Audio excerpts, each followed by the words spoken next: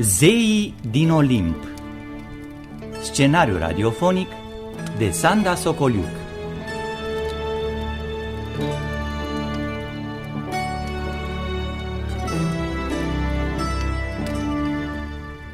Seria 1.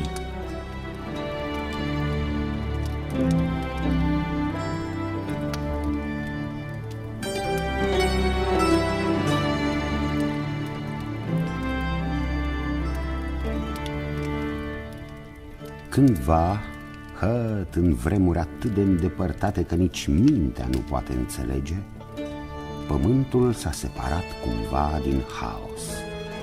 Cum? Numai ea, zeița Gea, știe, căci ea era pământul ivit din tulburala învârtejită de la început. Așa spun vechii greci, și cine-i poate contrazice?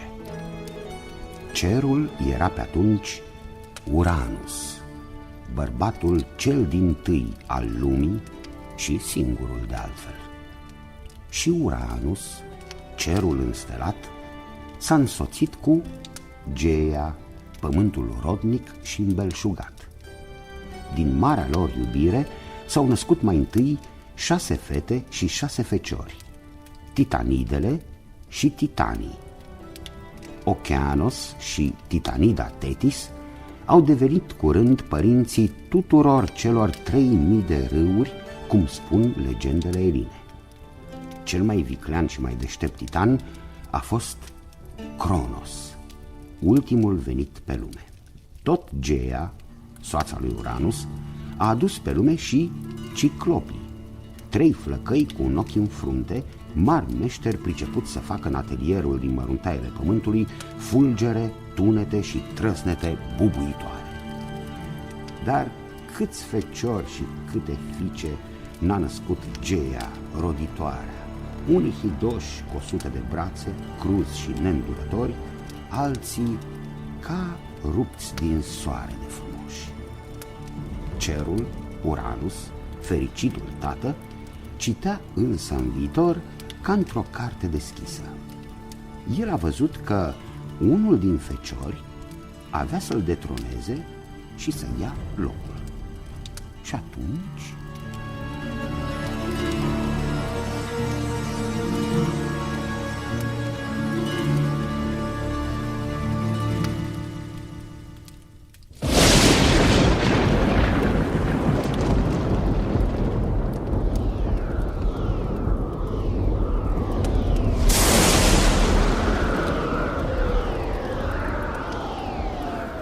Copii! Veniți aici, copiii mei! Să nu îndrăznească unul să lipsească!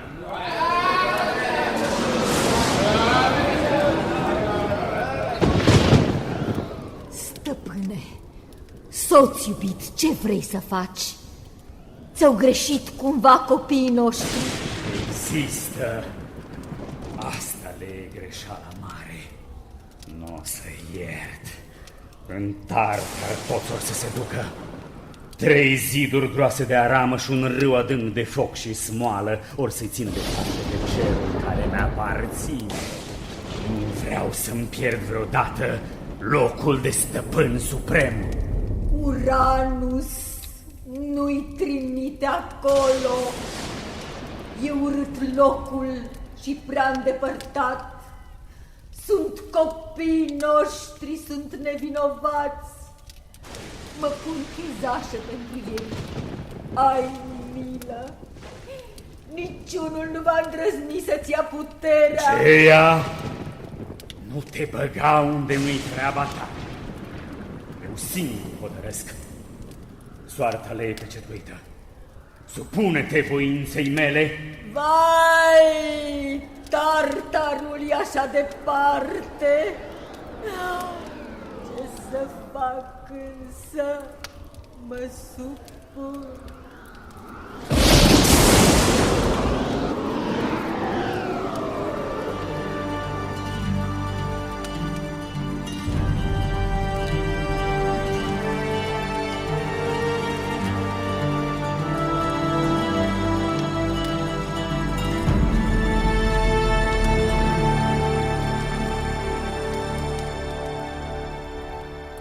Crezând că a scăpat de soarta crudă, Uranus nu mai stătea îngândurat și trist.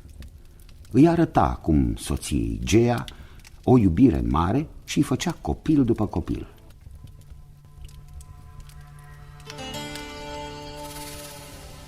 Numai că Uranus îi cerea fiecare prunc nou născut și l-a arunca de îndată în temnița de sub pământ. Gea a plâns ce a plâns după copiii ei, dar într-o zi s-a săturat și a pus la cale un plan prin care să-i salveze. Și-a făcut dintr-un diamant fermecat o seceră tăioasă. Cu vrăji de nimeni cunoscute, a reușit să se strecoare în adâncimile negre ale Tartarului și a deschis porțile groase de diamant pe care le pusese Uranus la închisoarea de el construită ca să-l ferească de năpastă.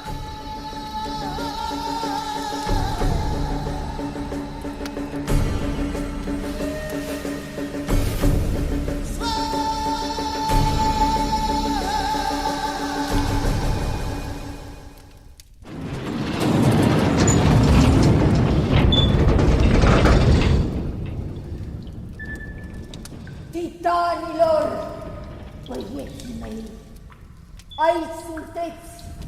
Aici! Aici! Aici! Aici! Aici! Vreau pe unul dintre voi să-l învingă pe Uranus. A sosit clipa schimbării. E zeu și e nemuritor!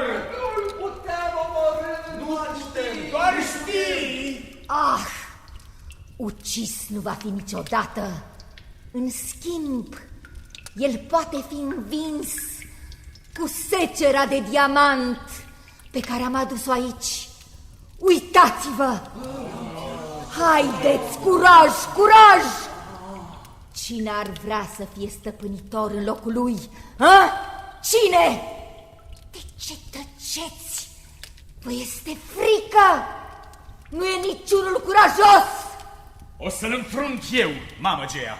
Oh, Cronos, flăcăul meu cel îndrăzneț, așa te vreau. Uite cum trebuie să faci ca să-l dobori pe tatăl tău, Uranus, din cerul lui nemărginit. Cum?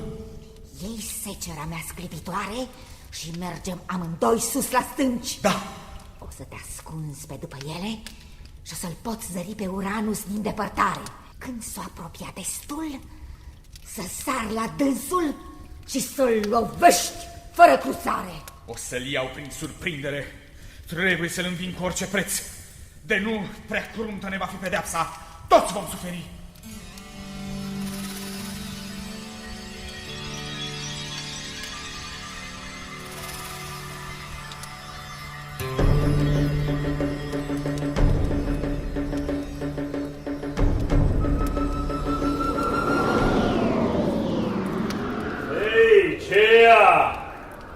Gea, vino odată, unde ești? Gea, uite-l pe Uranus. Apare în sfârșit. De aceea s-a înnoptat deodată. Te strigă, auzi, te caută.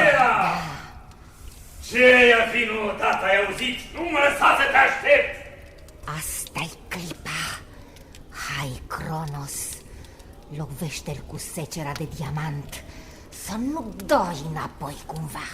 Eu? Nici gând.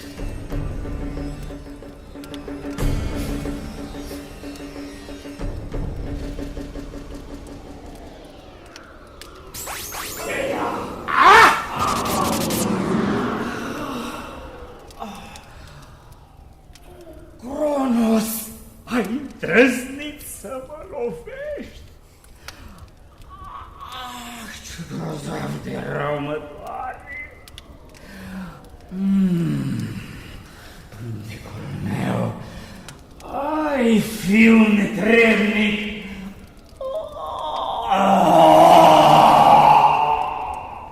Ce durere cruntă. Da? Gândește-te ce crud m-ai pedepsit pe când eram nevinovat. Acum ți-a venit ție rândul să simți ce înseamnă și durerea și neputința. Să vezi ce înseamnă când ești tu învinsul. Prea bine, Cronos, fecior nevrednic. îți las puterea, dar te blestem. Zeu mare sunt și tatăl tău și dreptul nu aveai să mă lovești.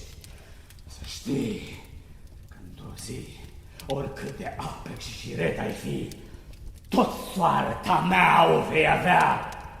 Un fiu al tău îți va lua locul. Să nu uiți, Cronos, și fii sigur, blestemul meu se va împlini.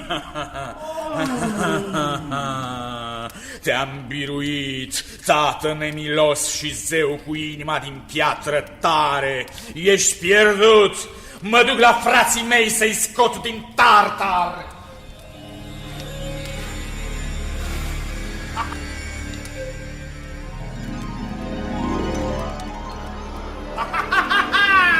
Haideți! Uranus e învins și singur. De acum gata, eu v-am eliberat pe toți. Noi suntem stăpânii! Ce spui, Ocean, frate mai mare? Ne bucurăm și mulțumim. Tu ești fratele cel mic și n-ai cum să domnești. Desigur, eu vă voi fi cârmuitor de drept. Cum? Sunt înțelept și toți mă ascultă. Așa spui tu? Dar oare cine a mers să lupte? Cine n-a dat înapoi? Cine a mers cu Gea? Cine a avut curajul să-l înfrunte pe Uranus, cel nemuritor? Nici tu, nici tu, nici el! Și vrei puterea pentru tine, frate Oceanos? Asta nu! Nu e drept și nici nu vreau! Ești îndrăzneț din fire, Cronos, și ai ceva dreptate. Poate-i mai bine să împărțim domnia. Nu! Nu! Stăpânul va fi unul singur, eu! Iar tu și ceilalți titani veți deveni sfetnicii mei. Eu voi fi atotputernic peste cer ca și peste pământ. Și o să mă însor cu Rhea, mândra și frumoasa fiică a Gei. Așa să fie! Așa să fie și veșnic vom huzuri în cerul eliberat de neîndurătorul zeu Uranus. Acum să vă închetuim la nuntă!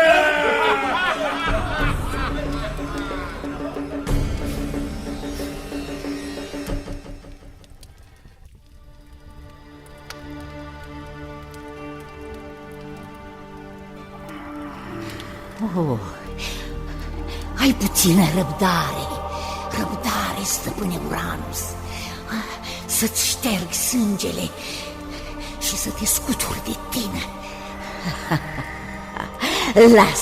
Lasă-i pe ei acum să sărbătorească, să se înveselească.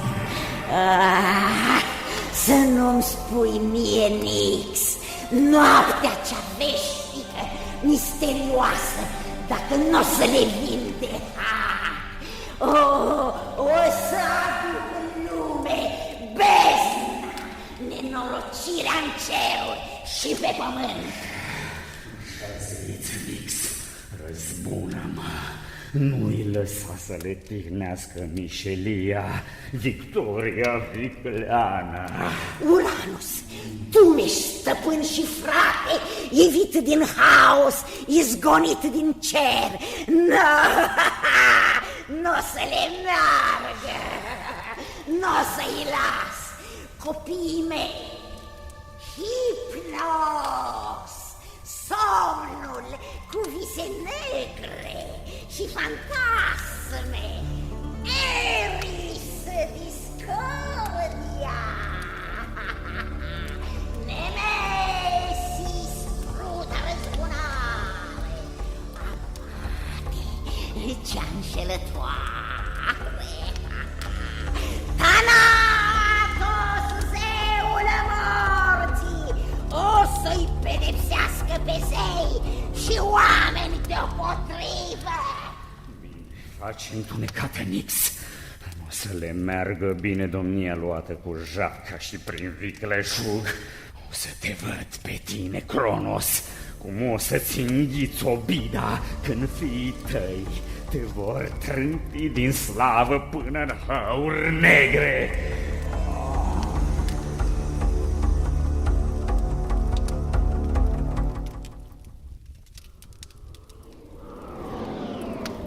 Atotputernic sunt, domnia mi este prea îmbelșugată și frații mă ajută și mă sfătuiesc de bine.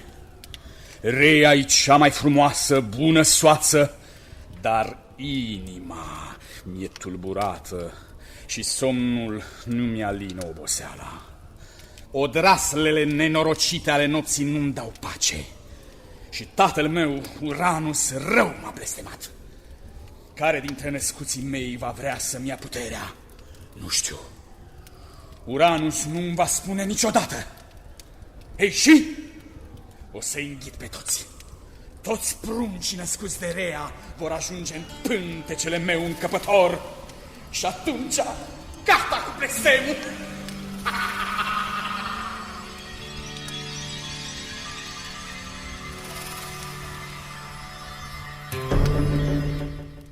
Cronos era deștept, viclean și îndeajuns de nemilos ca să-și ducă până la capăt planul.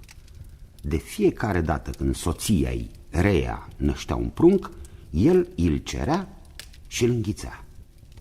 3 fete, Hestia, Demetra, Hera și 2 fii, Hades și Poseidon, fuseseră rând pe rând mâncați de tatăl Lacom, îngrijorat să nu ia cineva puterea.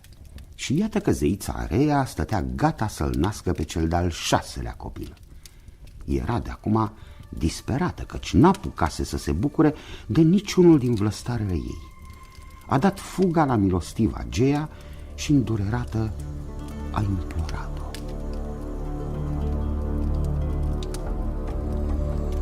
Zeiță, numai tu, mama zeilor cerești, poți înțelege soarta mea cea tristă. Și tu atât ai răbdat până te-ai dus cu secerea de diamant și ți-ai eliberat din Tartar fii. Ajută-mă, te rog din suflet. Și eu vreau să-mi salvez copiii. Măcar pe fiul ăsta să-l am. Odrasla ce o port încă în pântec. Mi se apropie sorocul. Nu vreau să ajungă și el pradă. Hrană pentru burdihanul lui Cronos, fiul tău. O, Rhea, amărât-o, oprește-te din plâns. Eu știu prea bine ce înseamnă să rămâi fără copii. Și eu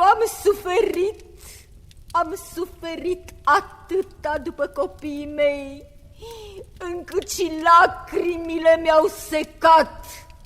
N-o să te las de asta dată. O să te duc în Creta, o insulă frumoasă. E acolo un munte semeț care ascunde în coasta lui împădurită o peșteră adâncă, numai bună. Și în ascunzișul ei vei naște fără grija că o să fii descoperită. Da, mamă Gea, merg în Creta și o să nasc acolo. Dar după aceea, ce o să fac? Vom mai vedea.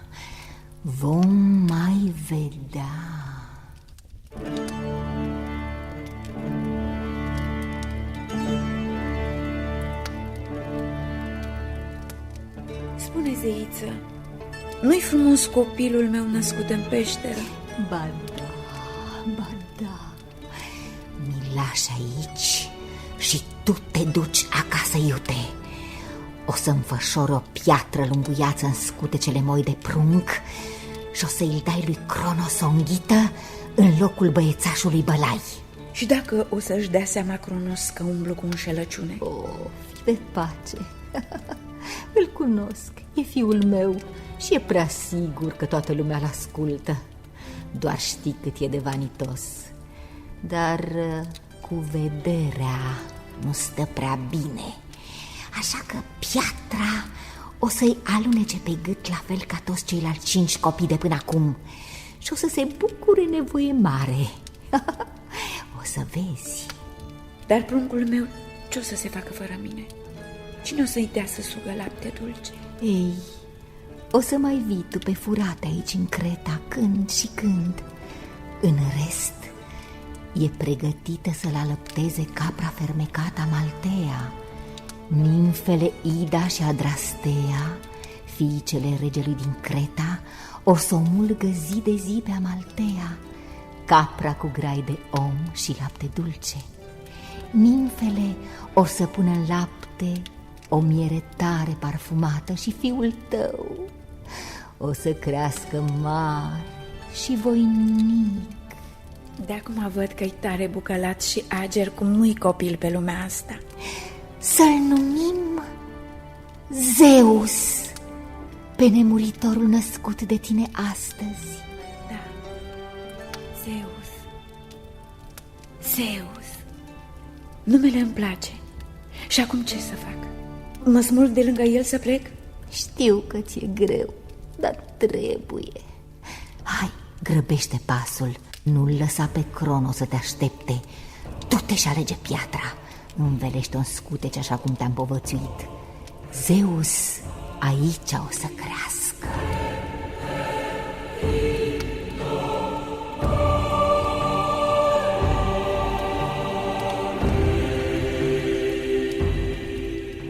Rhea a plecat în grabă după ce l-a privit cu drag pe micuțul rămas în brațele bunicii sale. A făcut cum îi spusese Gea și s-a dus cu piatra înfășată la soțul ei.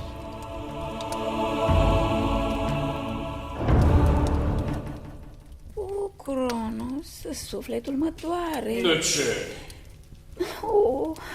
Dar o să ți-l dau și pe micuțul născut azi noapte. Ți l-am adus precum mi-ai poruncit, chiar dacă jalea mă sugrumă.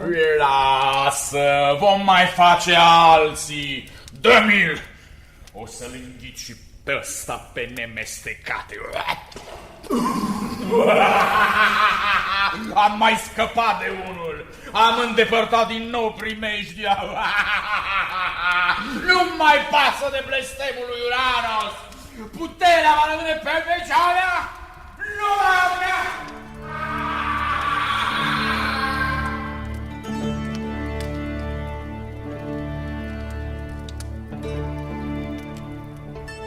Se înșela cumplit măritul Cronos. Blestemul lui Uranus începea să aibă chip. Pe insula cea mare, Creta, Zeus, hrănit cu laptele Amalteei și mierea fermecată făcută de albine numai în stupii de pe muntele Ida, creștea în fiecare zi cât altul într-un an. Tovarășa de joacă era capra vrăjită. Nu era ca toți copiii. Aprig, iute la mânie, Zeus zburda cu Amaltea prin poienițe, printre stejarii falnici, ea se făcea că îl împunge cu coarnele, iar Zeus se lupta cu ea. Era o joacă de copil, dar Zeus avea o prea mare putere în brațe, cam cât un bărbat dintre cei falnici.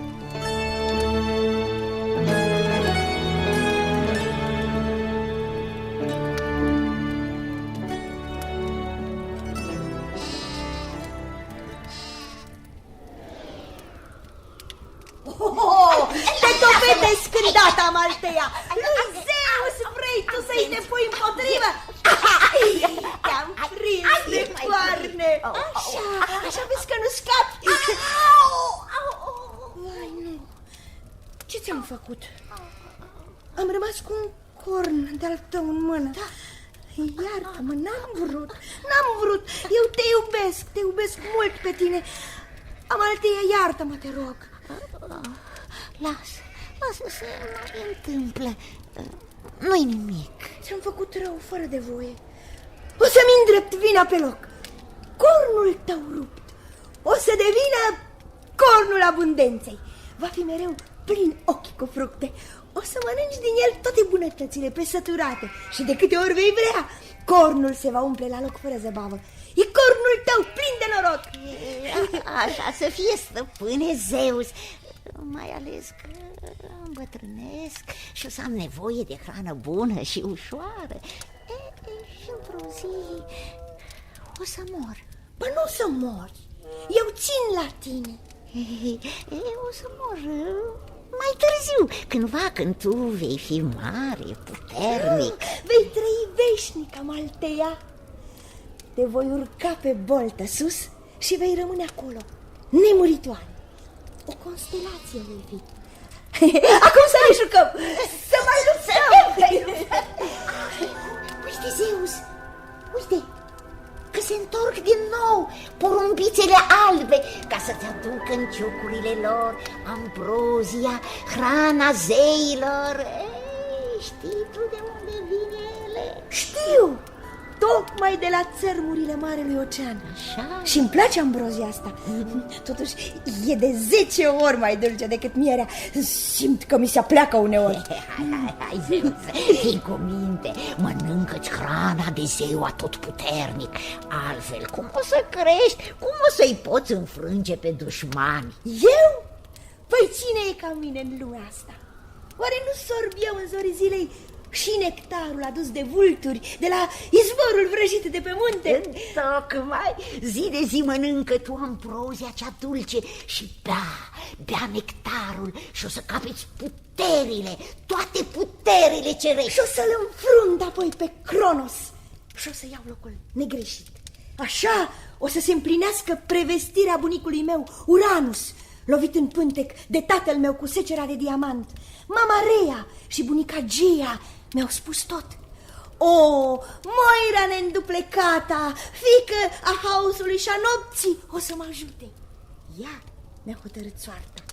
Pe Cronos eu îl voi învinge, știu. Dacă înteșteți bine pașii dinainte. Cronos ți-a înghițit toți frații, numai tu acum ești pe lume.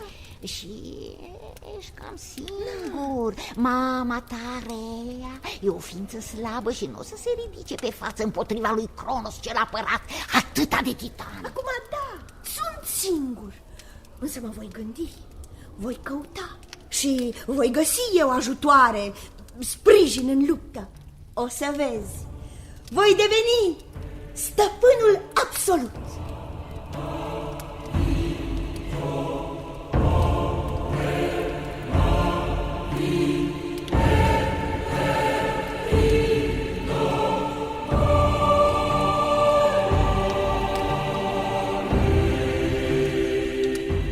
Crescuse Zeus într-un an cât alții în 25.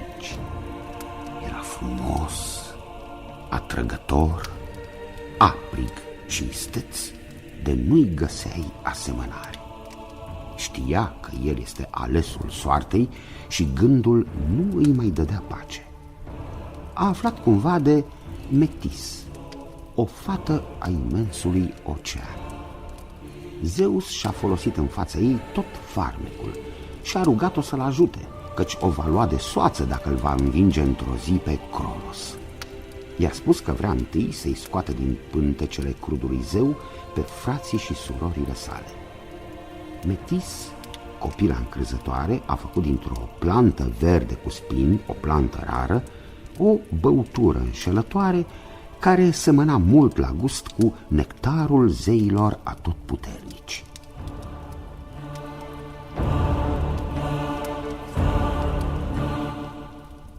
Mamă bună, Rea, bine că ai venit în Creta.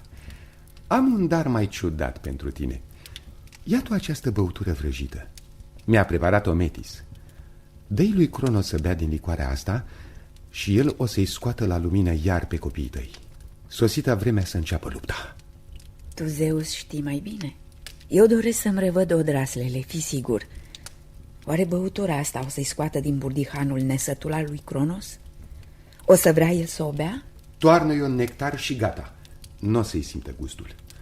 Metis, prudenta și înțeleapta mea soție, a preparat-o anume ca un leac. Cronos o să-i scoată la lumină pe frații mei iubiți. O, Rhea, bucură-te de pe acum.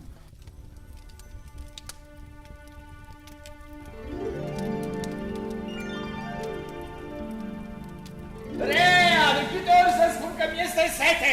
N-ai auzit că te-am strigat? Eram pe afară, Cronos, nu în palat. Mă iartă. Mi-e sete, vreau să beau, ți-am spus. Îndată ți-aduc un vas plin cu nectarul dulce, băutura zeilor, stăpâne. Mai repede, sunt însetat. Ia-ți băutura, Cronos. Dă nectarul coace. Ce bine e să bei când ți este sete. Ei bine?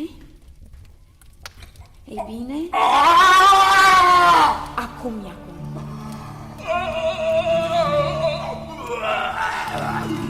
Ce asta? Ce ființă a apărut prin gâtlejul meu? Copiii noștri cei înghițiți cândva de tine. Uite-i pe toți! Bestia, Demetra, Hera, Hades și Poseidon. Mari, nu mai sunt prunci acum. Vai, ce-ai făcut? Ce-am făcut? Ce o să se întâmple? Ce o să se întâmple, o să vedem.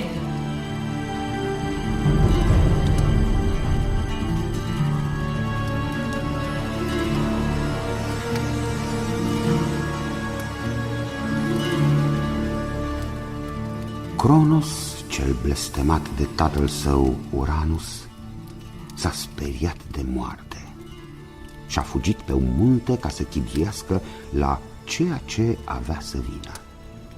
Rhea le-a spus celor 5 copii că îi datorau lui Zeus, ultimul născut, eliberarea. S-au dus atunci să-i mulțumească, iar Zeus a plecat cu ei direct în Tartar ca să-i scoată din temniță pe Ciclopii și pe Hecatonchirii lăsați acolo și de Cronos, care ieșise în lume doar cu frații săi titanii. Drept recunoaștere, Ciclopii au făurit de îndată fulgere, tunete și trăznete pentru mărețul Zeus. Lui Poseidon, mijlociul, i-au făcut o furcă mare cu 3 dinți.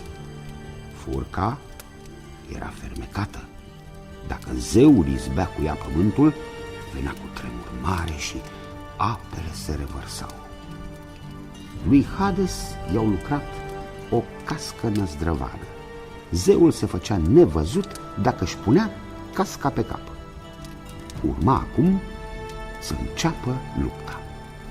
De aceea, zeii tineri și-au ales un loc numai al lor, și anume semețul munte Olimp, care domina toată Elada.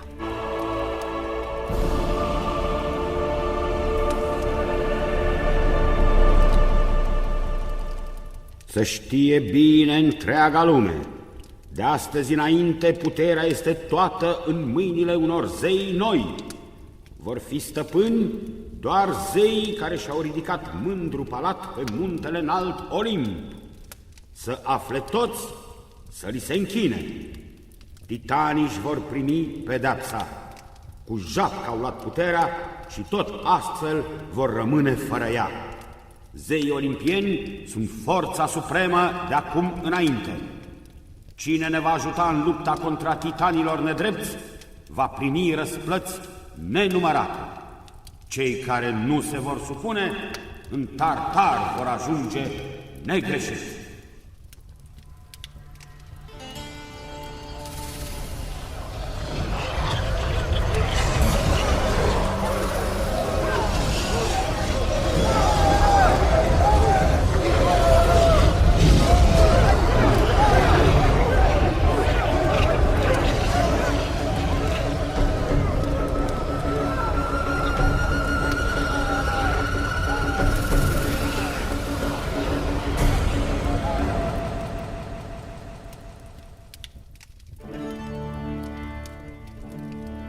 Războiul crunt a durat mai bine de 10 ani.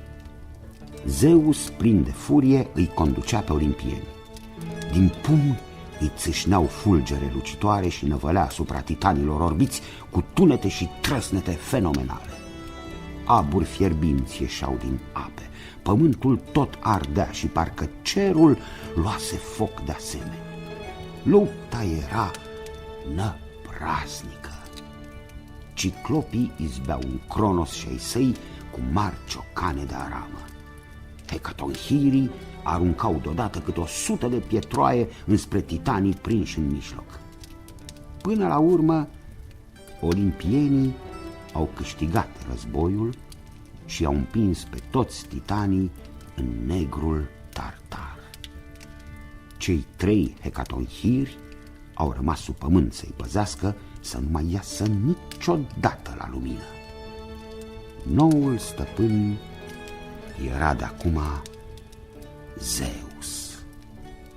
Toți îl recunoșteau și îl ridicau în slavă. Chiar toți?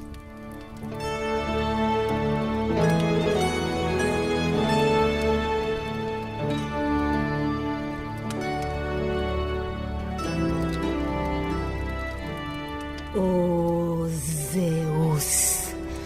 O, Zeus! Tot trecutul l-ai uitat pentru putere. Cât te-am iubit și cât te-am ajutat eu, Gea, bunica ta. Titanii sunt copiii mei. Te-ai înălțat și îi lovești acum la fel precum cândva Uranus? N-am să înduri sprava asta, Zeus. Nu ești cinstit. Să știi că bucuria ta n-o să dureze. N-o să te las să-ți faci de cap. Am destui copii și or să-ți vină ei ție de hac.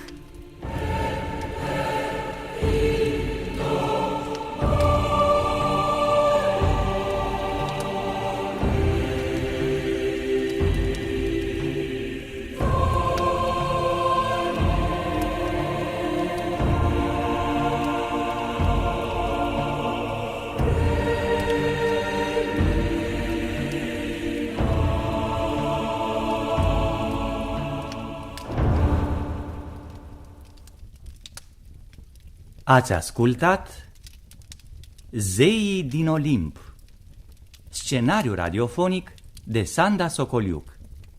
Seria 1. Distribuția a fost următoarea: povestitorul Florian Pitiș, Cronos Mircea Constantinescu, Uranus Ștefan Velniciuc, Gea Coca Blos, Rea Janin Stavarache, Titan Bogdan Caragea, Nix, zeița întunecată, Genoveva Preda, Zeus copil, Alexandrina Halic, Zeus, Mihai Niculescu, asistența tehnică, Bogdan Golovei, regia de studio, Violeta Berbiuc, regia muzicală, George Marcu, regia artistică, Vasile Manta.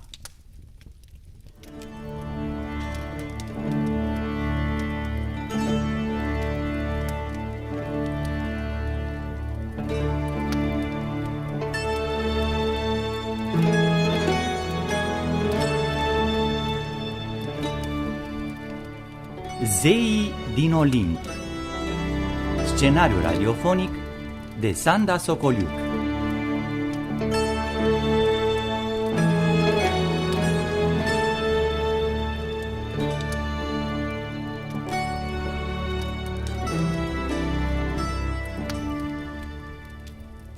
Seria a doua, Olimpienii.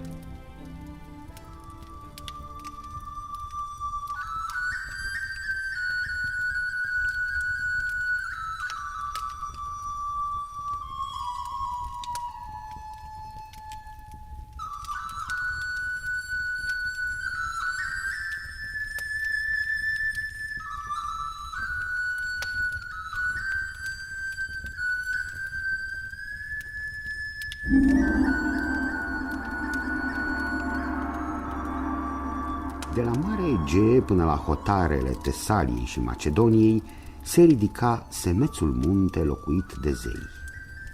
Olimpul, spune Homer poetul, nu este nici bătut de vânturi, nici atins de zăpezi. Aerul cel mai pur îl împresoară. O lumină albă îl învăluie și zeii gustă aici o fericire care va dăinui cât zilele eterne ce le sunt hărăzite.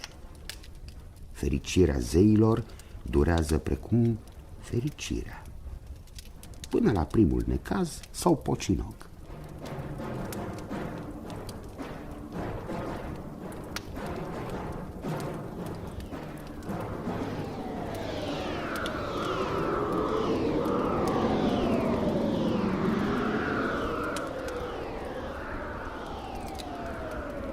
Am stat destul ascuns în Creta de ochii ageri ai lui Cronos. Acum eu sunt cel mai mare zeu, știți prea bine. Porunca mea să fie lege pentru toți. Așa va fi, strălucitor, stăpân. Să vină frații mei cei mari pe dată. Sosita, sunt gata să te ascult. Hades și Poseidon, voi doi născuți din Rea și zeul Cronos, ați luptat lângă mine în războiul contra titanilor. Am învins cu voi alături și de aceea împreună vom domni. Noi vom fi stăpânii, iar nesupunerea oricui o vom înnăbuși în fașă cu neîndurare. Ați înțeles? Cum spui tu, Zeus. Am să vă dau cât un ținut să-l cârmuiți precum vă va fi vrerea.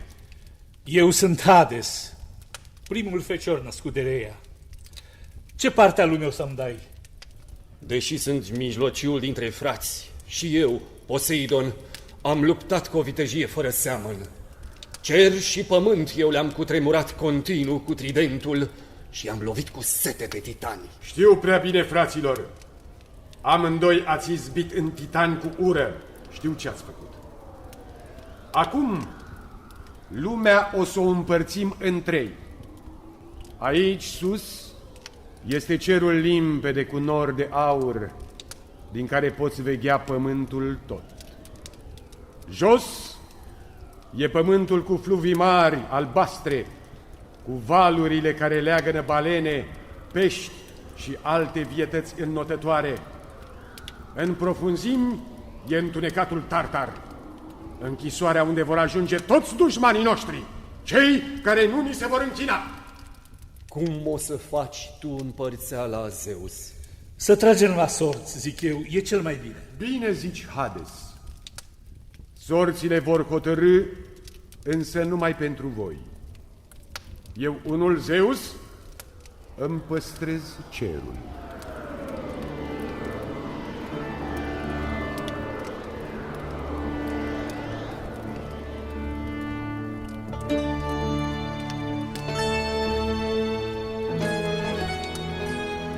Și așa a ajuns Poseidon, zeu peste toate apele din lume. Hades a pornit de îndată spre adâncul negru, unde era Tartarul.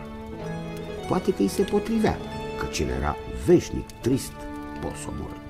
Se spune despre zeul Hades că nu s-a mai întors niciodată pe muntele Olimp în lăcașul zeilor cerești. Acum puterea era împărțită în trei, dar tot Zeus a rămas marele stăpân și le-a chemat la el pe cele trei surori, fiicele zeului Cronos și ale Reei.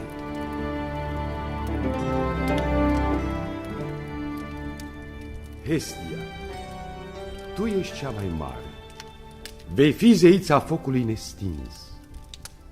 El întreține viața în fiecare casă și de aceea nu trebuie să se stingă niciodată. Vei avea grijă tu de focul vetrei. Da, mărite Zeus. Și tu, Demetra, primește harul de a fi zeița bogăției livezilor și holdelor de grâne. Da, Zeus. Dar eu, cea mică, Hera, ce o să fac? Tu, frumoasă, poți fi soția mea de vrei. Vei deveni zeița căsătoriei, a familiei. a copilașilor iubiți. Așa dorești tu, Zeus? Atunci așa să fie. Să facem atunci nunta și Olimpul tot să se înveselească. Petrecerea să înceapă imediat. Am zis!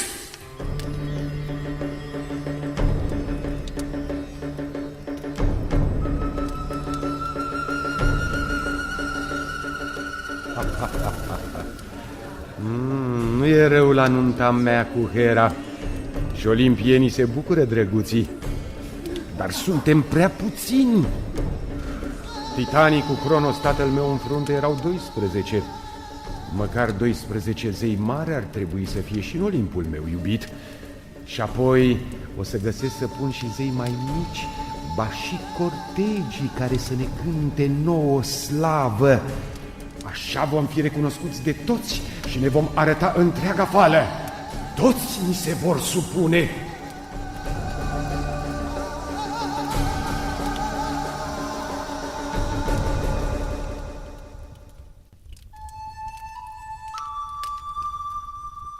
Gândul că era nevoie de mai mulți zei puternici nu îi dădea pace lui Zeus cel ambițios. Stătea și chibzuia mereu pe cine să aducă în Olimpul alb înconjurat de nor de aur. Întâi și întâi o va chema pe Atena, cea mai iubită dintre copiii lui. Această fiică a lui Zeus și a zeiței Metis, copila lui Ocean, se născuse niște împrejurări cam stranii, dar nimic nu e prea neobișnuit când este vorba despre zei.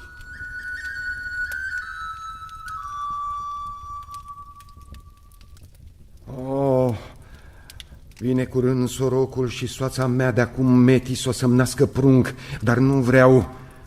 Nu o să o las cu niciun chip. Bunicul meu Uranus mi-a zis că dacă o las în viață îmi va face o fată și după aceea un băiat.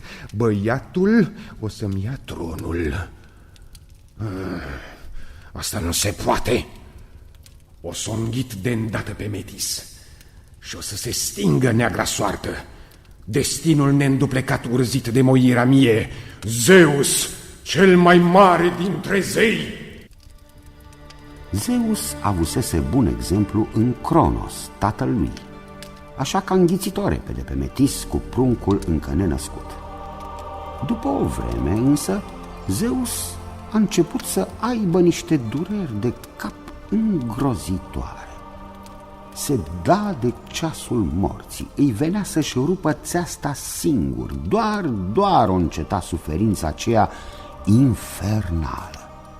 Și i-a venit ideea salvatoare.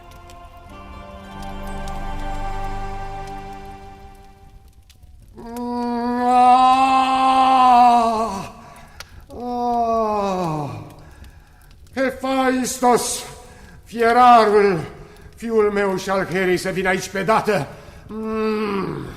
Aduceți-l repede din Lemnos, unde-și are atelierul.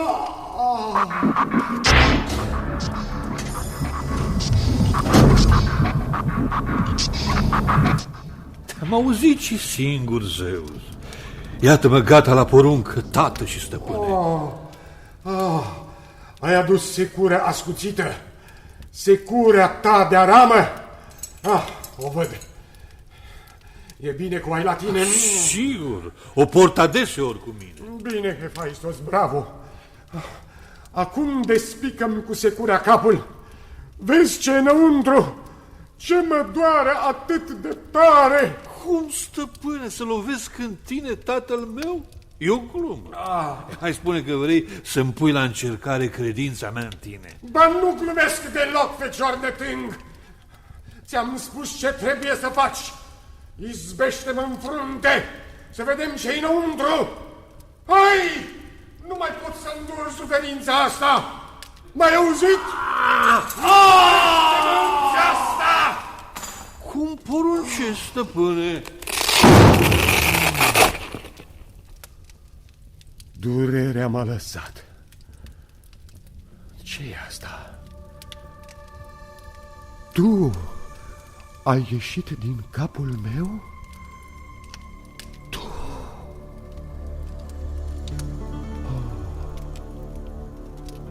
N-am suferit degeaba.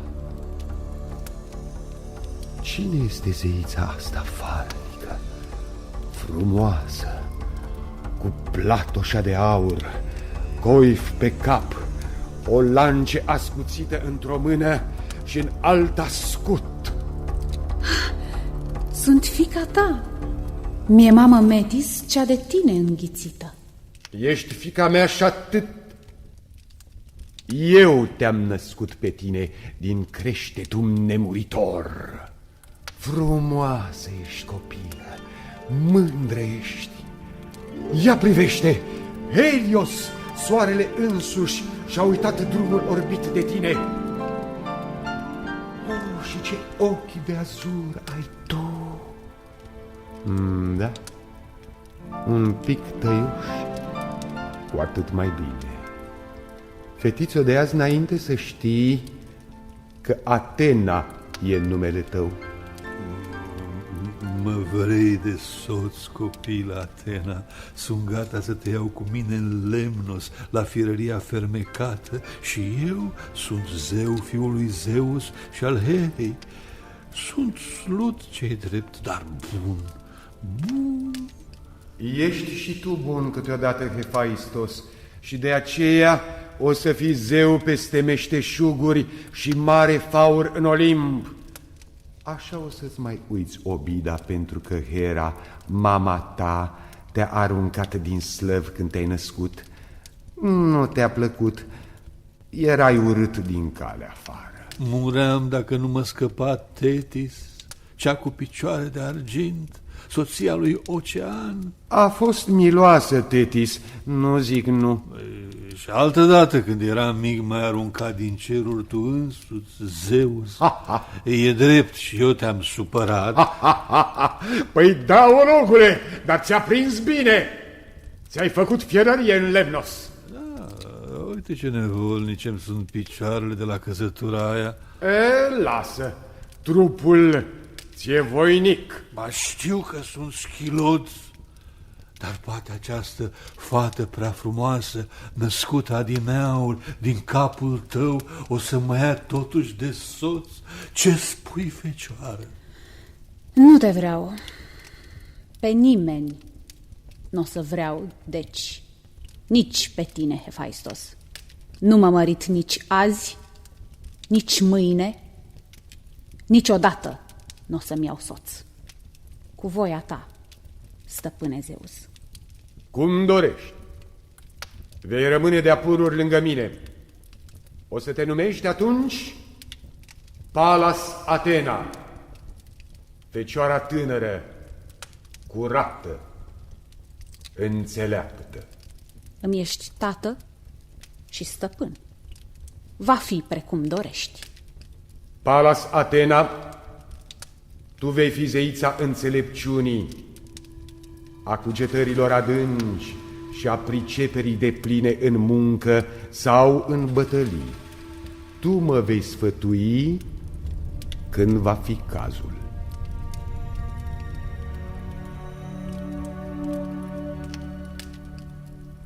Astfel, Olimpul s-a îmbogățit cu încă 2 zei. Zeus, care își luase de soață pe Hera, avusese cu ea 2 copii care nu-i prea erau pe plac. Apoi Hera nu a mai făcut un timp copii, iar soțul ei dorea și alte vlăstare care să devină zei și zeițe. De aceea își găsea scuze și își lua mereu alte iubite. Una dintre ele a fost Leto, zeița nopții.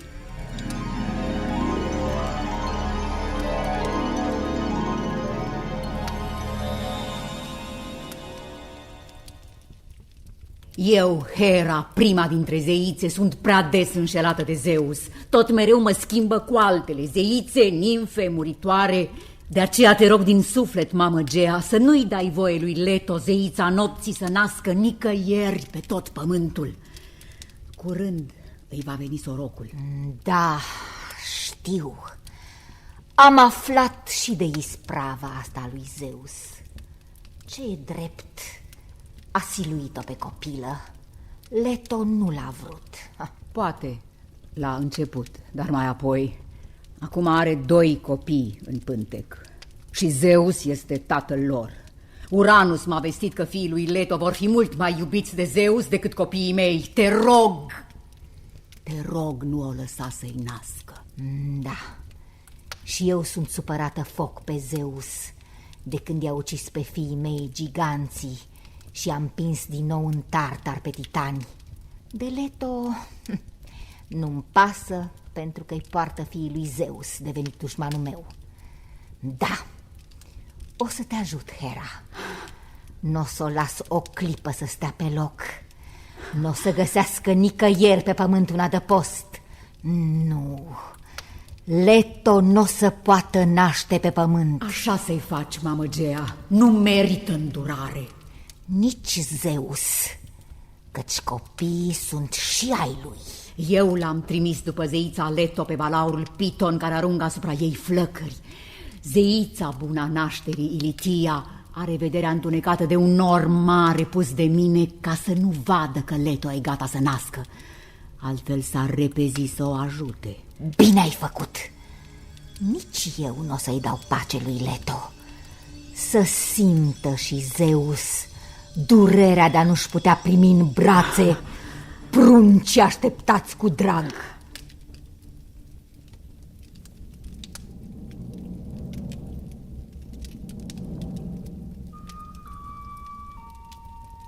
Zeus vedea ce se întâmplă jos pe pământ, ce chinuri îndura sărmana Leto, dar nu putea face nimic.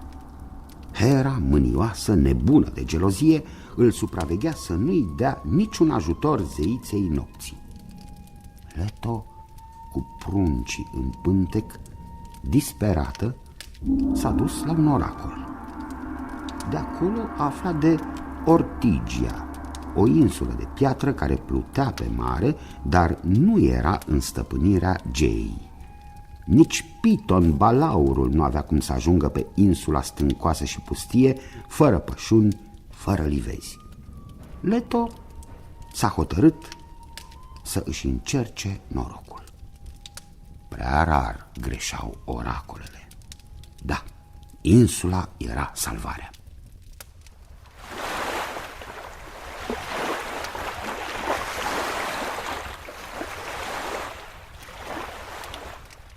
Insulă de piatră, te rog, primește-mă să nasc aici.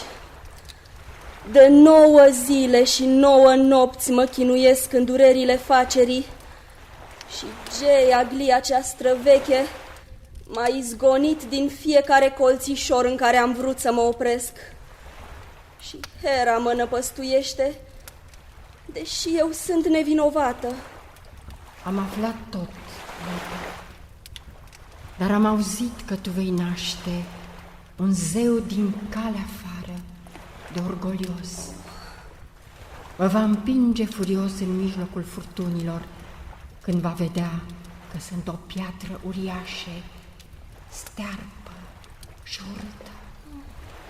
Și atunci eu mă voi scufunda în hăuri, căci nici de fundul apei, nici de țărm nu sunt legată prin nimic. Fiul tău își va bate joc de mine. Nu, ba nu, insulă de piatră. Eu, mama lui, acelui nenăscut până acum, îți spun că fiul meu te va iubi, te va cinsti. Aici își va clădi un templu măreț în care va fi venerat de o întreagă lume. E sigură de asta, noptatică, Leto? Sigură. Prea bine. Dacă ce spui e adevărat, te las să naști pe pietrele mele albite de soare. Dar fiul tău să-mi dea o nouă viață. Așa va face. O să vezi.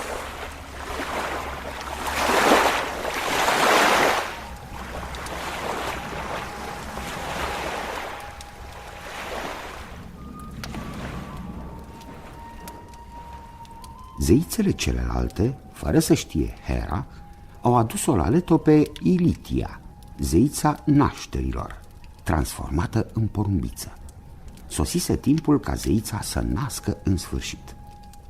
Legenda spune că întâi a venit pe lume Artemis, o fecioară de o frumusețe fără seamăn. Apoi s-a născut și Apollo.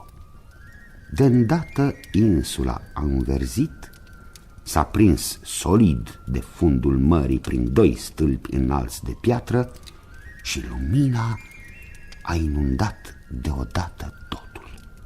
Apollo, zeul nou născut, i-a dat un nume nou, Delos, insula cea luminoasă. Zeițele din cer, dar nu și Hera, le-au adus lui Apollo și sorei lui Artemis centuri de aur, valuri albe, ambrozie, nectar și flori.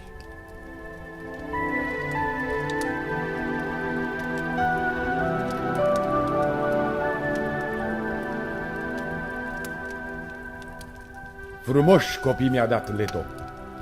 O să crească numărul zeilor mari olimpieni în fine. Mă bucur. Nu vom mai fi așa puțini. Ia să numărăm. Slutul Hephaistos e bun meșter la lucratul fierului. De aceea i-am și spus că va fi faur în Olimp și zeul meșteșugurilor. Ares, frumosul cel nătâng. Prea puțină minte are. Maică sa Hera cred că e de vină. Mă rog, ăsta e Ares care se prăpădește după bătălie în care curge sânge mult și fără rost. El va fi zeul războiului nedrept, ce aduce prăpăd, moarte, jale. Pe Apollo, fiul meu cu Leto, îl hărăzesc să fie zeul luminii soarelui și al cântărilor alese.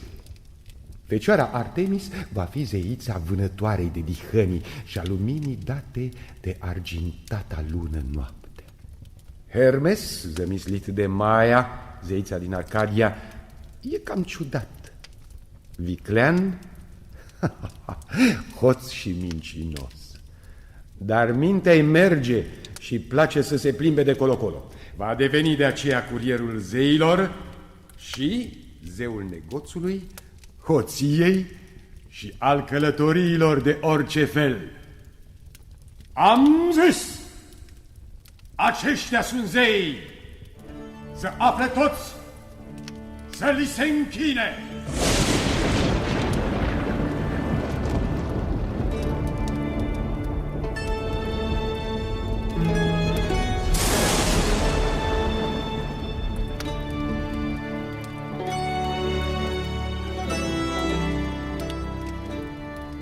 Fără Hades, care stătea doar sub pământ, zeii erau acum 11 pe muntele falnic Olimp, cât sosiseră și Atena, Ares, Hephaistos, Hermes, Apollo și Artemis, lângă Zeus, Poseidon, Hera, Hestia și Demetra.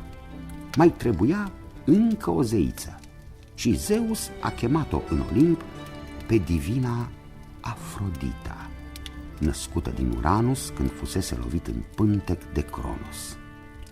Picături din seva vieții se prelinseseră în apa mării. Aici se prefăcuseră în spuma albă. Din ea se ivise grațioasa, gingașa Afrodita.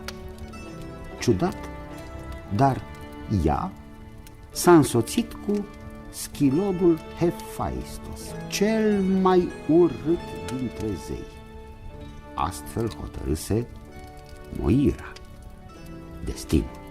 Afrodita, jinduită deopotrivă de zei și muritori, a fost hărăzită de Zeus să fie zeița dragostei.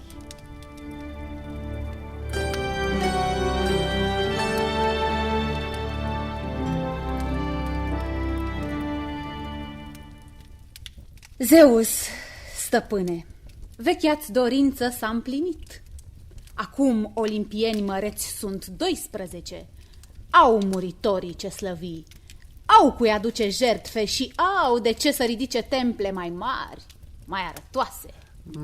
Palas Atena, fica mea și sfetnic cu înțelepciune, nu e rău deloc, dar tot nu-s mulțumit.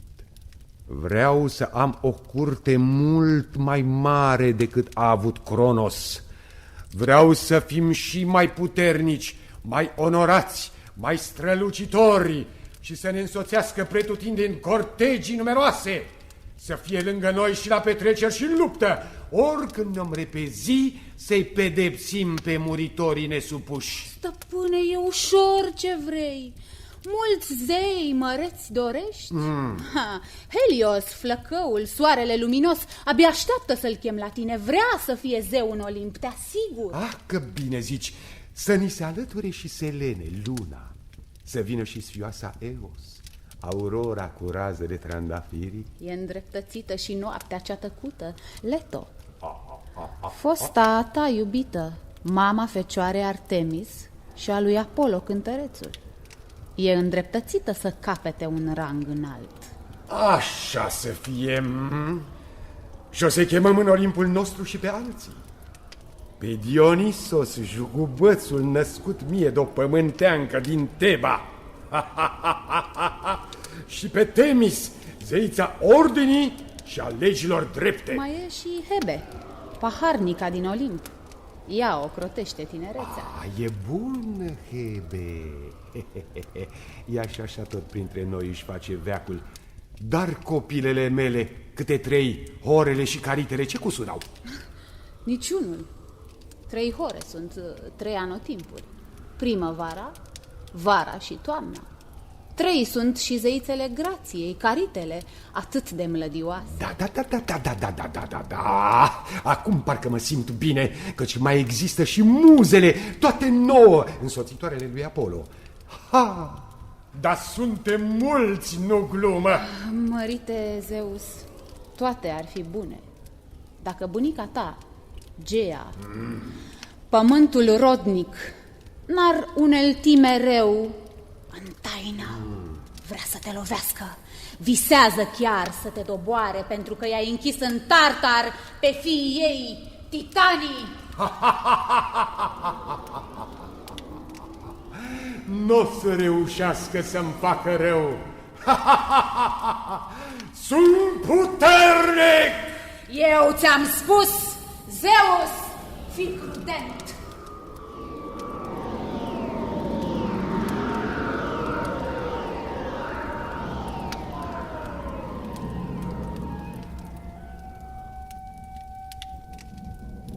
Multe aveau să fie luptele pe care Zeus le va purta, așa cum spun legendele Eladei. Gea, care nu încetase a se gândi la răzbunare, mai avea, în afară de titani întemnițați, și alți fii praznici, forțe oarbe ale naturii, giganții. Ei apăruseră din glia mamă, udată cu sângele scurs, din rana lui Uranus, lovit de Cronos, cu secera de diamant. Giganții erau cât munții și aveau plete dese, lungi până la glezne și bărbi încălcite.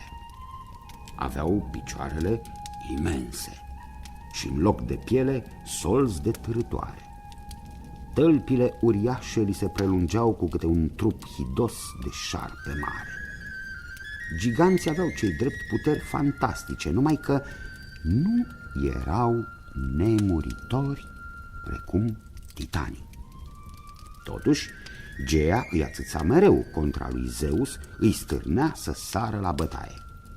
Războiul stătea gata să înceapă. Deocamdată, Gea îi pregătea cu sârg pe fiii ei, giganții. Mai avea nevoie de o iarbă fermecată. Oare de partea cui va fi victoria? A zeilor olimpieni sau giganții vor câștiga groaznica luptă? Moira, soarta, va decide.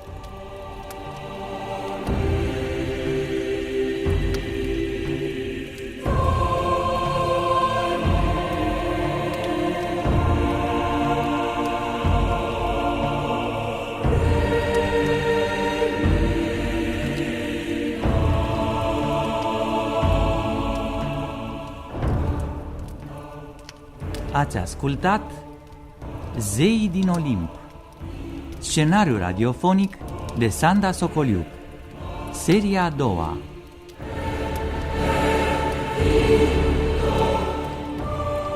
Olimpienii.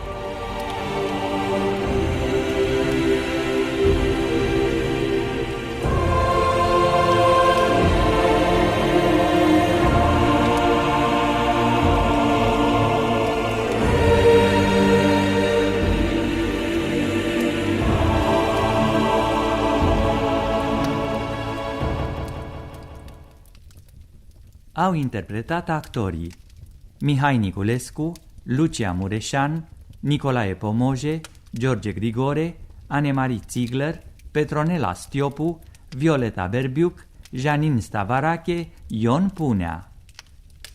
Regia de studio Violeta Berbiuc. Regia muzicală George Marcu. Regia artistică Vasile Manta.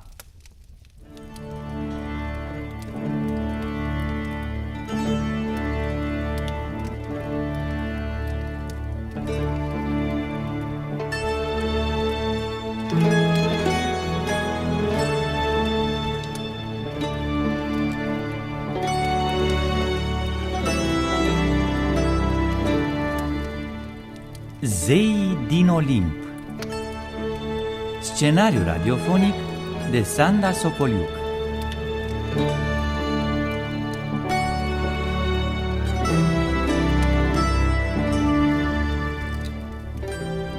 Seria a treia.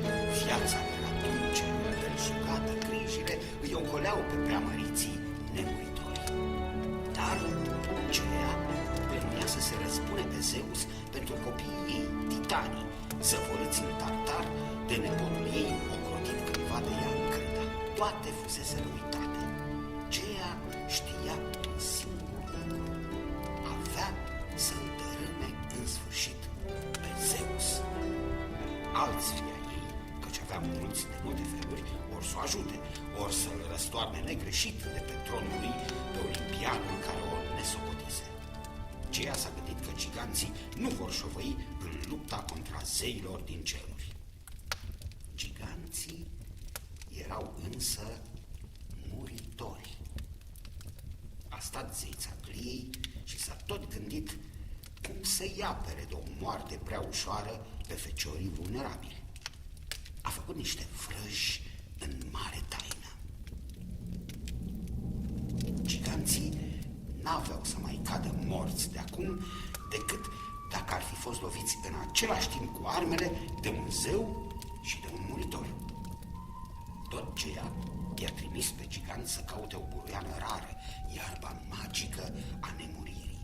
De-aveau cumva să o găsească și o puneau la timp pe limbă, nici o ființă nu îi mai putea lovi în veci. Dar Zeus a aflat la timp de planul urzit de Gea. Cum? N-aș ști să vă spun, dar cineva îi strecurase în ureche secretul răzbunătoarei lui bunici. Prevăzător, nemuritorul a trecut grabnic la treabă.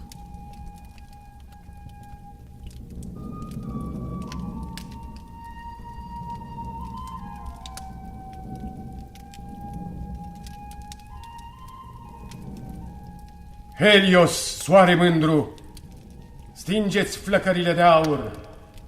Lună, Selene, tu învăluiește-ți chipul în voal negru, iar tu, auroră, Eos, ascundeți luminile trandafirii. Să fie întuneric pe tot pământul. Așa. Acum e beznă peste tot. Copii ascultători și buni. Îmi place cât de repede îmi dați ascultare. Giganții nu pot găsi iarba miraculoasă în bezna asta. Degeaba i-a întărâtat Gea, n-or să devină nemuritori ca noi. Eu și numai eu, cu fulgerele mele strălucitoare, voi căuta și voi descoperi buruiana aia. Aha! Asta e!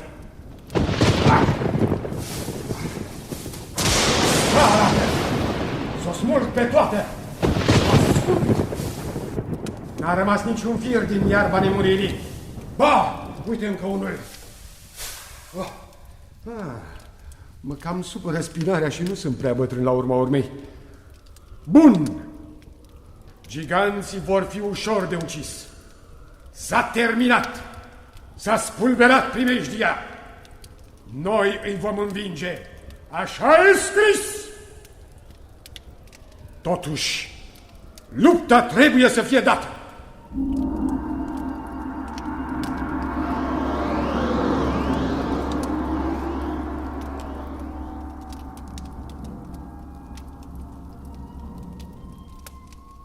Stăpâne Zeus, nu-i destul. Te-am urmărit pe ascuns că îți sunt sfetnic și sunt datoare să te veghezi, să nu-ți scape vreun amănunt. Nu uita, mai ai nevoie de un muritor voinic în lupta cu giganții. Te-ai gândit cine o să fie omul ăla fără de care ei nu pot fi nimiciți? Heraclu, fiul meu cu regina Alcmena.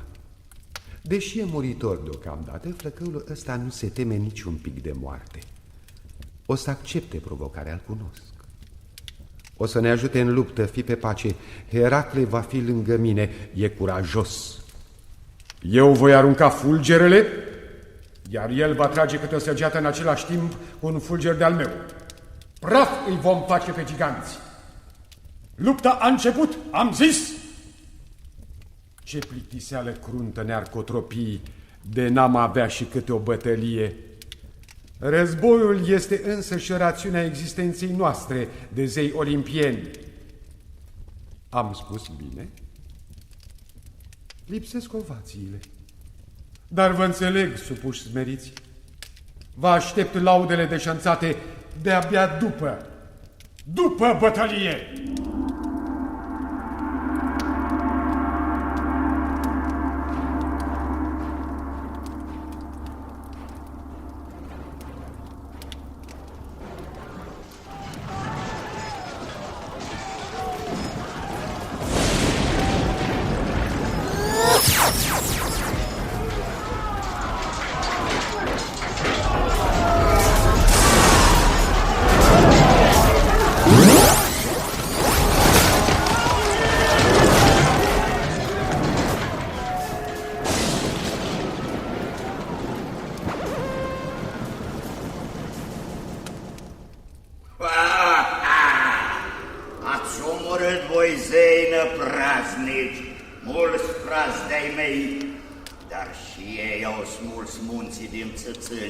Și i-au pus cap la cap ca să ajungem sus, în ceruri, în Olimp.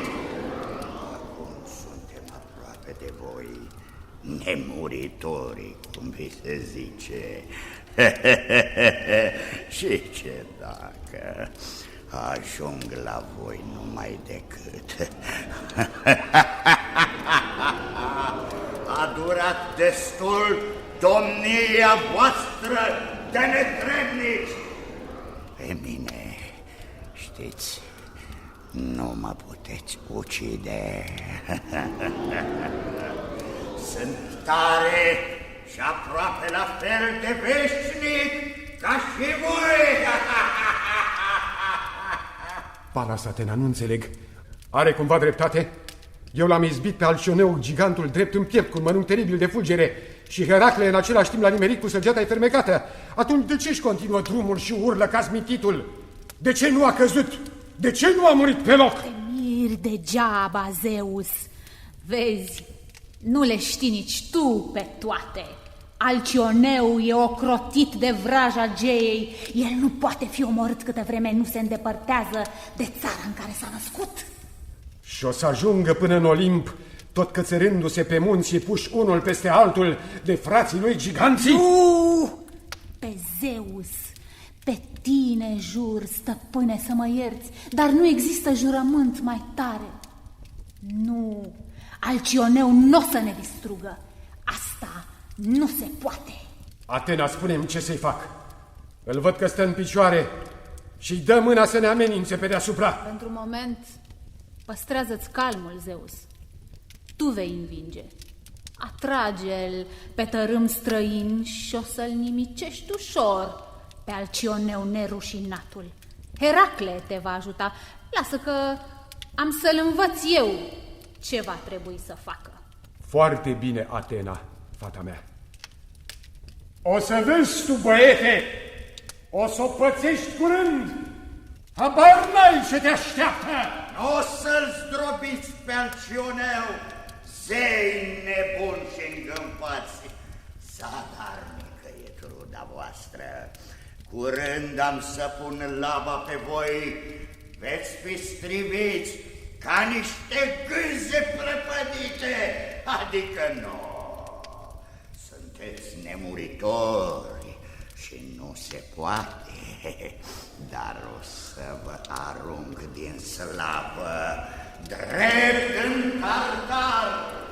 Acolo o să putreziți de ciudă. Să-l lăsăm să vorbească deocamdată. Tu, Heracle, fă-te că fugi de pe Olimp, că te retragi de frică și Alcioneu o să te urmărească. Scoate-l astfel din țara nemuririi lui. Apoi o să-i veniți ușor de hac. Să fie precum spui, Atena, înțeleaptă. Alerg. O să-l fac să se țină după mine. Îl atrag cu voia ta, zeiță, spre țărmul cel albastru al Mării Egee. Zeus, tată, gata? Pornesc acum. Da, da. Așa, Heracle. Ademenește-l cât mai departe. Apoi tu o să-l țintești cu o săgeată și eu îl voi lovi de sus cu fulgerul strălucitor. Stăpâne, destulă vorbă, fug!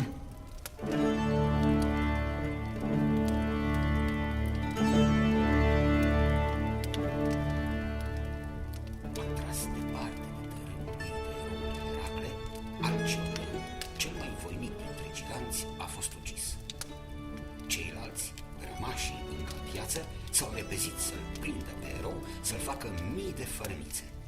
Zeus a văzut primejdea în care se găsea feciorul lui și, sfătuit de Hermes, le-a trimis pe Hera și pe Afrodita jos pe pământ, pe țărmul mării. Ei au făcut vrăji ciudate, încurcate și au amețit pe giganții care au uitat de răzbunare și s-au simțit deodată cuprinși de o dragoste cotropitoare pentru frumoasele olimpiene. Zeus de sus și Heracle de aproape i-au ucis rând pe rând cu ușurință. Legenda spune că din ei au răsărit munții de pe țărmul Mării Egee. Zeii câștigaseră lupta.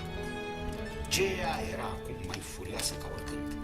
Nu avea timp să-i jerească pe feciorii pieriți și nici nu se gândea să rămână cu mine, însă nouă, în Olimp, pacea nu putea domni. Mai avea ea și alți copii, Tifon de pildă.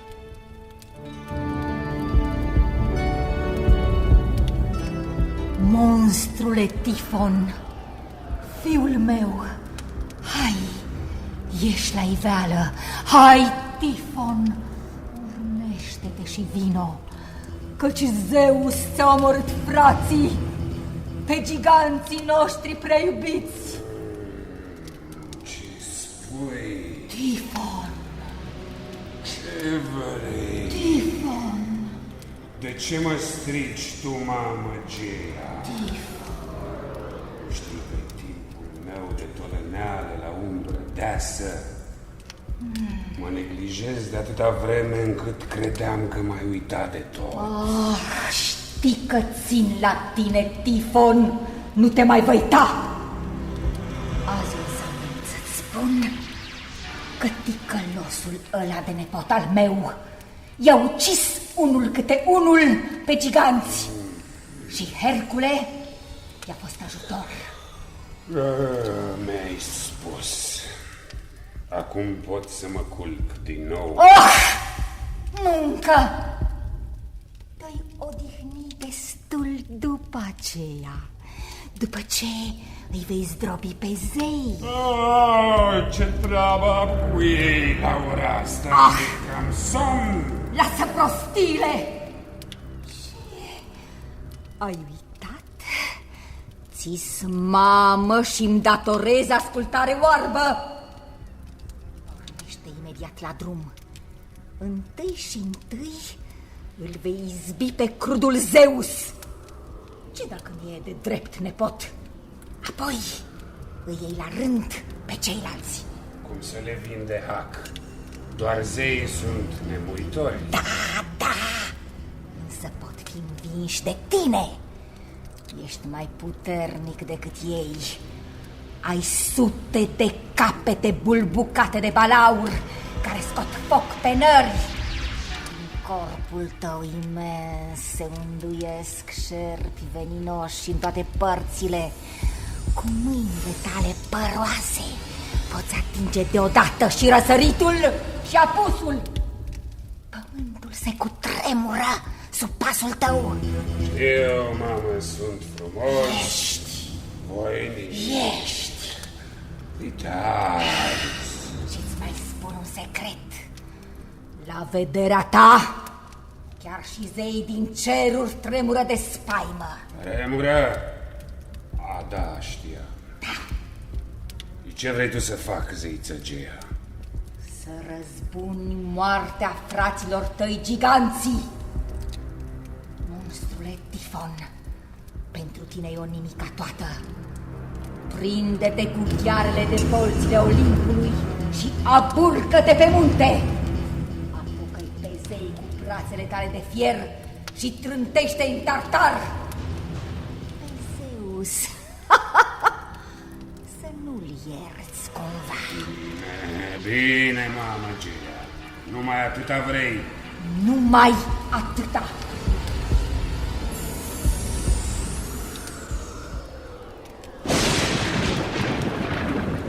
Fugiți! Da! E cumplitul Tifon! Păsările, monstru! Nu dați mir cu fugiții zei nevolnici! De-aia v-am adunat aici și v-am adăpostit la pieptul meu puternic și generos. În Egipt! Acolo ne găsești Zeus! Nu mai e de joacă! Da, în Egipt ne-am transformat în animale! Trebuie să ne apărăm cumva de namilă! Ne sparmă ca pe niște jucării de-i stăm în cale! Lașilor! Să rămân eu singur să-l înfrunte monstru. Iată-mă, Tifon! Eu nu mă retrag! Sunt Zeus, cel atotputernic! Ne-am luptat!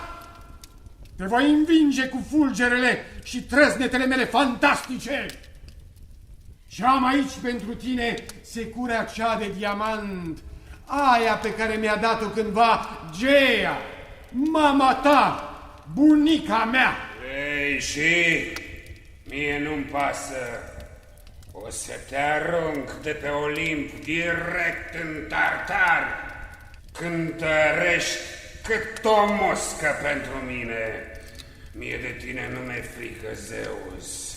O să te îmbrâncesc din slavă ca pe un gunoi. S-o crezi tu? Na! Așa păzește cine-mi caută pricina. Te trăznesc fără milă, Tifon. Ce zici de fulgerele mele? Da! No! Îți place? Vă mai încălziți un pic și voi, capete de balaur fără creier. Ia zi, monstrule, chiar crezi că secerea de diamant n-are nicio putere asupra ta? Hai să încercăm! Mă lovri cu secera. Ce vrei să faci? Mai bine fug. Fugi, că vin eu după tine. Până aici ți-a fost. O să te ucid, monstrule! Tifon!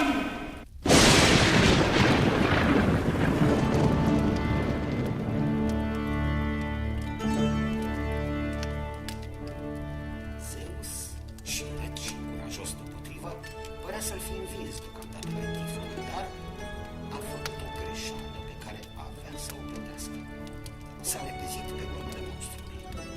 ajuns tocmai în Siria și au început lupta corp la corp. Tifon a reușit să-l înmânțuiască între coapse și i-a smuls din mână secerea de diamant.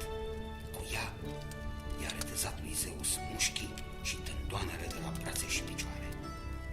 Zeul a căzut moale ca o cârpă la pământ. Trifon a luat cu grijă prada și a învelit-o în pielea unui urs, ascuns de grabă prețioasa bociuță sub pietrele de lângă un râu. Ceilalți zei, bolnavi de spaimă, se lăposteau neputincioși în trupuri de dihănii, țap, șacal, șarpe, uliu sau broscoi. Vedeți? Sunt lași și zei uneori. Vicleanul Hermes, singurul zeu netemător, l-a căutat și l-a găsit pe Zeus în peștera în care fusese aruncat de Tifon. Avea acum nevoie de nervii și mușchii zeului tată. N-a stat mult pe gânduri. S-a prefăcut în cântăresc din liră și s-a dus la victoriosul Tifon. Îi cunoștea prea bine slăbiciunile. Era ușor de dus de nas.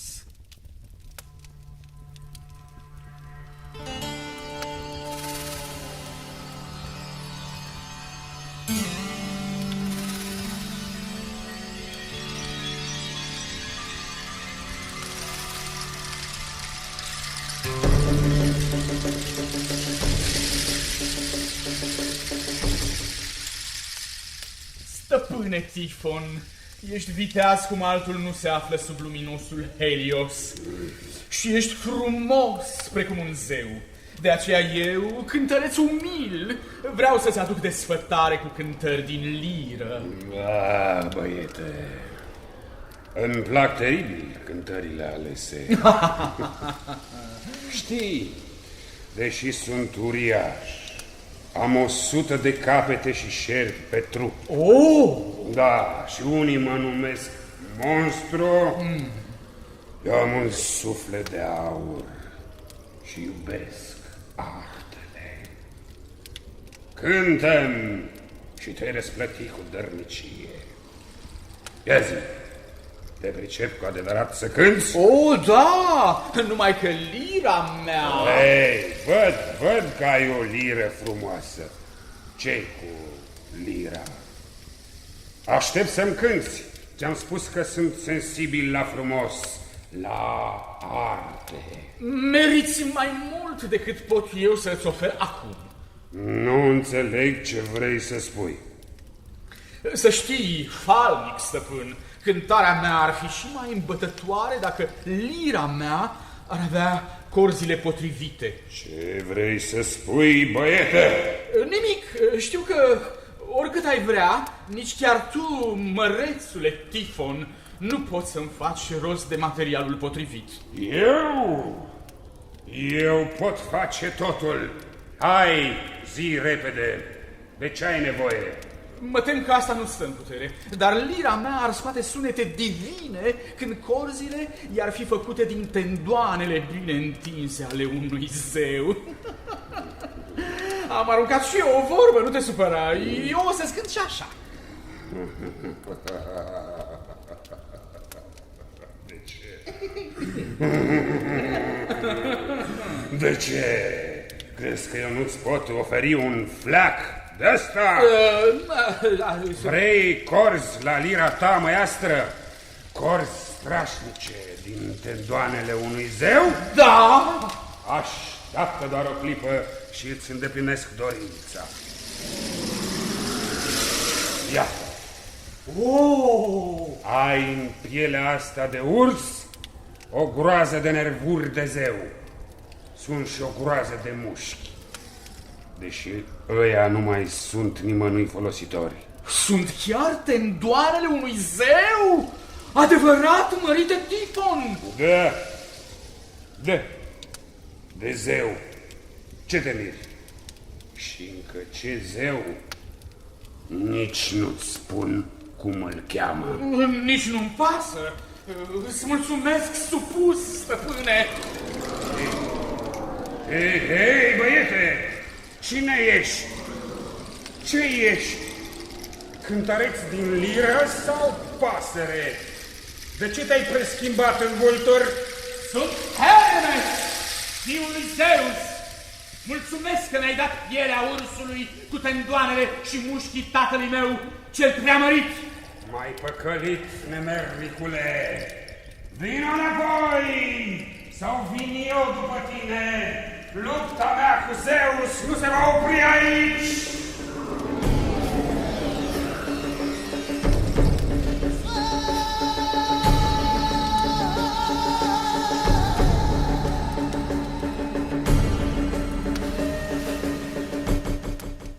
Prefăcut în vultur, Hermes s-a dus în peștera în care stătea Zeus neputincios și i-a pus la loc tendoanele și mușchii de la mâini și de la picioare.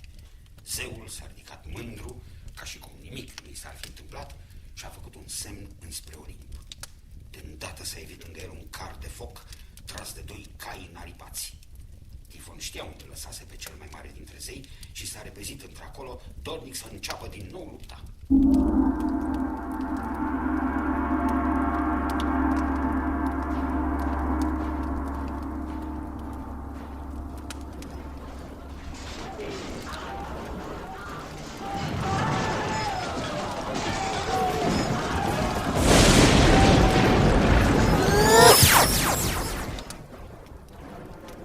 Prins din nou puteri, o Zeus. Te provoc la luptă dreaptă dacă ai curaj. Ce înseamnă lupta dreaptă cu zeul cel mai mare dintre zei, nătângule? Sau crezi că mai putea cumva învinge? Din carul meu de aur o să-ți trimit în capetele hâde destule fulgere cât să-ți ajungă pentru 2 vieți. Ai fost bătut odată, Zeus, și o să mai fii învins. Eu nu renunț la luptă, dar fi să smulg din locul lor chiar munții!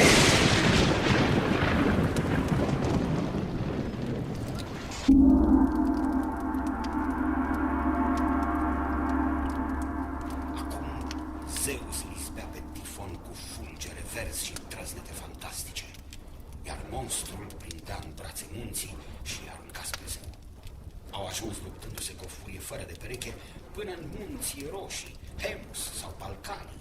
Trupul lui Tifon sângera slăbit, mulți dintre șerpii de pe el muriseră loviți de fulgerele zeului. A dat să fugă, însă Zeus nu-l slăbea nicio clipită. Ajunseseră de acum în Sicilia și Zeus l-a trântit la pământ pe Tifon. A răsturnat deasupra lui un munte mare, Etna.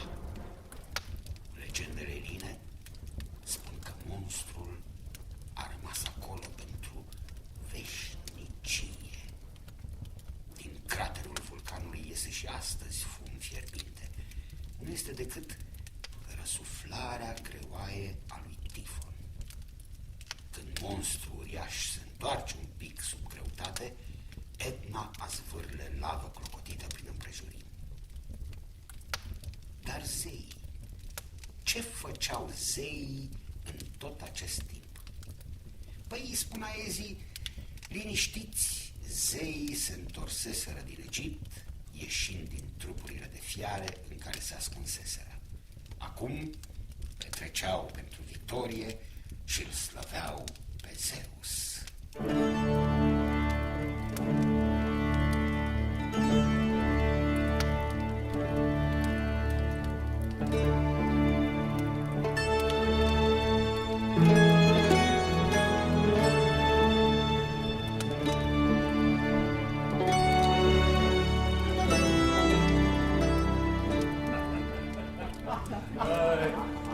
Să curgă în valuri ambrozia și nectarul. Să curgă. Hebe, zeița tinereții, toarnă aici licoarea dulce.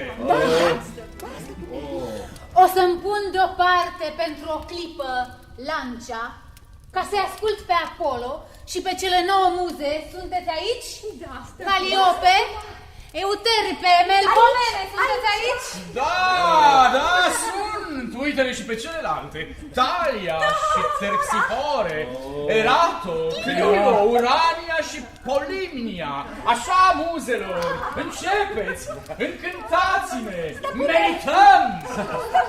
Vă spun acum vă spun secretul meu. Urmărindu-vă pe voi, am învățat pe furate să cânt și astfel l-am fermecat. L-am amețit pe monstrul Tifon ca să iau înapoi mușchii și tendoanele lui Zeus. Bine că l-ai păcălit tu, Hermes. Altfel tot Olimpul s-ar fi prăbușit de data asta. Palas Atena! Hermes mi-a adus înapoi nervii și mușchii. Însă eu sunt învingătorul cel adevărat. Așa e. El și numai el. Așa e. Nimic nu recunoaște. E îngânfat.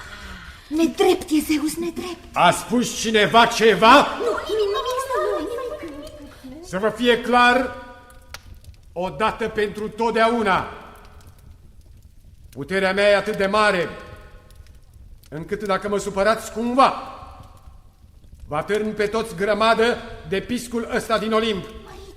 De mine veșnic să vă temeți, să nu am motiv de pedepse. Eu sunt forța, eu sunt spaima. Băgați de seamă să nu mă înfuriați vreodată, nici voi și nici netrebnicii aceia de muritori de pe pământ. Am înțeles, stăpâne. Niciodată nu să te supărăm, stăpâne. Ești cel mai mare. Așa. Ești cel mai... Te cinstim, stăpâne. Eu, Zeus, nu știu ce e teama. Zeus, eu nu mă tem de tine.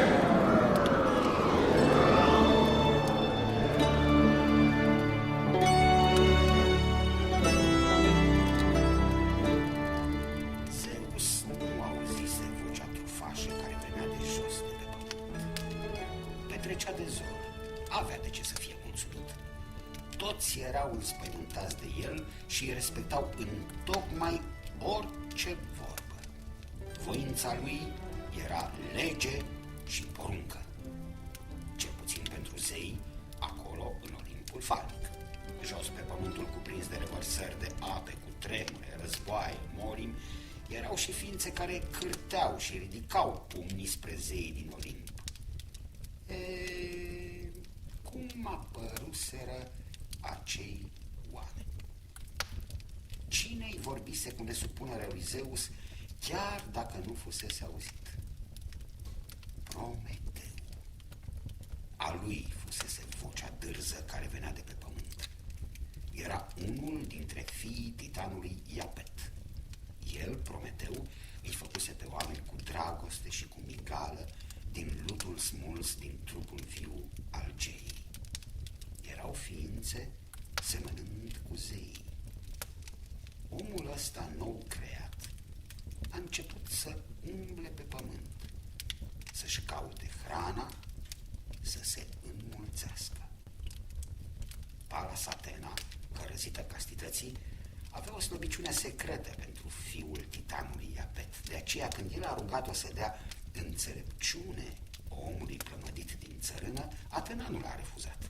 A suflat peste acea ființă și i-a dat puterea de a cugeta, gândirea. Lui Zeus nu i-a fost pe plac isprava asta.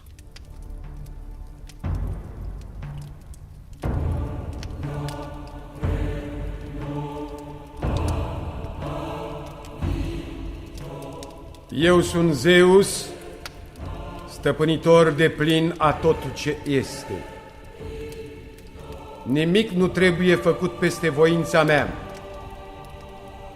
Prometeu a făurit ființele alea, care se aseamănă cumva cu zeii, dar sunt sărmane, prăpădite, creaturile lui muritoare. Fiul titanului Iapet a greșit. Nu m-a întrebat dacă îi dau voie. A făcut prostia de capul lui. Acum vrea și focul pentru nevolnicii lui de oameni. Nu o să-i dau nicio scânteie. Se crede poate zeu, titanidul. Ha! Ha, ha! Prometeu mi-o va plăti.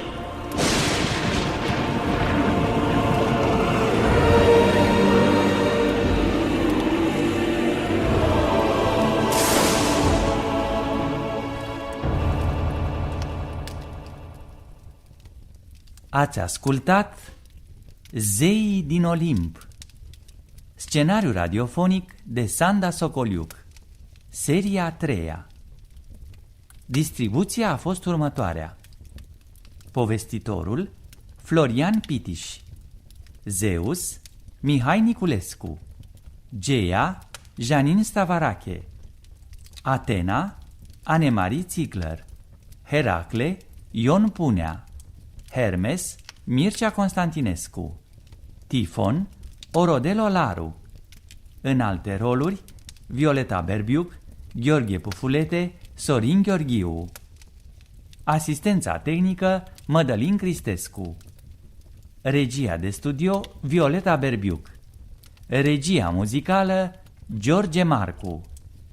Regia artistică Vasile Manta.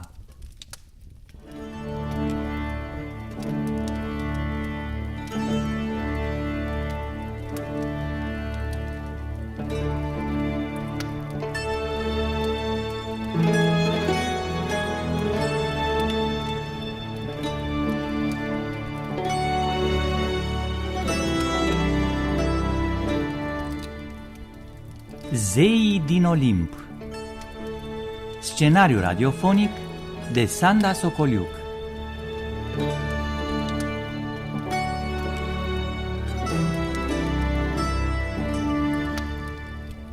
Seria a 4-a.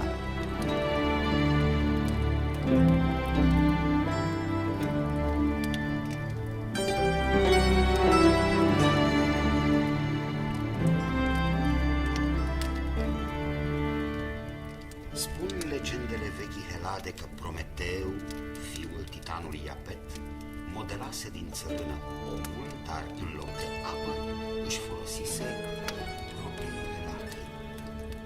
Creatura cea nouă ieșise din mâinile sale goală, fără apărare.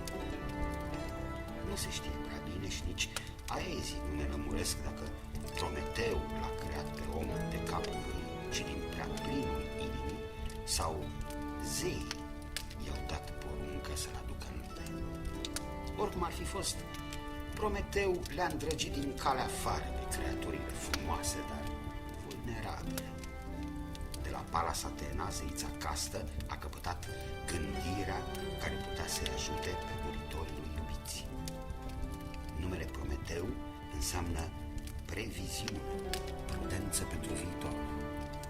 Cumva a participat la crearea oamenilor și Epimeteu, alt fiu al lui Iapet, dar el era neprevăzătorul și multe rele se vor petrece pe pământ din pricina imprudenței lui.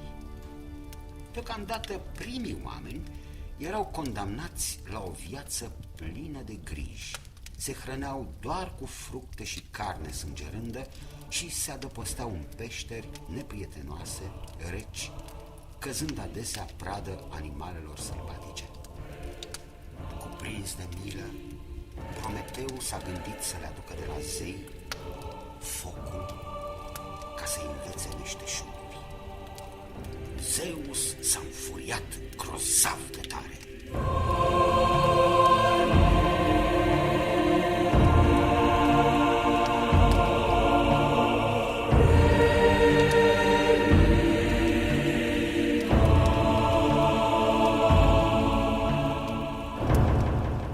Prometeu mi-a cerut acum focul pentru creaturile lui. Auzi o brăznicie. Oamenii s-au tot înmulțit.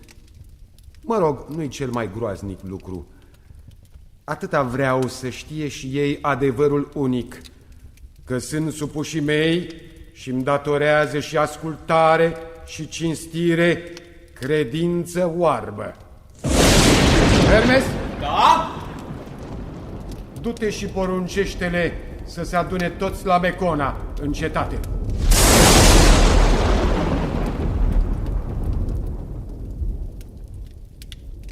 Prometeu și voi, oameni, fiți atenți la mine. Zeus v-a poruncit să veniți la Mecona să-i ascultați cuvântul. Să aduceți cu voi ca jertfă un taur gras și mare. Să nu îndrăznească unul să lipsească. Auzitați? Da, Hermes. Da, am auzit. O să vedem noi la Mecona cât de deștept și-a toate știutor e Zeus. Îi voi dovedi că oamenii sunt mai isteți ca el.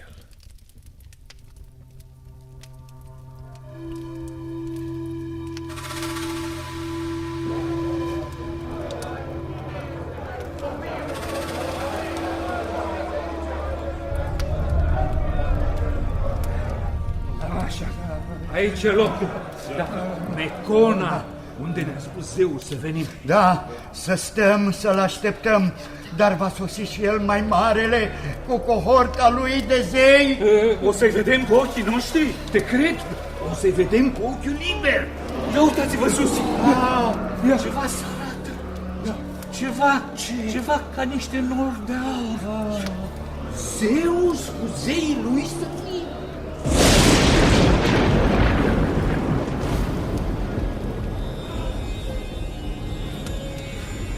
Sunt Zeus cel atotputernic. În țărână cădeți și închinați-vă. Am venit cu toți zeii stăpânii voștri din Olimp. Oamenii trebuie să ne slăvească. Vouă mă adresez, muritorilor. De azi înainte ne veți zidi altare și temple mândre. Suntem săraci, mărite. De unde temple? Nu putem, mărite. Nu avem nici pentru noi destul. Să n-aud vorbe împotrivă. Din ce aveți, ne veți aduce sacrificii dese. De-abia avem noi ce mânca, stăpâne. Sunt bun și drept. De aceea astăzi o să vă învăț cum trebuie să vă împărțiți bunurile cu noi, zei olimpieni din slăvi. Cum? De unde? Ce avem noi să-ți dăm? Aveți, nu vă mai voi căriți atât. Iată, Prometeu va înjunghia taurul, apoi veți tăia carnea și o veți împărți în două grămezi. Una va fi pentru noi, pentru sacrificii, cealaltă grămadă vă va rămâne vouă pentru hrană. Gata, am zis! Aștept să-mi îndepliniți porunca.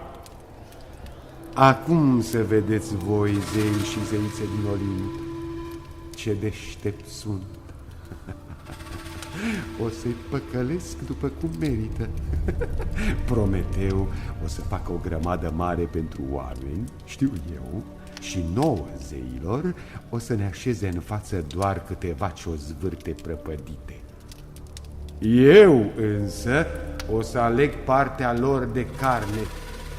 Sunt convins că va fi mai arătoasă, mai gustoasă.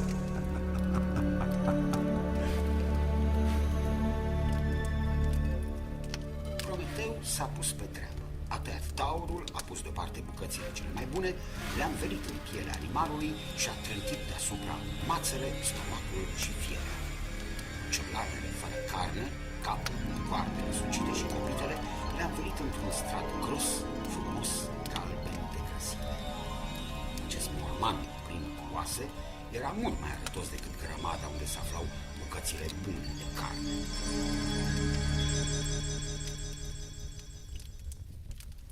Zeus, ți-am îndeplinit porunca. Am împărțit în două carnea taurului gras. Alege. Prea bine! Ca să vedeți cât sunt de generos, voi lăsa oamenilor una din grămezi. Eu o iau pe asta galbenă, cu grăsimea toată, și o las pe cealaltă oamenilor, să aibă și ei ce mânca. Tu știi cel mai bine, Zeus, ce vrei să faci. Fă precum zici, singur ai ales. Acum ai rostit cuvântul tău de zeu. Lumea întreagă te-a auzit. Nu o să te răzgândești, nu este așa? Sigur că nu. Și o să mă înfrupt de îndată din jertfa voastră. Așa. Așa. Ia să vedem ce e aici. Trebuie să fie ceva bun de tot. Ba nu! Ce-i asta?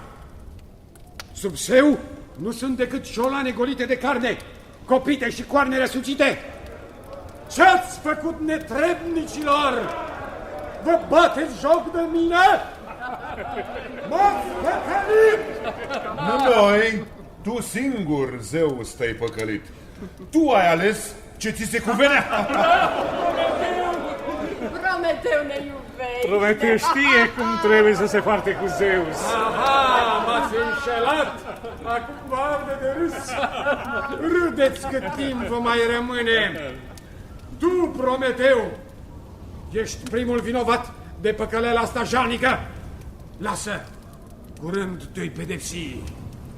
Și oameni, voi, vă veți primi răsplata pentru că ați râs de mine astăzi aici, la Mecona!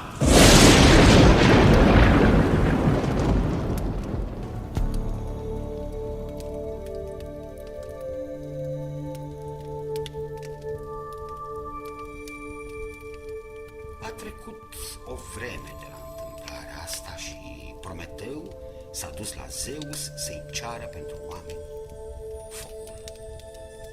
Era a nu știu câta oară călăuga degeaba. Zeus, ai pus focul sub zăvor la tine în Olimp, dar oamenii o duc tare greu în fric și beznă. Se adăpostesc numai în peșteri, trăiesc din pescuit și vânătoare, se mulțumesc numai cu atâta și cu fructele din copaci. Ce dacă?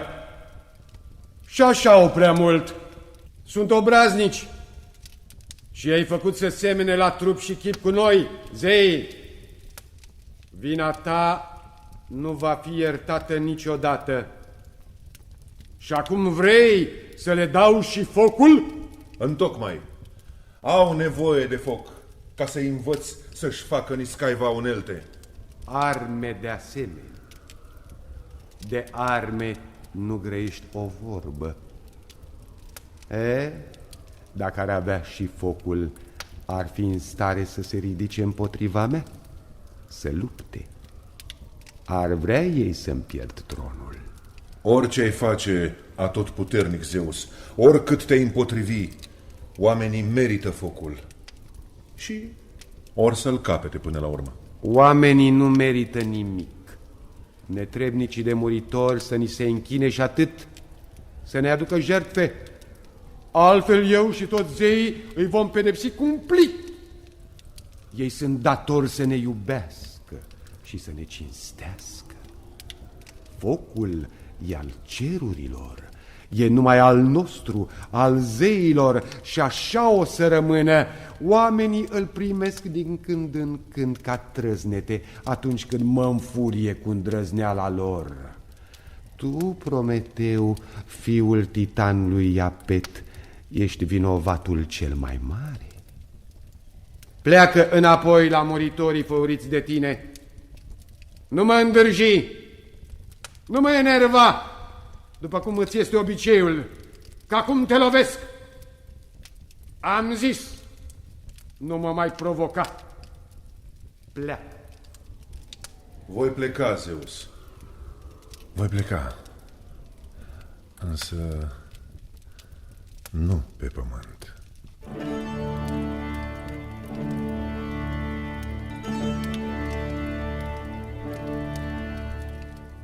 Prometeu a pornit la drum, ocrotit de noaptea neagră, ca să nu-l zărească ochii ageri ai lui Zeus, și s-a furișat în fierăria din Lemnos, acolo unde Hephaistos făura pentru Zeus fulgere multe, orbitoare.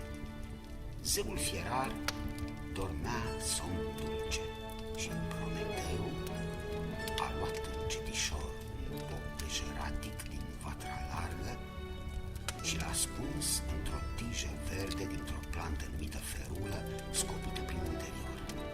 A fugit cu bobul de prins o grămadă mică de surcele.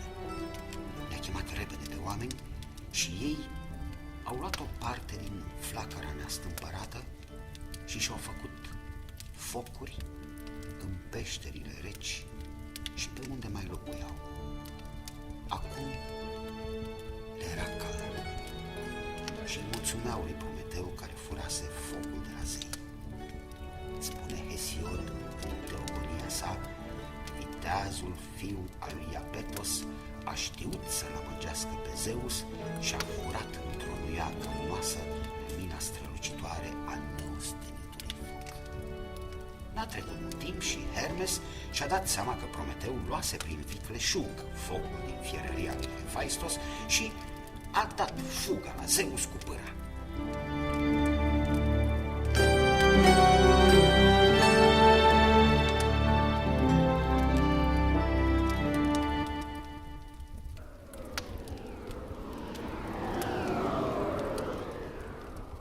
Stăpâne preamărit și tată, privește în jos la pământeni.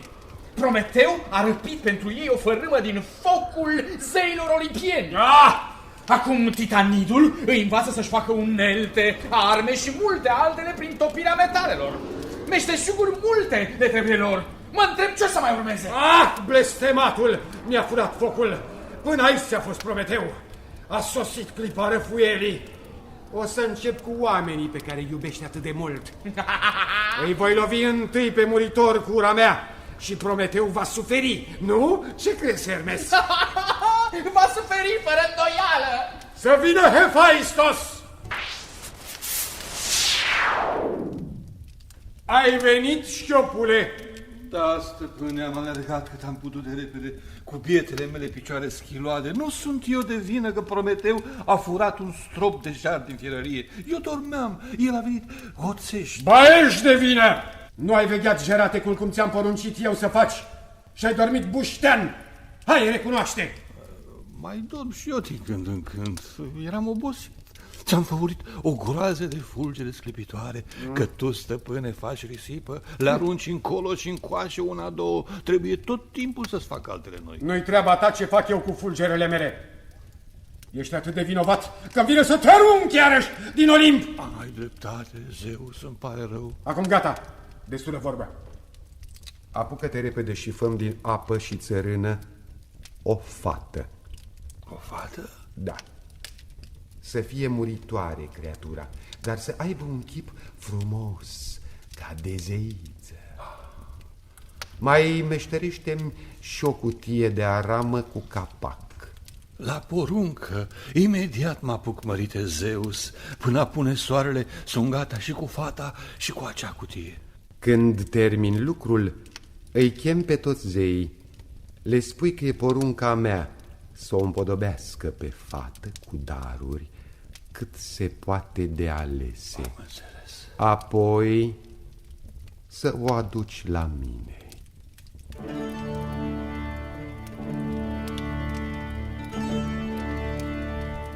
Hephaistos a îndeplinit porunca lui Zeus, a însuflețit-o pe frumoasă cu o scânteie din focul sfânt și a chemat pe zeii din Olimp să o înzestreze fiecare pe copila abia creată din pământ și apă.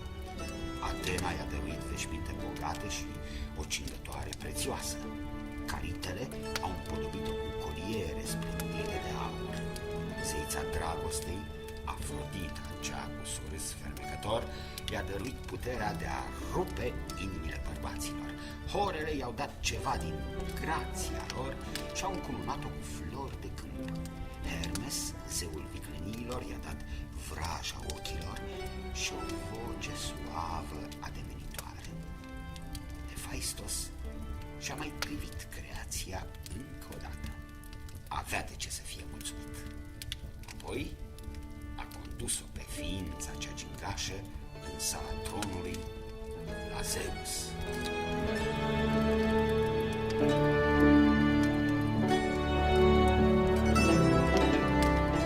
Pandora. Acesta va fi numele tău, fecioară desăvârșită. Prea bine, stăpâne. Pentru că ai primit atâtea daruri minunate de la zei, eu, Zeus, Îți dau cutia asta fermecată ca zestre pentru cel care te va lua de nevastă. Hermes, da, stăpâne Zeus? Ia-o de mână pe fata asta încântătoare, Pandora, și du-o jos pe pământ, acolo unde se găsesc Prometeu, așa numit prevăzătorul, și fratele lui Epimeteu, imprudentul, din fericire pentru noi. Și vezi, să nu uitați, luați cu voi cutia, zestrea primei femei muritoare.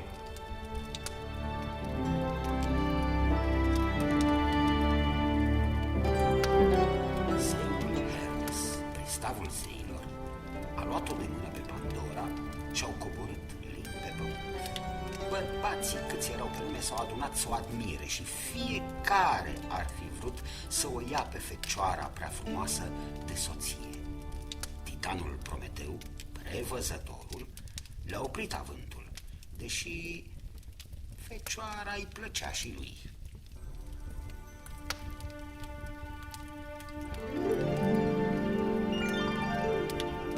Nu vă lăsați duși în ispită de darul ăsta viu trimis de Zeus. Este o cursă, o încercare. Îl cunosc eu pe olimpianul cel viclean. Pandora e mult prea frumoasă. Ascunde-i ceva, fiți siguri. Mai bine ocoliți-o. Feriți-vă din calea fetei. Nu-i lucru curat. Epimeteu, și tu, fii atent. Nu te lăsa ademenit. De ce, Prometeu? De ce? Nu vezi cât de pură, neajutorată, fermecătoare? Ea nu are ce să ascundă.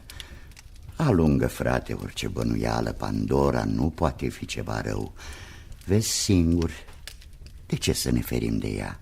Epimeteu, mereu ai fost neascultător. Măcar de asta dată ai grijă. Crede-mă, nu-i bine să primești un dar vrăjit când e trimis de Zeus. Ba, pe naiba. Tu mereu îți faci probleme și acolo unde nu există. Eu nu știu dacă Eros, fiul Afroditei, mi-a săgetat inima sau numai fata m-a cucerit prin gingășia ei năspusă. Îți spun să-ți fie clar, frate, Pandora o să fie nevasta mea. Într-adevăr, a dat târcoale pe aici Eros. Poate că te-a săgetat. Zeus l-o fi trimis aici pe ticălosul ăla mic, dar nu, Epimeteu, nu o lua pe fată de soție. Mă tem că o să o pățim rău cu toții din cauza ei și a frumuseții de zeiță pe care zeii din Olimp i-au dat-o cine știe în ce scop. Cred că e un dar otrăvit și are o cutie bine închisă. Nu știu ce-o fi înăuntru, dar nici n-aș vrea să aflu. Fleacuri, prostii. O vreau pe Pandora, orice-ar fi să se întâmple.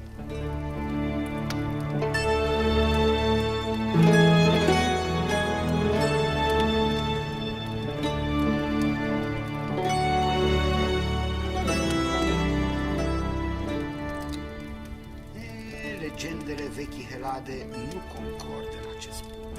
Unii aezi spun că prima femeie a lumii, cea creată de Hephaistos, curioasă și nerăbdătoare, a deschis cutia pe furiș ca să arunce o privire la comoara dată ei de Zeus. Alții afirmă că Epimeteu, neprevăzătorul, a deschis după nunta cu Pandora cutia bine ferecată. Oricum ar fi fost, când a fost ridicat ușor capacul, din cutie au năvălit afară minciuna, ura, necazul, durerea, suferința, grijile, zavistia, foametea și setea, molinele, spaima, moartea. Toate nenorocirile și relele erau înaripate însă mute și s-au răspândit îndată care încotro în cele 4 zări. Și lucrurile bune fugiseră din cutia meșteșugit lucrată și se ascunseră în cele 4 zări să nu le mai găsească nimeni. Epimeteu s-a îngrozit de relele care își luaseră zborul ca să invadeze lumea. A trântit la loc capacul, dar era prea târziu. Nu rămăsese în cutia Pandorei decât speranța, mică, firavă și cu aripi slabe. Acum Zeus o stătea de fericire în Olimpul veșnic înconjurat de nori de aur. Se răzbunase în sfârșit pe oamenii care râseseră de el la Mecona. Mai rămânea să-l pedepsească pe Prometeu. Titanidul însuși i-a oferit prilejul.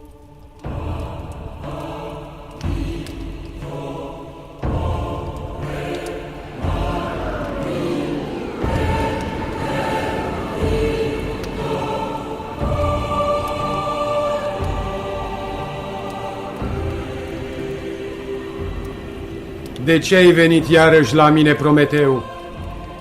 Crezi că poți urca în Olimp de câte ori ai tu chef? Da, Zeus. Știi că nu mă tem de tine. Ești răzbunător, ești crud, ești un zeu groaznic. Am venit să te întreb de ce-ți urăști atât de tare supușii. Îi prigonești mereu pe vieții muritori. N-ar trebui, de fapt, să-i ocrotești? Cine te crezi de-mi cer să mă justific? Faptele mele de stăpân etern nu au nevoie de explicații. Eu sunt Zeus și fac ce vreau, ce-mi place. Ce-mi pasă mie de muritorii tăi? Gândește-te mai degrabă la tine, cât de vinovat ești față de mine. Eu vinovat? N-am făcut decât lucruri bune. Bune pentru oameni, ce e drept. Păi vezi? Ai furat pentru ei focul și ai învățat o groază de lucruri rele. Să gândească, să-și facă arme, case și alte cele. Acum se cred egal cu noi, cu zei din Olimp. Nu, e prea mult. Ați depășit măsura, tu și muritorii tăi. Am auzit zvonuri că oamenii făcuți din lut cârtesc în ultima vreme împotriva zeilor. Tu ești ticălosul. Tu, Prometeu, le-ai dat nas, i-ai învățat să fie nesupuși. Spune-mi că-ți pare rău că m-ai supărat. Cere-ți iertare. Mi-ai greșit? Nu, niciodată. Am făcut ce trebuia. Dar tu ești un stăpân rău. Nu-i drept să le trimiți sărmanilor muritori atâtea rele și molime, cu tremure, suferințe. Prometeu, m-ai scos din sărite cu obrăznicia ta! Ți-ai depășit limitele! Cine te crezi? De unde atâta orgoliu, zmintitule? Ori ai uitat cine sunt eu, cel mai mare dintre zeii din Olimp? N-am uitat, Zeus, dar vreau să spun că ai și tu datorii față de supușii tăi. E prea de tot! Tu nu știi să ții gură! De data asta nu te mai iert. O să te pedepsesc pe loc! Hephaistos, vino! Aici sunt, stăpâne. Bine! Adu niște cătușe zdravene și lanțuri grele. A, să nu uit, mai adu și un piron foarte gros și lung. Imediat, mărite Zeus. Să apară aici, Hermes. Acum! La poruncă, am sosit. Hephaistos, ai adus cătușele cu lanțuri și pironul? Da, stăpâne. Bun! Prometeu, titanid nechipzuit, deși ți se spune prevăzătorul, poți să îmi ceri iertare. Îți mai dau o șansă. Nu! Bine. Voi, Hephaistos și Hermes, da? Luați-le pe iubitele mele slugi forța și violența și duceți-l pe Prometeu pe stânca cea mai înaltă din munții Caucaz, pe Elbrus. Acolo să mi legați pe nebunul ăsta, care iubește pe muritori mai mult decât pe zei. Cum poruncești, stăpâne Zeus? Cum poruncești? După ce îl tărecați în lanțuri, să-i bateți cu nădejde pironul drept în piept. Am înțeles. Și să-l fixați astfel de stânca aspră, colțuroasă. Așa vom face, după cum dorești, stăpâne. Să știe toți și să mi se supună. Îl pedepsesc pe Prometeu pentru curajul de a mi se opune.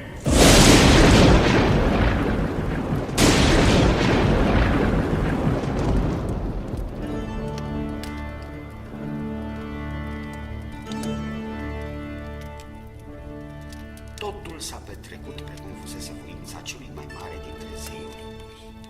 Hephaistos, cu durere, i-a bătut în piept lui Prometeu pironul. Fiul lui Iapet n-a scos un geanăt, n-a cerut îndurare, nu s-a zvârcolit.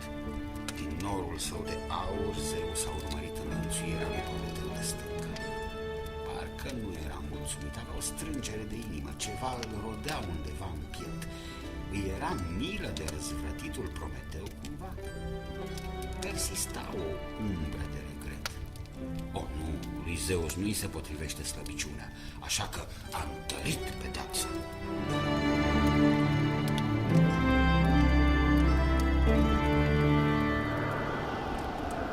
Prometeu, te căiești acum? Îți pare rău că ai fost trufaș din calea afară? Nu. Înlănțuirea ta aici, unde nu vei mai auzi nicio voce omenească, e o pedeapsă dulce. Este doar începutul, Prometeu. Mila și consolarea și-au întors fața de la tine. Soarele te va arde până în rărunghi și noaptea va întârzia ca să te ascundă în răcoarea ei. Iar căldura zilei va sosi prea târziu ca să topească gheața care te va strânge în timpul nopții. Fără odihnă, fără somn, vei veghea zările pustii de pe stânca asta colțuroasă. De azi înainte, zilnic, vulturul meu o să vină și o să smulgă bucăți gustoase din ficatul tău. Ce noaptea se va reface, ziua vulturul îți va devora din nou. Ce dacă? Eu sunt mulțumit. Oamenii mei au focul. Știu să-și făurească tot ce le trebuie. Pământul e roditor și viața lor e mai ușoară. E mai frumoasă. Ei vor deveni cu timpul mai deștepți. Poate voi reflecta la treaba asta. Tu însă vei rămâne țintuit de stâncă 1000 de ani, fără să poți dormi, bătut de vânturi, de zăpezi, de grindini, ars de soare și însetat. Da, Zeus, tu nu o să te dezminți niciodată. Nimic din ce am făcut eu nu regret. Dar fi să o iau de la început, la fel aș face. Nu-mi pare rău. Eu, pe lumea asta, mi-am îndeplinit menirea. Muritorii vor găsi calea spre fericire într-o zi. Te amăgești singur, Prometeu. Muritorii nu vor fi fericiți niciodată. Îi voi împiedica eu, fi sigur. Blestematule! Tu, nesupusul, ai răpit și focul din Olimp pentru oamenii care în fața mea nu sunt decât niște gâze nevolnice. Nu te gândești măcar acum să-mi ceri iertare, să-ți ușurez pedeapsa? Nu, niciodată, Zeus. Precum vezi, tu nu m-ai învins până acum pe mine. Faci și tu ce poți. Nu o să-ți cer milă. Te urăsc, Prometeu, pentru neclintirea ta, pentru cutezanța. Sau mă invidiezi cumva, că la asta te pricepi ca nimeni altul. Eu nu râvnesc la soarta ta, răzvrătitule. Eu sunt Zeus, unicul, cel mai mare, incomparabil, veșnic. Dar oamenii, ei, muritorii, vor viețui mereu. Mă auzi, Zeus? Ei vor rămâne întotdeauna pe pământ. Iar tu nu ești chiar atât de veșnic. Știu eu că vei pieri cândva. Ce-ai îndrăznit a spune? Oamenii știu mai multe decât crezi. Tu, Zeus, vei pieri cândva.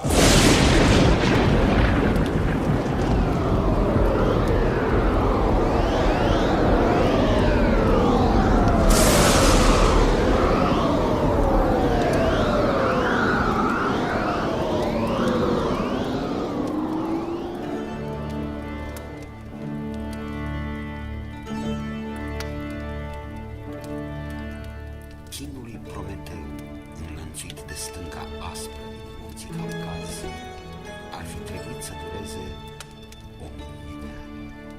Spune legenda însă că lui Zeus îi cam trecuse supărarea după vreo 30 de ani. Se pare că mai marele zeilor avea o admirație secretă pentru nesupusul titanit. Cum necum, Zeus l-a iertat. și l-a primit pe Prometeu printre prea fericiții din Olimp. Întâmplarea asta a survenit după ce Hiron, centaurul grav rănit de Heracles, i-a dat fiului lui Iapet nemurirea lui. Zeus trimise apoi asupra pământului potopul ca să-i pedepsească pe muritori, pentru că ajunseseră prea departe cu încânfarea lor și acum se comparau cu mari zei din Olimp.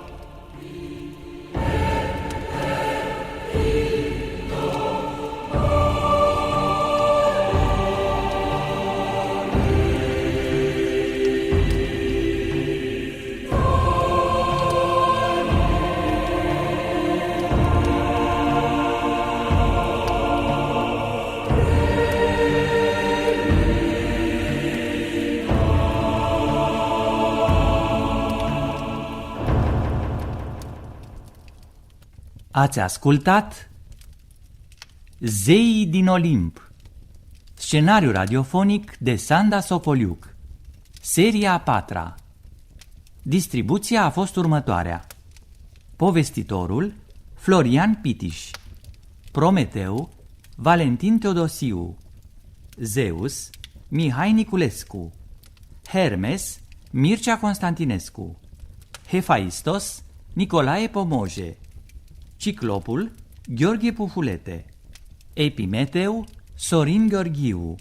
În alte roluri Violeta Berbiuc și Romeo Stavăr. Asistența tehnică Dana Lupu. Regia de studio Violeta Berbiuc. Regia muzicală George Marcu. Regia artistică Vasile Manta.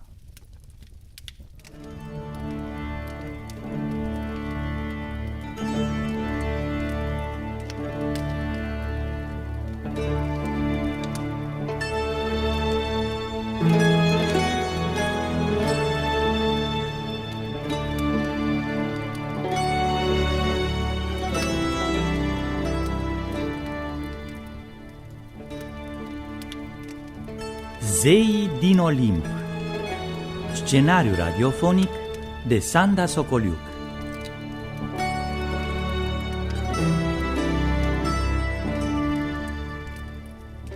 Seria 5-a, Potopul.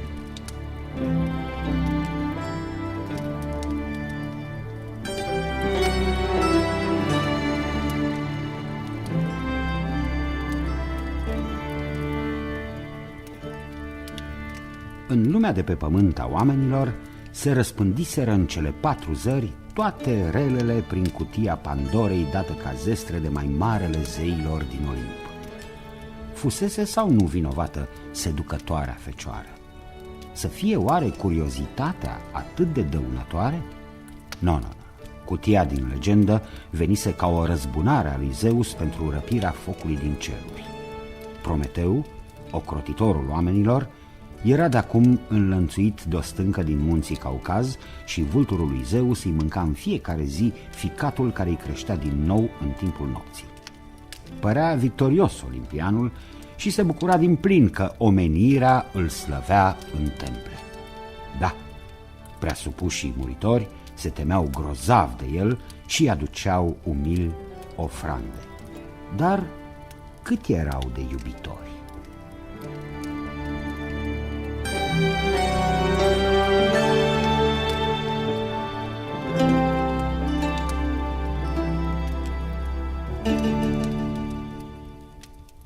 Hermes?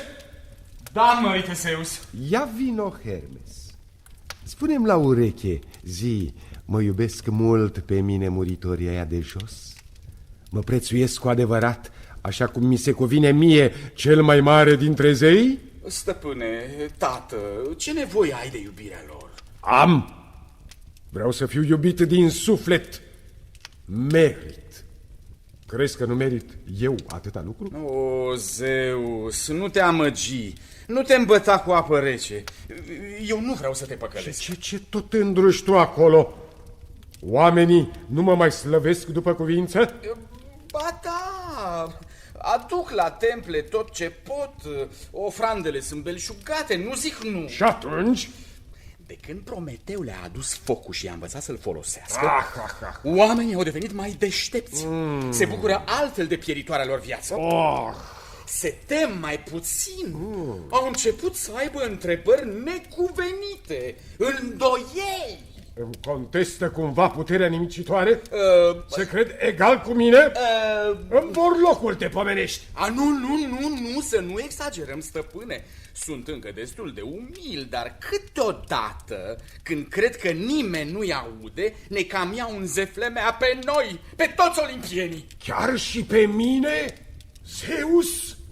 Cel mai puternic dintre zei? Păi, uneori, ți-am spus. Alminteri se prefac a fi smeriți, dar nu sunt. Nu ne iubesc. Nu mă iubesc pe mine și nu se tem îndeajuns? Se știe mult prea bine, eu sunt puterea, teama, spaima.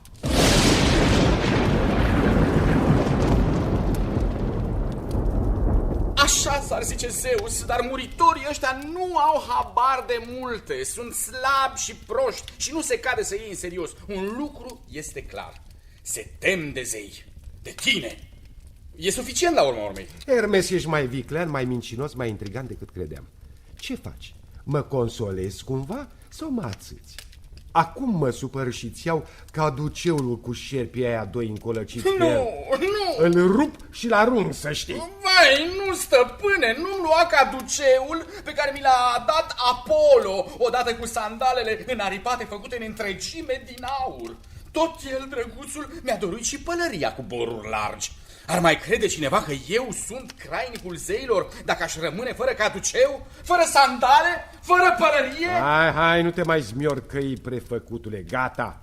Dovedește-mi că oamenii sunt atât de nesupuși cum spui. Fără supărare, Zeus, te poți convinge singur. Coboară pe pământ printre oameni și vei vedea.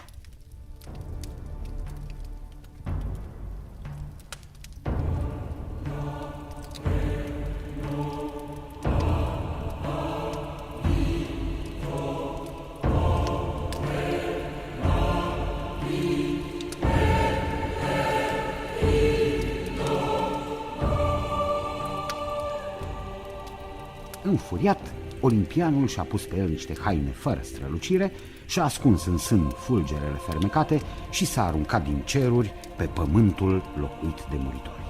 Cum era posibil să nu-l adore gâzele acelea netrebnice pe el, stăpânul absolut?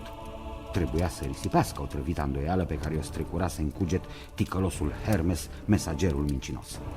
Zeus avea acum în loc de sceptru o bâtă groasă din lemn de corn și părea un om nici prea bogat, dar nici sărac din calea afară.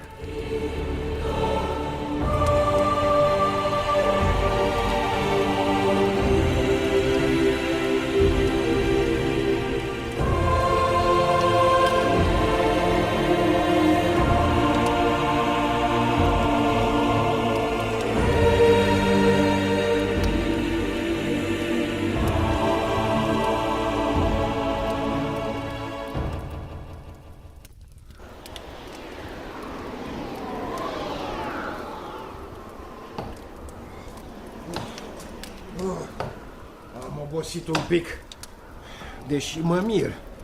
Ori poate drumul ăsta stâncos e de vină. Oricum, pe aici trebuie să merg ca să ajung în Arcadia, ținutul celor mai fericiți oameni. Nu o să mă rătăcesc. Sunt cel mai mare zeu din Olimp, nu? Nu am decât să străbat munții ăștia, Menala, Cilene și Liceu. Sper că Hermes nu și-a dat seama că n-am coborât tocmai acolo unde am vrut.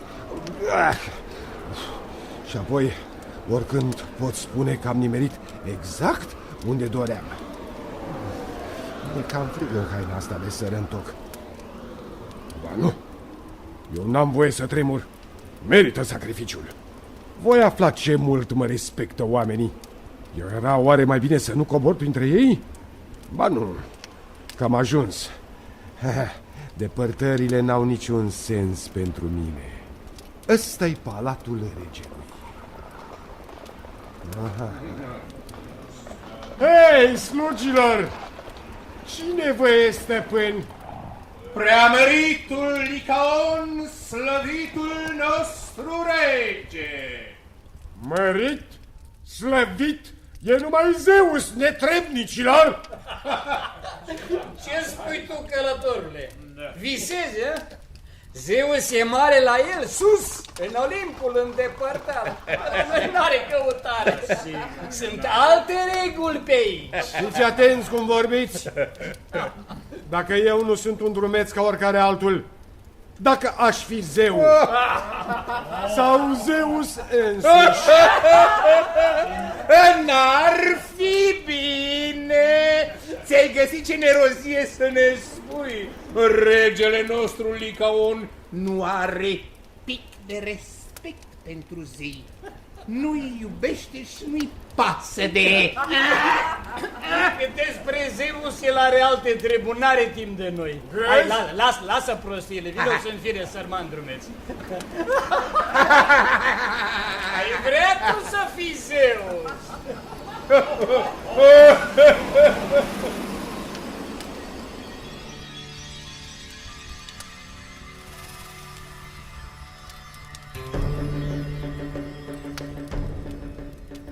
Stăpânindu-și cu greu furia, decis să bea cupa amară până la capăt, Zeus i-a cerut totuși regelui Licaon mâncare și adăpost. Regele nu l-a refuzat, dar a poruncit să-i se dea bucate gătite din carnea unei slugi ucise. Plănuia să pună pe cineva să-l omoare în timpul nopții pe drumețul neobrăzat și prea trufaș pentru hainele lui ponosite. Un servitor milos sau cine știe mai temător, cu frica zeilor în suflet, i-a șoptit călătorului la ureche ce soartă tristă îi se pregătea.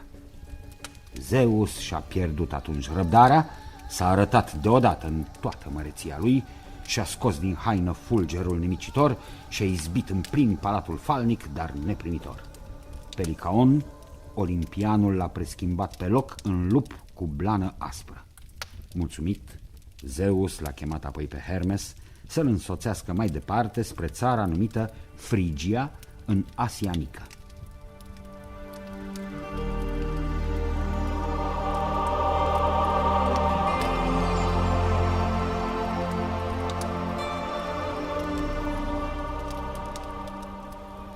Tată și stăpâne, acum se face seară. Să căutăm și noi un loc pentru tihna nopții. Hermes, băiatule, nu te îngrijora.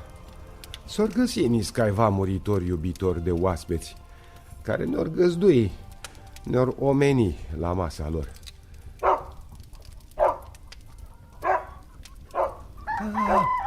Ia uite, am și ajuns la o casă destul de înstărită, după cum se vede.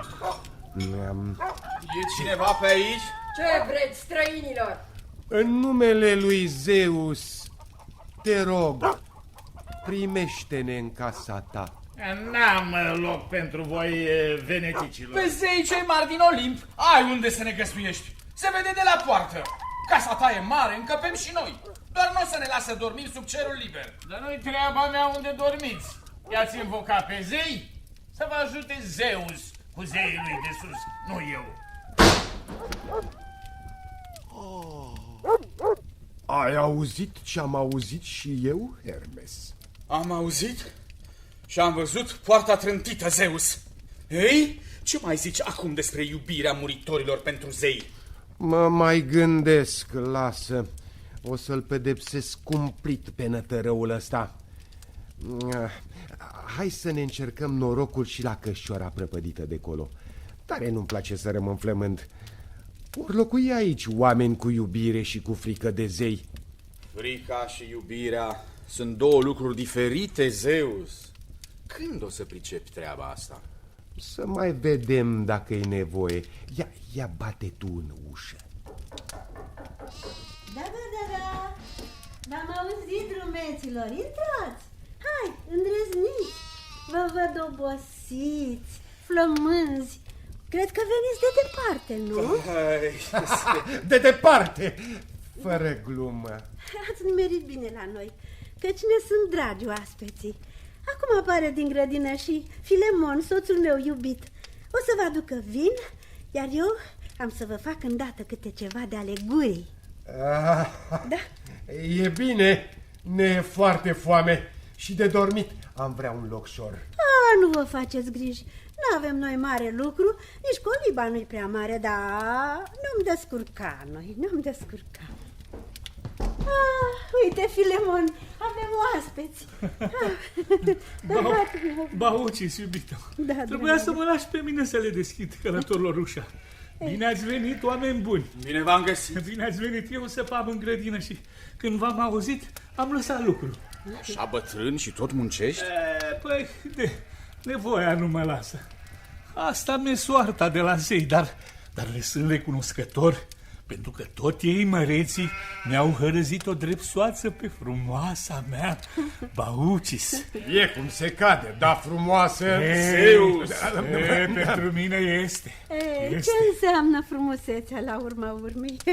Important e că ne iubim la fel de mult ca pe vremuri. Nu, Filemon? Da, fetița mea. Da. Dar acum, hai să punem masa. Hai. Uite, eu fac focul ca să gătesc ceva de alegurii, iar tu, Filemon, vezi de le spală drumeților picioarele obosite, după cum e datina. Pe urmă, adu vinul ăla. Sigur.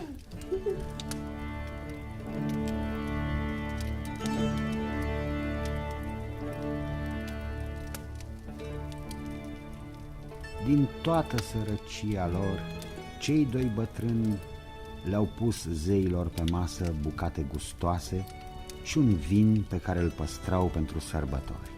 Filemon a observat că licoarea nu se mai sfârșea, deși le umplea mereu cănile drumeților. Miracolul l-a pus pe gânduri. Oare oaspeții erau zei? I-a șoptit la urechea lui Baucis că era lucru curat.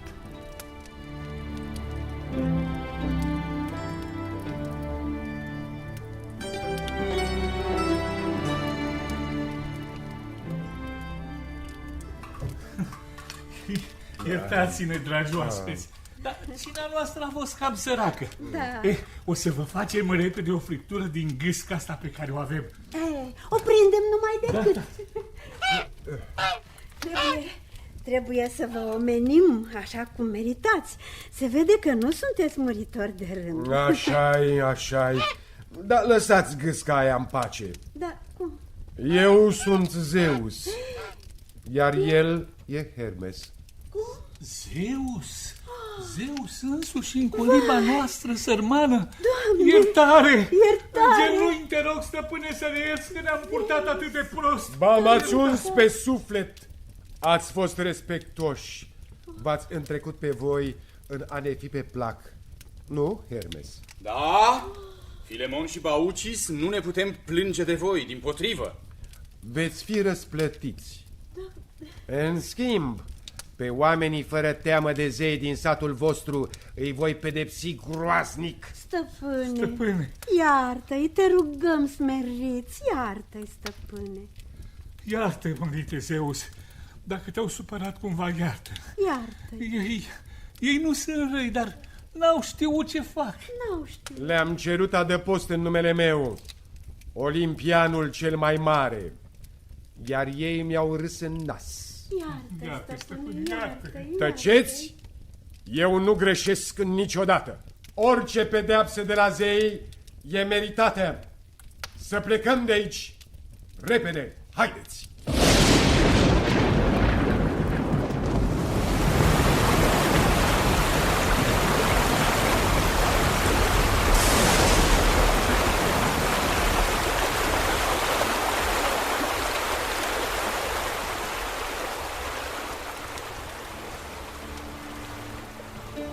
Filemon și Baucis i-au urmat tăcuți pe cei doi zei din Olimp până pe muntele din apropiere. Când și-au întors privirile spre satul lor, n-au mai văzut decât luna nerușinat de plină, care se oglindea într-un lac mare vălurit de vântul nopții. În mijlocul lacului apăruse din voia zeilor o insulă pe care se ridica un templu măreț din marmură albă. În templu se găsea o statuie enormă din aur care îl reprezenta pe Zeus.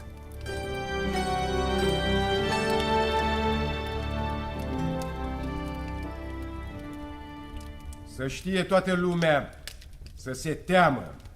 Pedeapsa mea este cumplită pentru cei care au depășit măsura, dar și răsplata este mare pentru cei buni și credincioși.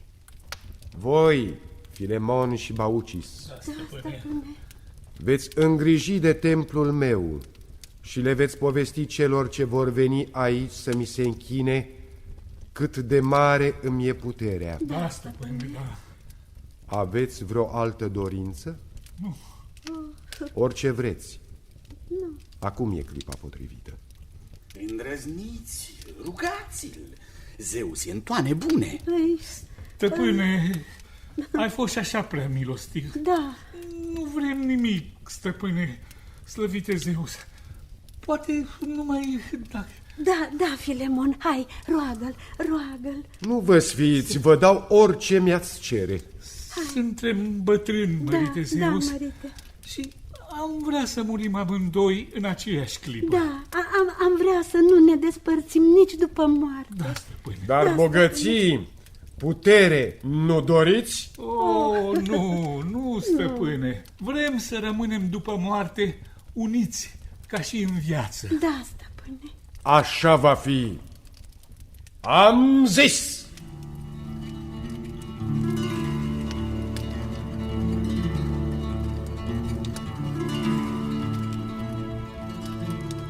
Legenda spune că, la un semn al lui Zeus, bătrânii s-au văzut dintr-o dată singuri. Lacul negru sub lumina rece a lunii și templul alb din marmură rămăseseră însă ca nu cumva să uite de trecerea zeilor pe acolo. Filemon și Baucis au mai trăit ani mulți la templu, fericiți și lăudându-l pe Zeus. Într-o zi, când firul vieții li se torsese până la capăt, Filemon și-a dat seama că se preschimba încet, încet, fără vorbe și fără suferință, într-un copac gros cu scoarța aspră, un stejar. Baucis, în același timp, se metamorfoza într-un tei înăltuț, plin de flori parfumate. Unul lângă altul, stejarul puternic și teiul delicat păreau a se îmbrățișa și astfel Zeus și-a respectat cuvântul dat. Întors cu Hermes pe muntele Aurit, olimpianul clocea o nouă răzbunare mai crudă decât însuși gândul rău poate născoci.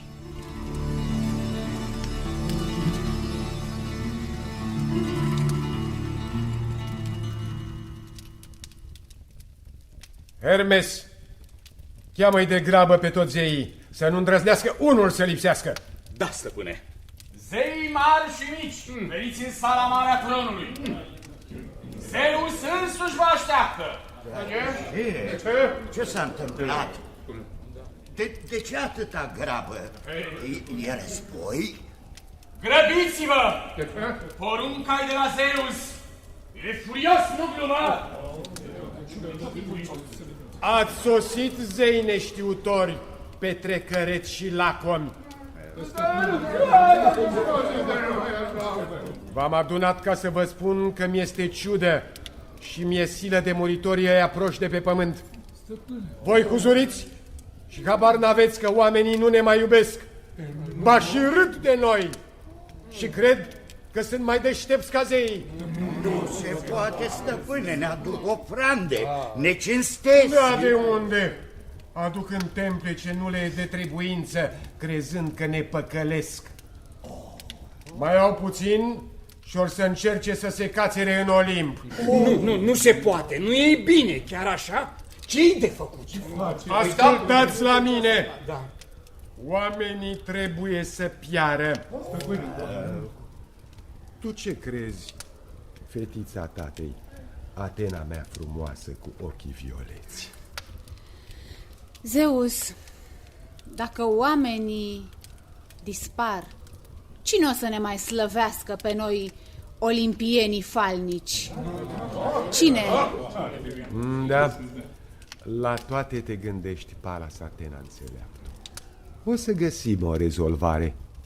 Seminția omenească, așa cum e acum, n-are scăpare.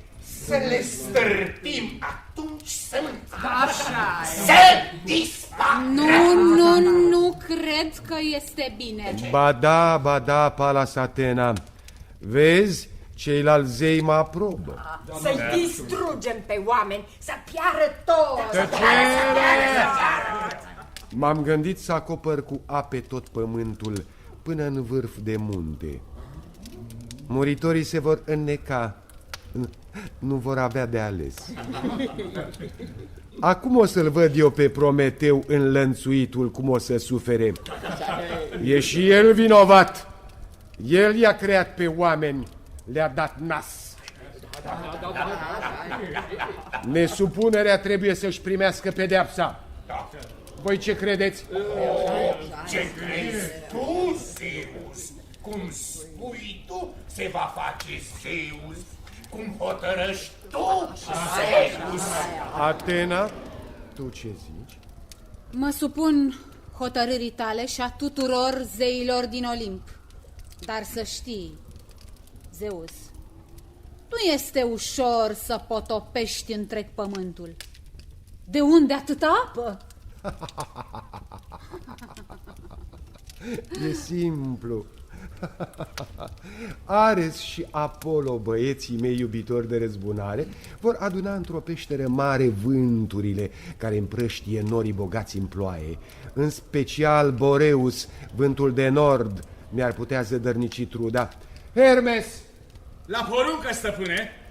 Să-i spui lui Euros, vântul cardinal, să-i poruncească lui Notos, aducătorul de nori negri încărcați cu ploaie, să se dezlănțuie. Da, stăpâne! Furtuna, vijelia să domnească pe pământ până când le voi spune eu să se oprească. Dar, deși nu sunt în întregime pentru pieirea oamenilor, cred că și Poseidon va face treabă bună cu tridentul lui. El poate provoca valuri uriașe și inundații enorme. Poseidon, fratele meu bun, va elibera puhoaiele din mări și oceane până când nu va mai exista deosebire între pământ și apă.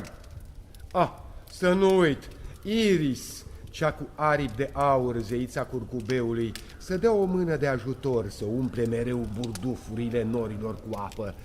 Eu, de aici din Olimp, voi trânti fulgere ucigătoare spre oamenii impuri de jos.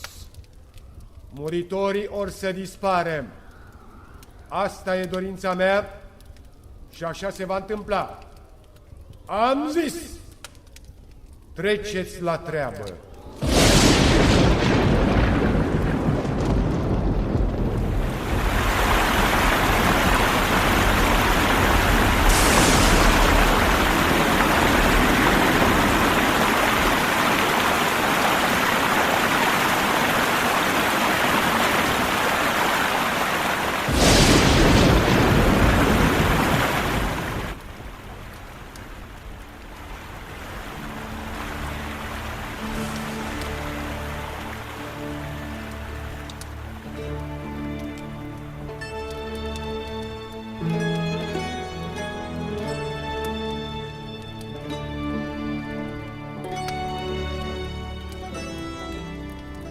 Peste tot este marea, iar marea nu are țărmuri.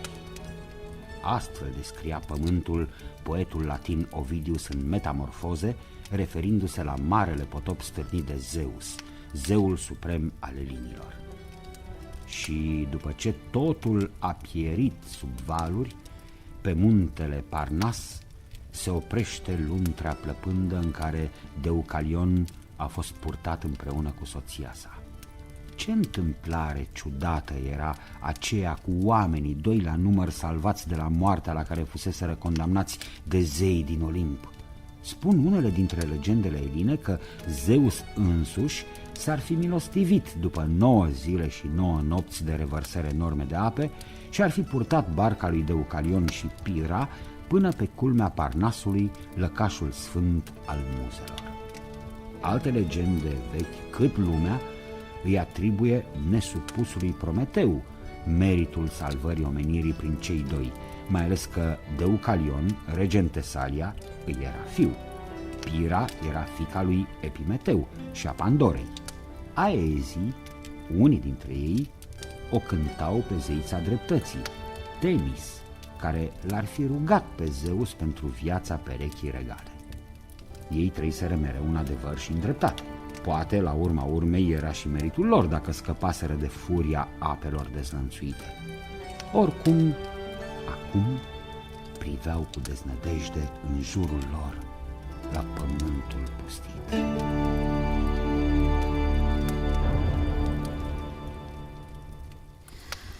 Deucalion, cred că degeaba am scăpat cu viață.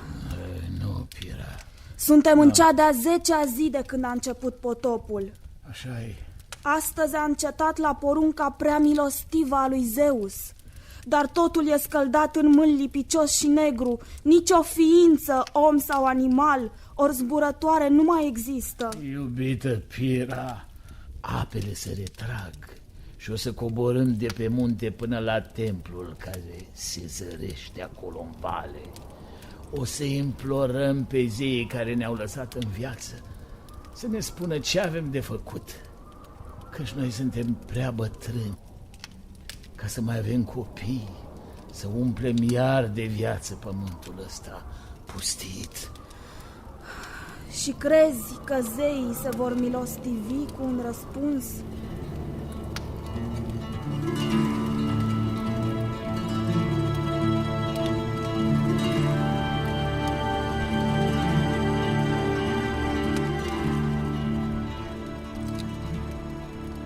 Negrite de noroi și ubrezite, coloanele oracolului se mai țineau ca prin minune drepte. Cei doi soți au îngenunchiat fără să le pese de noroi și s-au rugat de iertare. Apoi au întrebat oracolul dacă pământul ar putea să revină iar cumva la viață.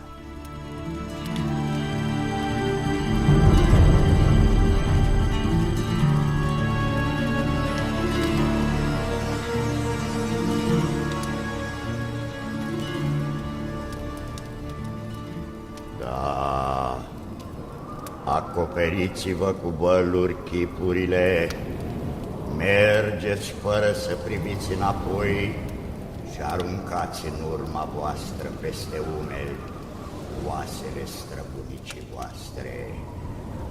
Din ce vei arunca tu, Deucalion, vor apărea bărbații, iar Pira va aduce numai femei la viață.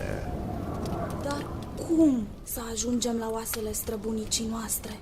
Totul e sub un strat prea gros de mâl. Oracolul tace, nu ne spune.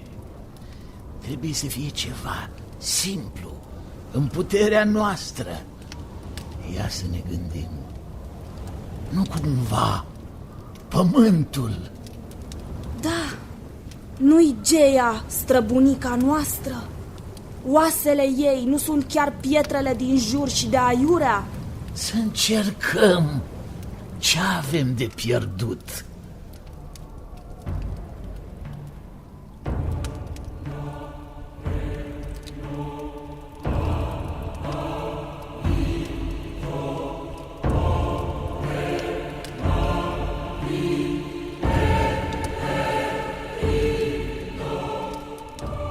Și așa a fost. Din pietrele aruncate peste umăr de Deucalion și Pira au răsărit oameni noi și animalele au reapărut ca de la sine. Semințele din mâl au început să încolțească, apele și-au regăsit mătcile vechi. Totul părea ca înainte de potop, ba mai frumos, mai plin de viață.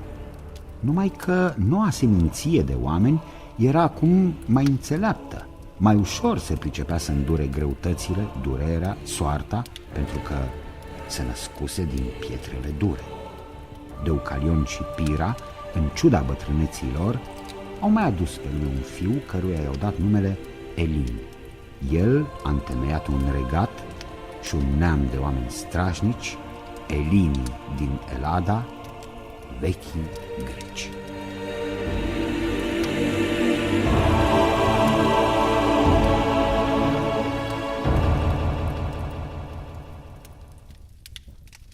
Ați ascultat Zeii din Olimp, scenariu radiofonic de Sanda Socoliuc, seria 5-a, Potopul.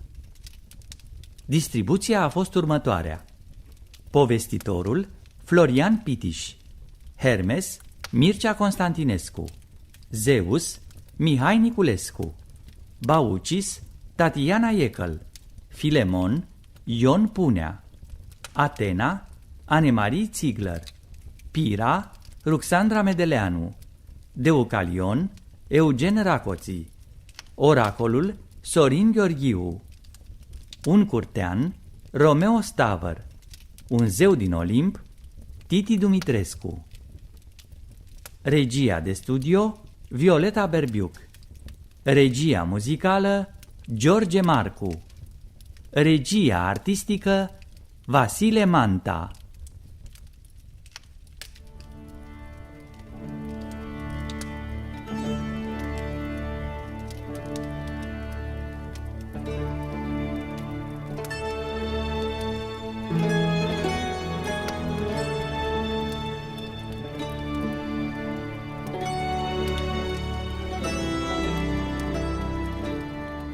Zeii din Olimp, scenariu radiofonic de Sanda Socoliuc.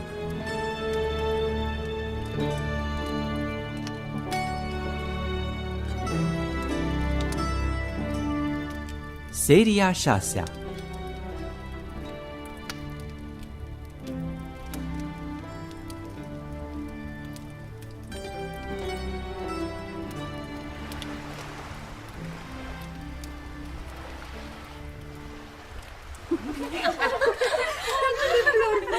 Hei, hei, fetelor! Cine a strâns astăzi mai multe flori de câmp? Și cine a împletit cea mai bogată cununiță? Uitați-vă la mine! Dar și tu și tău e bine! Ia, mai lăsați deoparte măgulirile. Ce dacă sunt prințesa voastră? A strâns vreuna dintre voi flori mai frumoase și mai multe? Aceea va lua premiul astăzi. Tu sau tu? Sau eu? De ce nu? Știi bine, Europa, că te pricep să alegi cele mai frumoase flori. Mereu ne învingi. Împletești cununițe cu mai multă maestrie decât oricare fată de pe aici. Ia, încetați cu vorbăria! Cațelor! Taca, taca, taca și nici nu observați ce se întâmplă. Ori nu vedeți ce văd și eu? Ce? De taurul ăsta care se apropie de noi vorbește. Cred și eu. Nu-i cam ciudat? Vitele nu prea vin des la malul mării, iar el e singur. Chiar? De unde o fi apărut? E frumos. Are pași. Da, dacă ne atacă. Să ne atace? Cum? Păi da, nu e nimeni pe aici să ne apere. Vedeți-vă de treabă, fetelor. E cel mai frumos animal din câte pot exista. În frunte îi strălucește un disc argintiu. Are ochii mari, verzi, ca marea. Dar nu e lucru curat cu taurul ăsta. Are o piele galbenă, aurie. Și coarnele lui sunt prea frumos răsucite. Nu o să ne creadă nimeni că am văzut un taur așa de frumos și de blând. Ochii lui par a vorbi.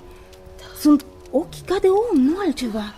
Pe Zeus, animalul vrea să-mi spună ceva, îmi face semne. O să știi că face semne. Parcă vrea să te urci pe spinarea lui. Iată, uite, îți linge picioarele acum. Îngenunchează în fața ta. Europa, teme-te, fugi mai bine. Dar nu se știe niciodată ce se poate întâmpla. Fiți serioase, mie nu mi-e frică de el. E prea frumos și blând. Și botul lui miroase a flori. Ambrozie, parcă. Ce-i rău în asta? Nu vrea decât să mă plimbe puțin tel pe spinarea lui puternică. Nu, Europa. Nu te urca pe spinarea taurului. Poți păți ceva rău. Nu te lăsa amăgită. Hai, dă-te jos, Europa, dă-te jos. Fuge cu Europa drept spre mare. Vai, înoată tot mai repede de parcă ar goni pe pământul scarului. Europa, vină!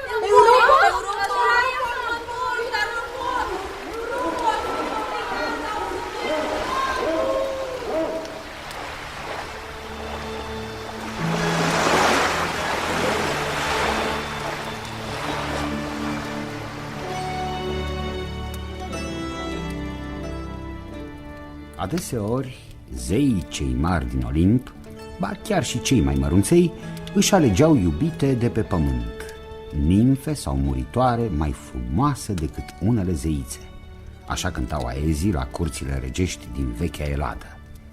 Zeus nici el nu se prea dădea deoparte când era vorba de iubiri interzise doar de Hera, soția lui cu brațe albe. Zeița însă nu prea reușea să-l țină în frâu pe năvalnicul ei soț. Uneori închidea chiar ochii, alteori se lupta ca o leoaică, deși alesele lui Zeus nu erau vinovate niciodată. Ce fecioare îi se putea opune olimpianului frumos, tiranic, viclean, cuceritor? Nici nimfa Europa, fiica Telefasei și a lui Agenor, fiul lui Poseidon și rege în Siria sau Fenicia, nu a scăpat de dragostea nepermisă a lui Zeus, care se preschimbase pentru ea în taur. O răpise, o dusese acum departe, în Creta, insula pe care se născuse el cândva.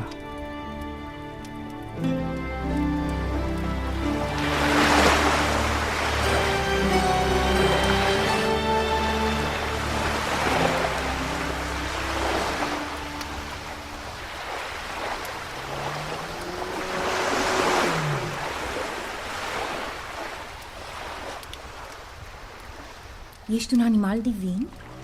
Ia spune. Hai, vorbește. Sunt sigură că poți vorbi. Te prefaci că nu înțelegi? Ești taur sau ești zeu? Bine, nu zici nimic? M-am supărat. Nici nu mă mai uit la tine. Ori să vină după mine corăbile lui Agenor, tatăl meu, ai mei ori să mă salveze. Oleu, unde ai dispărut, animal ciudat? O clipă l-am scăpat din ochi și a pierit. Mi-e frică să rămân singur aici. O să mor de foame sub platanul ăsta.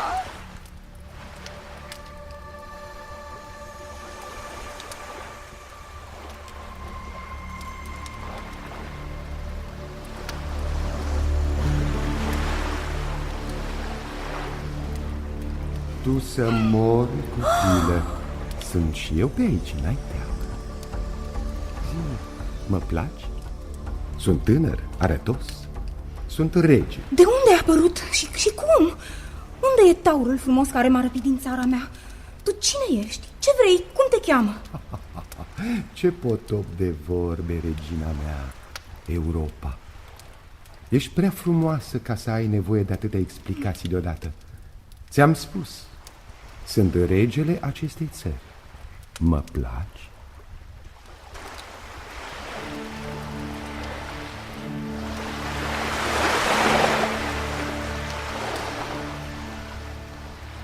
Multe vor fi fost răspunsurile nimfei Europa. Legendele ne spun însă că fata aflase mai târziu că însuși stăpânul lumii se transformase în taur pentru a o răpi, fără ca Hera să-l vadă.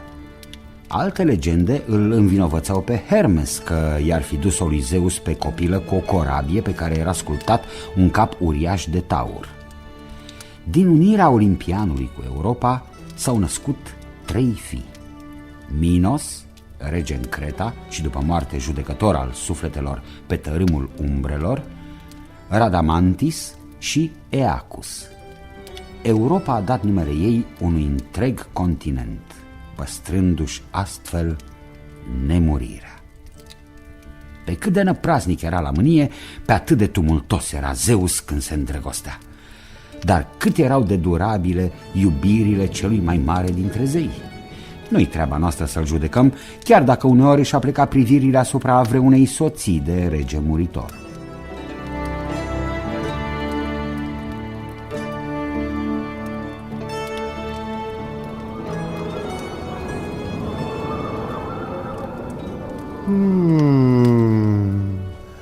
Hermes, e noapte neagră, dar cred că o vezi și tu prea bine colo jos, în Etolia sau Lacedemonia, pe regină. Regina? Ce regină visezi, Zeus? Nu văd nimicuț, e prea întuneric. Na, acum ai zărit-o, prefăcutule. Am stricat un fulger fermecat pentru tine. De tinerica aia zici? De Leda, care doarme ca o moartă? E frumoșică. Da? O fi ceva să mie, soția lui Tindareos, regele cetății. Și ce dacă eu i-aș aduce toate onorurile? Doar singură. Mă duc la ea. Mi-e milă. Zeus, fii prudent. De atâtea ori ți-am spus să fii mai grijuliu. Ce faci dacă te prinde soțul ei asupra faptei? Taci, gură sparte, că te aude Hera și face tâmbălău ca de obicei.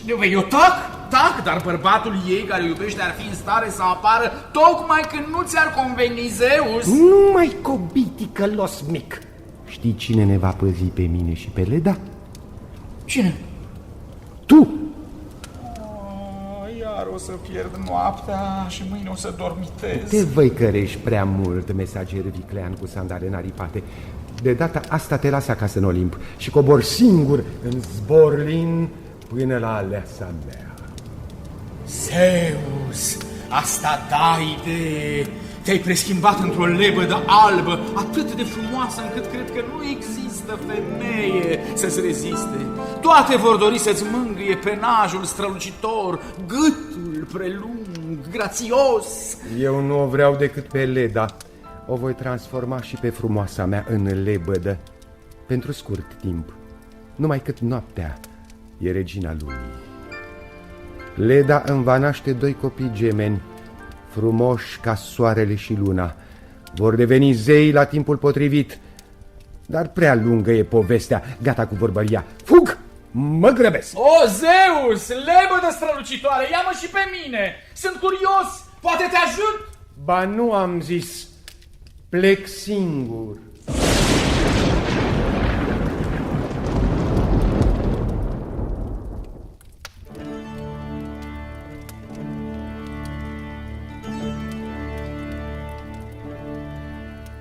Leda s-a trezit dintr-o dată în noaptea tăcută sub mângâierea diafană a unei aripi albe care risipea asupra ei stropi fini dintr-un parfum zeesc. După 9 luni, la Soroc, regina a făcut 2 ouă strălucitori de albe. Din unul au ieșit 2 copii ai lui Zeus, Elena și Pollux. Din celălalt s-au ivit copiii soțului legitim, Castor și Clitemnestra. Elena va produce scandaloase întâmplări legendare. Clitemnestra va fi soția necredincioasă a lui Agamemnon din Micene, iar Castor și Pollux, frații Dioscuri, își vor împărți nemurirea și vor deveni zeii marinarilor greci. În vreme de furtună apăreau ca protectori ai curajoșilor navigatori, zburând prin aer călări pe 2 armăsari albi înaripați, cum cântau aezii și noi, ce să facem, îi credem. Legendele Eladei mai vorbeau și despre alte iubiri ciudate de ale lui Zeus. Într-o zi s-a îndrăgostit de un tânăr și frumos păstor din Frigia, Ganimede.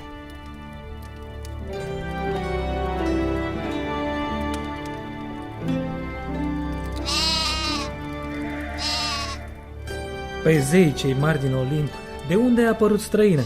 Vezi că îmi sperie oițele. Băiete, n-aveți de ce vă teme nici tu, nici turma de oi. Eu sunt zeul zeilor. Îți vreau doar binele, copile. Binele meu? Păi binele meu e să pasc oile în tihnă, să cânt din flaut, să mă bucur de frumusețea darurilor din prejur. Tu vezi ce pășuni bogate sunt pe aici, pe muntele înalt numit Ida? Ganimede, privește-mă în ochi. Oare nu-ți plac destul? Vezi ce coamă leonină de păram? Ce frunte înaltă, ce barbă creață, ce sprincene dese. Acum capul meu nu e înconjurat cu frunze de măslin sau de laur ca în statuile mele, dar mă poți recunoaște. Sunt cel mai mare zeu din Olimp. Nu merit să-ți lași vrebelnica ta fericire pentru o alta veșnică și mult mai mare. Poate că tu ești Zeus, străine, dar îți cer iertare, spui vorbe pe care nu le pot pricepe. Că ești frumos ca rupt din soare, știi? Dar ce importanță are frumusețea pentru un păstor? E suficient să fii destoinic la paza turmei, să știi să mulgi oițele, să faci cașul dulce. Ganimede, pe lumea asta și în Olimp Există bucurii nenumărate pe care tu nu le cunoști. Nu-mi pasă, Zeus, nu te supăra, eu sunt mulțumit cu soarta mea aici, pe pământ. Bine, fecior frumos, dar ține minte, noi doi vom mai vorbi.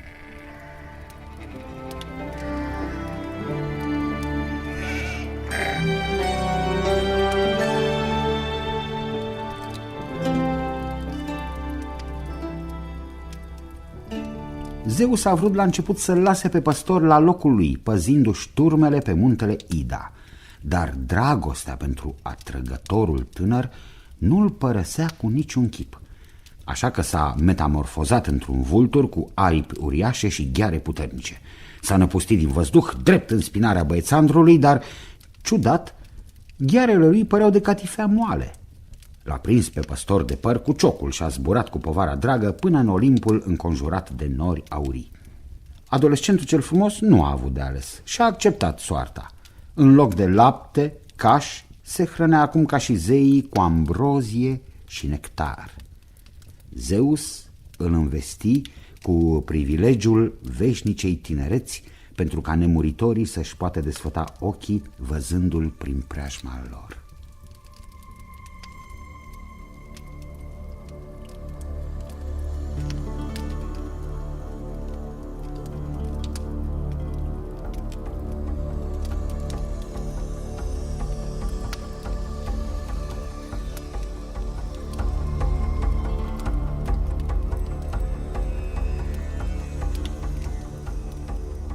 Alte legende din vechea Eladă povestesc că Ganimede a devenit paharnicul zeilor în locul zeiței tinereții, Hebe. Zeus, după ce îl răpise, se dusese la părinții băiatului, regele Tros din Dardania și Calirhoe, și le dăduse o pereche de cai nemuritori. Cicero, în opera lui Tusculane, socotea acest mit drept o injurie la adresa măreției lui Zeus. Zeul zeilor a avut iubiri nenumărate, iar fiii lui, cu nimfe și pământene, au condus cele mai mândre cetăți ale lumii. Apropierea lui de Antiopa, fata lui Nicteos, i-a adus pe lume pe Amfilion și Zetos, întemeietorii Tebei. Odată Zeus se îndrăgostise cu patimă de Danae, fiica puternicului Acrisios din Argos.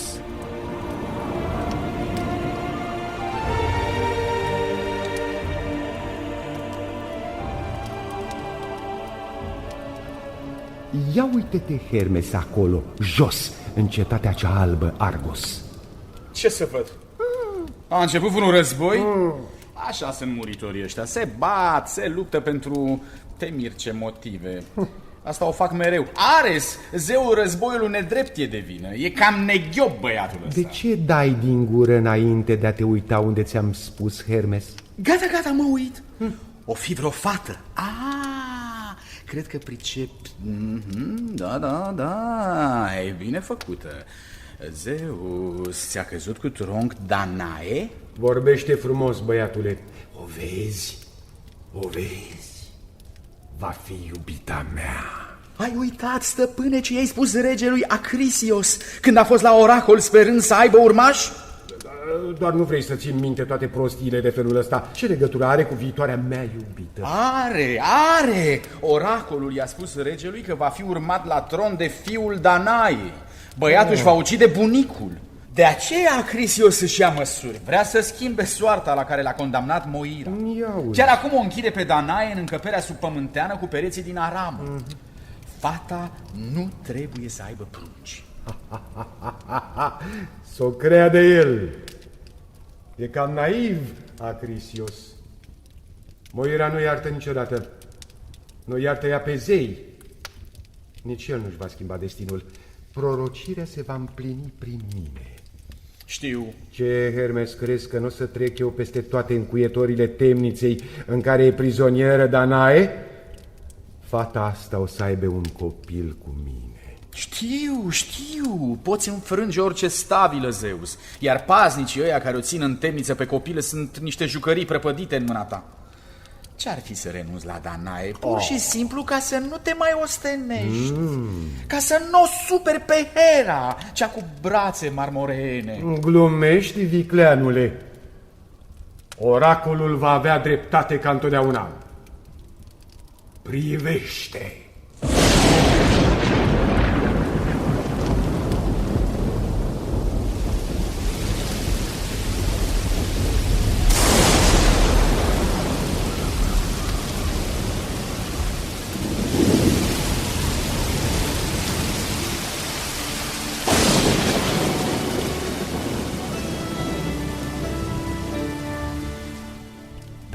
Se stârni o furtună înfiorătoare.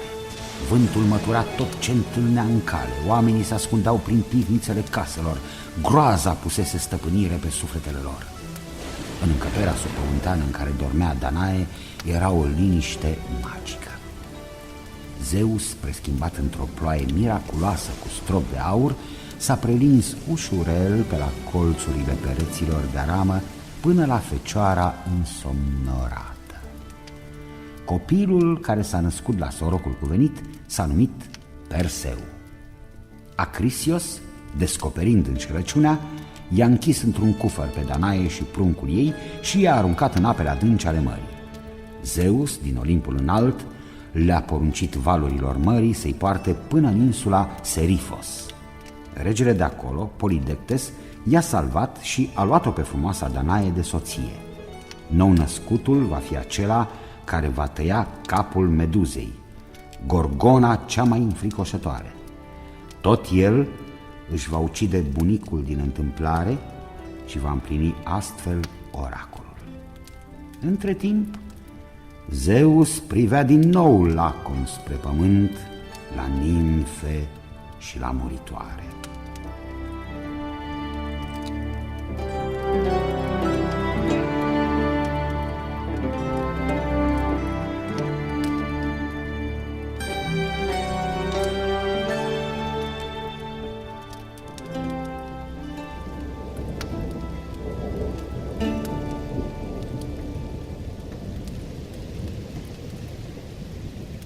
Hermes, care dintre fetele fluviului Asopos ar merita să-mi aplec ochii asupra ei? Oricare, olimpianule slăvit. Chiar așa? Toate 20 sunt frumoase, deși, drept să spun, nu cred că fluviul tată ți-ar fi recunoscător din calea afară. Până acum Asopos și-a apărat fetele cu îndârjire. Cu mine încă nu a avut de-a face. Pe ce te prinzi că-i păcălesc vigilența? Hai, Hermes, bate palma! Nu, Zeus, nu, știu dinainte că o să pierd. Pot însă paria că îți place mai mult decât toate fetele lui Asopos, cea mai mică, Egina.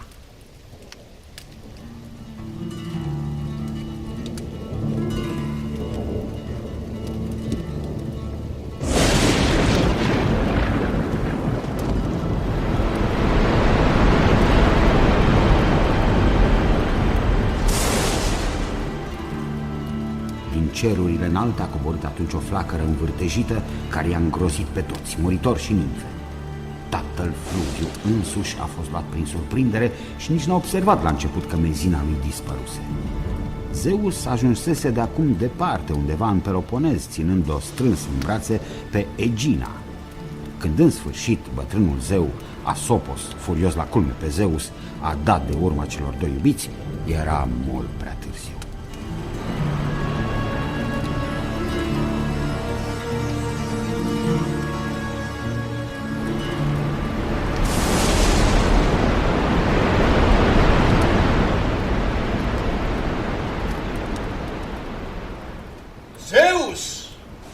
Ți-ai dovedit din plin ticănoșia. Mi-ai furat copila prea iubită, călcând legile chiar de tine stabilite.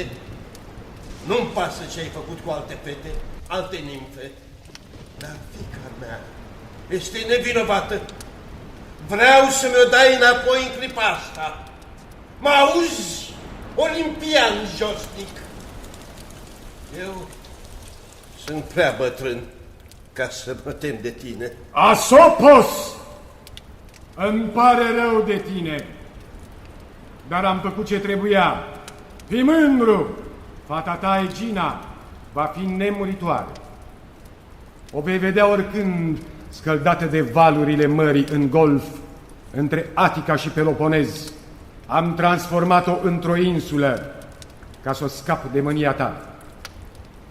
Mânia mea ție îți este adresată, ție, tiranule, nu fetei. Egina, e o victima ta. Lasă ciuda deoparte, bătrâne Fluviu. Mai bine bucură-te. Ai devenit bunic. Aiacos, fiul meu cu Egina, va fi regele Mirmidonilor, întemeitorul unui neam nobil. Râzi, Zeus! N-ai decât să râzi deocamdată.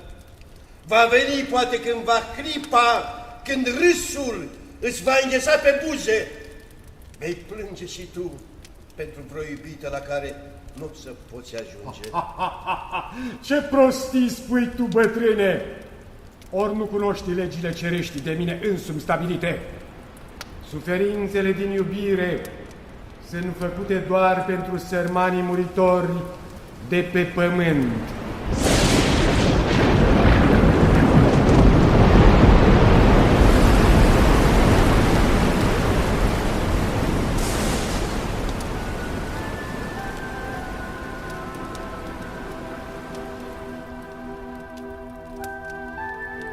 Zeus era un campion al iubirii, dar avea și o țintă generoasă. Multe cetăți renumite din Elada au fost întemeiate de feciorii lui și mulți eroi îl aveau ca tată. Spunea Ezi că zeul zeilor nu se pierdea în amănunte, că nu se sfia să se preschimbe în animal, în om, în ploaie de aur, vârtej sau flacără, ca să-și atingă scopul să le păcălească pe micile nimfe grațioase. Cândva, odată, olimpianului i-a dat inima ghes pentru o nimfă din cortegiul zeiței vânătorii. Ca să o cucerească pe Calisto, a luat înfățișarea fiicei lui, Artemis.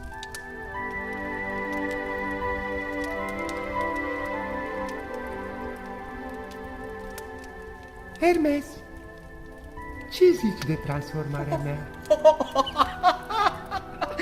Ești perfecțiunea întruchipată, Zeus. Să te întâlnesc în cale, ți-aș da toate onorurile cuvenite mândrei Artemis. Te asigur, zeu al zeilor, tunica îți vine bine, te miști cu grație. Pari întru totul aidoma fiicei tale. Arcul și tolba plină cu săgeți par a fi la fel ca ale zeiței. Poți păcăli pe oricare. Nu vreau decât să o amăgesc pe Calisto. Bine, dar ea e consacrată fecioriei.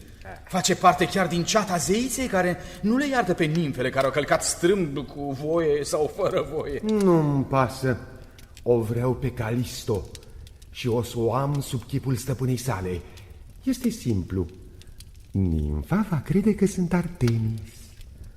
Când va înțelege, va fi prea târziu.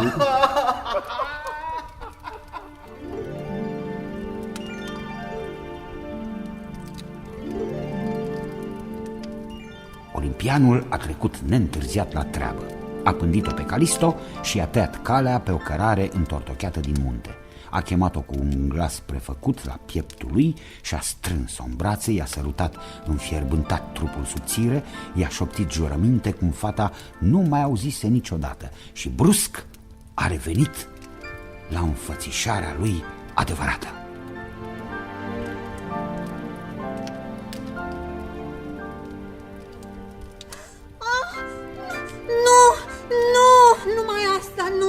E groaznic, sunt pierdută. De acum pe mine mă așteaptă moartea. Zeița Artemis nu știe ce înseamnă iertarea.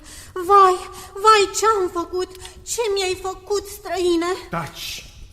Sunt Zeus, iubitul tău de astăzi. O să te apăr. Nu, nimeni, nici tu nu o să mă scape de furia zeiței. Zeus, ți-ai făcut un păcat cu mine. M-ai pedepsit fără să am vreo vină. Mă duc în codul Artemis. Fug să-mi primesc o sânda, o să-i cad în genunchi să mă ierte, deși nu sunt vinovată. Stai, Calisto. Acum îmi pare rău și mie. Dar ascultă, fii mândră. Fiul nostru va fi vestit în lumea întreagă. Arcas se va numi și va întemeia cetatea Arcadiei.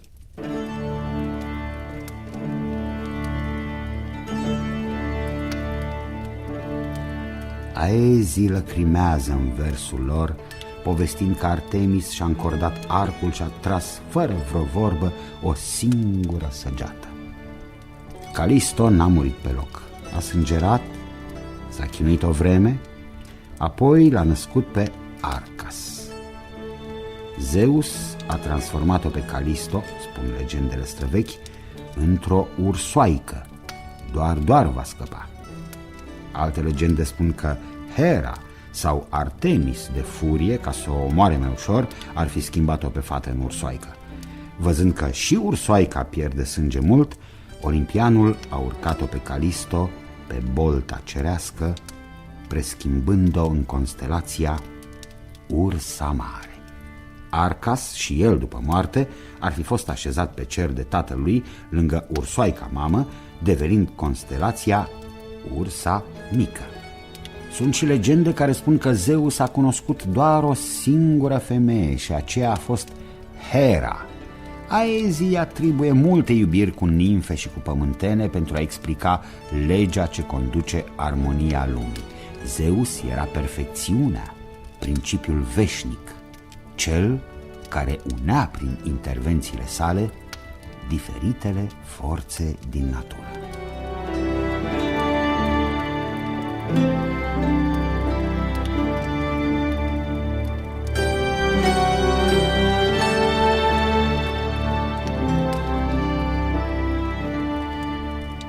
Ați ascultat Zeii din Olimp, scenariu radiofonic de Sanda Socoliuc, seria 6-a.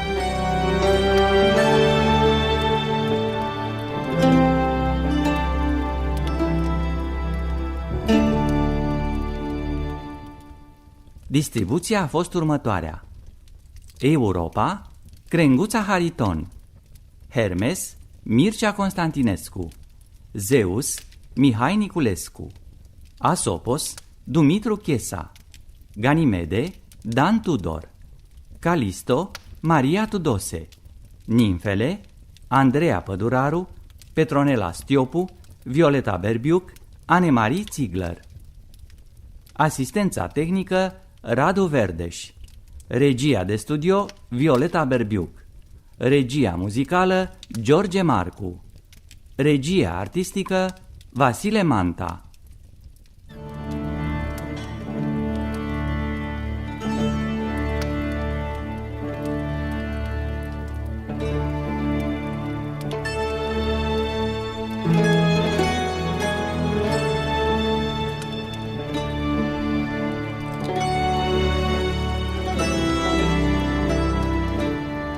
Zeii din Olimp, scenariu radiofonic de Sanda Socoliuc.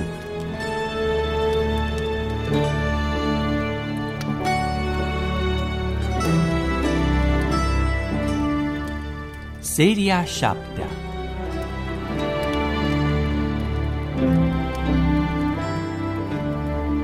Hera.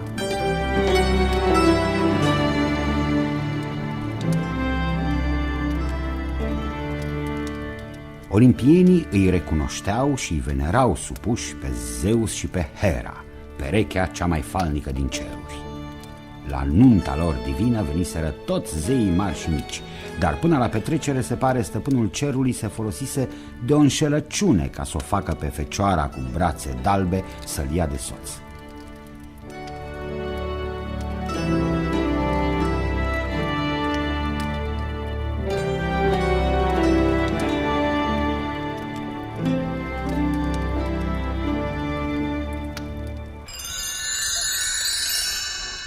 Hera frumoasa mea, îmi place și mai mult pentru că ești miloasă. Tu erai Hai, pleacă de aici, prefăcutule! Zeus, tu n-ai pic de rușine! De ce? Tu m-ai băgat în sân. Da, n-am știut că o să-mi faci figura asta. Dar, Hera, te iubesc și vreau să fii soția mea de drept, să domnești în Olimp alături de mine, să fim o veșnicie împreună. Zeiță cu ochii mari, spune-mi da. Zeus, promiți că o să-mi fii credincios întotdeauna. Îți plac cam mult zeițele și nimfele. Nu, cred că nu o să te ții de cuvânt. Ba da, o să vezi. Hera, tu ești unică vei rămâne. Ești visul meu și cea mai mare dorința mea. Numai tu poți să-mi fii soție.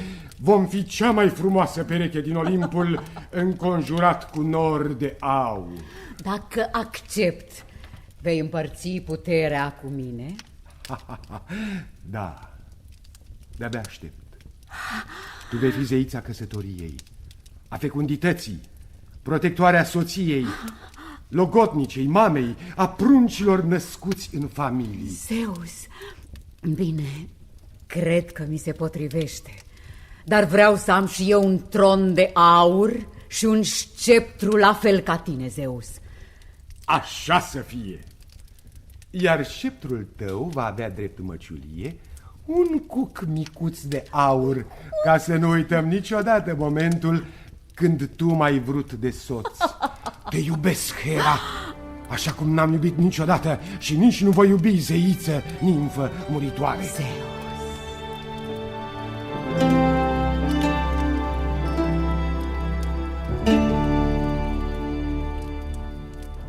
Aezii o cântau pe Hera, impunătoare, frumoasă, respectată. Când își făcea intrarea în sala tronului, toți zeii se ridicau de pe jilțurile lor și o salutau ridicând în onoarea ei cupele cu ambrozie. Hera veghea la schimbarea anotimpurilor și avea deplină putere asupra stelelor care îi stăteau sub picioare. Când se înfuria, putea dezlănțui vânturile, agita mările, cutremura pământul. Când era mânioasă și se întâmpla destul de des, se clătina întreg Olimpul. Și Zeus îi știa de frică, mai ales că o înșela din când în când. Niciodată, afirmă sus și tare unele legende. Adeseori, spun alte povestiri din vechea Eladă. Hermes, călătorul și vicleanul, era complicele lui Zeus la nevoie, ca atunci când stăpânul tunetelor s-a îndrăgostit de Io, copila fluviului Inachos.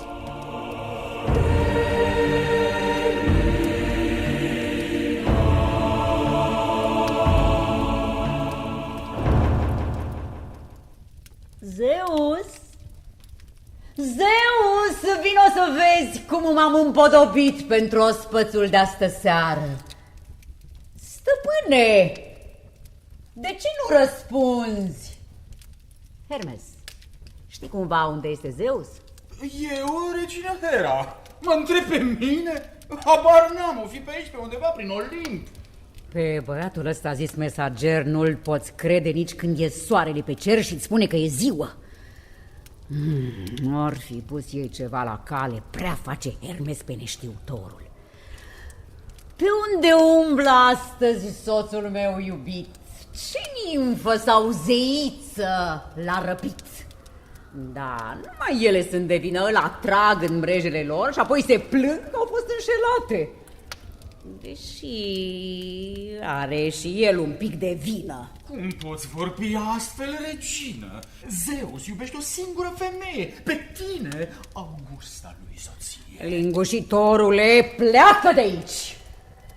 Eu am vorbit cu mine însă, nu cu tine. Lasă că-l prind eu asupra faptei și tu, Hermes, păzește-te din calea mea. Stăpână. Știu că l-ajuți uneori să scape bazma curată. Haide, du-te. Ai dispărut? Da, regină, da, m-am evaporat. Îl găsesc eu și singură pe Zeus. În Argos trebuie să fie. Niște nori mult prea negri îmi împiedică vederea în cetate. În rest e soare pe pământ și văd ca în palmă totul. Cobor, îl prind eu iar pe marele stăpân îmbrățișat cu vreo micuță nimfă.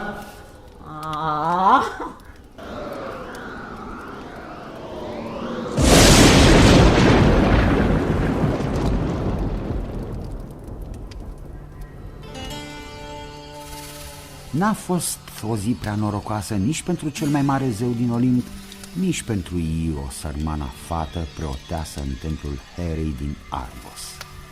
Îndrăgostit până peste urechi de fiica fluviului Inacos, Zeus a văzut-o pe Hera coborând și s-a grăbit să o transforme pe frumoasa cu ochi albaștri și gene lungi într-o văcuță de un alb imaculat.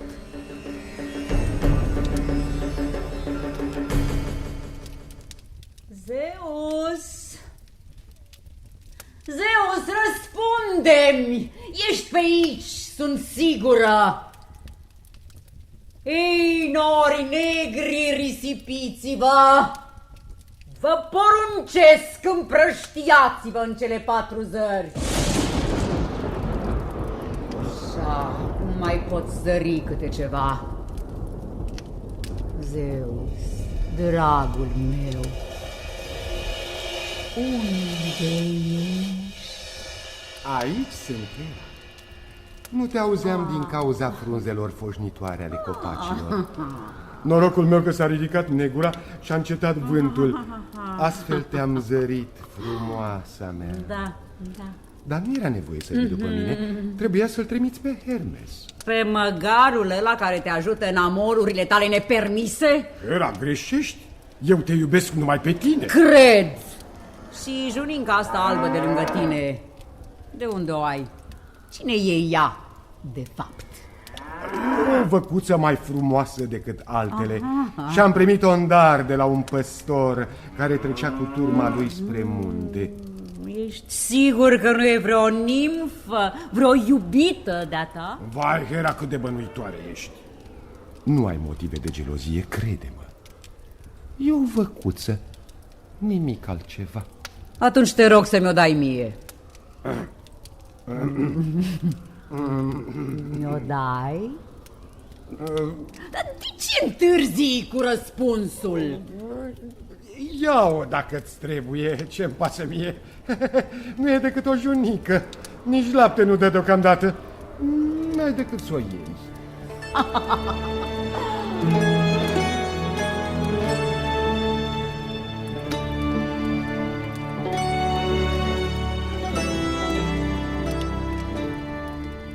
Legendele zeilor din Olimp spun că Hera a pus imediat pe gâtul lui Io un lanț greu din aramă și l-a chemat repede pe monstrul Argus, cel înzestrat cu însușirea de a vedea cu tot corpul, care era presărat cu 1000 de ochi veșnic deschiși. I-a dat-o în pază pe văcuța albă. Un păstor mai rău decât Argus nu exista nicăieri în lume. Spun legendele eline că monstrul o vedea pe biata Io transformată în văcuță, ori în ce parte ar fi luat-o. Paznicul avea 100 de ochi ca o coroană în jurul capului și alte sute de ochi pe trupul lui diform. Ziua, Argus o ducea pe văcuță la apă scut în locuri sterpe cu ierburi uscate, iar noaptea o lega într-o peșteră umedă, murdară.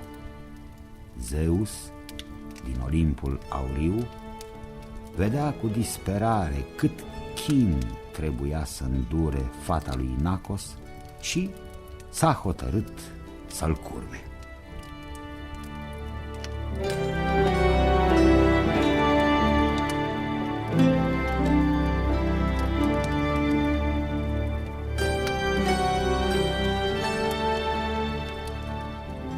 Hermes!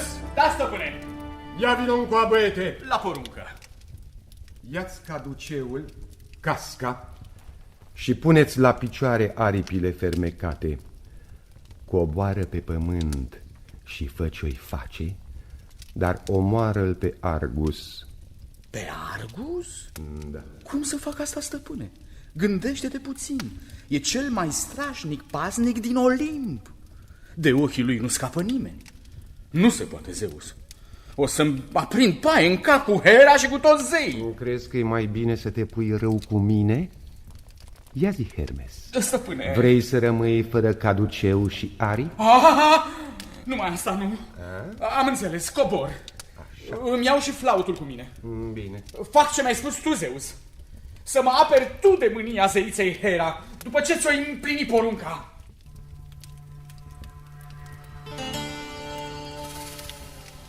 Vicleanul, fiu al Maiei, se preschimbă în păstor. Fură din drum o turmă de oi și începu să cânte duios din flaut în apropierea monstrului care o supraveghea pe Io, văcuța.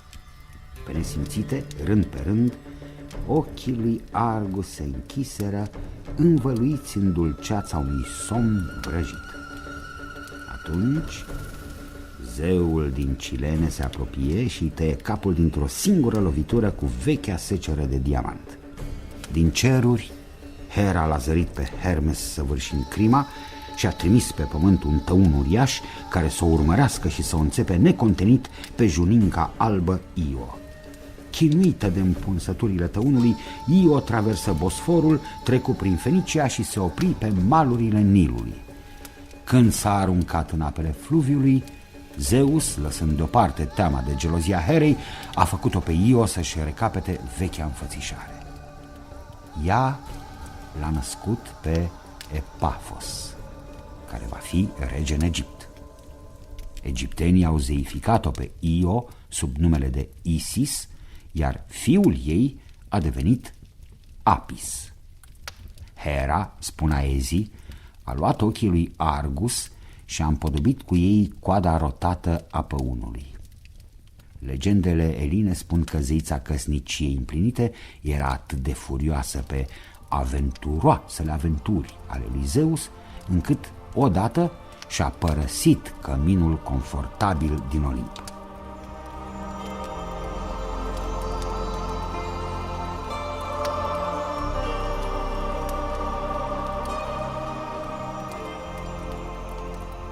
Hei, unde e Hera, Hermes? Nu o găsesc nici aici sus, nici la Canatos, scăldându-se în apele limpezi dătătoare de frumusețe. Spune-mi repede, unde este? Am de vorbit cu ea. A plecat. Cum? A plecat. A trântit poarta de s-a cutremurat Olimpul din țâțâni și dusă este. Numai tu, Zeus, n-ai simțit nimic. Noi ceilalți ne-am speriat de moarte. Eu eram ocupat puțin. Da? Și cum o cheamă? Nu fi obraznic, băiete. Aveam diverse treburi de mare importanță, ca un zeu al zeilor ce sunt. Zi repede, unde s-a dus Hera? Era supărată foc și pară și a coborât în insula mare a Eubei. A spus că nu se mai întoarce niciodată. S-o crezi tu. Pe insula aia ne-am întâlnit noi pentru prima oară. Există o speranță. O să o fac pe regina inimii mele să se întoarcă. O cunosc. Sunt deștept și o să o păcălesc. N-aș crede. Era înverșunată, tuna și fulgera. Vezi? De asta o iubesc atât de mult. E o femeie pe cinste, dar o aduc eu pe calea cea bună.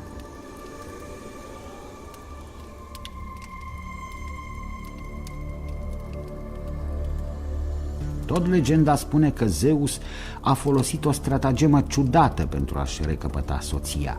I-a poruncit lui Hephaistos să-i cioplească o păpușă mare din lemn pe care a îmbrăcat-o în haine, cununi și văluri scumpe ca pe o regină. A urcat păpușa în carul lui de aur, s-a așezat lângă ea și a coborât pe pământ ca să facă înconjurul întregii Elade. Zei și voi, muritori, vă anunț pe toți că mă însor cu această prea frumoasă nimfă. Priviți-o! Are ochi albaștri, păr de aur, e bună, dulce, iubitoare. Să vă închinați soției mele, nimfa care m-a cucerit. Uitați-vă ce potriviți suntem.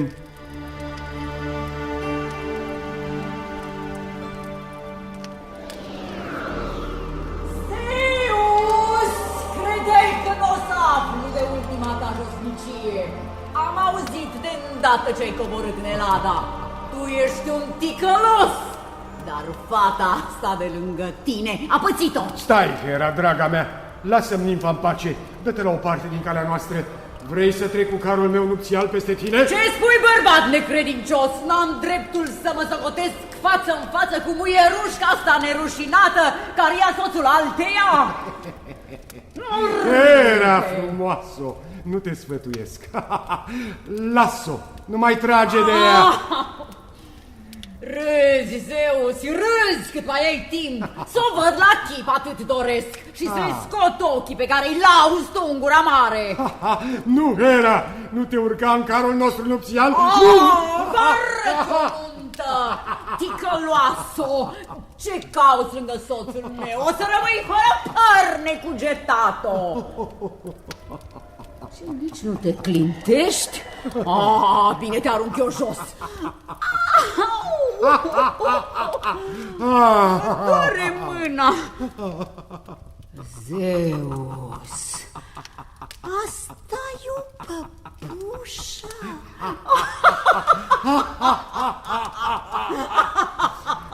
Nu e decât o păpușă. Zeus, iubitule, n-aveai de gând să te însori așa?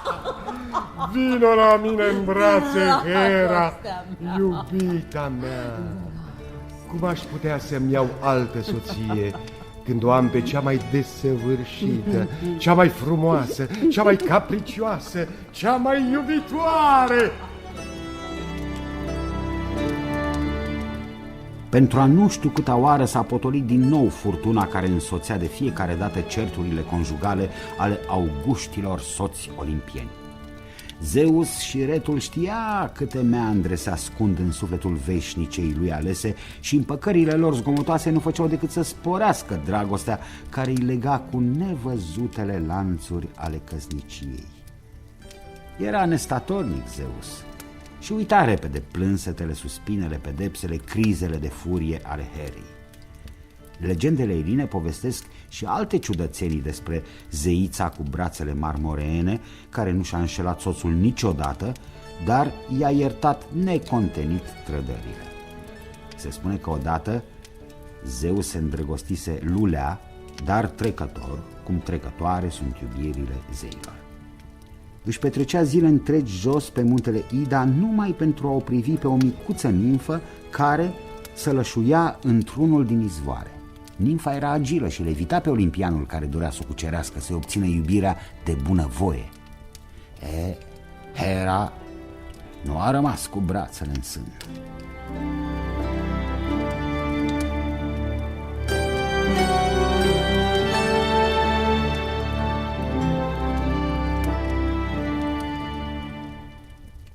Bine, Zeus, o vrei pe mititica aia mai pe mine?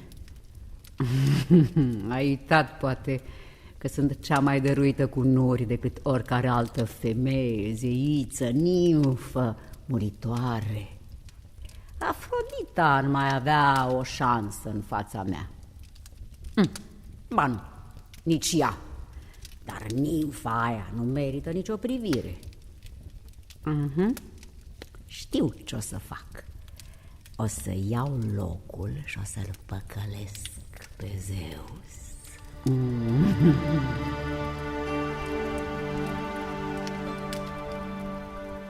Hera i s-a înfățișat lui Zeus pe muntele Ida sub chipul nimfei. Capul îi era acoperit cu un văl din țesătura cea mai fină. Se îmbăiase în esențele divine cărora numai ea le cunoștea secretul. Își pieptănase părul lung și îl împletise în cozi care îi se unduiau până la talia subțire. Cele mai scumpe farduri îi umbreau ochii mari, iar buzele colorate cu carmin îi străluceau ademenitor. Când a văzut-o, Zeus a stat o clipă uluit. Apoi a dat să o prindă în brațe. Credea că era nimfa și că fata se împodobise pentru trecătoarea lor nuntă.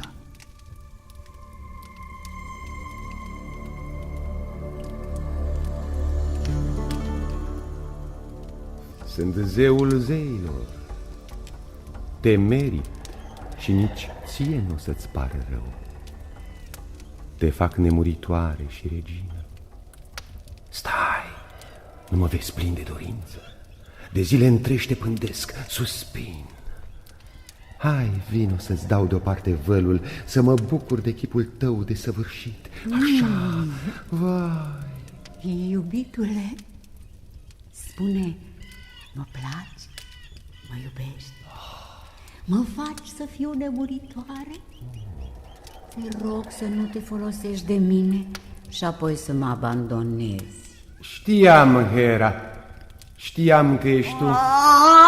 M-am prefăcut a crede că ești alta, dar tu, regina mea, nu poți fi confundată. Astru strălucitor, soție dragă.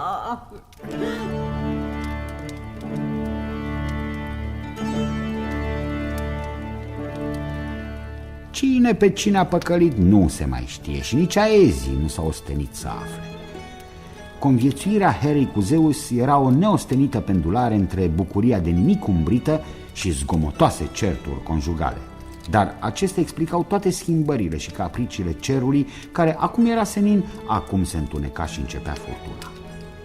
Legendele eline spun că Hera a vrut odată să-l răstoarne de pe tron pe Zeus și să-l azvârle în Tartar. Îi avea drept complici pe Atena, Apollo și Poseidon. Zeus a râs de răzvrătirea zeilor și l-a chemat pe gigantul Briareos, cel cu 100 de brațe și 50 de capete. Acesta a scuturat bine Olimpul și revolta s-a sfârșit înainte chiar de a începe. Hera a fost pedepsită să stea o vreme atârnată de bolta cerească, având legate de picioare 2 mari nicovale de fier. Zeus a iertat-o, însă căci nu ținea la supărare și își iubea soția credincioasă. Ea nu cedase niciodată vreunuia dintre admiratori. Ba, Ixion a plătit scump îndrăzneala de a-i declara dragoste pătimașă.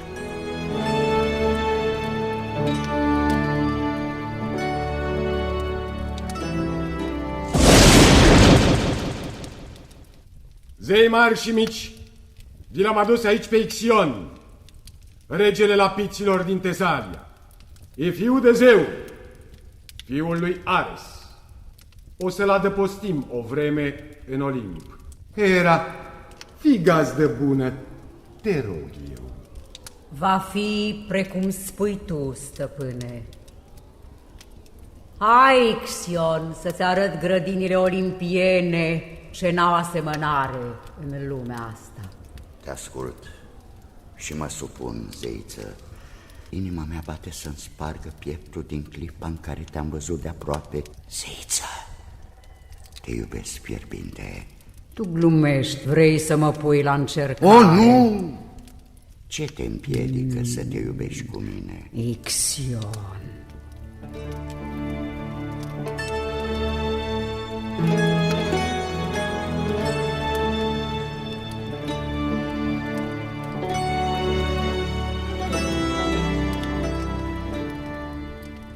Se spune că Hera s-a desprins fără vorbe din necuvincioasa, impura îmbrățișare a lui Ixion și s-a dus să-i se plângă lui Zeus.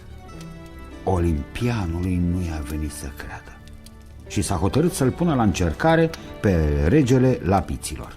A dat unui nor înfățișarea zeiței cerurilor și l-a pândit pe Ixion. Acesta, îmbătat de nectar, s-a apropiat de fantomă și a îmbrățișat-o fără umbră de sfială.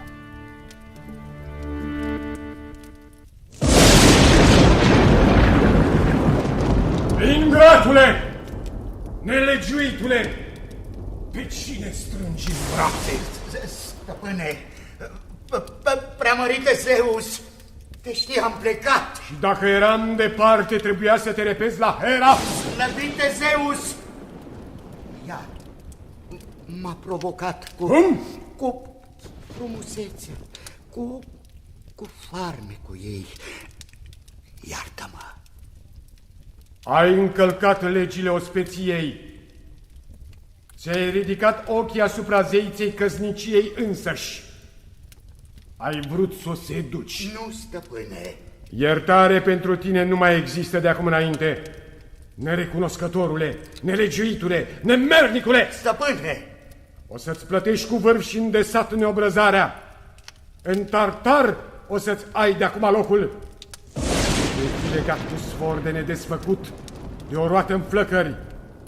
Roata se va învârti la nesfârșit, cum infinită este vinovăția ta.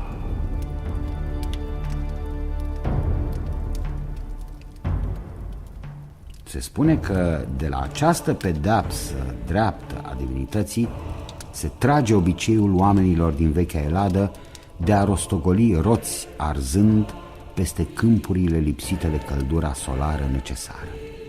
Legendele eline povestesc multe despre Hera și fiul ei, hâdul Hephaistos, care a obținut-o prin vicleșug drept soață pe prea frumoasa Afrodita. Vom vorbi însă altă dată despre jilțul de aur, darul vrăjit pentru Hera, meșteșugit de fierarul din Lemnos. Se va vedea dacă stăpânii lumii, măreții zei din Olimp, erau întotdeauna și stăpâni pe ei.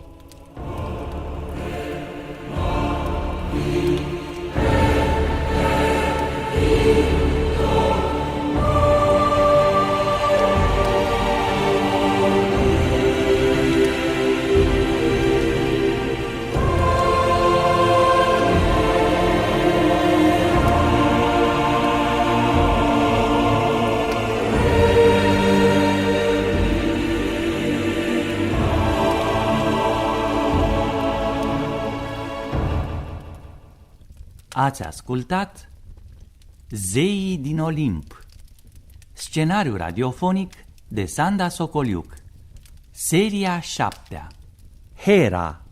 Distribuția a fost următoarea: povestitorul Florian Pitiș, Zeus Mihai Niculescu, Hera Lucia Mureșan, Hermes Mircea Constantinescu, Ixion Sorin Gheorghiu, asistența tehnică Florin Bădic, regia de studio Violeta Berbiuc, regia muzicală George Marcu, regia artistică Vasile Manta.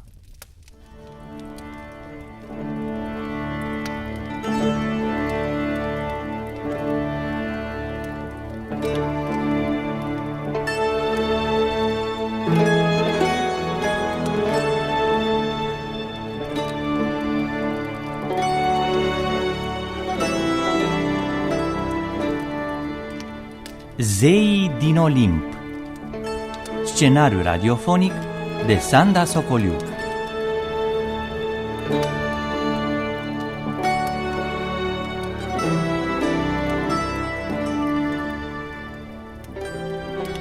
Seria 8-a, Artemis, zeița vânătorii.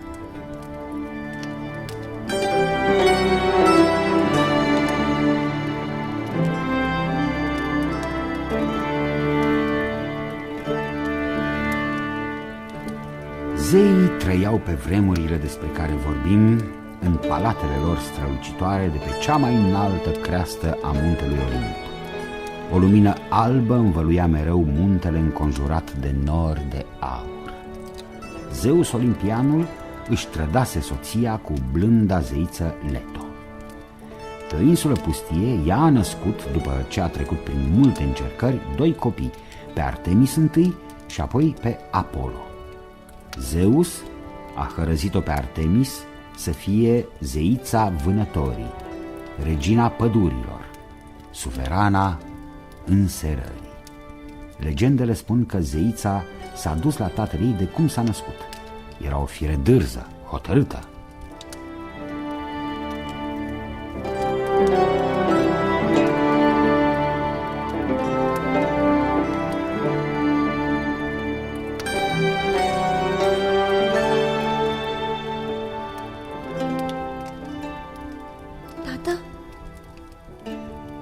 Dreptul de a rămâne mereu fecioară. Sunt scârpită, tată, de suferința mult prea mare a mamei care ne-a născut pe mine și pe Apollo.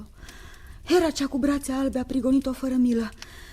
Eu vreau să rămân neîntinată, să nu pățesc nici când ce-a pățit ea, sărmana. Așa să fie dacă zici. Deși, fiica mea iubită, nu ai habar ce pierzi. Nu pierd nimic. Și, tată, mai vreau un arc și o tolbă plină cu săgeți repezi. Ciclopii să-mi făurească săgețile și tolba fermecată. Și mai dăm dreptul să port o tunică până la genunchi de lungă. Da, dar de ce atât de scurtă? Îmi poți spune? Ca să nu mă încurce la vânătoare, tată. Bine. În mână vreau să duc o torță aprinsă, căci voi hălădui mult noaptea. Și, tată, da, mai am nevoie pentru cortegiul meu de 60 de fecioare. Cum? Da, ar fi potrivite fetele Marelui Ocean. 60? Numai atât? Ha! Dar ești modestă, nu glumă. Dar n-am eu nevoie de modestie, doar sunt fiica ta. Și în plus, dăm 20 de nimfe care să mă slujească atunci când nu plec la vânat. Tot ele vor avea grijă de încălțările și armele mele și de câinii mei de hăituială. 20 de nimfe îți vor ajunge sigur? Cred că da. Și, tată, dăm și un oraș să-l ocrotesc eu. Nu-mi pasă care anume. Eu și așa voi hălădui mai mult prin munți, voi cutreiera prin păduri, voi vâna din carul meu tras de 2 ciute. Cât îmi place să vânez, să văd cum fiarele rănite de moarte își dau duhul. Da, se vede că ești fiica mea. Ești hotărâtă, știi ce vrei, nu te pierzi în amănunte și ești deșteaptă. Îmi dai aceste drepturi, stăpâne? Da. Tata? Îți împlinesc dorințele pe toate. Tu, Artemis, vei fi zeița vânătorii. Am spus!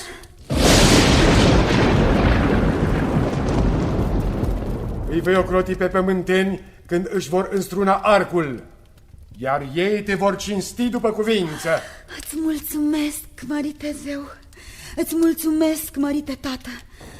Zeus, nu te voi face de rușine niciodată.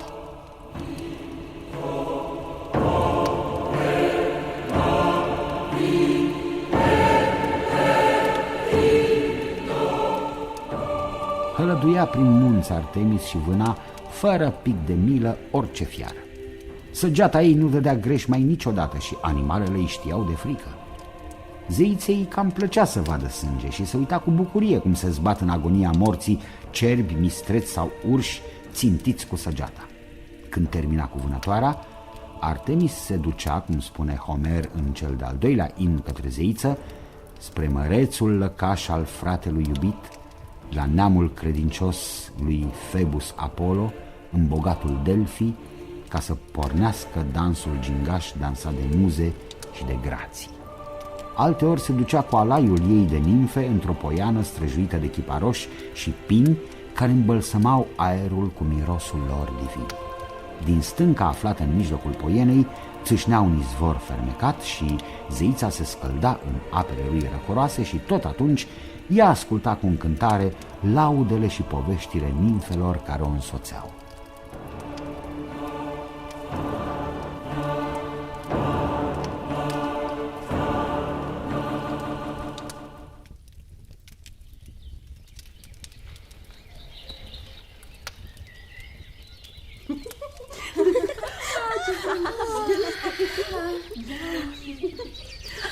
Și astăzi am avut noroc la vânat. Ești minunată, o zeiță Artemis. Ești frumoasă și iscusită la țintit vânatul. Credeți că există în lumea asta cineva mai priceput ca mine la vânat? Nu, ești cea mai grozavă, tu, zeiță. Ești strașnic de priceput atunci când ochiești o fiară. Ești grațioasă și frumoasă. Da, se spune.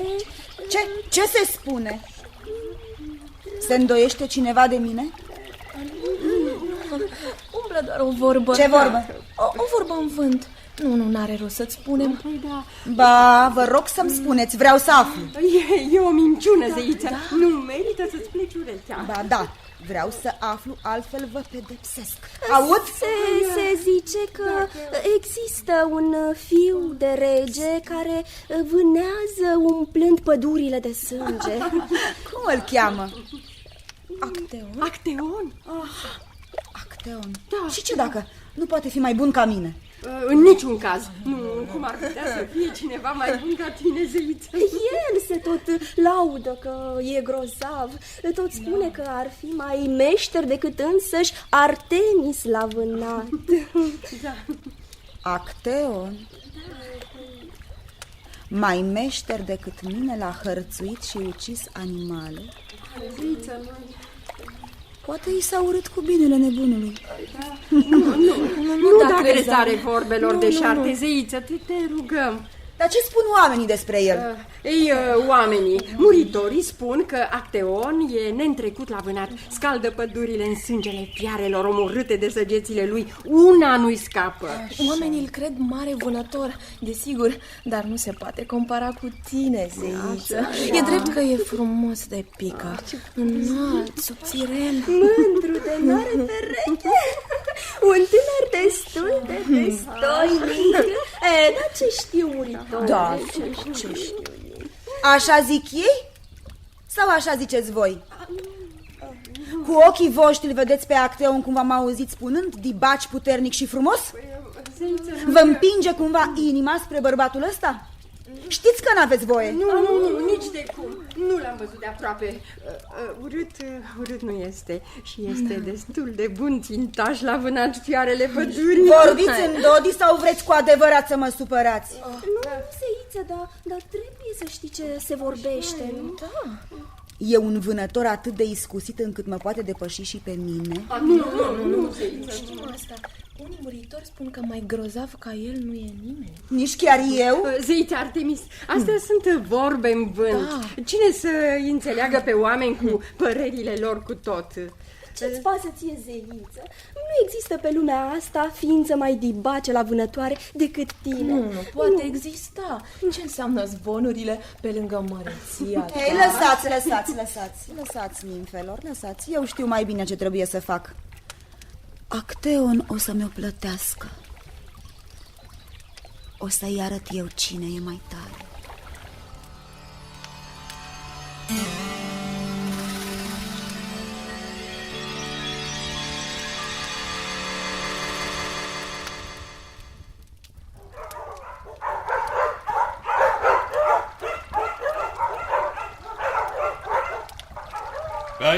Pe aici să o luăm, pe lângă pârâiaș.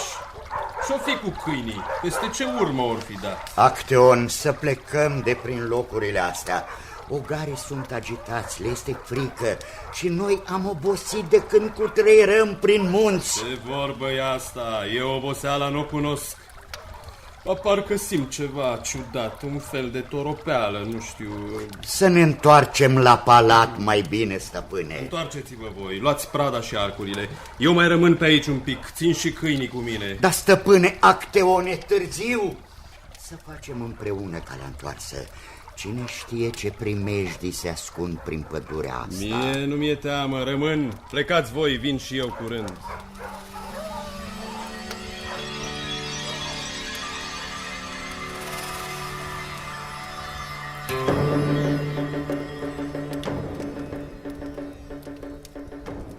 Nu fi cu mine.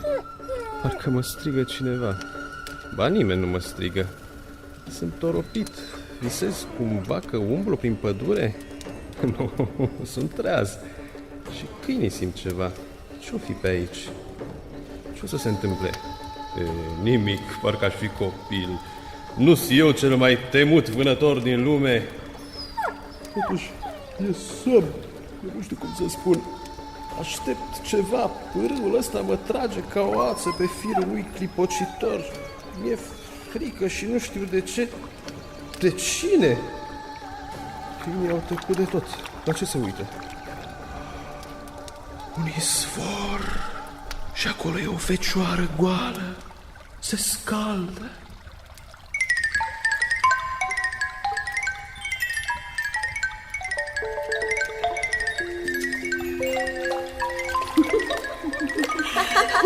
Încă o urnă cu apă rece de izvor, zeiță. Da, încă una și încă una. Ce bună e apa, cât mă răcorește. Zei, cât de frumoasă e fata asta goală. Pe trupul ei stropii se prefac în diamante. Dacă mă vede. Și atâtea fete minunate sunt lângă ea și toarnă apă din urnele de aramă. Nu poate fi o fată ca oricare, e o zeiță. Zeiță, ești fecioară! Vai, ce cauți aici? Pleacă! Închide ochii! Întoarceți fața! Fugi, Acteon, fugi! Nu o privire! Zeița, Acteon, Zeiță, ești? O, mai frumoasă, nu se poate. E zeița Artemis, nu te uita la ea. Legea lui Cronos este să nu-i privești pe zei fără să ți se arate ei de bunăvoie. Așa e. O să plătești nelegiuirea scump. Fugi, frumosule Acteon. Închide ochii. Ba nu, mi-e ciudat de bine. Sunt fermecat. M-a vrăjit. Zeiță, nici nu mi-am închipuit vreodată că există pe lumea asta mare atâta frumusețe într-o singură ființă. Tu ești îndrăsnețul, nemernicul acela, înfumuratul care se crede mai dibaci ca mine la vânătoare. Eu nu, zeiță, nimeni nu este ca tine. Poți să-mi spui oricâte vorbe grele vrei. Poți să mă zgârii, să-mi smulgi părul. Și dacă mă omor, fericit aș fi să mor de mâna ta. Ce mă duci cu vorba? Dai înapoi acum? Nu te mai lauzi singur? Ai meritat pe loc o săgeată țintită drept în inimă. Sunt săgetat din prima clipă în care te-am văzut, Artemis. O să-ți ispășești cumplit pedeapsa pentru înfumurarea ta, fecior de rege. Cu stropii ăștia te vrăjesc să te transformi în cerb. Chiar câinii tăi te-or hăitui și or să te sfâșie, fi sigur. Uite ce coarne rămuroase de cerb ți-au răsărit pe frunte. Nu, asta nu te rog. Ai milă, nu vreau să fiu cerb. Milostivește-te de mine, zeiță prea frumoasă între toate zeițele. Milă? Eu? Mila nu are niciun înțeles pentru mine. Acteon, cerb o să te faci și ogarii tăi te vor încolți de avalma. Așa vei plăti îngânfarea pe care ai dovedit-o până acum. Așa vei plăti. Sunt Acteon, stăpânul nostru, lăsați-mă, nu mă mușcați, mă sfâșiați, vă spun, sunt Acteon. Ogarii tăi nu-ți înțeleg vorba. Acteon, ești cerb acum și câinii tăi te sfâșie fără milă. Asta e pedeapsa mea. Te-ai crezut egal cu mine. De acum înainte nimeni nu o să-mi mai știrbească faima.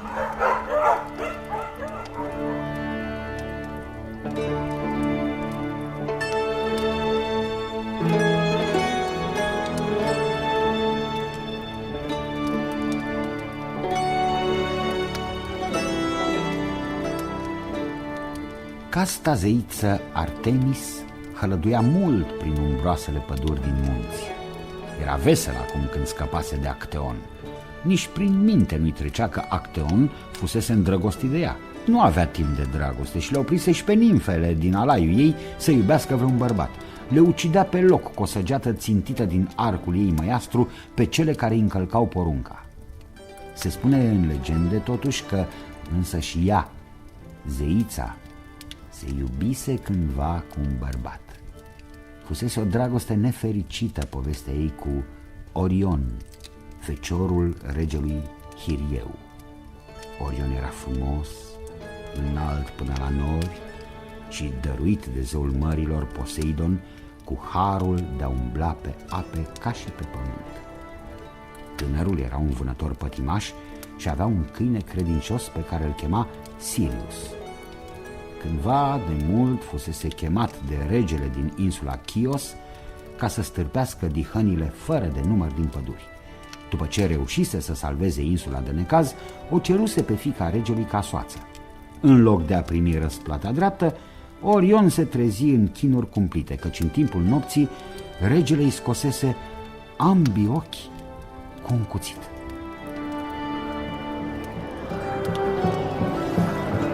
Oh, cine-i ticălosul? Nu văd nimic. Ce e asta? Ce s-a întâmplat? Ochii mei te ucid când te prind, rege din Chios. Sirius, câine iubit, vino cu mine. Ce ți-au făcut spurcați ăștia de nu mai apărat în noaptea asta? Ei, degeaba te mai întreb acum. Aud ciocanele lui Hephaistos. Să mergem pe mare până în Lemnos, unde lucrează zeul cel șchiop ajutat de piticul Chedalion. Mă ajuta el, fierarul Olimpului, să-mi recapăt ochii.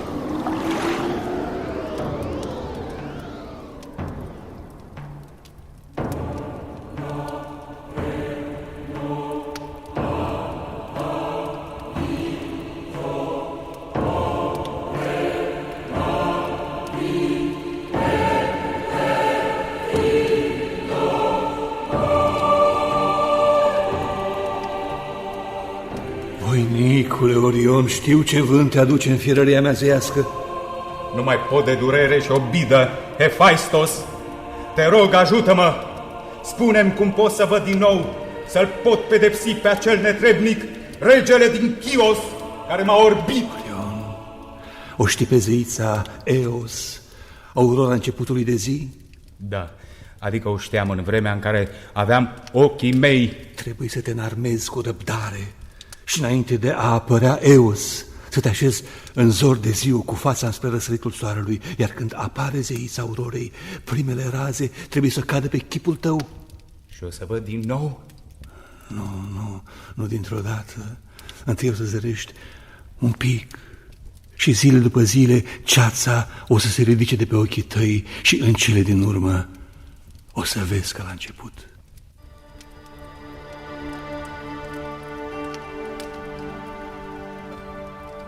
Legenda spune că văzându-l zi de zi pe frumosul uriaș Orion, zeița Eos s-a simțit cuprinsă de fiorul dragostei încă de când el era orb. Mai multe inimi de zeițe se pare că au luat-o razna de dragul lui Orion.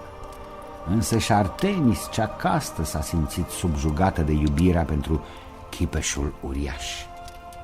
Plină de gelozie, zeița vânătorii i-a cerut lui Eos Aurora doar pentru ea pe Orion voinicul. Eos a refuzat și se părea că cearta asta gata să izbucnească între zeițe. Zeii olimpieni s-au hotărât să intervină.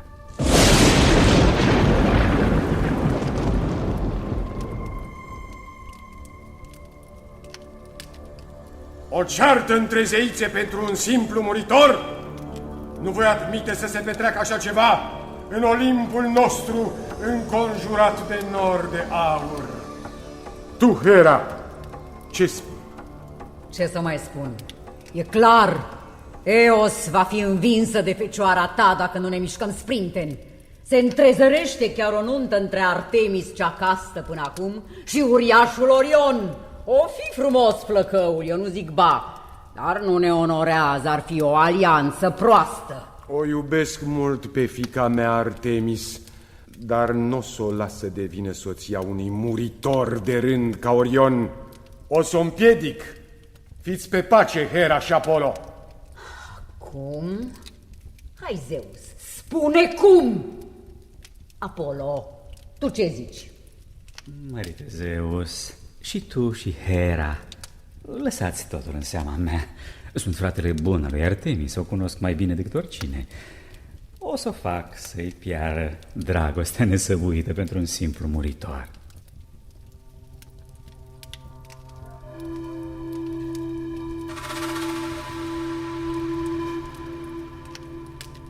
Apollo, prea frumosul și semețul, l-a chemat pe Orion și i-a poruncit să vâneze păsările numeroase ce zburau deasupra mării lui Poseidon. Uriașul s-a îmbrăcat în blana unui leu vânat de el și și-a chemat imediat câinele pe Sirius. Mergea Orion pe mare ca pe uscat și a ajuns de grabă în mijlocul mării, departe, vânând stoluri de păsări. Frumosul flăcău iubit de Artemis se zărea acum cu greu, ca un punct în zarea albastră. Apollo și-a chemat repede sora. Surioară Artemis, știu cât de măiastră ești la vânătoare. Totuși, oricât de bine te cunosc, mă îndoiesc câteodată că te pricep chiar atât pe cât se spune la a ochi ținta de la mare distanță. Eu sunt cea mai dibace ochitoare din lume, frate. Pot oricând să-ți dovedesc maestria mea fără asemănare. Da? Da. Te voi crede dacă vei izbuti să ucizi cu săgeata-ți fermecată pasărea aia care se vede ca un punct în largul mării lui Poseidon. Stai o clipă să-mi iau arcul. Să-l încordez. Ce vrei să țintesc? Pasărea aia. Uite, aia care e gata să dispare din vederea noastră. Da, ce zici? Da. Crezi că poți? Glumești. Vezi că mă supăr. Eu lovesc bine orice țintă, cât de departe ar fi. Atenție. Ești atent? Așa. Acum slobozesc săgeata și te voi uimi. Ținta am atins-o. Dar n-a fost pasăre. Apollo, cine a fost în mijlocul mării? Cine? Cine? Cine? Orion, ca să-ți spun adevărul.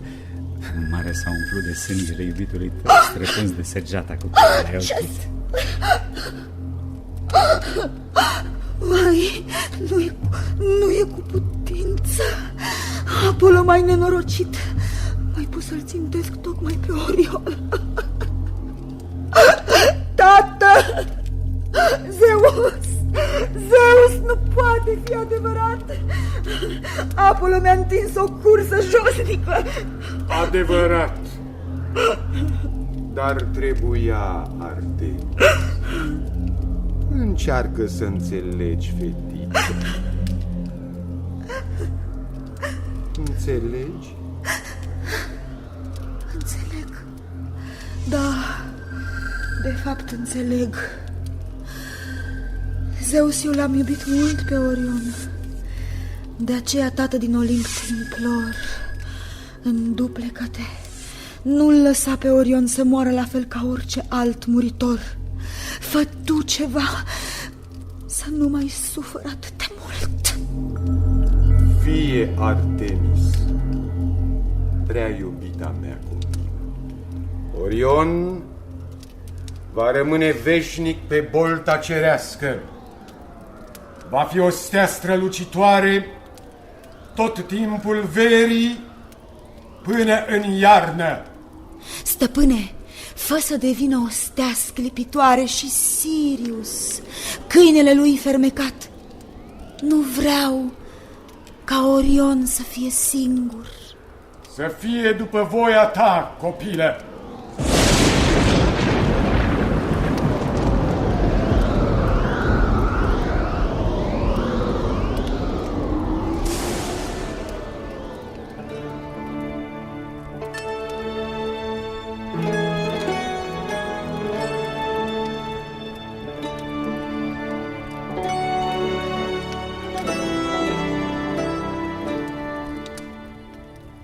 Orion s-a transformat într-o stea frumoasă pe cerul verii, având alături o altă stea luminoasă, Sirius, din constelația Câinelui. Artemis, continuând aproape împotriva voinței sale să fie fecioară, castă și zeița vânătorii, și-a sprit sufletul și singurele ei bucurii au rămas sărbările legate de vânătoare, imnurile, jertfele și darurile din templele închinate ei, mamei Leto și fratelui Apollo. Artemis nu fusese niciodată prea blândă, acum însă devenise necruțătoare, răzbunătoare peste poate. Se apropia sărbătoarea zeiței Leto. Toți oamenii erau obligați să-i aducă jertfe, daruri nenumărate. Nu-i mânia pe zei, spunea o lege nescrisă, cunoscută prea bine de toți muritorii. Totuși unii mai cârteau, precum regina Niobe, soția fericită a lui Amfion din Teba, mamă de mulți feciori mândri și fete frumoase. Zeița nopții, Leto, vrea prea multe. Nu o să-i aduc deloc ofrande. Sunt și eu la fel de grozavă ca ea. Copiii mei sunt mai mulți, 12, și tot atâta de frumoși precum Artemis și Apollo. Pe Leto, soțul ei Zeus, a înșelat-o cu multe altele, dar Amfion al meu mi-a rămas credincios mereu.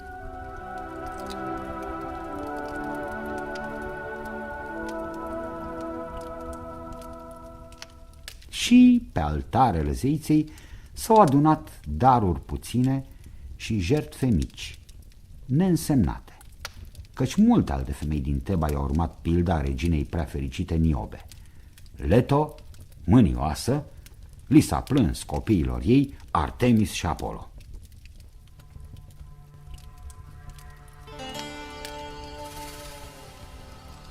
Hai, frate Apollo, tu care m-ai pus să lucid eu însă pe prea iubitul Orion. Hai, acum să o pedepsim pe muritoarea care ne socotește pe mama noastră, Leto. Și nici pe noi nu ne iubește. Fără îndoială, Niobe trebuie să fie pedepsită. No. Să te aud, ce o să-i faci? Va plăti scump nesocotința ei. O să-i ucid cu arcul meu fermecat toți fiii ei care o fac atâta de trufașă. Sunt 6. N-am nevoie decât de 6 săgeți ascuțite. Foarte bine. Iar eu îi voi omorî fetele, pe toate 6.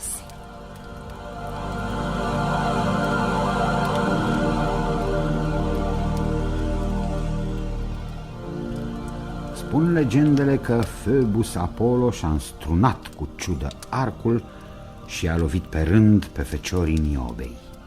Amfion, regele, văzându-și fiii căzuți în țărână și roind de sânge, n-a mai răbdat durerea și și-a vârât singur paloșul în piept. Niobe, nebună de suferință, și-a sfâșiat veșmintele regale, și-a smuls părul din cap și a început să plângă cu lacrimi fierbinți. Și-a ridicat ochii spre cerurile în care domneau olimpieni.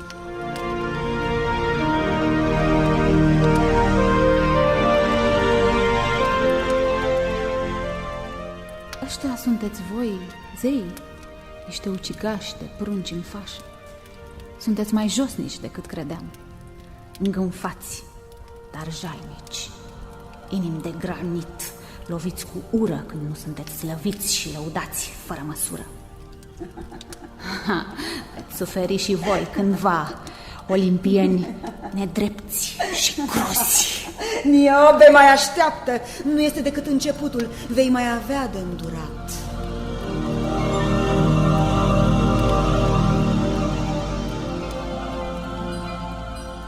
Artemis n-a mai așteptat și a țintit cu săgeata spre prima dintre copilele cernite. Fata a căzut, a urmat alta și apoi alta. Mai rămăsese doar cea mică și regina a căzut în genunchi rugătoare.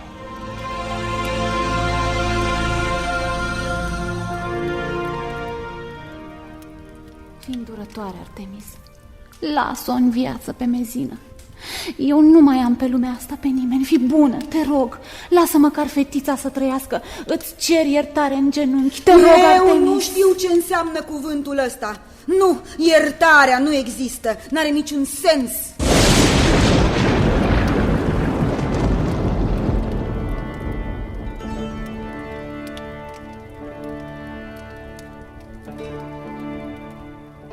Spun vechile legende eline că Niobe a rămas 9 zile încheiate, mută de durere, înconjurată de trupurile neînsuflețite ale copiilor ei, și a plâns până când i-au secat lacrimile.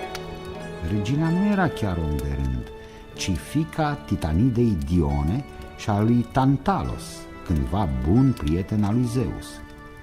Poate de aceea i s-a făcut milă olimpianului de Niobe și a preschimbat-o într-o stâncă.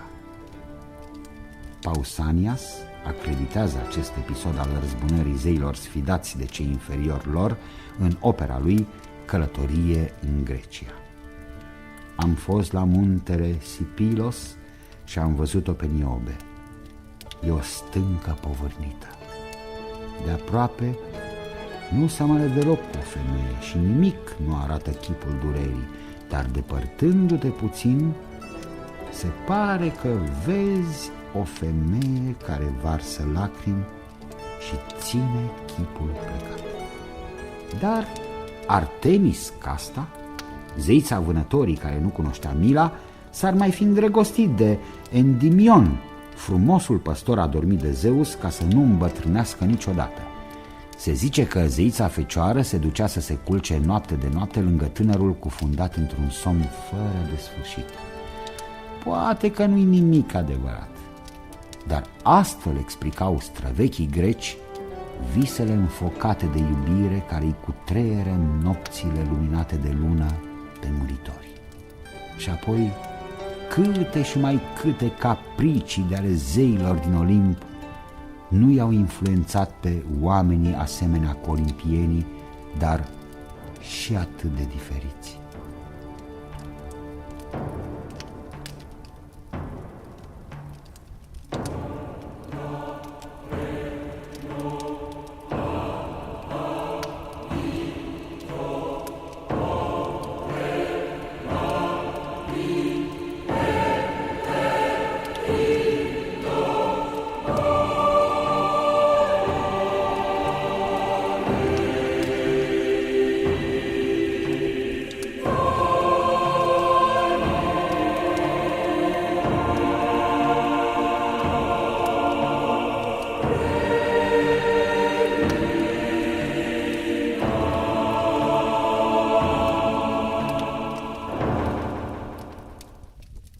Ați ascultat Zeii din Olimp, scenariu radiofonic de Sanda Socoliuc. Seria 8-a, Artemis, zeița vânătorii. Distribuția a fost următoarea: povestitorul Florian Pitiș, Artemis Irina Movilă, Zeus Mihai Niculescu, Orion Costel Cașcaval, Acteon Rareș Stoica, Hefaistos Nicolae Pomoje, Hera Lucia Mureșan, Apollo Ștefan Velniciuc, Niobe Anemarie Ziegler, Nimfele Petronela Stiopu, Andreea Păduraru, Violeta Berbiuc. Vocea Sorin Gheorghiu. Asistența tehnică Monica Wilhelm. Regia de studio Violeta Berbiuc. Regia muzicală George Marcu. Regia artistică Vasile Manta.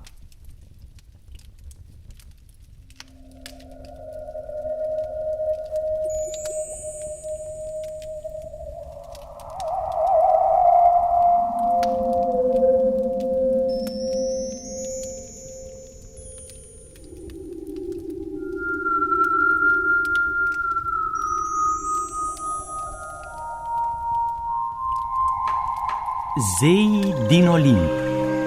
Scenariu radiofonic de Sanda Socoliuc.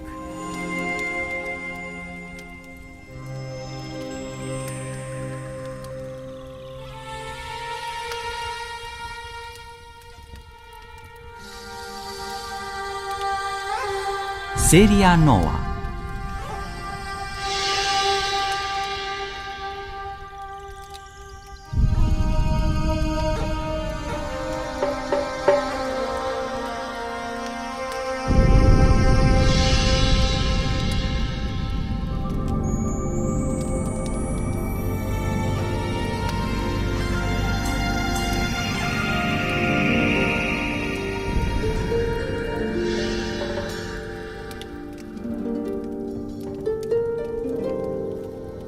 Din Zeus, cerul tată, și Leto, noptatica, s-au ivit doi zei foarte mândri, Artemis și Apollon. Insula stearpă unde Leto a izbutit să nască, prigonită fiind de Hera, cea cu marmoreene brațe, s-a luminat deodată și a înverzit. Pământul surâdea de bucurie. Munții au luat culoarea aurului și a purpurei, iar zeițele au scos un strigăt lung de încântare când s-a arătat pe lume acel prunc mai frumos decât lumina. Temis a coborât pe dată din Olimp și i-a adus cu mâinile nemuritoare nectarul și ambrozia. Apollo, strălucitorul, s-a desprins din scutecele mătăsoase cu feșe de aur și argint.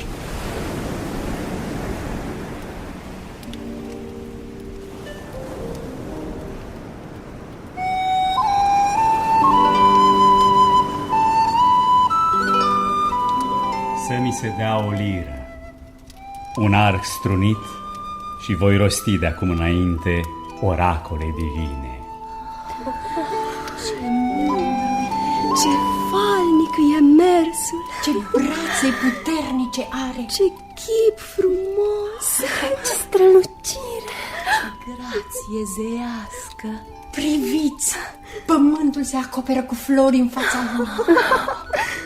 Eu sunt lumina și căldura, viața. Zeus, Augustul meu tată, m-a hărăzit să fiu zeul poeziei, muzicii și artelor. Eu sunt cel ce dezvăluie tainele viitorului. Mă recunoașteți? Spuneți! Da, Apollo! Ești măreț deși te-ai născut de curând. Ești mai frumos decât lumina însăși. Și insula de piatră seacă pe care ai venit pe lume se va numi de astăzi Delos.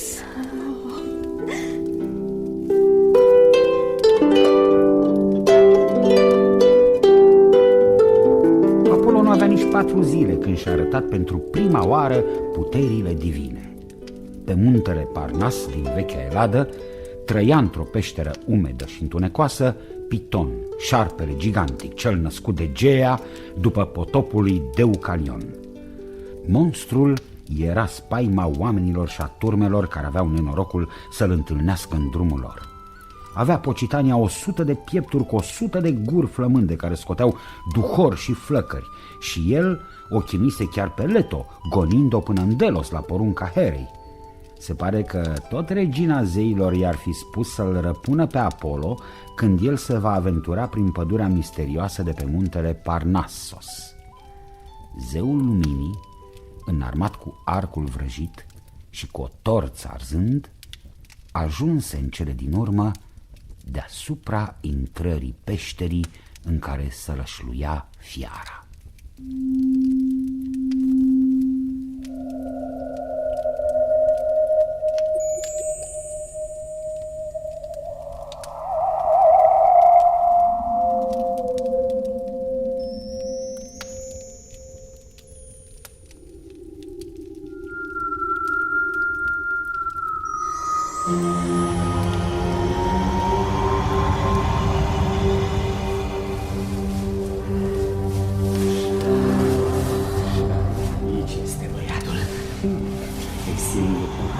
Sfărăitul, bine că doarme.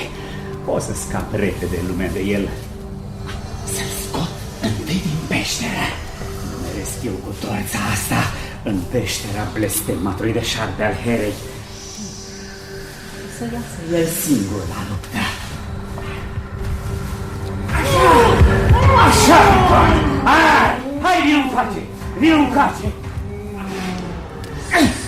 Îți plac săgețile făurite pentru mine de schilot? Că de faislos e un fierar de ispravă.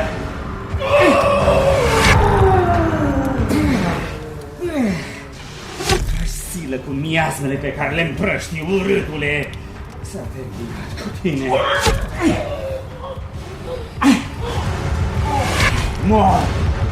Mor și trupul să-ți putrezească naștirile bucuroase din care te-a născut Gea. Aici se va ridica templul Delphi închinat mie. Va fi aici un oracol. Un oracol.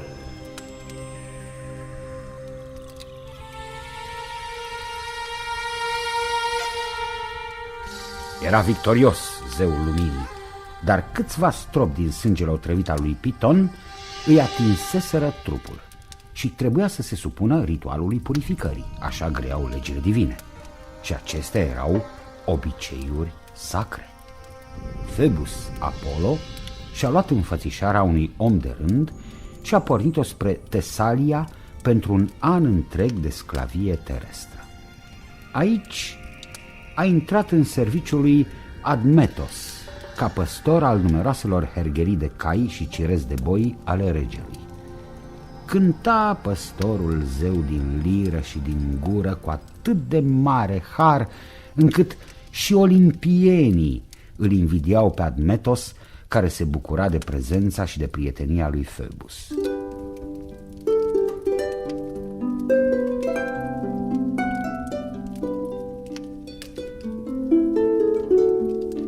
De ce ești tu trist, rege? Ești tânăr, ești puternic, ai tot ce-ți dorești. Mai ai pe mine în preajmă. Ce-ți lipsește oare? Apollo, strălucitorule, vreau, dar nu pot fi fericit, pentru că o iubesc pe Alcesta, fiica lui Pelias, regele din Iolcos. Iubirea nu are de ce să te întristeze, decât dacă fecioara nu te place. Dar chiar și atunci... Alcesta mă iubește. Tatăl ei, uzurpatorul și vicleanul Pelias, nu vrea să o dea drept soață decât celui care o va peți într-un somptuos car tras de 2 lei sălbatici. Numai atât dorește Pelias? El, care i-a luat tronul prin trădare fratelui său Eson, tatăl lui Iason? Deocamdată. Oricum eu nu pot înjuga la car 2 lei cumpliți sălbatici. Tu nu? Dar eu voi îmblânzi pentru tine lei din pustiu și Pelias nu va avea încotro. Ți-o va da de soție pe aleasa inimii tale. E bine să ai un prieten și acela să fie zeu. Pelias i-a dat lui Admetos mâna fetei, dar în noaptea anunții regele a găsit camera în care l-aștepta cu drag Alcesta, plină de șerpi veninoși, cu limbile despicate.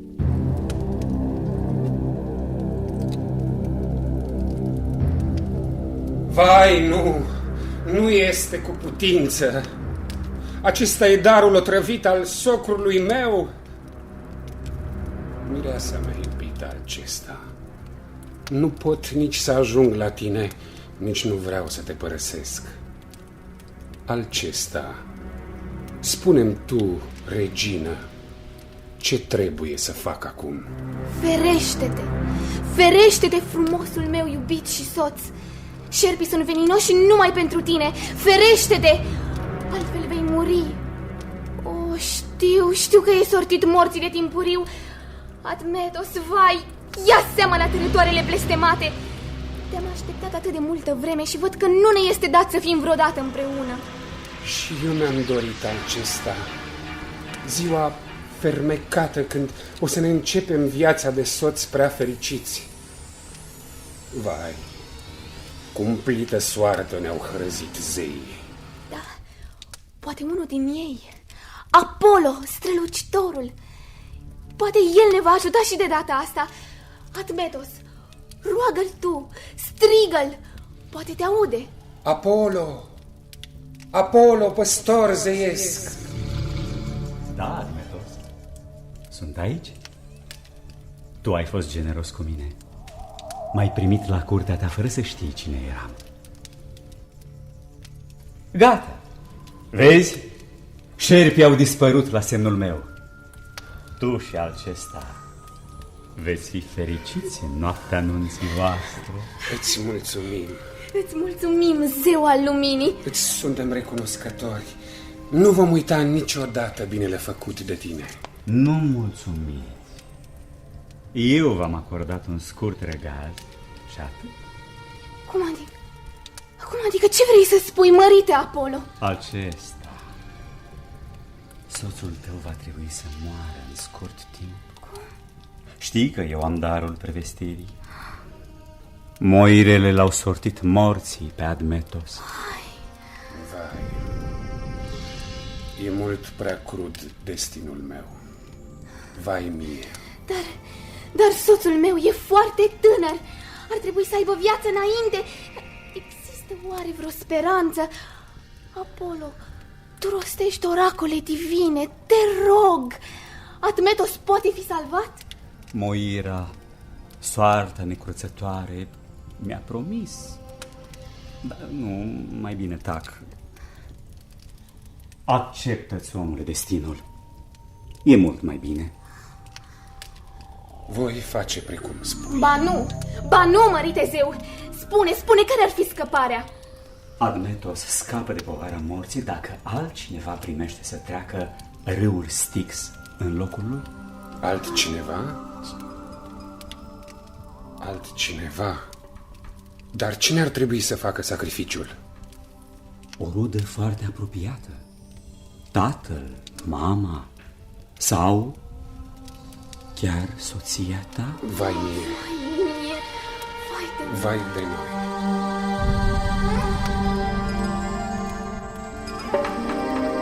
Era o singură Moiră, cum afirmă Homer Orbul, sau erau 3 zeițele destinului, după cum spunea Hesiod? Nu se știe prea bine, dar când repede de tot a fost tors firul vieții lui Admetos, mama și tatăl său, deși erau gârboviți de ani mulți, au refuzat să treacă pe tărâmul morții în locul fiului lor. Acesta, iubitoarea, s-a sacrificat de bunăvoie și a coborât în mormântul rece. Zeii din Olimp i-au răsplătit devotamentul și au readus-o la lumină, lăsând-o să trăiască alături de soțul ei până la adânci bătrâneți. Apollo, Delianul, nu fusese nici el străin de fericitul deznodământ. Dar nimic din ce e omenesc nu era ocolit de zeii falnici din Olimp. De ce ar fi evitat iubirea, desfătările amoroase, Phoebus? Undeva în Tesalia a zărit-o într-o zi pe Dafne, fiica râului Peneu.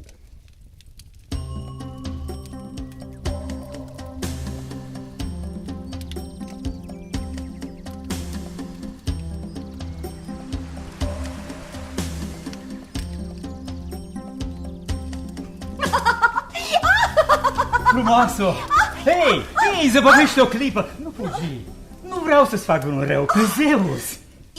Ești Zeus? Atunci plec. Nu stau de vorbă cu tine. Știu eu ce mă așteaptă. Nu, copilă, nu sunt Zeus! Nu? Îmi spui cum te cheamă? Dafne, e bine? Dafne. Eu sunt adoratoarea lui Artemis, prea frumoasa zeița vânătorii. Ai jurat să rămâi fecioară castă? Da. Mare greșeală ai făcut, copilă dulce. Nu este treaba ta, străine. O să-mi respect până la moarte jurământul. Nu fugi, Dafne! Inima mea se topește de dragoste pentru tine. Sunt zeu și te iubesc. Eu sunt Apollo Phoebus. Ți-am spus, eu sunt jurată lui Artemis. Ai milă, Dafne. Stai o clipă, privește-mă. Nu sunt un muritor grosolan. Zeul luminii sunt. Sunt cel mai scusit cântăreț din liră. Ocrotesc artele și pot vedea departe în viitor. Nu! Lasă că te prind eu până la urmă. Nu te vreau, străine, nu te vreau. Nici dacă ești Apollo. Nu voi vrea nici când pe nimeni. O, Gea, mamă glie, deschide-te. Primește-mă la sânul tău. Dafne! Pământule iubit, ajută-mă! Ce faci? Salvează-mă de rușinea asta! Dafne, taci!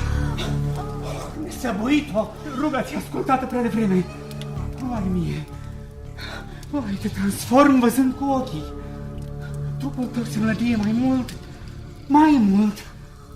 Te schimbi în arbore. Oh, nu e drept! Dafne,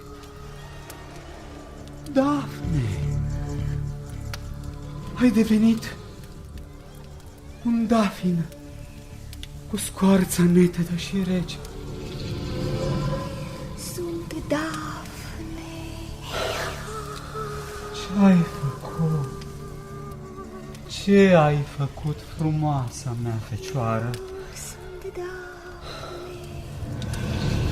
Te-aș fi lăsat în pace de știam. Simt prin trunchiul înghețat inima fierbinte. Inima mea va îngheța. Câtă viață netrăită!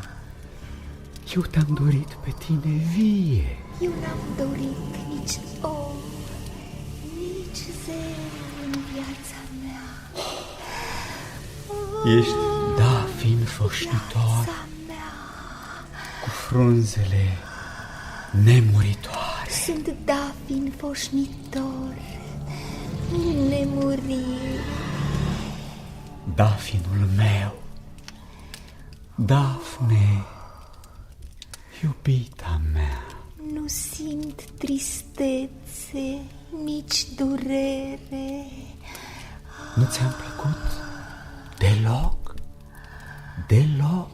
Deloc, deloc. Nici aurora nu iubește luminatarea soarelui în miezul zilei. Vei vrea să fii arborele meu sfânt, nimfă dragă. Apollo, pot fi ce vrei de acum înainte. Vei fi cununa pletelor mele lungi. Voi fi. Vei fi podoaba vitejilor războinici. Da, viteji. Vei înconjura fruntea augustă a poeților. O, a poeților. Și a îndrăgostiților de-a pururi. De-a pururi. Vei fi a mea întotdeauna. Da. Întotdeauna.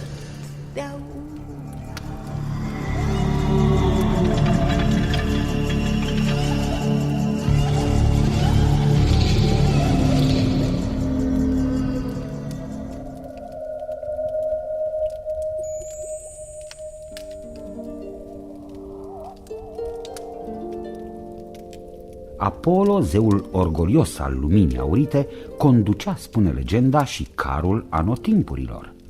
Odată cu venirea verii, soarele începea să ardă câmpurile și florile se uscau.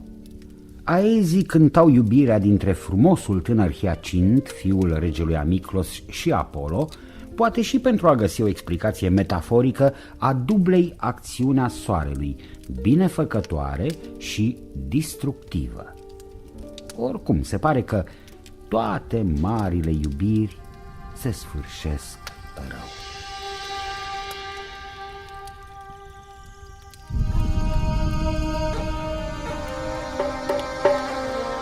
Divinule Apollo, e adevărat ce spui? Mă iubești mult, mult de tot? Mai mult decât mă iubesc pe mine însumi, te îndrăgesc pe tine, Hiacint, lumina mea. Și nu mă vei părăsi pentru nimic în lume? Copil naiv, pentru nimic și nimeni, nici din Olimp, nici de pe pământul darnic. Atunci vrei să ne plimbăm pe malurile înflorite ale râului Eurotas, ca și ieri? Da. Da, băiatule frumos, cum nu există altul. Da, vom cutreiera de-a lungul apei și apoi vom face și alte exerciții de aruncare a discului. Sau te-ai săturat de exercițiile astea? Nu, cum poți crede așa ceva? Îmi prind bine, am devenit mult mai îndemânatic în ultimul timp. Ai observat, Phoebus Apollo? Dragul meu, Hiacint, ești desăvârșit. Și ești bun și frumos. Atât de frumos. Ca tine nu voi fi niciodată, nici frumos, nici talentat la liră, nici priceput la aruncarea discului. Lasă astfel de gânduri. Hai, bucură-te de viața ta alături de mine. Eu te iubesc nespus de mult. Nu-ți ajunge dragostea mea? Ia spune. Ba da, poate doar dragostea mea pentru tine o depășește pe a ta. Bine, lasă. Uite, am ajuns. Da. Hai să aruncăm cu discul, da? Uite, aruncă-l tu întâi, să văd dacă n-ai uitat ce te-am învățat ieri. Bine. Hai. Să-mi iau avânt, așa, să mă învârtesc. Da, da.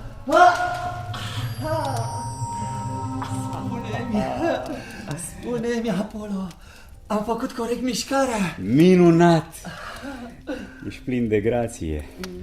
Da, ești foarte grațios. Uite, fii atent. Hai, ferește-te. Da. Acum e rândul meu. Îndepărtează-te, da? Așa. Așa, fii atent. Acum! Nu! Chiacin, te-am lovit!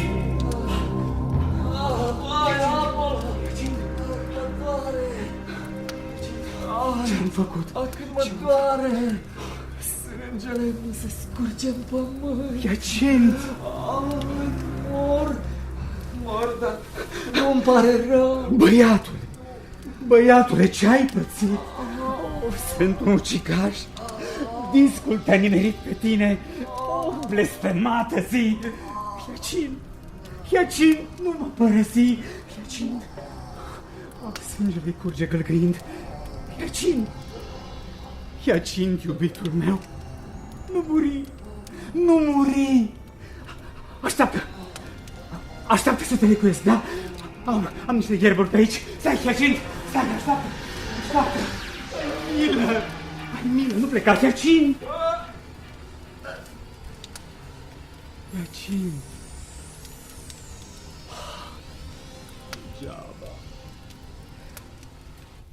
Degeaba. Ți-am secerat cu mâna mea veselă tinerețe. Știu. Moira soardă-i de vină. Viața mea ți-aș da-o ție. Sau aș vrea să te urmez în moarte. Nu pot. Sunt zeu. Chiacin, o să te fac pe tine nemuritor ca mine. Vei fi o prea frumoasă floare. Mereu când primăvara va lua locul iernii, tu, Chiacin, vei renaște, vei înflori din nou.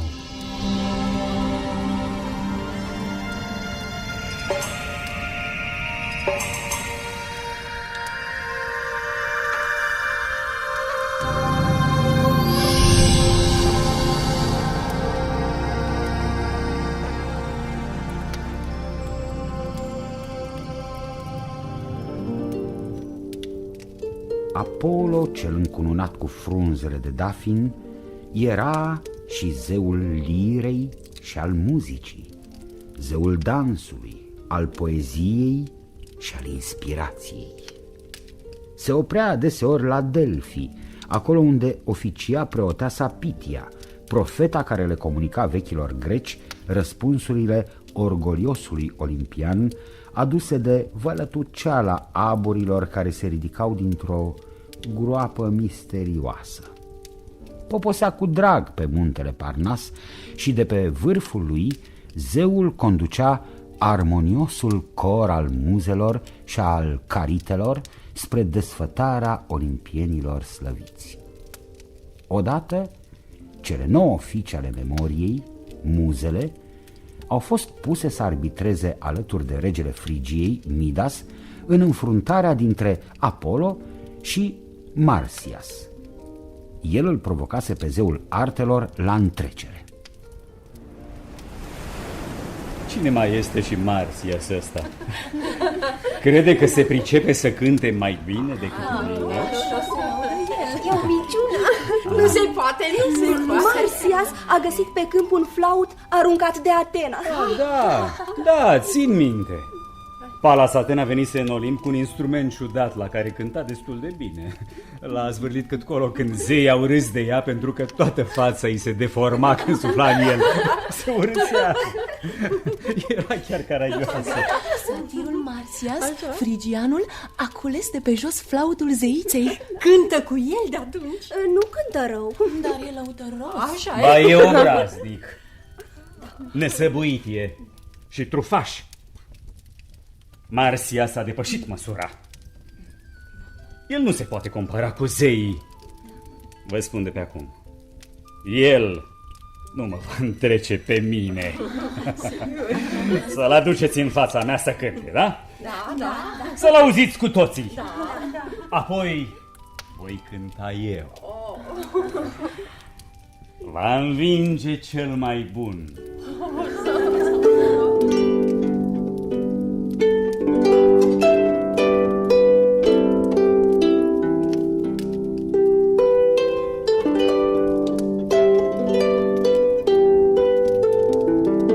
Concursul nu a fost prea simplu. Legendele eline spun că lupta a fost strânsă. Marsias a cântat la flaut mai frumos decât se așteptase zeul. Regele Midas, unul dintre arbitri, fusese gata să-i acorde laurii satirului care le încântase tuturor auzul. Atunci, Apollo a început să cânte și din gură, acompaniindu-se cu lira lui divină. Marsias însuși s-a declarat învins. Apollo l-a legat de un pin și l-a jupuit de viu, iar pe regele Midas l-a pedepsit pentru lipsa lui de pricepere muzicală, făcând să-i crească pe cap niște urechi lungi și păroase de măgar.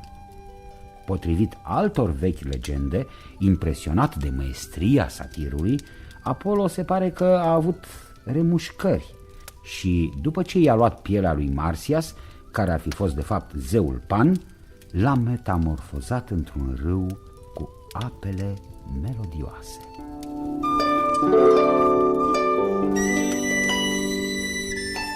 Totuși cânta dulce din flaut satirul. Ce spuneți, muzelor? Am fost nedrept? Nu, Apollo, tu ești zeu, tu ești strălucitorul. L-ai întrecut prin măestria pe care nimeni nu ți-o poate contesta. Da, cred, deși am auzit că Marsias și-a salvat cândva prin cântarea lui divină țara. I-a izgonit cu flautul pe dușman. Se poate, se prea poate, dar acum e bine. Satirul va rămâne pe veci în țara frigiană pe care a iubit-o.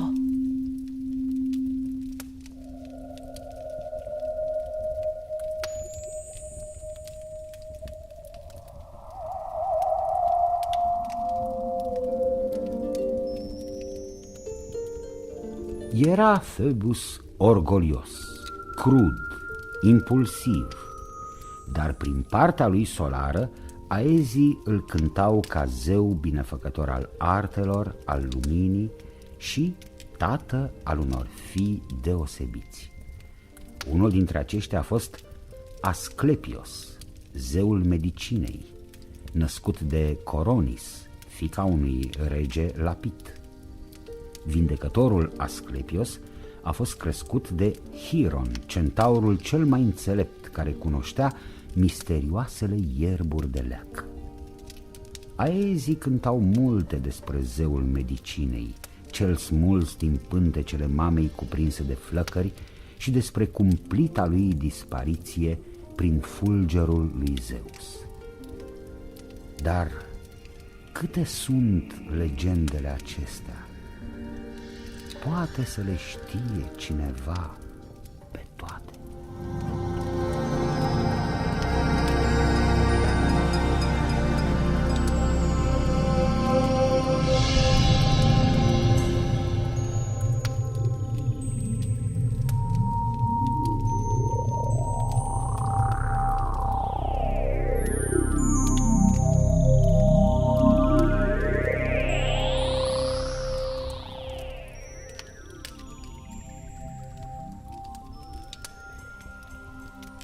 Ați ascultat Zeii din Olimp Scenariu radiofonic de Sanda Socoliuc. Seria nouă. Distribuția a fost următoarea: povestitorul Florian Pitiș, Apollo Ștefan Velniciuc, Dafne Janin Stavarache, Admetos Orodel Olaru, Alcesta Oana Răsuceanu, Zeițele Andreea Păduraru, Selina Repedea, Violeta Berbiuc, Petronela Stiopu. Regia de studio Violeta Berbiuc. Coloana sonoră și regia artistică Vasile Manta.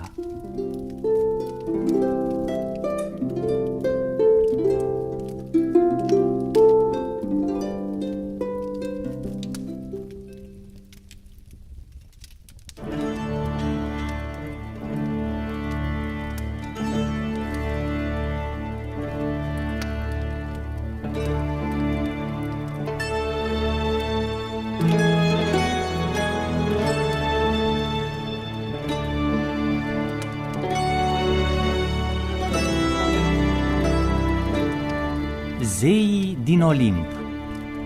Scenariu radiofonic de Sanda Socoliuc.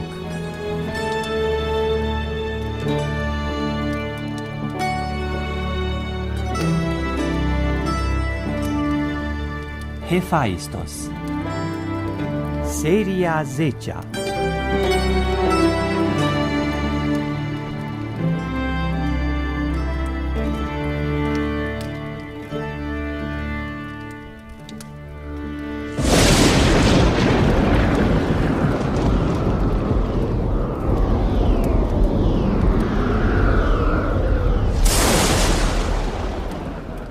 E prea urât, nu-mi place. Zeus, numai tu ești de vină cu fulgerele tale groaznice. De-aia a ieșit strâmb ciudat. Vorbești prostii, Hera. Ce cusur au fulgerele mele? Tu ești vinovată că ai ieșit în halul ăsta. Tu l-ai purtat în pântec. Poate e numai fiul tău. Rușine să-ți fie, Zeus. Eu nu te-am înșelat niciodată. Tu însă ți-ai făcut de cap. Hera, lasă, ce atâta vorbă? E fiul nostru, e băiat. O să-i găsim un rost în tot Olimpul. Nu înțelegi, nu-l vreau. Nu-mi place deloc pruncul ăsta. Toți zeii vor râde când îl vor vedea și îl vor porecli în fel și chip. Parcă-i aud batjocorindu-l și punându-i piedici ca să dea cu nasul de pământ. Păi da, are picioarele cam slabe, dar e bine făcut în rest. Las-o baltă! Nu-l vreau! Nu mă interesează copilul ăsta șchiop, urât. M-are nervat să-l văd mereu târându-se prin palat. Hera! Potolește-te! Lasă copilul din brațe, unde-l duci? Nicăieri pleacă singur. Uite ce frumos cade spre pământ. Hera!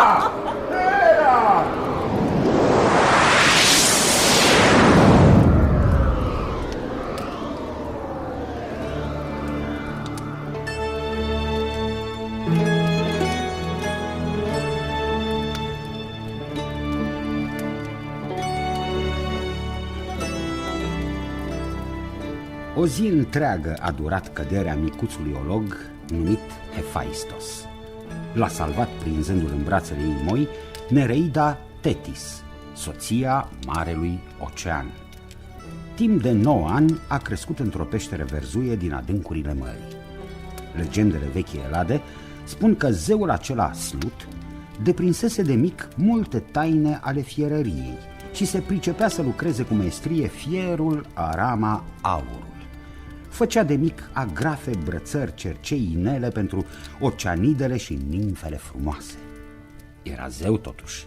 De aceea se întoarse într-o zi în Olimpul falnic, unde și avea locul de drept. A nimerit în plină ceartă, vai, că-și dese erau răfuierile iscate între auguștii săi părinți.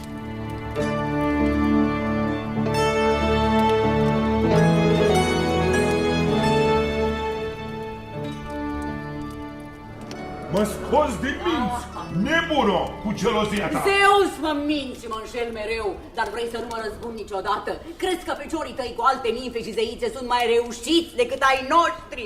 Când te aud vorbind cu atâta răutate, mi se face milă și de pruncul pe care l-am lăsat să cadă pe pământ cândva. Acum Hephaistos a devenit mare meșter, făurește podoabe și arme ca nimeni altul, nici dacă are picioarele scurte și strâmbe. Oricum, eu l-am hărăzit să fie zeul meșteșugurilor. Are un loc asigurat printre zeii cei mari. Da. Dar cine e acolo, în pragul ușii? Vorbeam de lup și Hephaistos hălăduia prin preajma noastră fără să știm. De unde ai apărut, băiete? Credeam că nu o să mă recunoști, slăvite tată. Eu văd totul, știu totul. Sunt cel mai mare dintre zeii olimpieni. Iar eu sunt Hephaistos, fiul vostru. Mamă, Hera, eu te iubesc oricum, chiar dacă tu ai vrut să scapi de mine. Poate că într-un fel mi-a folosit, să știi. Ia uite, ești și generos, micuță-și Ghiop. Mamă, tu ești frumoasă, ești bună. Eu sunt schilot nereușit, dar nu o să te necăjezi niciodată, așa cum te supără Zeus, mai marele peste zei, tatăl meu. Acum sunt mare și eu. Hera are nevoie de cineva care să ia apărarea.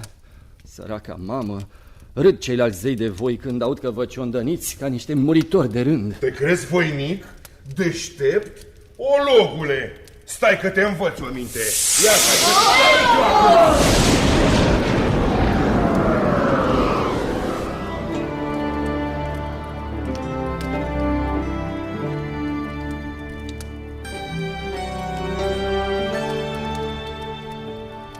Pentru a doua oară se văzu Hephaistos căzând din Olimpul înconjurat cu nori de aur, spun legendele vechi Elade. De data asta, însuși furiosul stăpân al fulgerelor îl apucă de un picior și l-a zvârlit fără milă din cerurile înalte. Avea destule beteșuguri bietul zeu și era învățat cu cruzimea auguștilor lui părinți. Acum știa să se ferească în cădere, așa că ajunse doar puțin zdruncinat în insula Lemnos și, resemnat, se puse temeinic pe treabă. Își luă ca ajutor un pitic numit Chedalion. Fierăria din Lemnos era construită din aramă cu 20 de coșuri fumegânde și acolo Hephaistos începu să făurească tot felul de minunății. Primii care se foloseau și se bucurau de rezultatele muncii lui erau toți zeii din Olimp.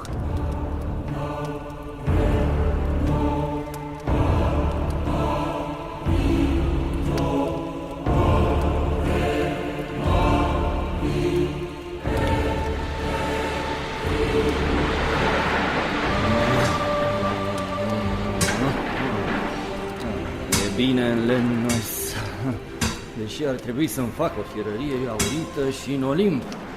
Am dreptul prin nașterea mea ilustră, dar nefericit, vai.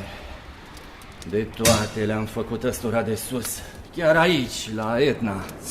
Lui Zeus, fulgerele orbitoare, Pandorei, lădița, cutia cu care i-a zăpăcit pe pământeni, tot eu am făurit-o.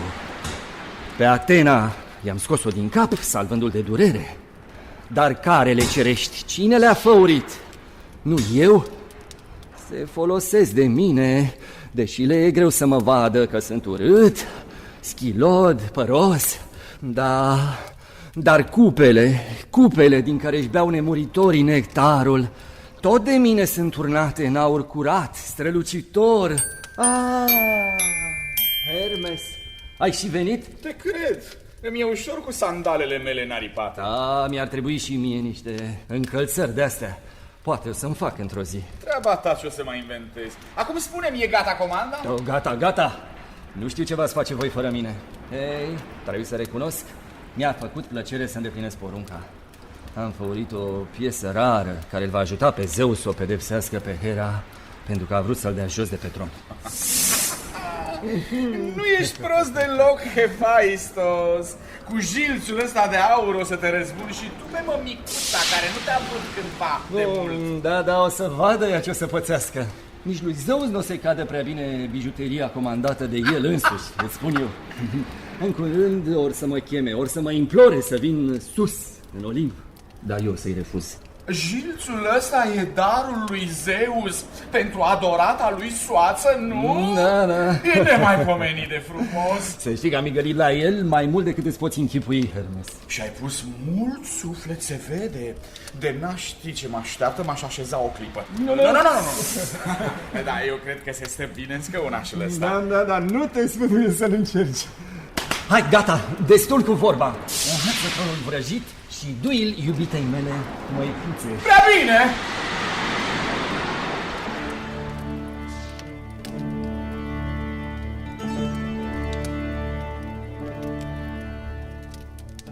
Legendele vechi Elade spun că tronul de aur a fost de fapt darul lui Hephaistos, răzbunarea lui de copil nedorit.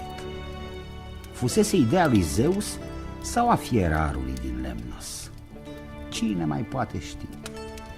Stăpâna Olimpului, încântată de prețiosul Jilț, se așezase de îndată maestoasă ca o regină ce era. Se simțea ca în puf, liniștită, fericită, mai puternică decât oricând. Când a dat să se ridice din nou în picioare, n-a mai reușit să schițeze niciun gest.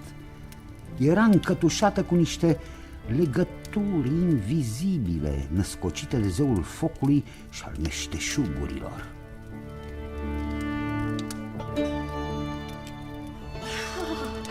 Ce frumusețe! Vreau să mă ridic din Jilț și nu pot. Ce-i prostia asta, Zeus?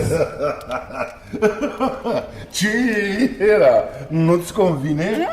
Nu ești tu oare regina reginelor? Nu vreau să fiu prizoniera unui scaun. Eliberează-mă imediat. Eu? Habar n-am care e vraja. Acum îmi dau seama că ar fi trebuit să-l întreb pe Hephaistos cum se deschide mecanismul nevăzut. Este o altă născoceală de-a șchiopului, dintre acelea pe care nu le poate înțelege nimeni. Numai el se pricepe să te dezlege, dacă o vrea. Dacă nu, nu-i nimic. Te odihnești și tu o vreme.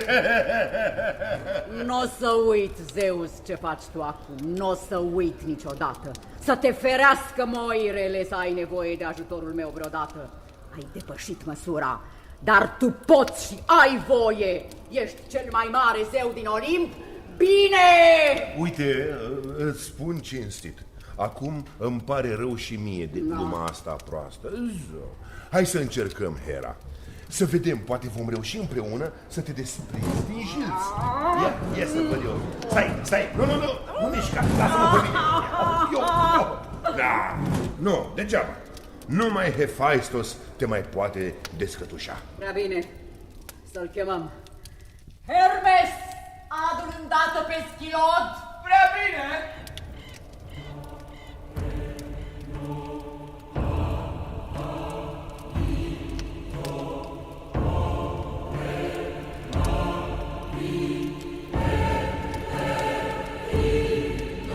Surd și mut la chemările zești, Hephaistos nu a vrut la început să vină în Olimpul falnic pentru a o elibera pe Hera din legăturile invizibile inventate de el.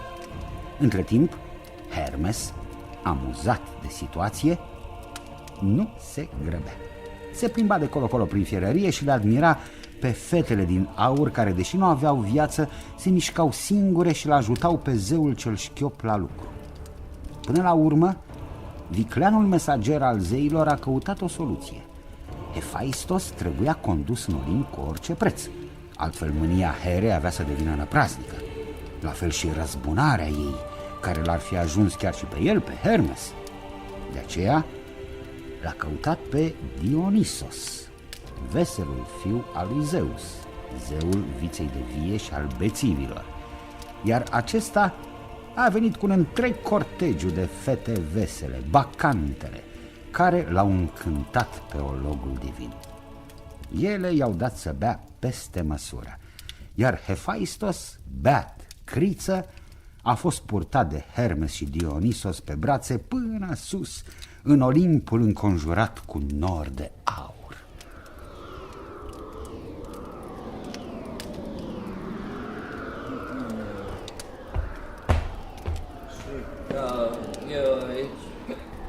Unde sunt fulgele mele? Cine mi le-a ascuns pe fetele de aur, cârjele mele iubite?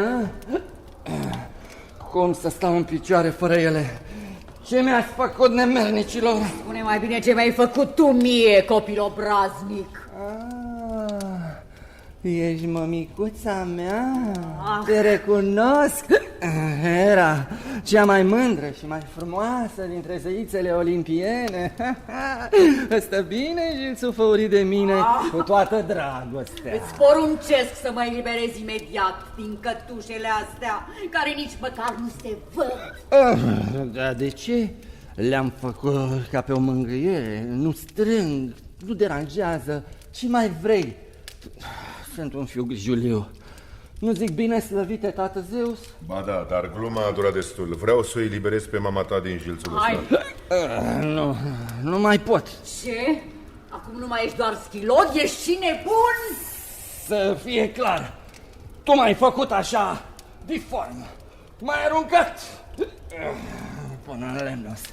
Nebun nu sunt, dar mă simt bine.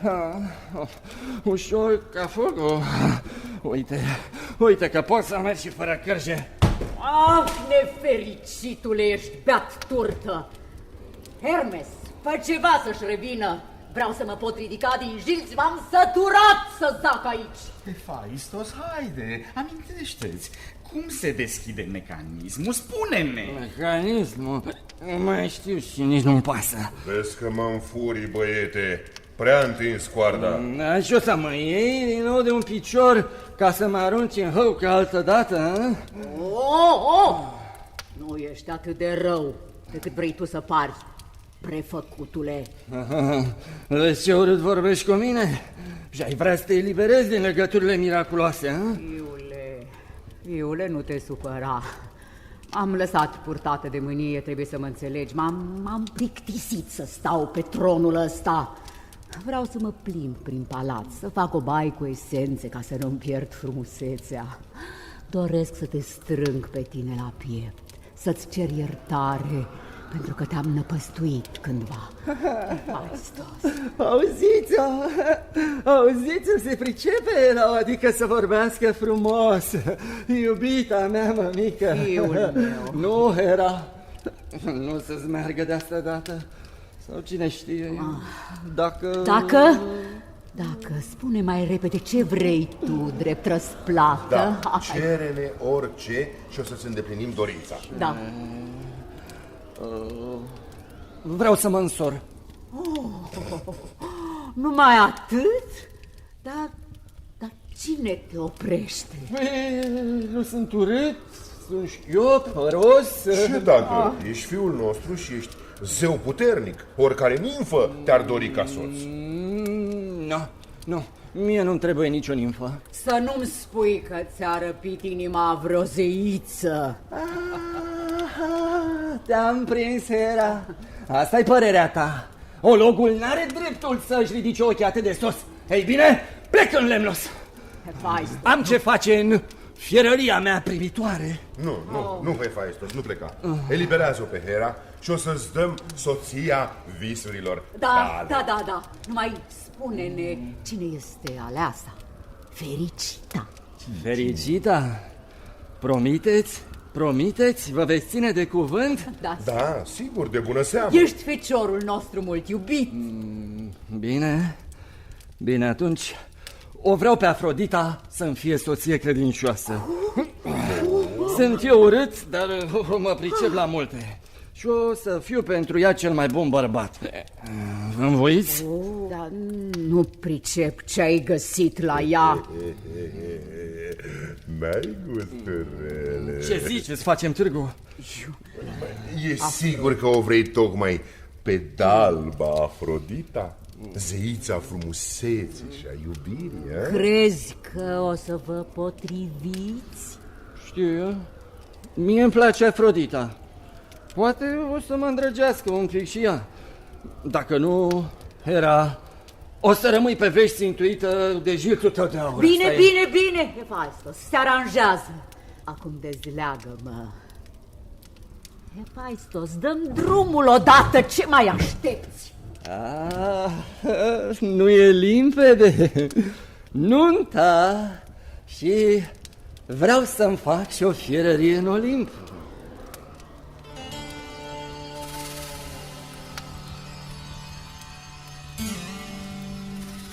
Spun vechile legende că astfel s-au unit munca și frumusețea, Hefaistos și Afrodita, încântătoarea zeiță a iubirii.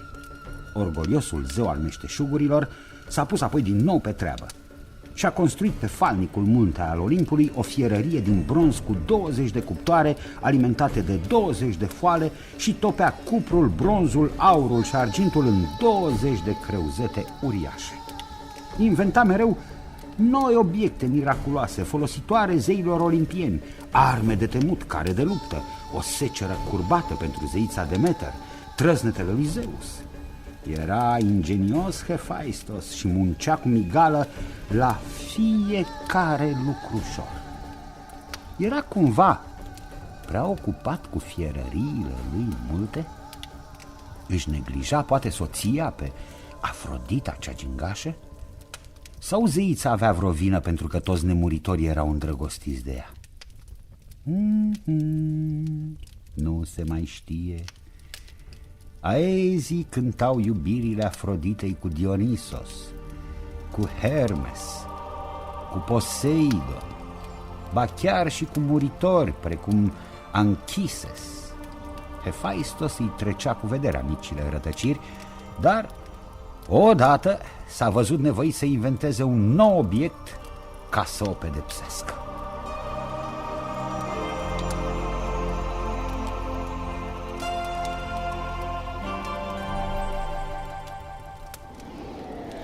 Hermes, tu ce părere ai despre Ares, zeul războiului? Eu nu am nicio părere. Pur și simplu nu-mi pasă de el. Face mereu ce-l taie capul și fie vorba între noi, nu-l dă afară din palat deșteptăciunea. Eu nu de asta te întrebam. Deși ți-e frate bun, nu semănați deloc. Dar să nu-i spui ce zic. Nu. Nu are pic de înțelepciune, stârnește ceartă peste tot pe unde merge. Mă rog, e treaba lui. Dar n-ai văzut ceva, cumva? Poate-i face curte soțioarei mele? Nu cred. Ea ți este credincioasă. Nici mie nu-mi vine să cred că Afrodita îi face ochi dulci lui Ares. Cum s-ar putea să-i placă ei un prost și un leneș, un bătăuș cărtitor ca frate? Poate mi s-a părut, nu? Poate. Ba nu? Nu, am văzut bine. Am experiență, o cunosc. Îl place pe spătos. În plus, de ce m-am întâlnit de câteva ori cu Ares prin preajma fierăriei, tocmai când mă întorceam acasă? Dar o simplă întâmplare, cred. Nu-ți face gânduri negre Hefaistos, n-are rost. Ba, are. Uite, o să stau ascuns după stânca asta până să mă lămuresc dacă Ares vine sau nu la soțioara mea iubită. Și ce o să faci dacă vine? Uite că vine. Vâră-te în codlonul ăsta. Îl vezi? Uite-l. Și dacă îl văd ce? Nu înseamnă nimic. Poate că are treabă prin împrejurimi. Treabă prin împrejurimi? Ce fel de treabă când fierăria mea e chiar la marginea Olimpului, unde nu calcă aproape nimeni? A intrat în fierărie, uite, vezi? Și Afrodita a rămas acasă. La Afrodita a venit. Știe că eu am mult de lucru la atelierul meu din Lemnos. Frumoasa mea soție mă înșală. Oricum nu ai nicio dovadă. Și mă tem că nu o să-i prinzi asupra faptului niciodată. Nu poți zice nimic până nu-i vezi cu ochii tăi. Da. O să-i văd în curând. N-avea tu grijă. O să-i vedeți cu toții. Te asigur. Plină de surprize și momente picante era viața marilor zei din Olimp. Se mai certau, se împăcau, își făceau farse, benchetuiau și toate capriciile lor produceau schimbări pe pământul locuit de muritori. Se făcea noapte în plină zi, sau Zeus tuna și fulgera fără să plouă. Venea câte o vijelie din senin, sau astrul luminos al zilei începea să pârjolească dintr-o dată câmpiile mănoase. Nu se mai știe în ce fel au resimțit pământenii ziua în care Hefaistos s-a ținut de cuvânt. dar în Olimp a fost zarvă mare.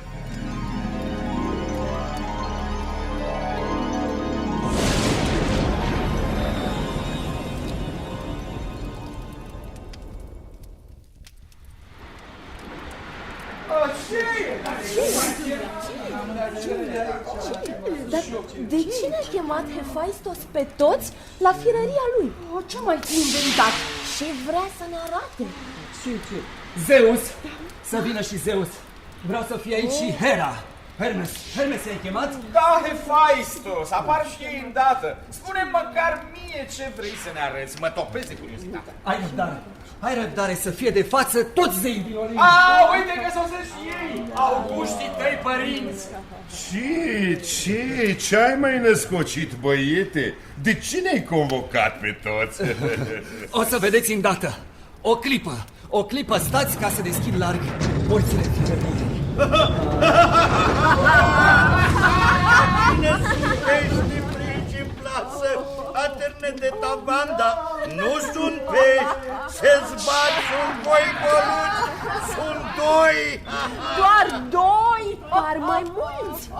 Cum or sta suspendați? Ochiurile plasei nici nu se văd. Afrodita se vede chiar prea bine.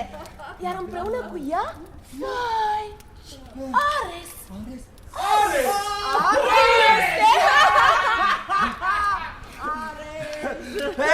Ce ziceți? Vă place acest spectacol? Da, frumos, bună surpriză, frumoasă glumă. Pentru voi o fi glumă, nu și în ceea ce mă privește pe mine. Uitați-vă la ei, striviți-i cu disprețul vostru. Sunt niște blestemați. Afrodita mă înșală de multă vreme, sunt convins. Merită să-i fac rușine asta. Urât din partea lor. Rușine să le fie. Săracul Hephaistos, ce băiat bun și muncitor. Eu unul aș schimba locul cu Ares. Ce n-aș da să fiu Ares. Îl invidiez ferice de el. Bravo, Ares!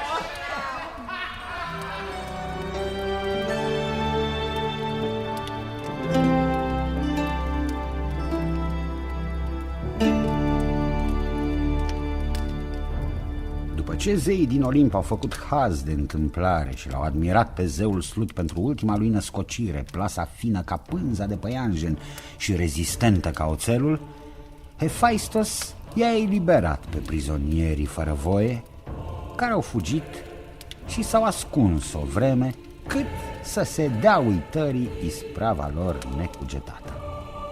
Spun legendele eline că povestea de iubire dintre Ares și Afrodita începuse de mult, cu daruri bogate pe care războinicul zeu îi le făcea Afroditei încă dinaintea căsătoriei.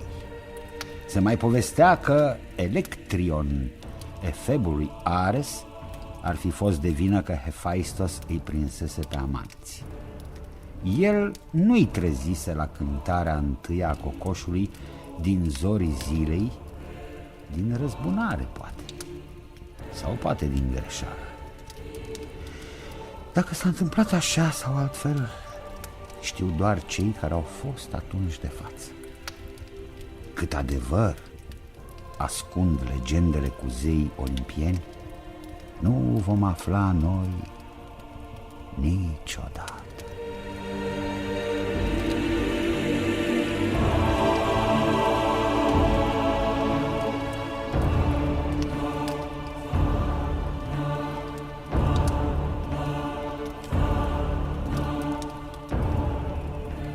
Ați ascultat Zeii din Olimp, scenariu radiofonic de Sanda Sopoliuc.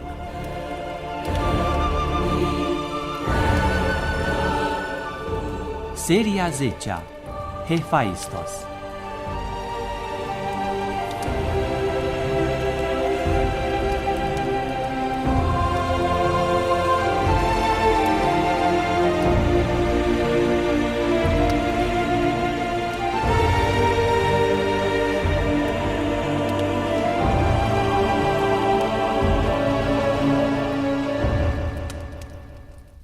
Distribuția a fost următoarea: povestitorul Florian Pitiș, Hera Lucia Mureșan.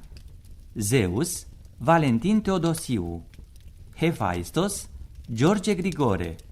Hermes, Mircea Constantinescu.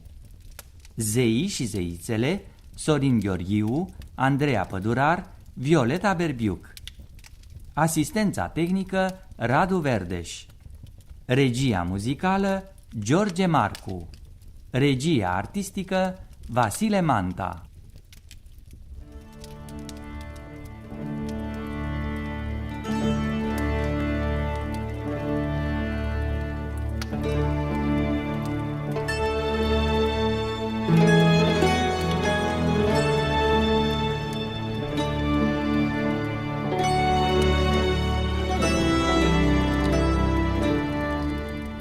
Zeii din Olimp. Scenariu radiofonic de Sanda Socoliuc.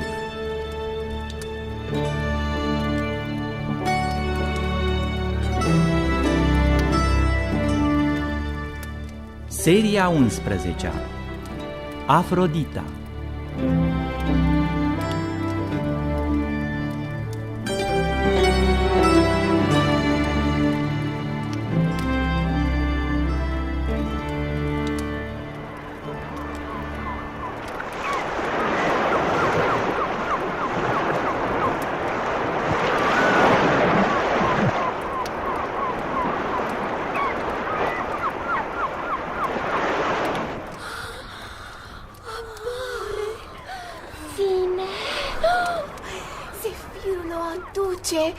O poartă spre noi. Dar încă nu se vede. Este închisă în scoica si de fată. Ah, cât de frumoasă! Zeița născută din spuma mării. Nu doar din spuma mării. Ați uitat cum a venit pe lume divina Afrodita? Când Uranus a fost lovit în pântec de fiul lui Cronos, s-a scurs puțin din seva vieții bătrânului zeu în mare. Spuma cea albă s-a preschimbat într-o surâzătoare creatură. Aici, în binecuvântata insulă Cipru, s-a născut zeița dragostei. În Cipru, la Pafos, Afrodita își are crângul și aromatul ei altar. Priviți! Acum se va deschide scoica si de fie. Apare! Ea e! Fermecătoarea, sucitoarea de minți a zeilor și a muritorilor, deopotrivă.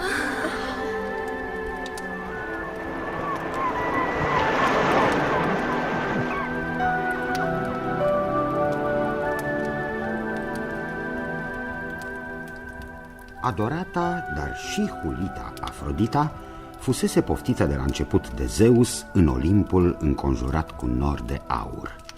Când pășea, sub picioarele ei delicate creșteau flori multicolore. Mai marele olimpienilor o hărăzise să fie zeița frumuseții și a dragostei, prin vraja ei să înrobească inimile tuturor. Carul divin care o purta prin lume era tras de 2 porumbei. Toți zeii erau subjugați de grația și de surâsul ei divin. Toți o doreau și îi făceau curte. Mulți cădeau pradă și unor iubiri necuvenite sau necuvincioase și atunci era de vină Afrodita, tulburătoarea de inimi. Zeus însuși, mânat de patimile sădite de zeița iubirii, călcase strâmb adeseori. Înfuriat, o pedepsi cândva să se îndrăgostească de un simplu muritor.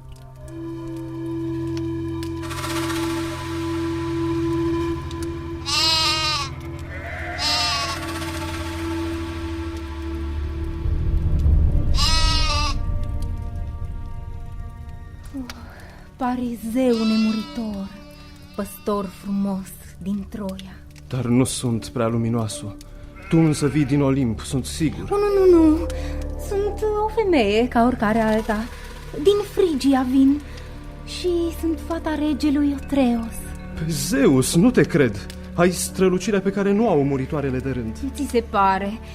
Poate mă placi și tu pe mine așa cum te plac eu din prima clipă.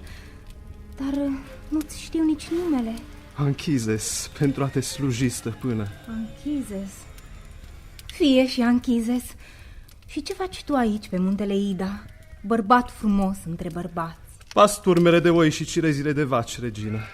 Pe mine m-a purtat până la tine Hermes Argicidul, cel care poartă în mână mielușa de aur. Mi-a spus că sunt sortită să-ți fiu soție bună, să-ți fac fecior de seamă. Dar nu știai nici cum mă cheamă. Și acum spui că mesagerul zeilor te-a adus la mine? Nu e treabă curată, femeie. Cum? Nu mă crezi? Anchizes, nu vezi în ochii mei iubirea? Nu prea, nu știu dacă nu ești zeiță. Vai, dar ești plină de farmec, frumoasă ca în visele de taine ale oricărui muritor. Dacă mă vrei, sunt gata să-ți fiu soț legiuit. M-aș învoi oricând să te aduc în patul meu, chiar de voi fi pedepsit, apoi să pierd sau să plătesc scump prețul iubirii noastre.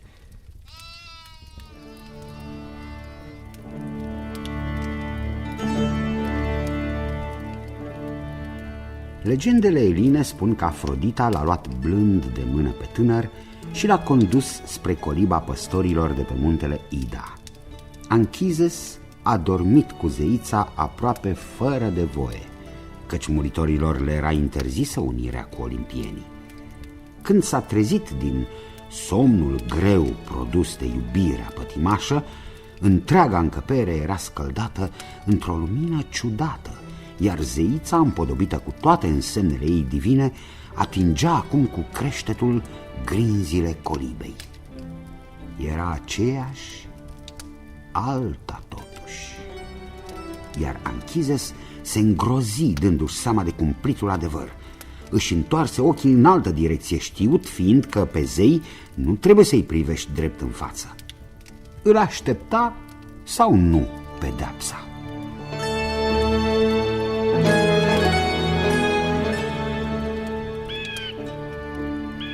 Îndură-te de mine, puternică zeiță, în numele lui Zeus, lasă-mă să trăiesc. Anchizes, n-ai a te teme pentru viața ta acum. Ce s-a întâmplat, s-a întâmplat.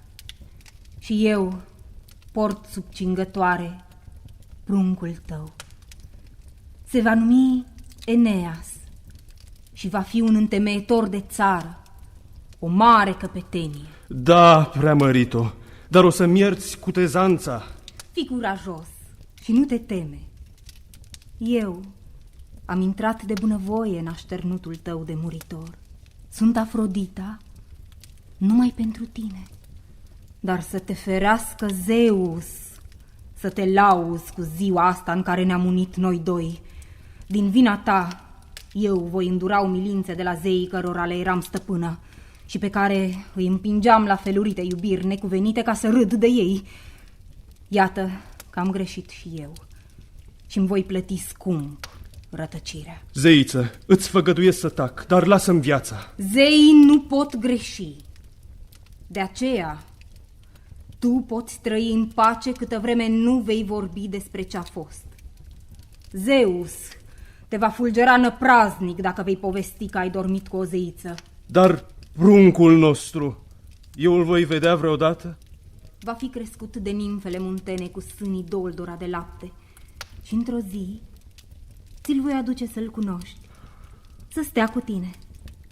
Iar tu vei spune că ți l-a născut o nimfă fragedă ca trandafirul.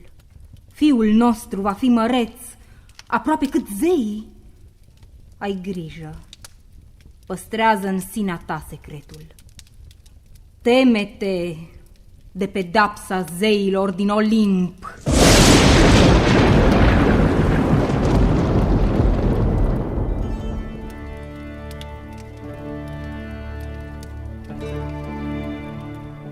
Aezii povesteau că după aceste zise, Afrodita și-a chemat horele și caritele, cortegiul vesel, și a pornit-o iar prin lume în carul ei divin purtat de porumbițe albe, avându-l alături pe micul Eros, cel cu aripioare de aur, fiul ei cu Ares, zeul crud al războiului.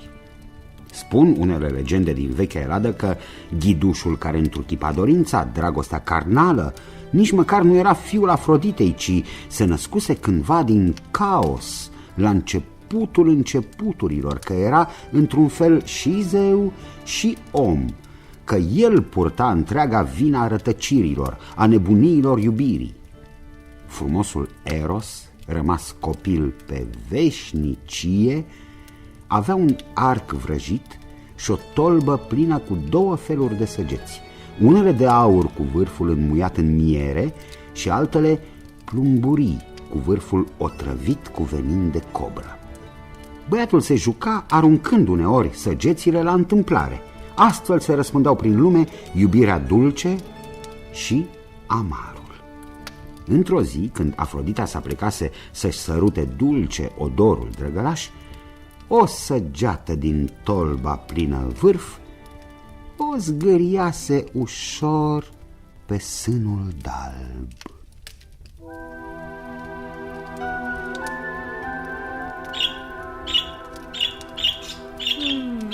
Cine e oare tânărul care se apropie? Parcă-l cunosc de o viață. Simt un fior mai dulce ca oricând. Ce-i asta? Ce e Eros? Nu mai râde prostește, încetează cu chicotelile. Am treabă.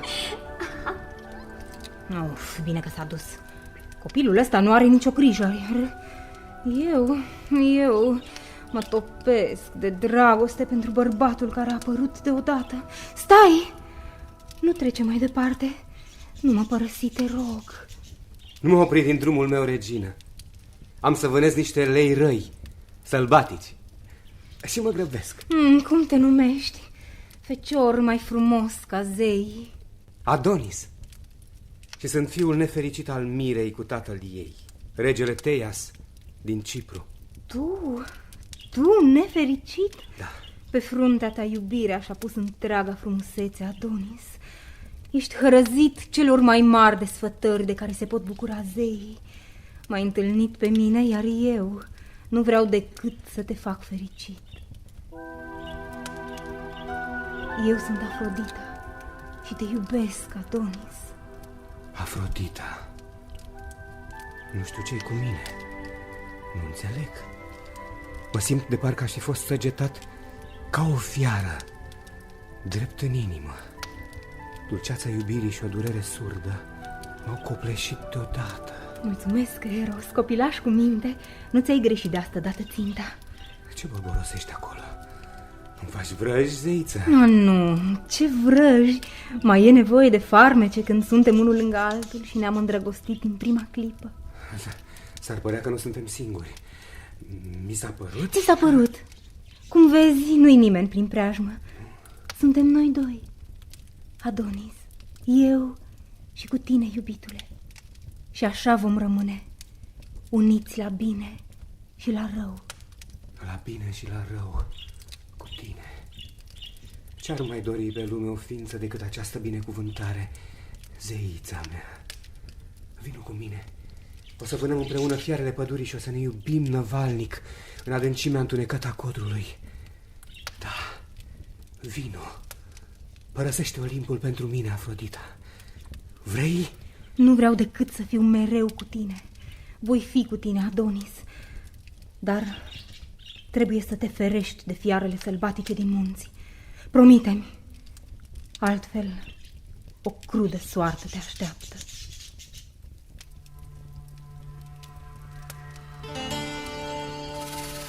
Spun unele legende că Adonis ar fi fost chiar fiul Afroditei și că zeița îl iubea cu o dragoste vinovată.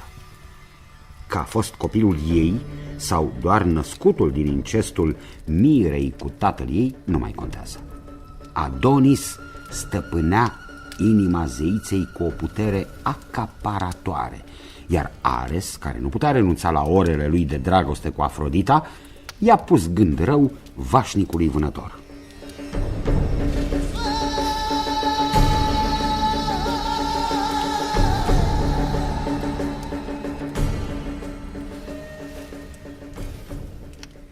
Adonis, iubitule mai drag decât mi-e dragă viața. Plec un pic de lângă tine, deși nu-mi place să te las singur. Dar te întorci repede, Afrodita, frumoasa mea soție. Între timp, o să vânez prin pădure cu lancia și cu o secură ascuțită. Mai bine nu te duce la vânat. N-aș îndura să ți se întâmple ceva rău. Te iubesc prea mult. Ba voi vâna. Și toate fiarele ucise ți le voi închina ție, zeiță. Vezi, nu-ți primejdui viața. Ai grijă, Adonis. Nu-ți primejdui viața. Ascultă-mă. Ascultă-mă, Adonis.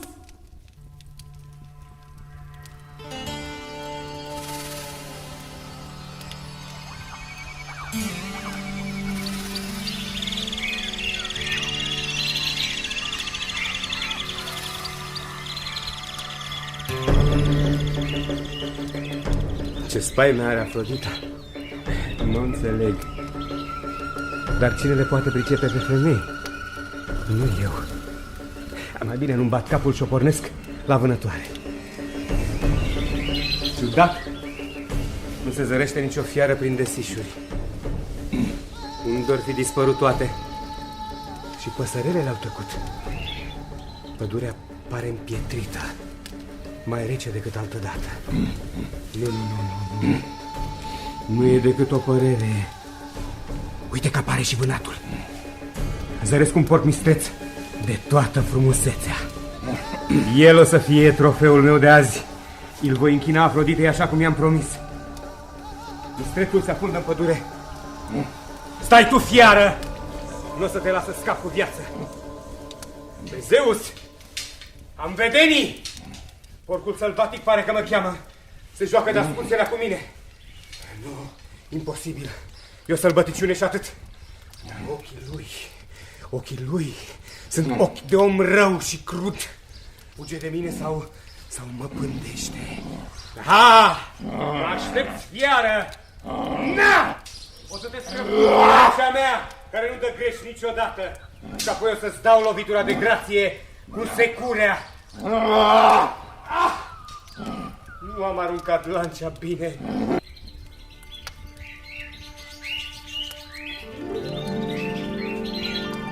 Vânător de nimec, amant fără valoare. Da. Nici nu ți-am înfit bine colții în gât și viața te și părăsește.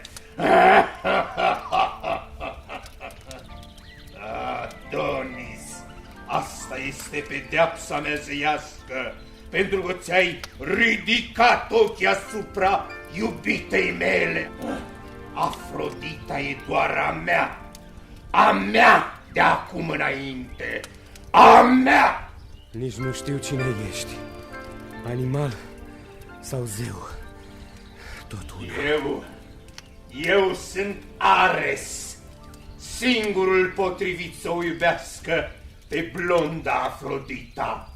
Ares, cel mai crud dintre zeii olimpieni, mor. Sângele mi se scurge în pământ, dar pe Afrodita tu nu o să o mai ai nici când. Ba da, sărmane, tu o să crepi, zeița îmi rămâne mie. Te-a răsfățat prea multă vreme. Mor tânăr. Afrodita. Adonis. Afrodita. Adonis, nu muri. Copilule iubit. Ares! Ești cel mai mare ticălos din Olimp. Blestematule! Degeaba grohării știu că tu ești mistrețul. Pe mine nu mă păcălești. Mi-ai omorât iubirea cea mai pură. Din cauza geloziei tale. Nu vreau să te mai văd în cala mea niciodată!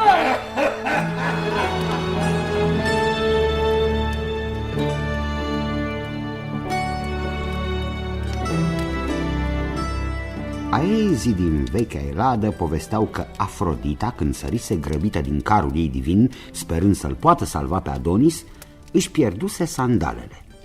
Călcase pe rugul unei tufe de trandafiri, care pe atunci erau albi, și florile se înroșiseră de la sângele care picurase din tălpile ei.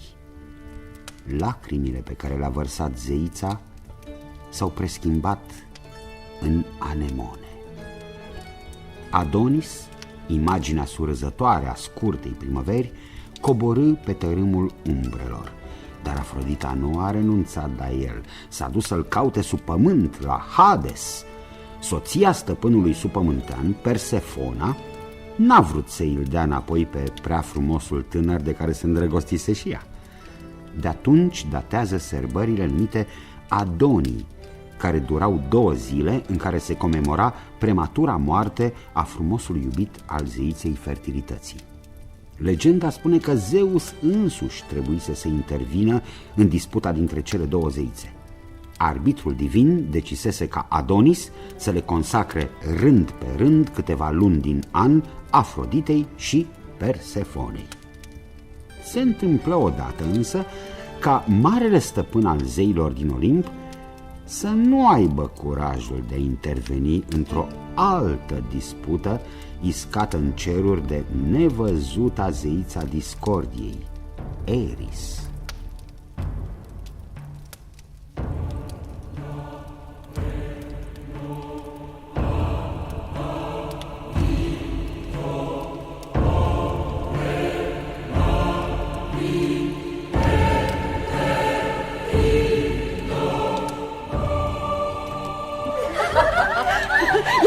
Ia stați!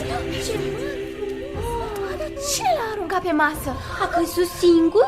Scrie ceva pe mărul ăsta. Ia, ce scrie? Muzelor, tăceți! Scrie așa pe mărul roșu ca rubinul. Cele mai frumoase. Atunci e mărul meu. Sunt Hera, cea mai frumoasă dintre zeițele din cer. Nu mai spune. Mărul mi se cuvine mie, ca unei zeițe pure. Eu am ochii de peruzea. Sunt înțeleaptă și frumoasă. Cum tu, Hera, n-ai fost în viața ta.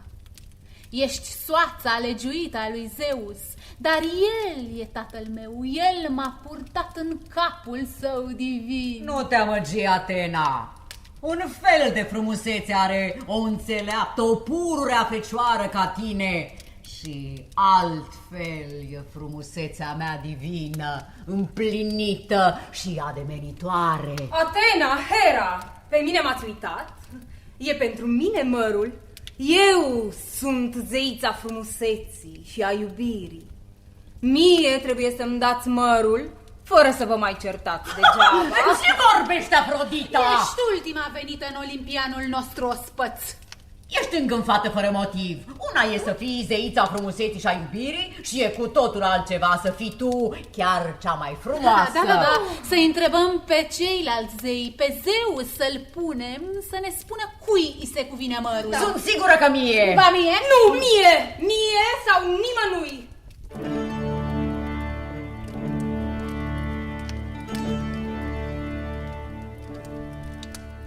Legendele eline spun că Eris, zeița vrajbei, aruncase mărul la ospățul prin care zeii sărbau nunta zeiței Tetis cu Peleus, pentru că nu fusese invitată și ea la masă.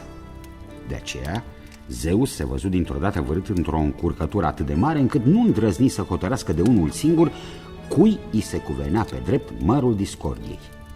Era pățit mai marele zeilor și știa că nu trebuie să se bage în cearta dintre femeile cerești. Sau poate era laș. Ce mai contează? Aezii povesteau în cânturile lor că Zeus l-a trimis pe Hermes cu mărul buclucaș jos pe pământ în Troia la Paris, fiul regelui Priam și al Hecubei. Să fie Paris, prea frumosul păstor, judecătorul, să decidă care zeiță e mai frumoasă. Ingrată treabă, dar se știe, pe Zeus nu-l poți refuza.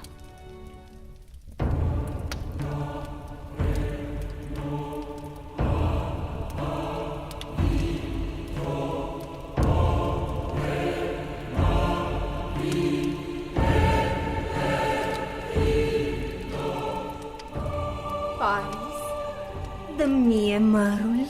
Ba mie. Nu, mărul a fost aruncat pentru mine. Paris, privește-mă, n-ai teamă.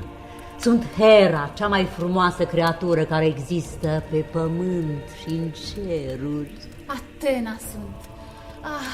Paris, spune dacă nu-s eu cea mai desăvârșită, cea mai pură. Afrodita, mai iubită decât mine, mai armonioasă, mai cu nuri. Nu ai văzut tu Paris niciodată? Hai, spune, hai, dă mărul, hotărăște tu. Cine e mai frumoasă dintre noi toate? Eu, ba eu, eu, ba eu, ba eu, ba eu, ba eu, ba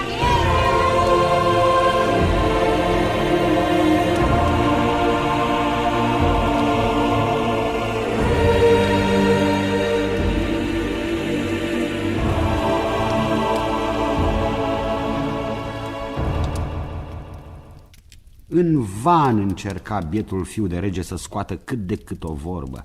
Zeițele se pierduseră cu firea, trăgeau de Paris în toate părțile, îi sfâșiau veșmintele, îl mângâiau, îl zgâriau, îi promiteau tot felul de daruri prețioase, îl mai amenințau și iar căutau să-l ademenească de partea lor. Zăpăcit, uluit de patima iscată între mărețele zeițe de un simplu măr, Paris și-ar fi dorit să intre în pământ pe loc, să o ia la fugă, să dispară cumva. Să nu stârnești mânia zeilor.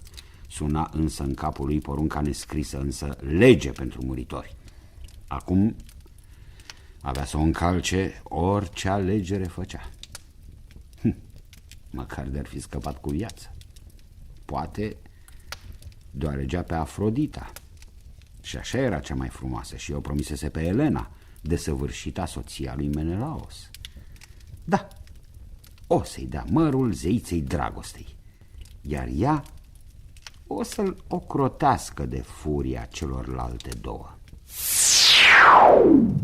Bravo, Paris!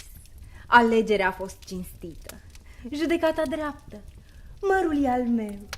Hera, Palas Atena, trebuia să știți de la început. Puterea și înțelepciunea nu țin locul frumuseții. Flăcăul a decis cu nevinovăția tinereții.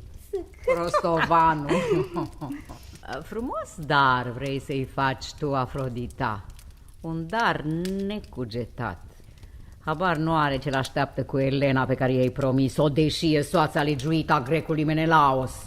Va plăti scump lipsa de măsură și de înțelepciune băiatul ăsta al Hecubei.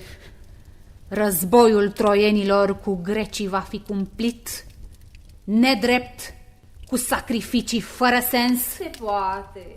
Deocamdată însă eu sunt cea mai frumoasă și nimeni nu mai poate contesta tronul de zeița desăvârșirii. Nici în lumea muritorilor, nici în Olimpul falnic. Zeițelor, de data asta ați pierdut pe drept.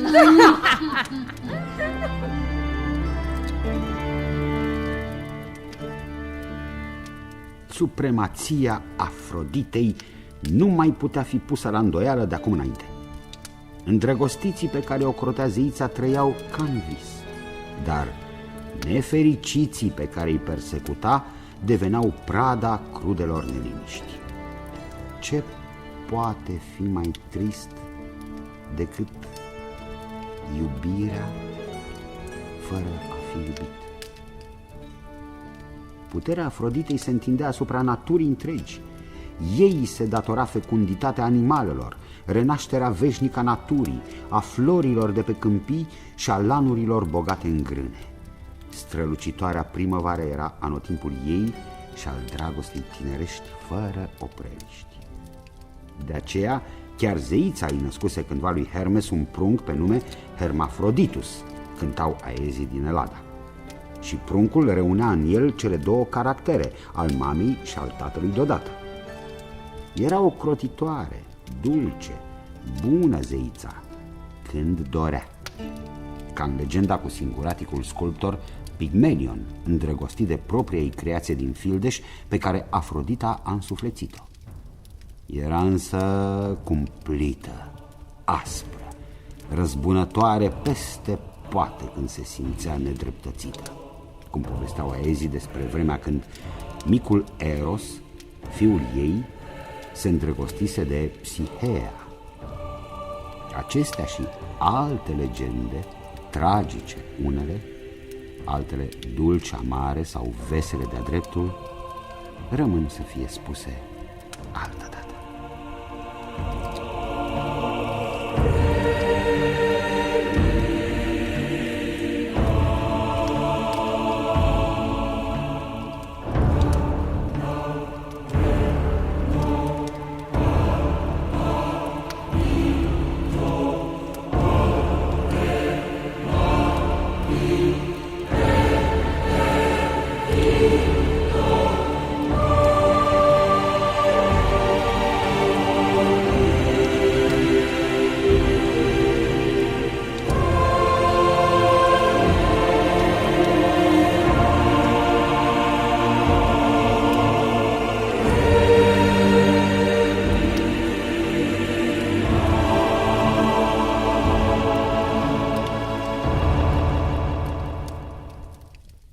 Ați ascultat Zeii din Olimp, scenariu radiofonic de Sanda Socoliuc.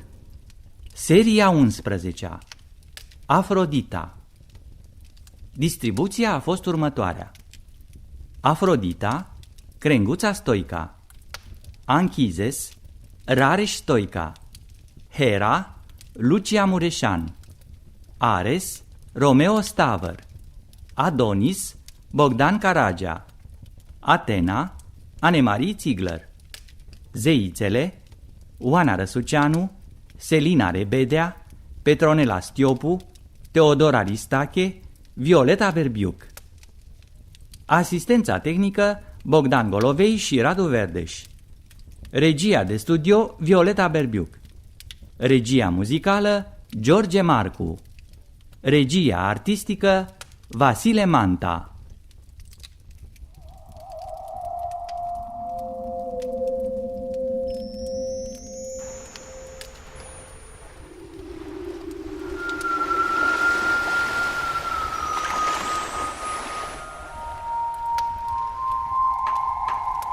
Zeii din Olimp. Scenariu radiofonic de Sanda Socoliuc.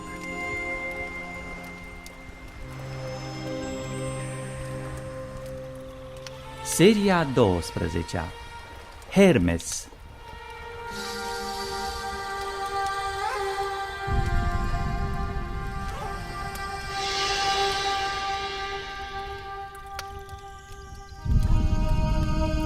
Cea mai frumoasă dintre Pleiade, Maia, fiica titanului Atlas și a Plionei, nu scăpase ochiului ager al lui Zeus.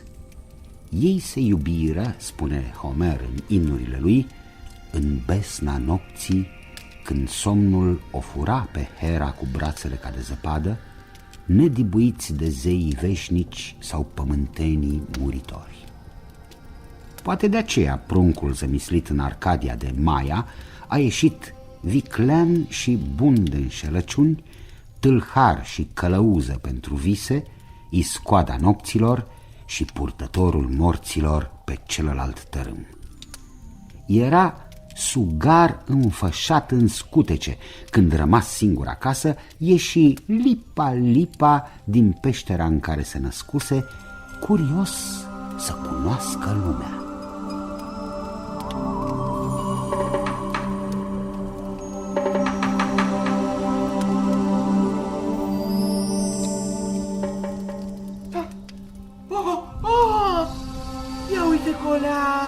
O jucărie numai bună, o broască țestoasă care îmi taie calea.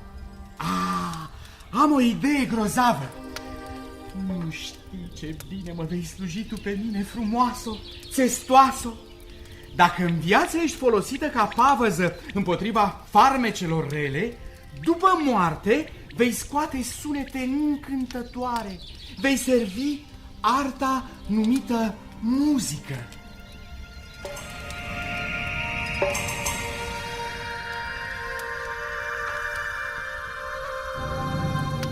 Hermes se aplecă și culese țestoasa de pe jos.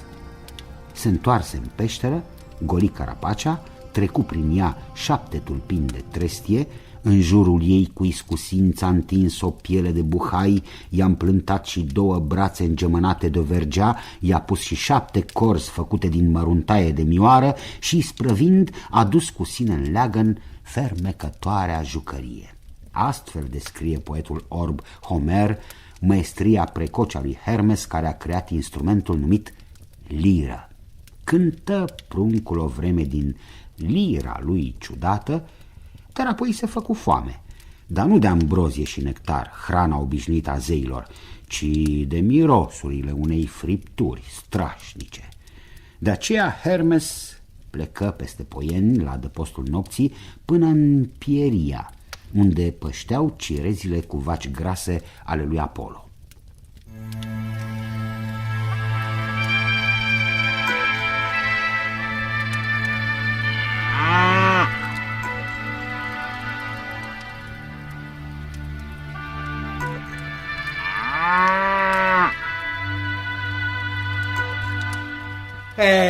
N-o fi foc dacă o să iau și eu vreo 50 de băcuțe.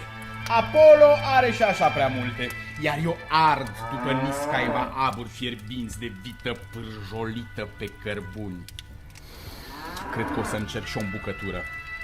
Înainte de orice trebuie să duc vacile de aici. Da, o să le mând de andăratelea. Și chiar și eu o să merg înapoi spre casă cu spatele. În felul ăsta, Apollo nu o să mă prindă. Nu o să știe direcția în care i-au pierit juncanele. Mor de poftă. De nu m-ar vedea cineva gata să mă părească frățiorului meu Apollo.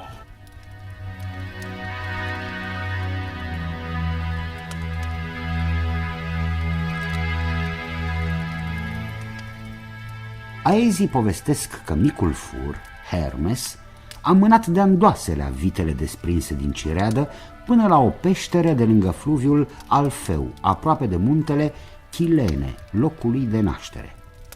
Și arta de-a face focul a găsit-o din ram de dafin răsucit pe lemn de rodiu, spune tot Homer. Era voinic și-a ucis 2 vaci frumoase, le-a jupuit, le-a tăiat și a pus hălci mari înțepușe deasupra focului. S-a desfătat îndelung cu mirosul cărnii fripte, apoi a șters urmele dezmățului sub lumina înșelătoare a lunii. A ascuns vitele furate în staul și s-a strecurat tip-til în peștera lui. S-a urcat în leagăn și s-a înfășurat singur în scutecele lui de prunc gânguritor nevinovat. Atunci a apărut ca o furtună chiar Apollo, în tainicul și adumbritul lăcaș de pe muntele Chilene. Hermes s-a ghemuit în leagăn ca să pară mai mic decât era.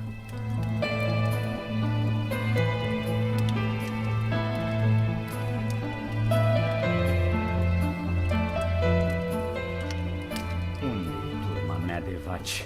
Copile care te prefaci că dormi în leagăn, dă-mi-le imediat.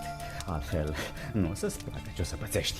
Te înșfac cu scutece cu tot și te arunc direct în tartar, în bezna neagră care nu o să-ți placă. Dar îmi spui cuvinte mult prea grele, fiu al Latonei, frate. Eu n-am văzut, nu știu nimic. N-am auzit vorbind pe nimeni despre vitele tale dispărute. Sunt foc și pară și n-am chef de glumă, băiete. Îmi vreau junincile înapoi. Știu că tu le-ai furat la lumina puțină a nopții și le-ai luat cu tine, mănându-le cu coada înainte și capul înapoi. E adevărat? Dar ce adevăr e ăsta când eu nu sunt decât un prunc ce suge la sânul mamei, dorm cât 7, fac băițe calde și stau cu minte zi și noapte în scutecele mele mătăsoase. Hermes, nu întinde coarda. Ce? Știu bine că tu ești hoțul. Dă-mi înapoi vacile mele cu coarnele sucite. Hai, vreau să plec, nu am timp de șagă. Apollo, fii atent că te faci de rușine. Nemuritorii zei din Olimp vor fi înmărmuriți de uluire când mă vei acuza de furt pe mine, prunc în fașă, cu tălpile gingașe, de nu aș fi putut străbate pământul gloduros până la turmele tale prea bogate. Vezi că mă super, hoț de vite. Mi-a spus cu gura lui un bătrân care muncea de cuzori în vie că a văzut un băiețaș mergând în cruci și în curmezici cu niște încălțări ciudate făcute din ramuri cu frunze. Creatura mâna niște vaci grase. Și ce te face să crezi că eu eram? Apollo, ești falnic, strălucitor, deștept. Mă vezi? Eu sunt prea mic. Sunt nevolnic pentru o asemenea faptă vitejească. Ticăloșie se numește, tâlhărie, furt la drumul mare. Hai, gata, destulă vorba. Te duc sub braț la Zeus. Văd că n-am spor pe tine. Hermes, hai! Mă doare! Ține-mă bine, vezi să nu mă scap cumva. I-am și scutecele că mi-este frig. Sunt mic și neputincios. Mă chinui și mă acuz degeaba, să știi. Degeaba! Pe degeaba mă faci să râd și aproape că te-aș crede nevinovat dacă n-aș ști adevărul. Hai, gata. Te duc într-o clipă în fața judecătorului suprem. Hai. Zeus o să decide ce se poate face cu un hoț ca tine. Hai, vorba de scutecele!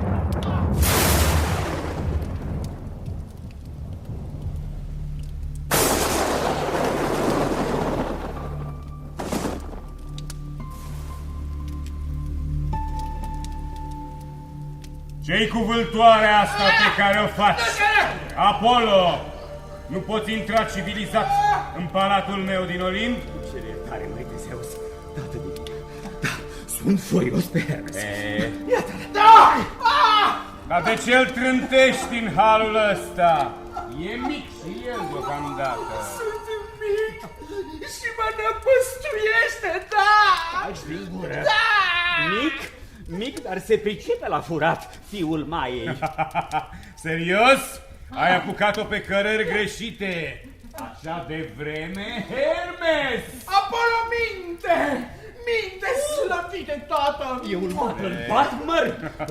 Mărite Zeus! Cum mă face mincinos pe mine care sunt victima lui, jefuitul? Hermes! Da! Care-i povestea? Ce i-ai furat lui Apollo? Fratele tău, pe care trebuie să-l respecti. Eu îl respect, mărite Zeus, și nu i-am luat nimicuț. Auzi? Mă jur pe porțile olimpiene că sunt nevinovat, tăticule iubit. Sunt mult prea mic și neputincios. Stau toată ziua în leagănul meu, sug lapte și dorm pe îndesate ca să devin puternic. De mult n-am mai râs cu atâta poftă. Ești inventiv, ai darul vorbei, poți duce de nas pe oricine. Da. Zeul născocitorilor vei fi. Al născocitorilor, al oratorilor și al hoților. Al hoților, desigur. Văd că te bucuri de vederea feciorului tâlhar. Nu glumă. Dar, mărite tată, dă-mi, te rog, atenție și mie. Hermes mi-a luat o cireadă întreagă de vite cu coarnele răsucite, cele mai grase și mai gustoase. Cred că așa-i sacrificat vreo două. Vreau bunurile mele înapoi. De unde dacă nu-ți la mine? Eu sunt mic. E bun micuțul. Apollo, nu te supăra că râd. E simpatic, are farmec și e fiul meu ca și tine, Apollo. Da, l-ai zămislit pe ascuns în taina nopții cu Maia. Las că știu. Hera ți-a făcut un scandal de pomină și bine, îmi pare. A acceptat situația până la urmă. Mă rog, treaba ei. Eu nu sunt însă de acord să-mi rămână vitele drept hrană vicleanului Hermes, care se pricepe să plângă la comandă și ne minte cu sfruntare și pe mine și pe tine. Zeus! Da. Apollo m-a amenințat că mă aruncă în hăul negru al Tartarului, deși nu i-am făcut nimic. Nimic! N-am dus juncarele acasă, așa să am noroc pe lume. Tată, fă tu dreptate, nu sunt hoț. Destul! Eu vă iubesc pe amândoi. Și tu, Apollo, vei ajunge să-l îndrăgești pe micuțul ăsta, atât de priceput la șotii. Acum pe loc îți poruncesc, Hermes, să termin cu prostiile și pâra. Da. Duceți-vă amândoi imediat la fluviul Alfeu, unde ai ascuns tu vacile lui Apollo. Dă-i-le înapoi și roagă-l să te ierte. Am spus! Și trebuie să-mi respectați porunca.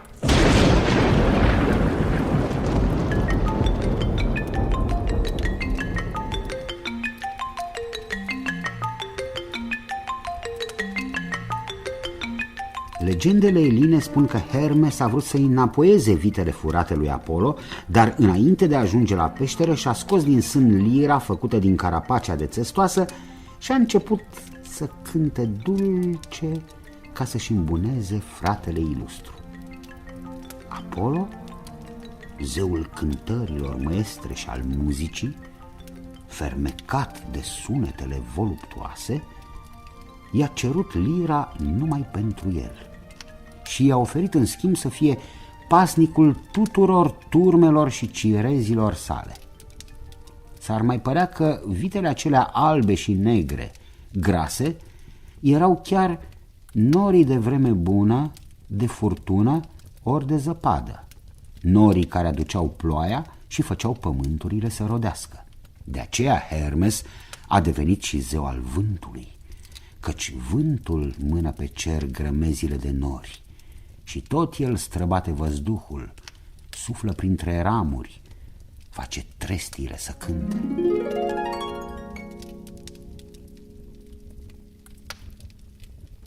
Încep să te îndrăgesc, fecior al Maiei. Ai tu un farmec doar al tău și ai descoperit lira pe care te pricepi să o înstrunezi atât de bine încât m-ai înveselit chiar și pe mine, divinul zeu al muzicii. Sunt fericit, Apollo, dacă tu te simți bine lângă mine. Să fim prieteni, să ne ajutăm oricând unul pe altul. Îți voi privi prietenește faptele tale viitoare, Arcadianule. Totuși, mă tem că într-o zi vei fi în stare să-mi furi chiar lira pe care singur mi-ai dat-o. Mai cred că mi-ai putea lua pe nesimțite și arcul meu încovoiat și tolba cu săgeți ascuțite. Pe Zeus, nu, Apollo, niciodată nu o să mă mai ating de niciun lucru al tău. Uite, de dragul tău fac strașnic jurământ zeiesc. Te cred, Hermes. De aceea îți dăruiesc astăzi caduceul. Nu iau aurita fericirii și a averii împodobită cu 3 frunze.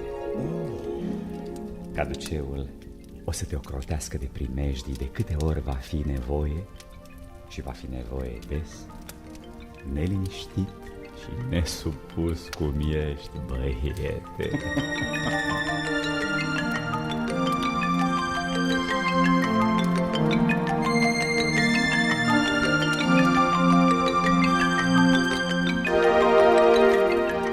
Cântau aezii despre Hermes fel și fel de lucruri. El intra mereu în vâltoare, îi ajuta pe zei, pe Zeus. El le transmitea tuturor poruncile stăpânului divin. El l-a ucis pe Argus pentru a o salva pe Io, iubita lui Zeus, cea preschimbată în văcuță. Era mereu pe drumuri, veșnic avea vreun mesaj de dus. Îi călăuzea pe drumeți, pe uscat și, deopotrivă, pe ape. Vechii greci îi închinau lui stâlpii de pe marginea drumurilor, iar la răscruci îi ridicau statui. Arcadianul a avut mulți copii cu nimfe și zeițe pe care doar el singur știe cum a reușit să le îmbrobodească. Afrodita însăși n-ar fi rămas de piatră la farmecul lui. Spun legendele eline că din dragostea lor s-ar fi ivit pe lume Hermafroditus, un fecior care s-a contopit cu o nimfă, rezultând o ființă ciudată cu 2 sexe, care a intrat apoi în cortegiul lui Dionisos.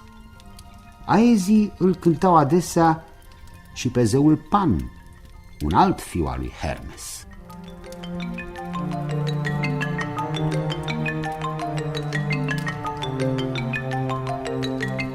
Îmi place mult nimfa tânără Driope. De aceea îi slujesc drept păstor tatălui ei. Dar lasă, nu mai e mult și fata o să-mi dăruiască un prunc. Arcadian ca mine, copilul o să fie zeu. Obțin eu dreptul ăsta de la Zeus, tatăl divin ce ține în mână egida în semnul puterii. Oh! Gata! L-a născut pe micuț! Ia să-l văd, să-i dau binecuvântarea părintească. Oh, micuț!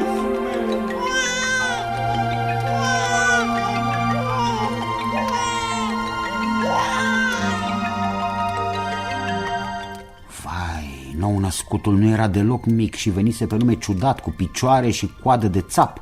Pe frunte avea 2 coarne răsucite de berbec. Părul îi era răvășit, încălcit, avea o barbă lungă și 2 urechi ascuțite. Ce mai era? Urât ca disperarea însăși. Și în loc să stea cu minte în leagăn, s-a ridicat pe picioarele lui cu copite și a început să țopăie ca un ied și să danseze scoțând sunete sălbatice. Înduioșat de pruncul hâd, Hermes i-a dat numele Pan, care înseamnă tot, deplin. Pan era un fel de monstru, însă vesel, simpatic, bun la suflet. Și Cam prea tare îi plăceau distracția ușoară și nimfele sprintene din păduri. Hermes l-a sorocit să fie un zeu mai mic al turmelor, al pădurilor și al cântecului. Era cam răutăcios zeul țap, se distra deseori făcându-i pe muritorii rătăciți prin pustietăți să tremure ca de o spaimă nelămurită. I-a apucat dintr-o dată panica, presimțiri rele îi invadau și o luau la fugă fără țintă. Odată, pe când străbătea o vale din munții Arcadiei bogate, Pan a auzit-o cântând pe Eco, o nimfă frumoasă ca lumina soarelui de vară. Ha, ha, ha! Te-am auzit, Eco! Ai un glas care ar urni din locul lor și munții. Chiar morții s-ar trezi din somnul lor dacă ai vrea să le șoptești o vorbă.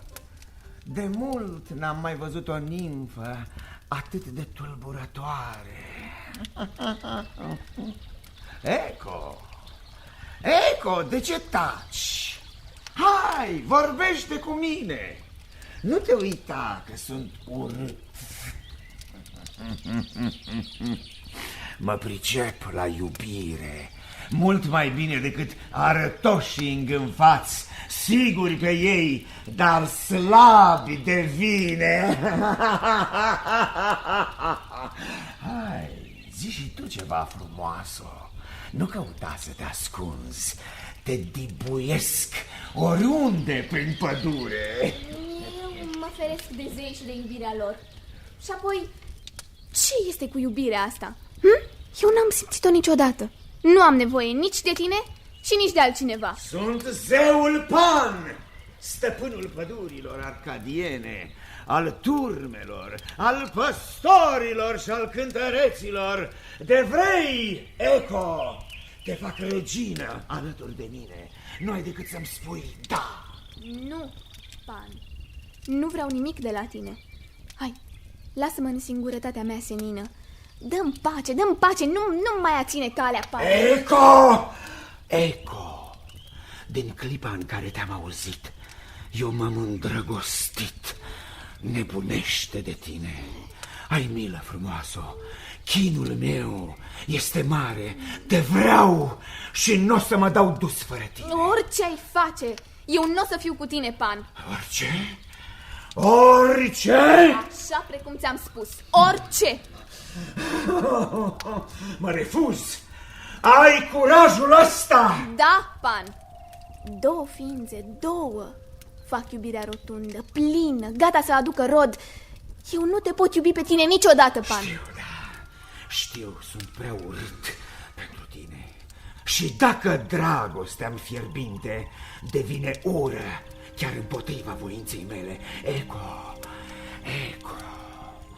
ți-ai pecetluit soarta. Vei fi curând peste tot și nicăieri. Vei fi și nu vei mai fi tu. Doar vocea-ți va mai rămâne. Vocea!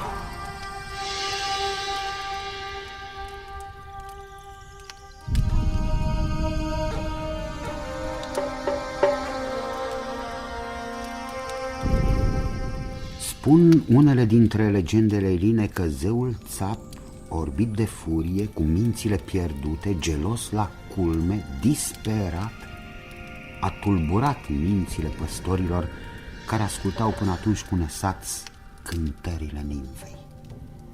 Înnebunind deodată, toți cei care o adorau s-au năpustit la Eco și-au sfârtecat-o în bucățele pe care le-au azvârlit în cele 4 vânturi. De atunci, nimfa Eco trăiește fără a mai trăi.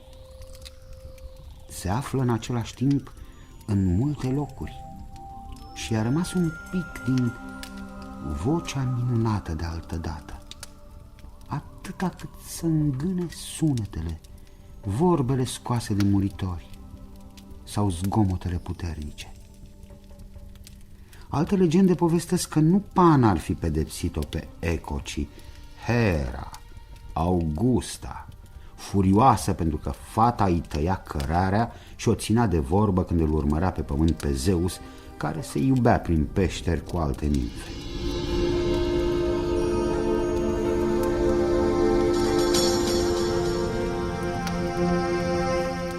Eco, m-ai reținut de multe ori din drum cu vorba ta vicleană și acum știu că nu de dragul meu, ci pentru a le ocroti pe viclenele, desfrânatele nimfe care l atrag în mreje pe soțul meu. Ba nu, stăpână, umila mea ființă nu are cum să-ți abate atenția în altă parte. E drept că sunt cam vorbăreață, dar nu sunt rea, nu vreau nimic decât să-ți ascult vocea frumoasă. Minți, netrebnico! M-ai păcălit până acum, dar te voi pedepsi după cum meriți pentru obrăznicia ta. Ai milă, Hera, ai milă de tinerețea mea, ai milă, lasă-mi viața, Hera. Viața? Da, o să trăiești. Dar pentru că limba ta m-a înșelat, tu nu vei mai putea deschide gura prima. Vei aștepta ca altul să grăiască și nu te vei opri să-i tot repeți cuvintele. Asta-i pedeapsa mea cea dreaptă. Dreaptă.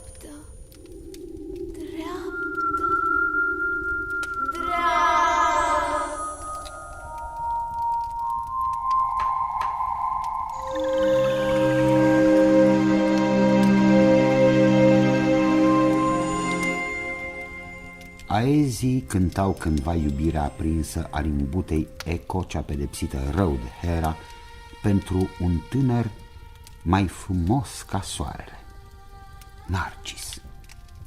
Eco, la fel ca multe alte nimfe, ba și zeițe, s-a îndrăgostit nebunește de vânătorul care hălăduia prin munți după cerbi.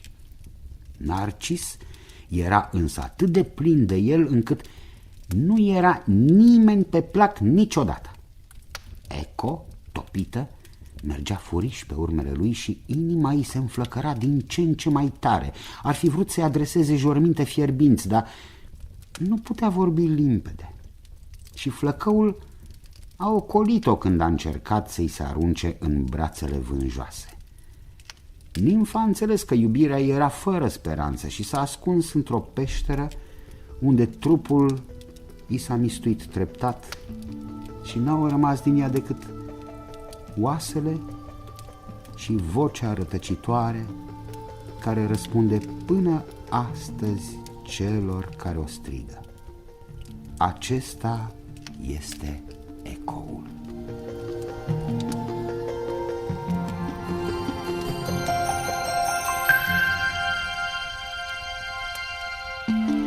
Dar Narcis s-a îndrăgostit cândva. Da, de el însuși. Zeii cei mari din Olimp l-au condamnat pentru inima lui nesimțitoare, pentru orgoliu, lipsa de măsură, să-i cadă dragă ființa pe care a zărit-o în apele lucitoare ca oglinda ale unui izvor pe când își ostoia setea. Tulburat de imaginea reflectată în limpezimea apei, Narcis s-a simțit cuprins de un extaz amoros pe care nu îl mai simțise niciodată.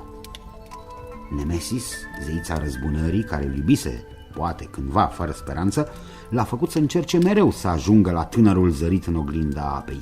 Imaginea se spărgea în mii de bucăți când Narcis întindea rugător mâinile înspre iubitul său din adâncuri. Iar într-o zi a dispărut. Se aruncase în apă pentru a se contopi cu frumosul care era și nu era el însuși. În locul lui a rămas o galbenă, gingașă floare, Narcisa. Dar zeul cornut Pan ce făcea? Se îndrăgostea mereu decât o nouă nimfă.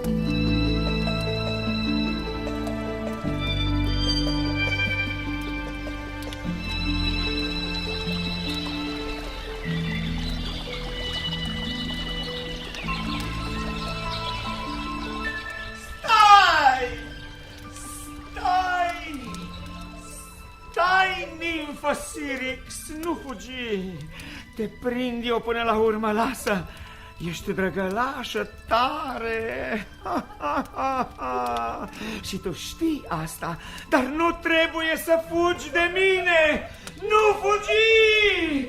Nu! Ce dacă am copite? Tot zeu sunt! Iubirea mea te înnobilează. Eu sunt ursitul tău, copilă. Stai! Stai! O zei! O zei, nu se lasă! Fuge! O să se arunce în apa fluviului Ladon. Nu sări! Nu sări! Syrinx! Nu! Syrinxa mea! Ce-ai făcut? Ce-ai făcut, nebuno?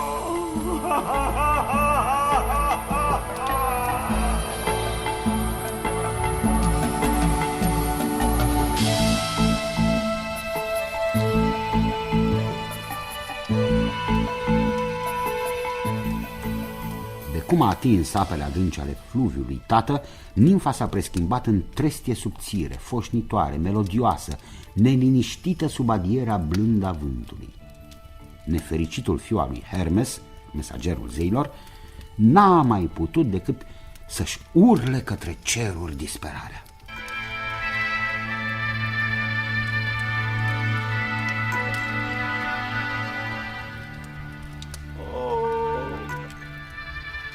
Nicăieri nu există un zeu mai nenorocit decât mine. Syrinx nu m-a vrut, deși aș fi iubit-o mai înflăcărat decât în visele tainice ale nopții. Rămâne totuși o speranță. O să o păstrez lângă mine altfel. Da, Syrinx, nu ai vrut să-mi fii mireasă, glasul însă ți-l voi păstra întotdeauna și o să-mi ogoiești durerea de vrei sau nu vrei. O, nimfă pierdută pe vecie! Oh, oh, oh.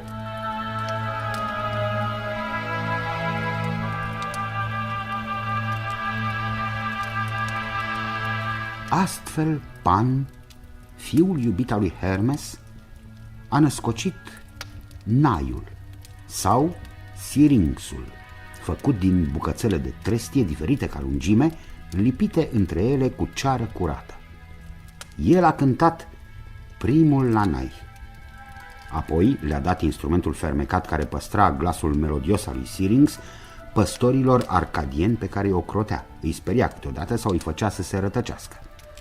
De sus din Olimp, Hermes își veghea fiul și suferea uneori pentru nefericirea zeului cu copitele despicate. Între timp își făcea treburile multe, pregătea cupele la ospețe, mătura sala tronului, ducea la destinație poruncile lui Zeus, ba chiar și sufletele celor morți erau călăuzite tot de Hermes pe celălalt tărâm, la Hades. Nu prea avea mult timp liber zeul care, se spune, subsese prin viclenie laptele nemuririi de la sânul Herei, luând înfățișarea lui Ares de când era prunc. Cum se lăsase Hera păcălită de boțul plângăcios când Ares era de mult mare voinic neghiog? Știe doar ea, măreața. Și apoi e mult mai sănătos să nu cercetăm rațiunile ascunse ale nemuritorilor zei din Olimp.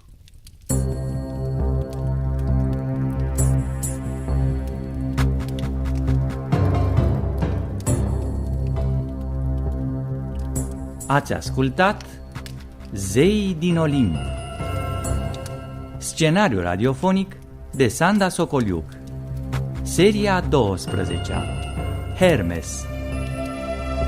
Distribuția a fost următoarea: povestitorul Florian Pitiș, Hermes Mircea Constantinescu, Apollo Ștefan Velniciuc, Zeus Bogdan Caragea, Pan Petre Lupu, Eco Oana Răsuceanu. Hera, Lucia Mureșan. Asistența tehnică, Dana Lupu. Regia de studio, Violeta Berbiuc. Coloana sonoră și regia artistică, Vasile Manta.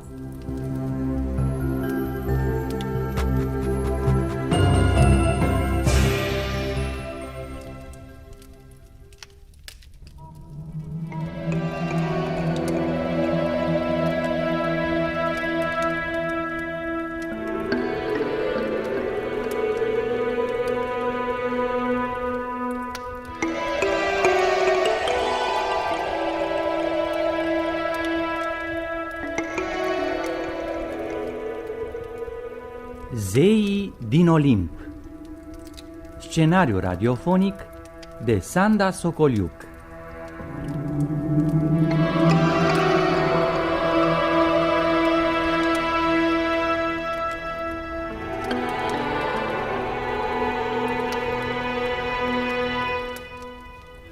Seria 13-a.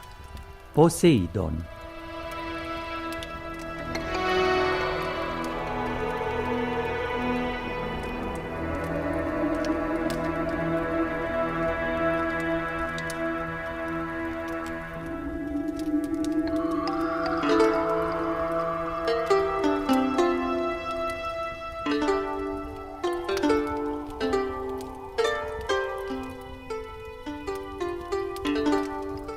Când vestitul Cronos a pierdut bătălia cu fiii săi, lumea întreagă a fost împărțită în 3 părți.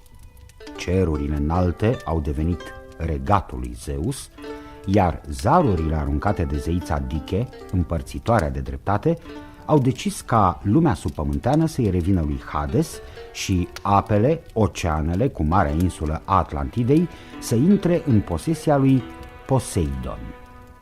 Zeul mărilor locuia, după cum spun legendele eline, în adâncurile ca de ametist lichid ale Mării Egee, într-un imens palat de aur. Când își părăsea locuința feerică, Poseidon își punea o platoșă strălucitoare, își lua într-o mână tridentul sau triena, pe numele mai vechi, apoi se urca în carul său divin, tras de 2 sau de 4 cai, pe care îi mâna prin valuri, când mai aprig, când mai domol. Marea se deschidea surzătoare la trecerea sa.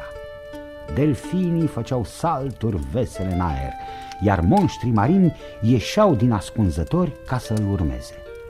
Înainte de orice, povestesc unele legende vechi cât timpul, Poseidon a dorit să ordoneze cumva Atlantida.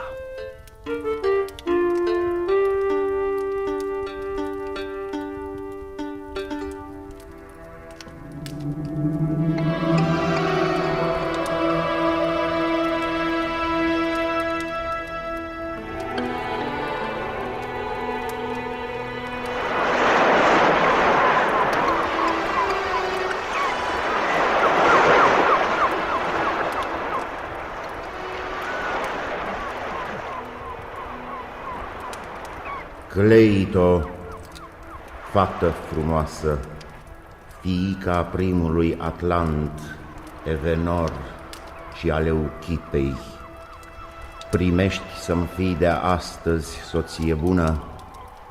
Eu sunt stăpânul întinderilor mari de apă și al ținutului pe care îl locuiți voi, muritorii uriași, frumoși cum nu se află alții pe această lume. O, Poseidon, cinstirea ta este prea mare și mă sfiesc în fața ta, divin stăpân al mărilor. Nu știu dacă e potrivită o astfel de însoțire. Pot accepta eu oare o astfel de unire? Poți, Cleito, îți spun eu că poți. Noi doi vom da naștere unei seminții ciudate de regi ai Atlantidei. Nu vreau să te mint, de aceea îți spun de la început că nu vom rămâne veșnic împreună. Stăpâne, e știut că zeii nu sunt statornici, dar dacă Moira, soarta, a hotărât să facem prunci noi doi, eu nu mă voi împotrivi. Totuși... Cerem ce vrei, și o să-ți îndeplinesc dorințele, fiică a lui Evenor, primul Atlant. Vezi, insula e ca un fel de haos. Nu are plante multe, nici o cetate nu există pe acest pământ, aflat departe de alte insule și continente. Aș vrea ca Atlantida să devină un pământ roditor, bogat. Numai atât îți dorești, prea frumoasă. O să ridic pentru tine și fiii noștri o cetate mândră cu ziduri groase de apărare împotriva valurilor uriașe și a dușmanilor care vor râvni cândva la bogățiile Atlantidei, cel mai fericit pământ scăldat de apele pământului. Da, o cetate cu turnuri mândre vreau de la tine, zeu cu alge verzi în plete, dar îmi doresc și o grădină cu un izvor năvalnic, știi? Pe insulă nu sunt izvoare multe. Cleito, din locul ăsta, până cât vezi cu ochii de departe, va fi cetatea ta și a fiilor făcuți de noi, iar aici, în mijloc, arunc tridentul. Tu scoate-l acum din pământul tare.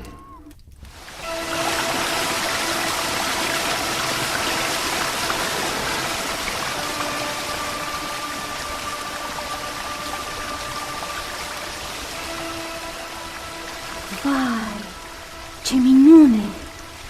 Ești un zeu mare, puternic. Îți mulțumesc pentru izvoarele care au țâșnit din piatra seacă a insulei. Poseidon, îți mulțumesc pentru frumoasele daruri. Unul dintre izvoare este cu apă rece, dar celălalt aduce din adânc apă caldă, numai bună pentru spălat. Insula asta va fi un loc binecuvântat de zei, Cleito, deși se află foarte departe de hotarele lumii locuite de muritorii obișnuiți. Mărite zeu, sunt încântată, dar pruncii pe care o să mi-i faci, ce soartă vor avea? Tu îmi vei naște 5 perechi de gemeni și eu o să împart Atlantida în 10 regate. Primul nostru născut se va numi Atlas și el îi va domina pe ceilalți 9 regi, frații lui.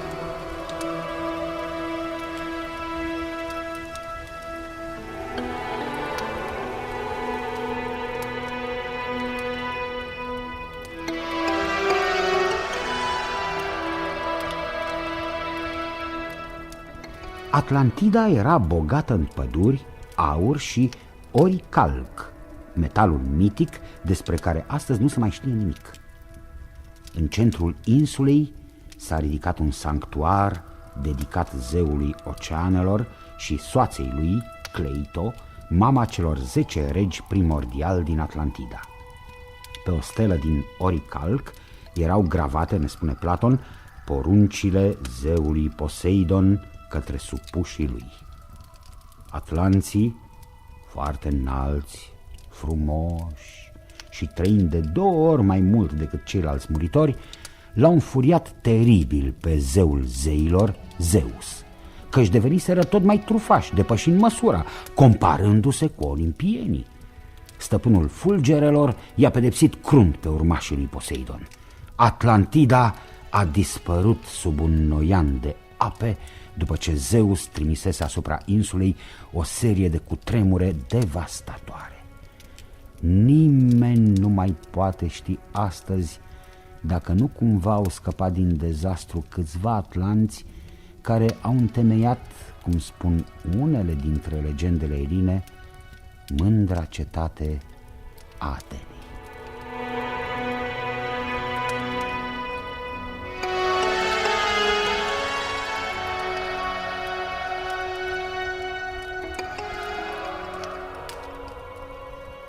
Într-o zi, pe când trecea prin preajma insulei Naxos, Poseidon a zărit-o pe Amfitrite, cea mai frumoasă dintre fiicele unui bătrân zeu al mării, Nereu.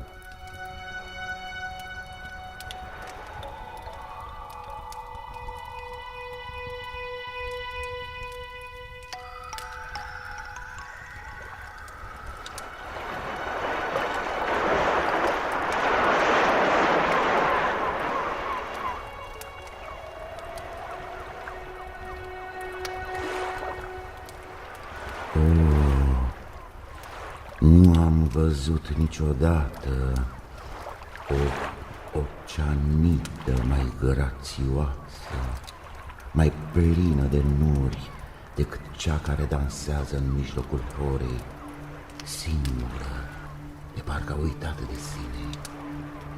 Știu, este Amfitrite. Toți delfinii o slăvesc și ies în cale mereu, așteptând să fie mângâiați de ea. Da, Amfitrite mi-a cucerit inima. O vreau numai pentru mine. Palatul meu din adâncuri e pustiu, fără o stăpână ca Nereida cea mai mândră. Amfitrite, fecioară dulce a apelor, vrei să-mi devii soție? Spune-mi! Fetelor, sper că nu mie mi s-a adresat urâtul ăla uriaș, cu barba verde, încălcită, cu părul plin de alge și de scoici și ochii albaștri bulbucați ca la broaște. Ba da, Amfitrite. Taci, e zeul. Felice este zeul. Hai să este Poseidon însuși. Fugiți, să dispărem repede. Trebuie ocolit zeul cu trident. Nu fugiți, nereidelor, nebunelor. Nu vă fac nimic. Stați, zăludelor, ce v-a apucat? Unde vă duceți? Unde vă ascundeți? De ce ați dispărut? O vreau pe Amfitrite ca soție legiuită. Nu am intenții rele.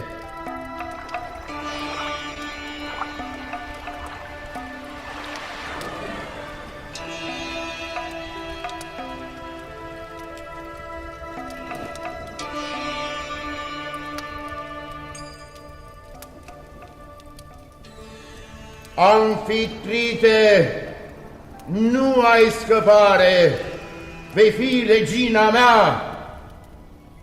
Cu orice preț o voi avea, chiar dacă ar fi să o caut zi și noapte, chiar dacă voi scufunda toate corăbiile de pe oceane și voi cutremura cu furca mea toate malurile, la Amfitrite nu renunț.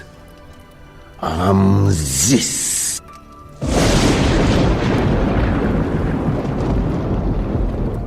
Înainte de orice să-mi pierdem un pic cu tridentul. Poate am speriat-o pe sărmana fată. Ei și o să-i treacă sfaima și o să mă iubească. Sunt unul dintre cei mai mari zei. Amfitrite trebuie să mă vrea.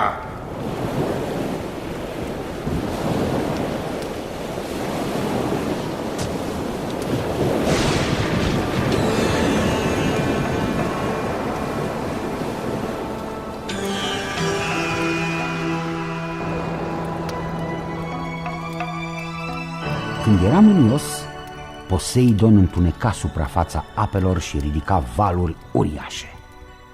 Era și zeul furtunilor marine și caii lui veneau alergând cu coama lungă și roind de apa înspumată, aducând norii înfricoșători și dezlănțuind vânturile sălbatice care sfărâmau catargele, rupeau pânzele, răsturnau corăbile sau le făceau să eșueze pe țărmuri necunoscute.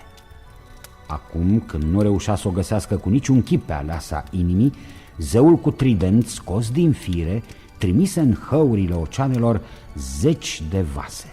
Înnecă multe insule cu toți locuitorilor și era gata să invadeze cu valuri uriașe malurile încă neatinse de puhoiul apelor. Câțiva delfini vorbitori din suita lui se hotărâră să o găsească pe Amfitrite în ascunzișul ei de pe țărmul unei insule mici.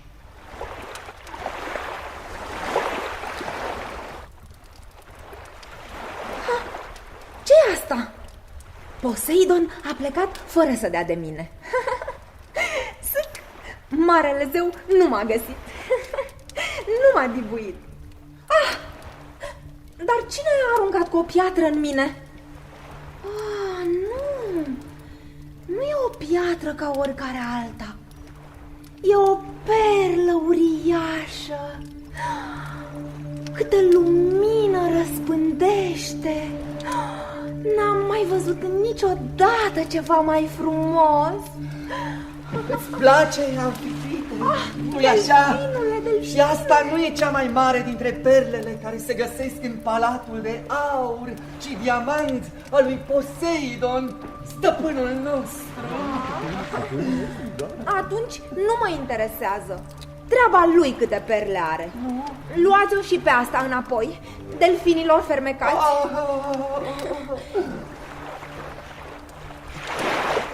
Știu. Voi doi sunteți cei mai credincioși slujitori ai lui Poseidon. Da. Luați perla și lăsați-mă în pace, azurilor. Nu te grăbi, nimfă nărăvașă. Gândește ce bine îți va fi dacă vei deveni regina apelor, adică de stăpânul nostru. El este puternic, are tot ce-și dorește, ca și Zeus, dar iubirea pentru tine îl doboară. Pentru că tu l-ai refuzat, a făcut prăpăd pe mare, a necat corăbii multe, a scufundat insule și acum e gata să distrugă maluri întregi cu muritorii nevinovați. Cum?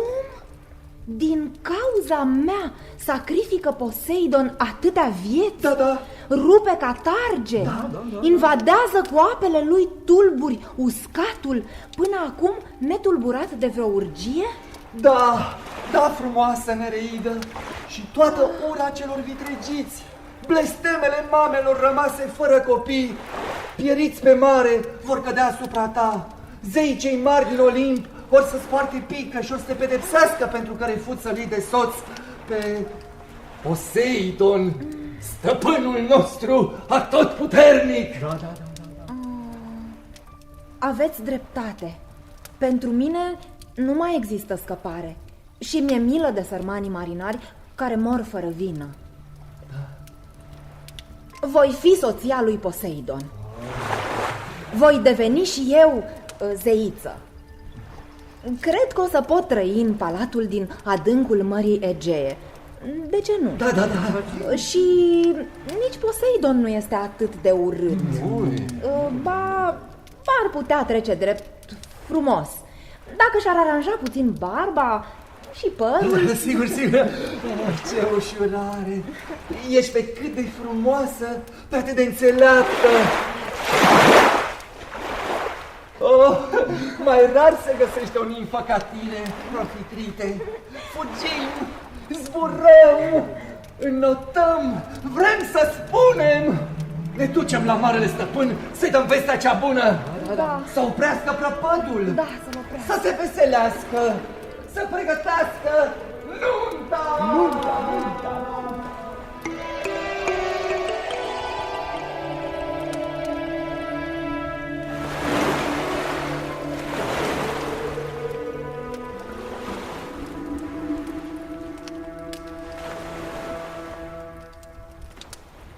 De îndată ce a aflat de la cei doi delfini fericirea care l-aștepta, Poseidon și-a ridicat tridentul și și-a chemat din largurile mărilor cai înspumați. Valurile s-au potolit, negura s-a ridicat și a apărut soarele ca și când nu s-ar fi întâmplat nimic. Zeul și-a trimis delfinii să-i aducă repede carul pentru ocazii speciale, un car la care erau înhămați 100 de monștri marini. A apucat hățurile și a pornit într-o imensă învolburare de ape spre iubita care l-acceptase.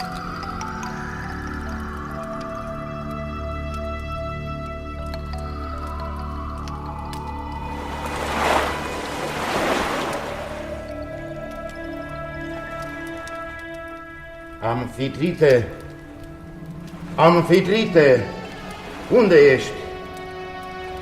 M-ați mințit, delfinilor. Nimfa nu este unde ați lăsat-o voi. Nu. Trebuie să fie pe aici, pe undeva. Ba, m-ați mințit ca să opresc furtuna și cu tremurele. O să vă pedepsesc, nesăbuiților. Nu, stăpâne, nu! Așteaptă! Nimfa te vrea de soț. Este prin apropiere. Are și ea vreo treabă. Poate se împodobește pentru nuntă. Poate ne ducem să o căutăm. Mărite zeu. Amfitrite, eu sunt aici pentru tine. Ieși din ascunzătoarea ta. Nu mai fugi de mine. Dacă nu apar imediat, o să plec. Asupra apelor se va abate un uragan care va mătura tot ce va întâlni în cale. Delfinilor, să plecăm! Hei! Ați dispărut și voi? Plecăm, am zis! Veniți! M-au părăsit delfinii? Nu se poate. Mare Poseidon! Mare Poseidon! Te uiți prea departe în zare! Apleacă-ți privirile! Uită-te aici! Uită-te pe spinarea mea! Amfitrite! Da! Am adus-o în spinare pe Amfitrite, cea frumoasă. Am plimbat-o întâi puțin prin valuri ca să-și revină, să se liniștească. Era ascunsă într-o peșteră mică, săpată în stâncile de pe malul mării, stăpâne. Ai vrut din nou să fugi de mine, nereidă mult, iubită. Nu, Poseidon. Sunt fericită pentru că mă vrei de soție, dar îmi era rușine și frică de atâta măreție. Te-am văzut venind cu un car uriaș, tras de monștri. Ce puteam face? M-am ascuns. Știam că delfinii tăi mă vor găsi și mă vor ajuta. E șisioasă și atât de nevinovată. Nu mai pot de nerăbdare. Să facem repede nunta. Amfitrite, urcă fără teamă alături de mine. Vom trăi amândoi fericiți în palatul ascuns sub ape.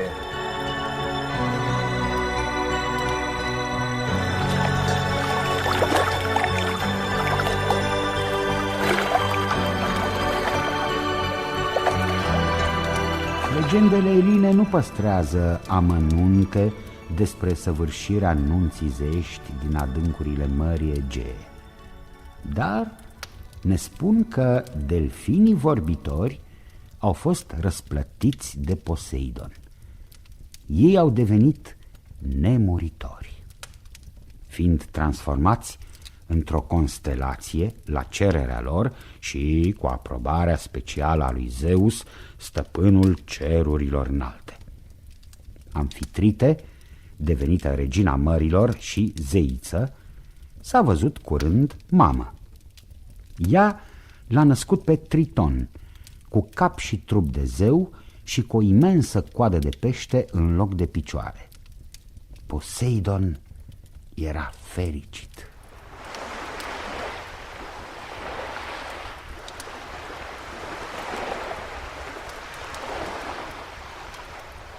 Amfitrite, de astăzi te iubesc mai mult, dacă iubirea poate fi mai mare. Mi-ai făcut un fecior frumos ca tine și deștept, puternic precum tatăl lui. Triton va fi zeu, va domina vuietul mării, va stârni talazurile și tot el le va potoli când va dori. Uite, ține această scoică și dă-i-o la momentul potrivit. Cum spui tu, stăpâne? Va fi jucăria lui.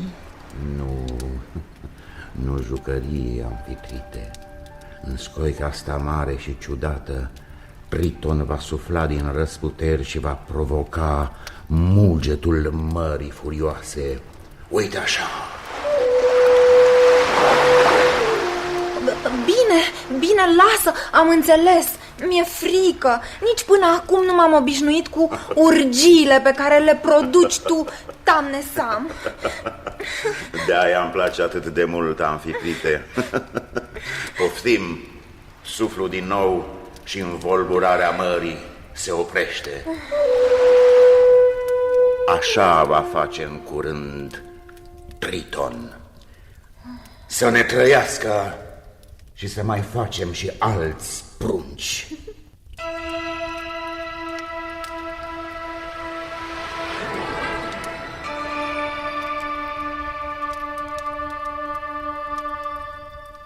Legendele eline spun că Triton a fost singurul fiu apărut din unirea lui Poseidon cu Amfitrite.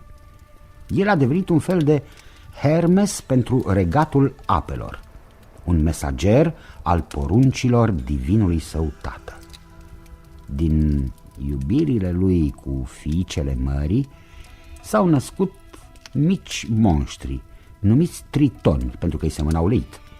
Nu știm prea bine dacă tot el a fost tatăl hipocampilor, căluți de mare, care purtau pe spinare nimfe cântând din liră, în vreme ce sirenele, muzele mării cu trup de pasăre și cap de femeie, li se alăturau cântând din gură. Zeul suprem al apelor, Poseidon, a avut și alți copii, cu alte mame, după cum era obiceiul nemuritorilor olimpieni. Polifemus sau Polifem, ciclopul care locuia într-o peșteră din Sicilia, lângă muntele Etna, era feciorul lui Poseidon și semăna cu un vârf de munte pietros. El avea turme nenumărate pe care le păzea cântând la naiul făcut dintr-o sută de trestii. Polifem era urât și canibal, o primejdie pentru drumeții care poposeau pe insulă, dar îi plăcea să bea și vin și lapte, povestește Homer în Odiseea. Era cam îngânfat, chiar se credea frumos și demn de iubire.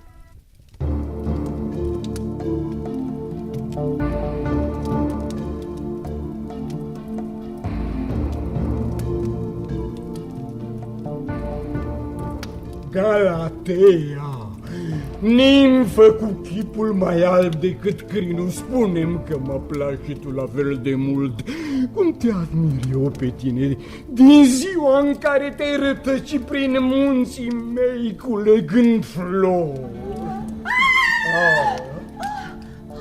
Era să mi se oprească inima, uriașul. Ești tu atât de sperioasă sau îți plac prea mult? Nimfă subțire ca o trestie în adierea vântului. Vrei să-ți cânt cu naiul meu ceva să te înveselești? Nu, lasă, altă dată poate.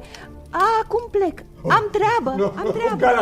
Galatea, nimfă cu trupul mai net decât scoica șlefuită de valuri.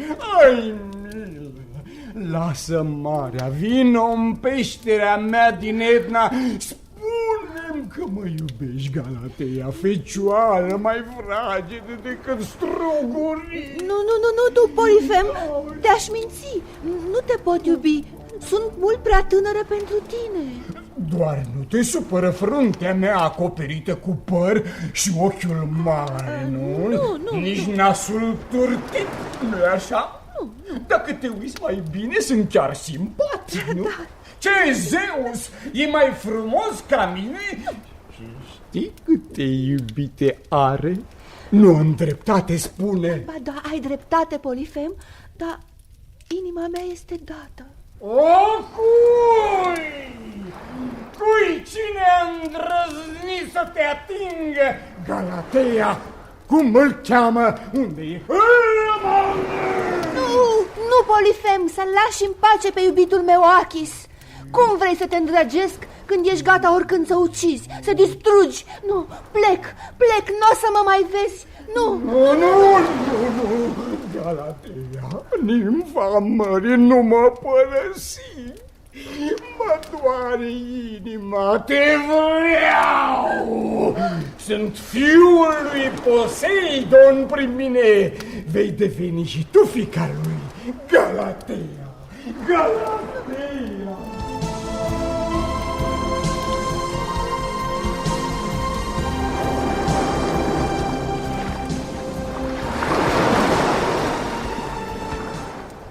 Neînduplecată, Galatea s-a aruncat în apa mării și s-a ascuns de ochiul ager al ciclopului îndrăgostit. Spera ca Polifem să o uite, și pe ea și pe iubitul ei, Achis, tânăr și frumos precum Adonis. Ei se întâlneau adesea pe un platou ascuns privirilor între niște stânci de la malul mării. Într-o zi, pe când schimbau sărutări fierbinți și jurăminte de amor, au fost zăriți de Polifem.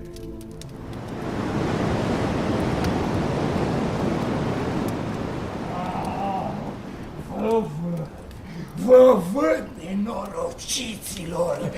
Vă văd cu ochiul meu mai bine decât aș fi dorit vreodată! Astea au fost îmbrățișerile din urmă. Vă învăț eu minte, ticăloșilor! Nu mai vrut Galatea! M-ai refuzat pentru un prăpădit ca Achis. Nu-l vei avea!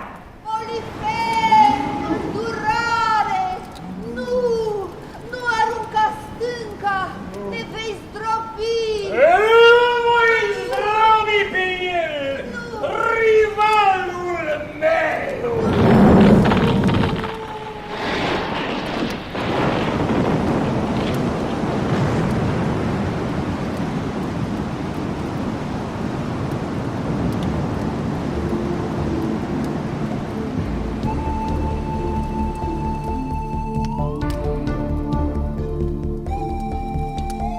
Aruncându-se în mare, Galatea a scăpat cu viața. Dar Achis a fost prins sub blocul imens de stâncă.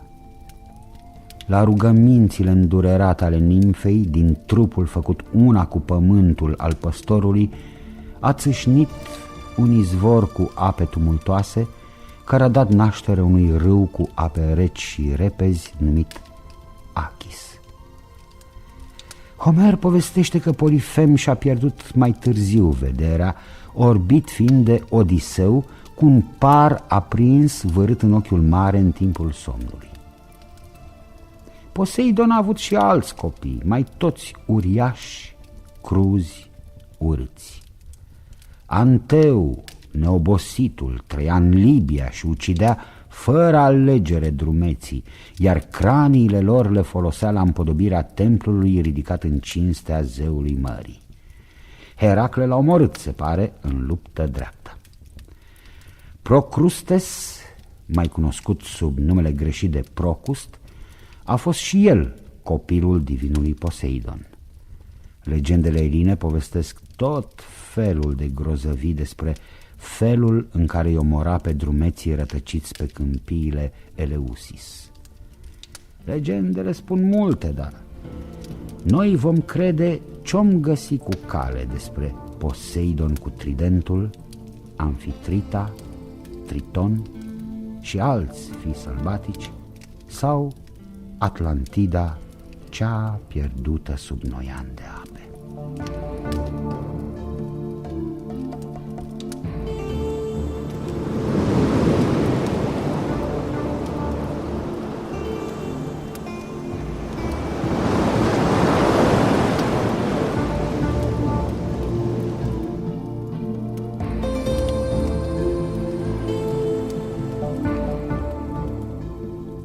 Ați ascultat Zeii din Olimp, scenariu radiofonic de Sanda Socoliuc, seria 13-a, Poseidon.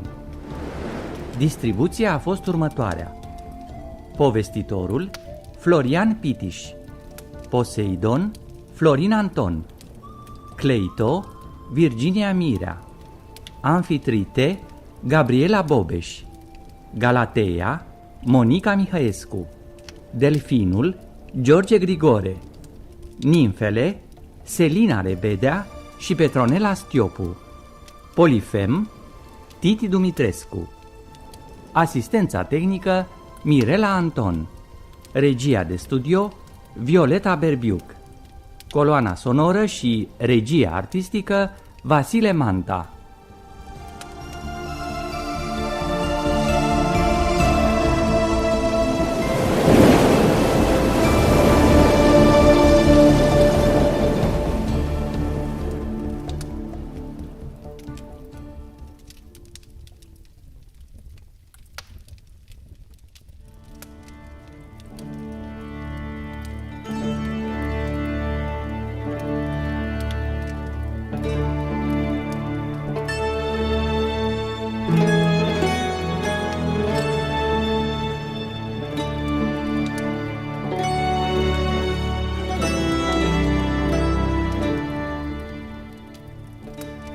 Zeii din Olimp. Scenariu radiofonic de Sanda Socoliuc.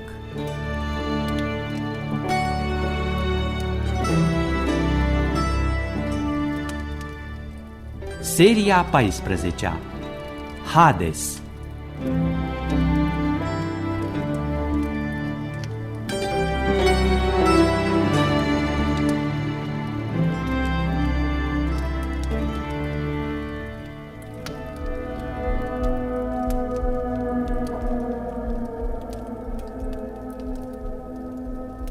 Dintre copiii aduși pe lume de Cronos și Rhea, zeul Hades era cel mai ursuz. Mereu parcă-i tuna și fulgera.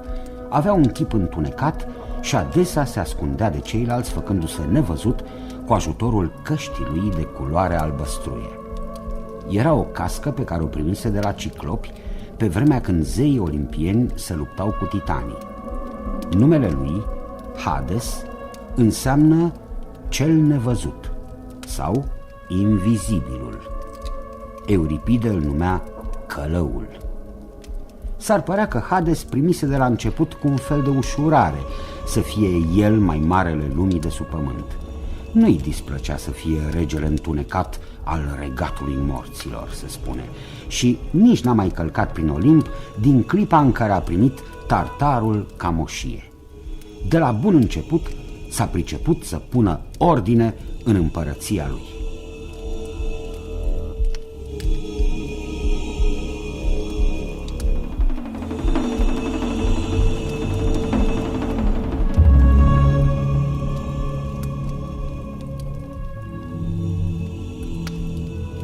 Vă spun odată pentru totdeauna: voi, slujitorii mei, trebuie să mă ascultați, să mă cunoașteți fiecare treaba. Tu, Cerber, câine hidos cu multe capete, fiul lui Tifon și al Echidnei, vei păzi porțile împărăției. Nu va păși prin locurile astea picior de om viu niciodată. Și nici nu vei lăsa vreo umbră care mi-aparține să se întoarcă în lumea de deasupra însorită. Thanatos, fiul al nopții Nix și al lui Hypnos somnul, tu cel temut chiar și de zeii cei mari din Olimp, vei smulge umbrele celor nedrepți, ale acelora pe care harpiile, eriniile și umenidele bătrâne i-au ispitit. Sufletele ale bunilor și ale răilor deopotrivă vor sosi mânate de Hermes până în pragul de bronz al regatului meu, cel înconjurat de 9 ori de râul cu ape negre numit Styx.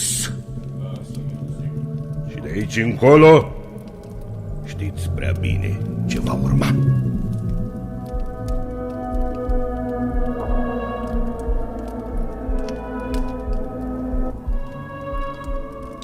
Legendele eline nu povestesc prea multe despre abisul întunecat de sub pământ, care a căpătat cu timpul numele zeului nevăzut. Nici pe Thanatos, moartea însăși, cu mantia de smoală, 2 aripi negre și o sabie cumplită în mâna dreaptă, vechii greci nu-l pomeneau de teama de a nu-l vedea cumva apărând pe neașteptate. Ființele secerate de moarte pe pământ veneau să înmulțească bogăția regatului lui Hades. În lungul lor drum, sufletele conduse de Hermes treceau printre stânci abrupte, înfricoșătoare, străbăteau mlaștini înghețate, lacuri fierbinți de smoală, locuri în care vânturile suflau cu o putere teribilă, iar geniile supământene, slugile lui Hades, le hărțuiau și le strigau vorbe grele.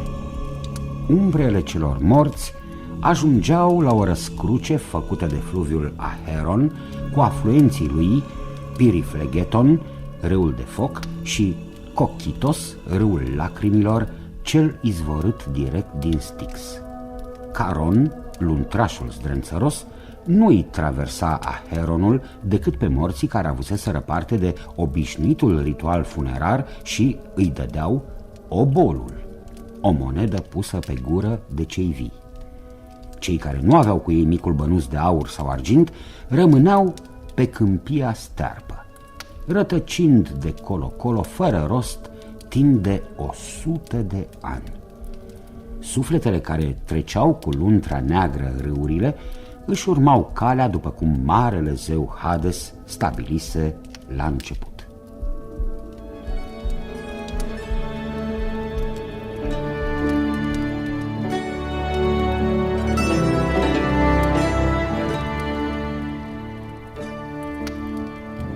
Eu nu uit nimic niciodată. Nu iert pe nimeni și nu cunosc mila. Voi sta pe tronul meu măreț și voi, Minos, Eacus, Radamantes, cei investiți de Zeus însuși, să fiți judecători drepți pe tărâmul meu. Veți cântări sufletele, veți stabili pedeapsa cuvenită sau răsplata pentru fiecare umbră în parte. Cum spui tu, stăpâne? Porunca ta e lege. Vom judeca drept întotdeauna. Vă voi supraveghea și eu fără odihnă. Pe câmpia adevărului, la răscruce, umbrele se vor împărți. Cei care au viețuit după dreptate și nu i-au mâniat pe zei vor lua calea insulelor prea fericite a câmpiilor Elizee, înțelepții, eroi, poeții și alți nevinovați vor gusta din bucuria care li se cuvine numai zeilor. Acolo vor simți adevărata tihnă, se vor plimba senini pe câmpurile cu plopi argintii și livezi miresmate, pline cu fructe dulci ca mierea. Pe câmpiile Elizee, unde e numai primăvară, vor fi pe drept fericiți. Da, mărite Hades, așa va. Taceți! Și ascultați cu atenție mai departe. Ceilalți morți, vinovații, urmăriți cu bice de foc de eriniile răzbunătoare, o vor porni spre locul lor din regatul meu, plin de meandre. Vor fi condamnați potrivit cu vina lor, mai mare sau mai mică, și ispășirea va dura o veșnicie. E loc destul în Tartar pentru fiecare.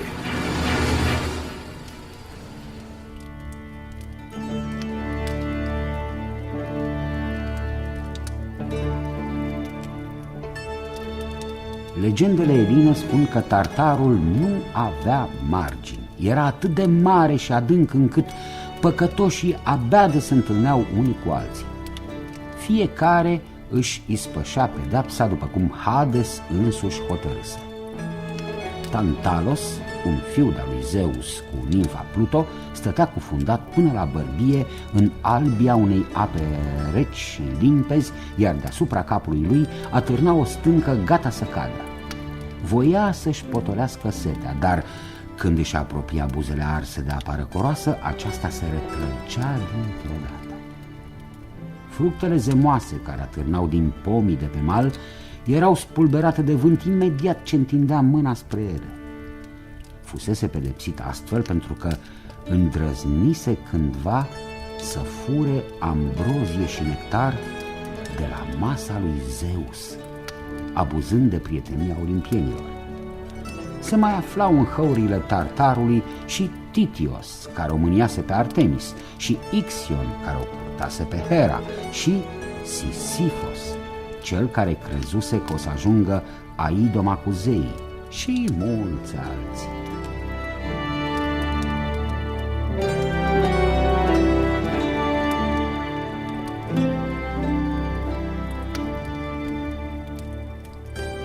Spune-mi tu, Hermes, care i-a adus acum o turmă de umbre, cum mai arată lumea? Sunt uluit. Ce întrebare e asta, Hades? Nu ai decât să ieși de sub pământ afară, la lumina caldă a soarelui, și vei găsi răspunsul singur. Sau vină în Olimp, ai locul tău în sala de ospețe. De ce să stai mereu în lumea tristă a umbrelor? E tristă pentru tine, dar mie mi-e bine. Împărăția asta este viața mea, deși n-ai recunoaște, te apasă și pe tine întunecimea care domnește pe aici. Nu e adevărat. Mă simt grozav, e o lume care mi se potrivește. Ba recunoaște, Hades, ți-e frică de lumină, de lume, de vreun zâmbet. Mie? Frică? Ha. Pur și simplu, Hermes, lumina nu-mi place. Nici să zâmbesc nu vine niciodată. Eu sunt cumplit și rece, neînduplecat. Eu îi înspăimânt pe muritori și știu că zeii chiar se simt stingheriți în prezența mea. De-aia nu vin pe la ospețele voastre. Și atunci ce e cu tine, Hades? Ce vrei? Ce te nemulțumește? De ce m-ai întrebat despre lume? Ce-ți pasă ție de lumea din afară? Ai de toate, ești putre de bogat, puternic. Da, dar nu am o soție, Hermes. O zeiță frumoasă, care să mă iubească mult. Da, încurcată treabă. Hades, tu te-ai îndrăgostit cumva? Nu. De cine? De umbre nu te poți îndrăgosti, dar... Ai tu o idee? Hai, spune-mi-o, poate te ajut. Hermes, am auzit de o tânără, castă și prea frumoasă fată. Vai, straniu sună râsul pe tărâmul tău, Hades. Iartă-mă, te rog că am râs. Sunt fete câte frunze și iarbă care seamănă cu aceea de care ai auzit tu. Hei! Vezi că mă supăr, Hermes. Ea nu se poate compara cu nimeni. E vorba despre fiica zeiței Demeter. Nu știu, o iubesc fără să o fi văzut vreodată.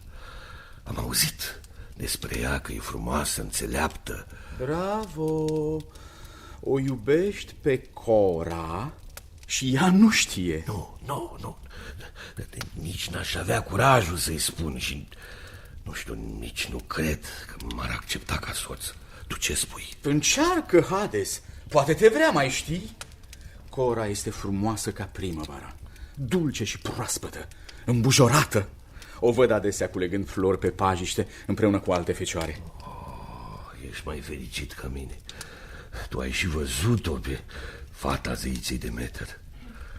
Eu doar o visez cu ochii deschiși, mă imaginez ca pe o minune. Dar cine știe? Va fi soția mea, dacă Zeus, fratele meu, va îngădui. Prea bine, Hades. Fă ce crezi. Eu plec. Ne vom vedea din nou, n-ai grijă, când vei aduce alte umbre pentru dreapta judecată.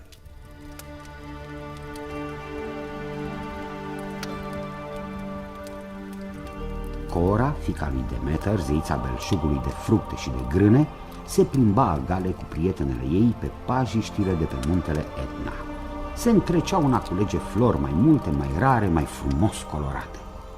Lângă o peșteră Cora zări o narcisă de o mărime nemai întâlnită, care umplea aerul cu mireasma ei. Se apropie încet și întinse mâna să o rupă, să se laude cu floarea aceea ciudată.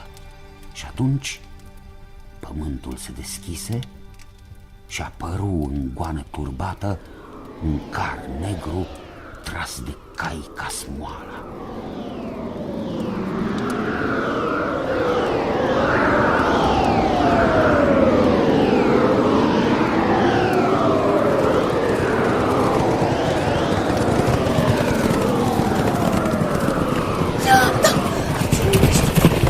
Mâinile de pe mine! Mă doare! Nu vreau să urc în carul ăsta negru! Mama! Mama Demeter, nu mă lăsa! Taci, Cora! Taci, că nu o să-ți fac niciun rău, copilă! Dă-mi drumul! Mama mea, zeița Demeter, o să mă audă și o să o pățești fie că ești muritor sau zeu! Sunt zeul Hades, Cora! Iar mama ta e prea departe ca să te audă. Zeus însuși îngăduie să devii soția mea legiuită. Nu cred. Nu vreau. Lasă-mă. Unde gonești așa cu carul ăsta? Te duc la mine în regatul de sub pământ. Vei fi regină, bucură-te, Cora! Nu!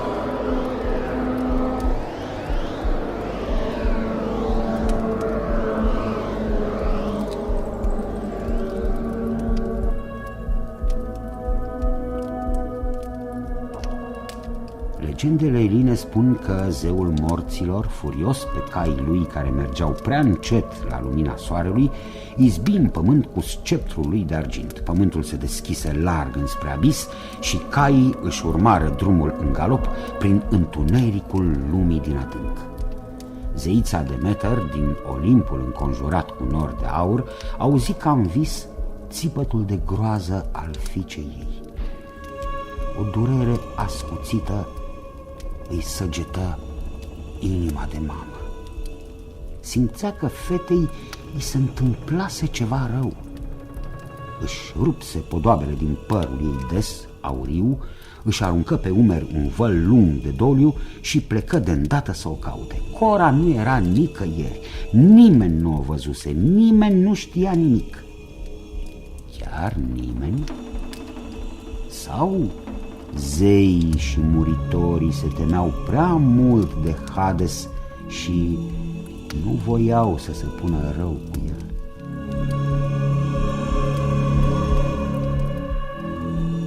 Au trecut 9 zile și 9 nopți de când îmi caut copila.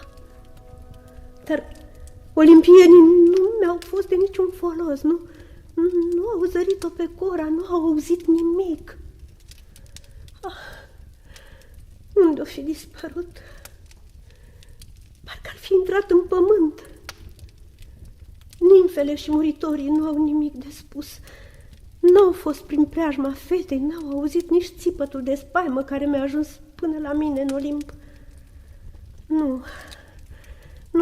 Nu-i lucru curat.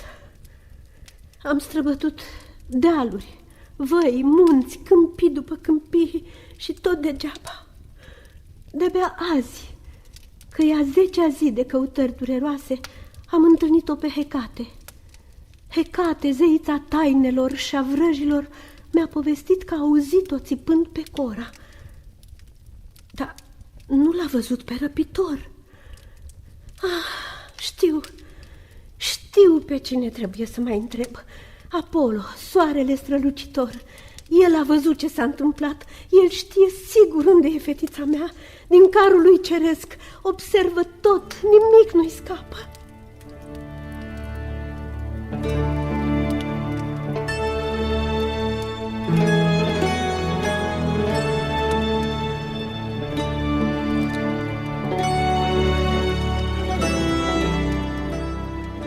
Divinul martor al tuturor întâmplărilor, Phoebus Apollo, îi spuse în cele din urmă adevărul puternicei zeițe Demeter, care își lăsase toate treburile deoparte și nu mai dorea decât să-și regăsească fata. Aflând că Zeus însuși îi îngăduise lui Hades să o răpească pe Cora, să-și o facă soție și să-i dea numele de Persefona, adică regina infernului, Demeter nu se mai întoarse în Olimpul falnic. Rătăci de colo-colo pe pământ, uitând care erau îndatoririle de zeiță. Iar într-o zi ajunse în parfumatul ținut al Eleusisului. Poposi istovită lângă izvorul Partenaios la umbra unui măslin.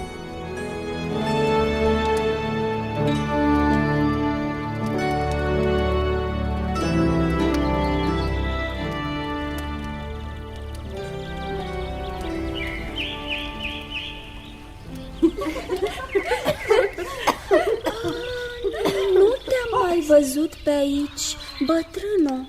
Nu pare a fi o femeie oarecare. Ai un fel de lumină, deși se vede că ești tristă sau poate numai obosită. De unde vii? Vin de departe, tocmai din Creta. Am fost bogată în ținutul meu.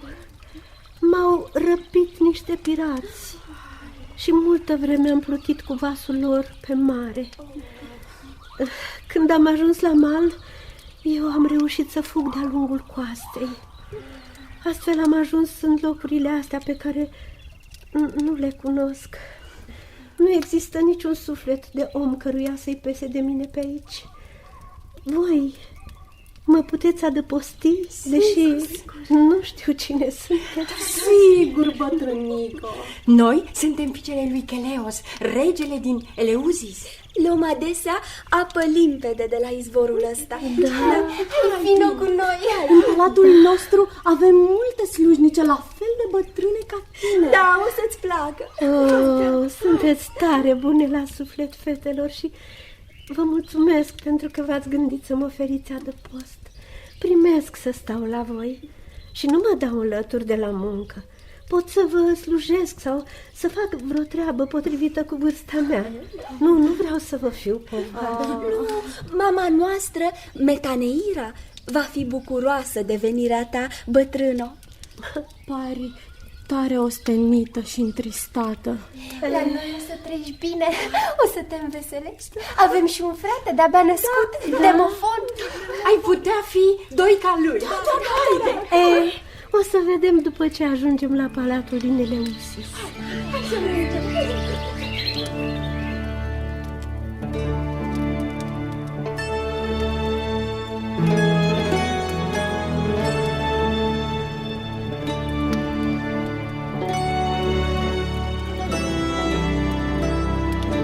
Legendele Eline povestesc în mai multe feluri ce a urmat. Demeter, maica grânelor sub numele de Dos, a fost primită cu bucurie de regina Mateneira, care i l-a încredințat pe micul Demofon, convinsă că bătrâna era mai mult decât o simplă muritoare, după lumina pe care o răspândea în jurul ei. În mod miraculos, pruncul începu să crească din acea zi fără a mai suge, fără a mai mânca pâine. Doica lui îl hrănea pe ascuns cu ambrozie, iar noaptea îl punea să doarmă în puterea flăcărilor. Odată, spre miezul nopții, Metaneira s-a dus să-și vadă pruncul dormind.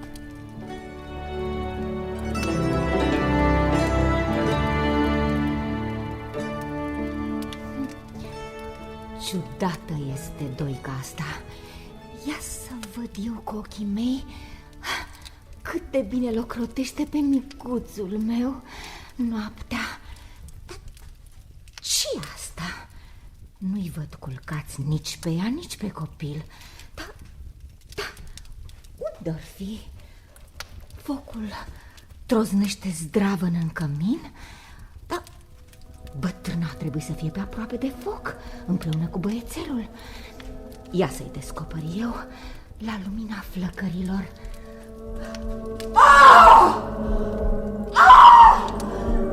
Nu! Nu-mi ucide copilul, ticăloasă! Nebună, ce faci? Lasă băiatul, de ce-l pui în flăcări? De-aia te-am primit eu și te-am omenit. Ce faci? Vrei să-mi omor odorul? Ce-ai făcut? Femeie proastă! Ai stricat tot ce-am construit eu, zi după zi. Vai de capul tău! Am vrut să fac din fiul tău un zeu. Am vrut să-l fac nemuritor, trecându-l prin ritualul focului. De multe ori a dormit în flăcări până acum. Mi-ai distrus toată truda. Zeiță, iartă-mă! Iartă-mă, n-am știut, n-am vrut. Degeaba te mai scuzi, muiere fără minte. Demofon va fi supus morții din cauza ta. Zeiță! Eu sunt Demeter, divina zeița belșugului.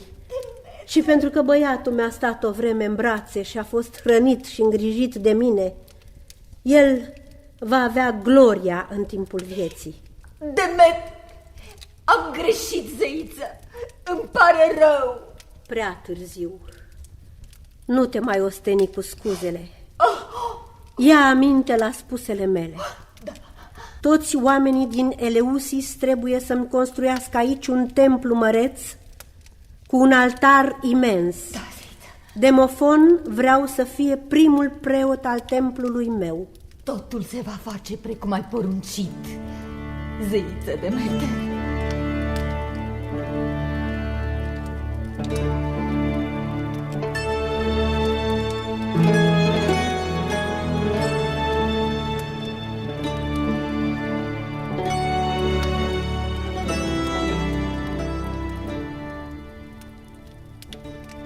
Alte legende din vechea Heladă povesteau că Demeter, surprinsă în timp ce ardea în foc părțile muritoare ale lui Demofon, a scăpat copilul în foc și el ar fi murit.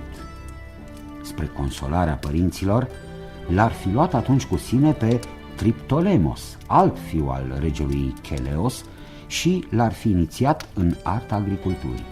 El ar fi fost primul preot al templului unde se desfășurau misterele eleusine, ceremonii de căutare și regăsire a copilei pierdute, Cora, devenită Persefona.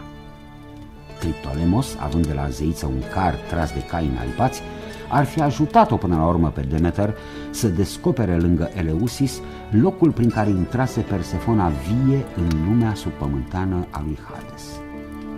Zeus însuși, speriat că pământul va fi distrus de secetă din cauza tristeții fără leac a zeiței agriculturii, l-a trimis în cele din urmă pe Hermes, cel cu sandale aurite, la Hades, ca să-l implore să-i dea drumul Persefonei înapoi pe pământ.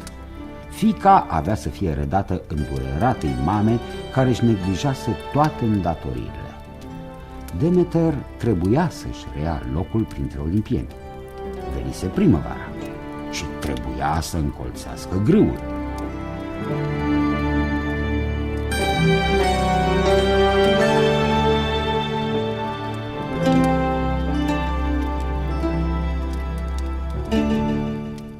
Hades, vin la tine cu o mare rugăminte din partea lui Zeus.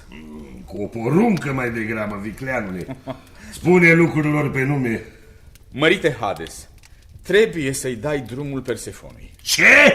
Mama ei o așteaptă înlăcrimată. Pe pământ viața se stinge. Va fi o iarnă veșnică dacă fata nu se întoarce la slăvita Demeter.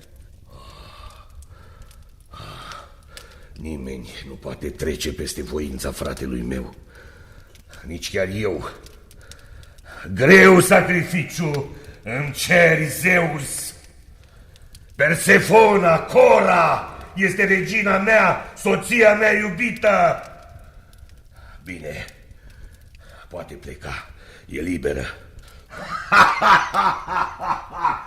Oricum se va întoarce iar la mine. Va reveni în fiecare an pentru o vreme și va locui cu mine.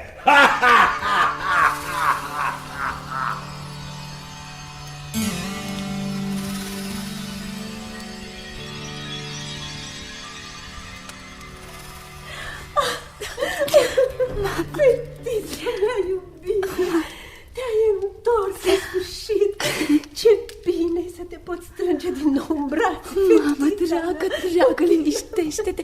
Liniștește-te, nu mai plece. M-am întors. Te iubesc, Doamne, cât te iubesc. Ce bine îmi face lumina soarelui. Copilă mai scumpă decât orice pe lume. O să rămâi de acum veșnic lângă mine. Da, veșnic. În afară de cazul în care ai fi mâncat ceva pe tărâmul întunecat al lui Hades. Ai mâncat sau ai băut ceva împreună cu Hades? Nu, mamă, n-am mâncat nimic. Nimic? Nu. Nimic? Nu. Ești absolut sigură că Sunt numai la plecare. Soțul meu, Hades, m-a rugat să gust împreună cu el din ciorodii. Cum? Mai nu e cu putință. Liniștește-te, mama, de bucurie că îmi dă drumul. Am mâncat doar câteva semințe zămoase din rodia aia. Vreo 7, mama. Ce-ai făcut, sărmana mea, Cora? Te-ai nenorocit. M-ai distrus și pe mine. De ce? Nu înțeleg. Vai, cruda a fost Moira, soarta. Te-a nenorocit. Te-ai nenorocit. Ea a decis ca tu să te întorci la soțul tău dacă vei mânca ceva cu el. Nu. Totuși e bine că nu ai mâncat toate semințele din rodie. Atunci ai fi rămas la Hades pentru totdeauna. Nu! Din fericire, de acum înainte vei sta pe pământ cu mine de când se face primăvară până toamna, iar iarna o vei petrece lângă soțul tău întunecat și rece și vei domni ca regina lui. Mare ticălos ești, Hades, frate.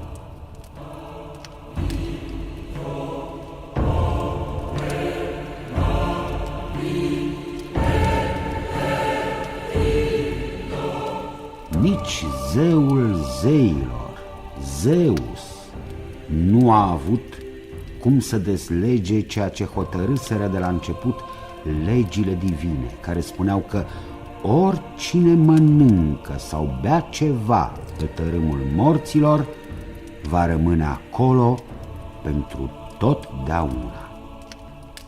Astfel, o parte a anului, palidă și tristă, Persefona și-o petrece lângă Hades.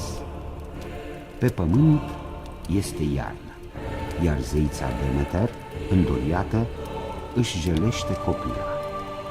Dar Cora reapare primăvara, semințele încolțesc, copacii se împodobesc cu frunze și flori, toată natura se înveselește, cerul întreg participa la regăsirea divinei mame cu primăvăratica ei copilă. Potrivit legendelor eline, în felul acesta ar fi apărut anotimpurile. Cora Persefona trăind din primăvară până în toamnă, 2/3 din an în Olimpul vesel, înconjurat cu nori de aur, și își petrece iarna, ultima treime din an, ca regină a umbrelor fără culoare, alături de neînduplecatul și înfricoșătorul Hades.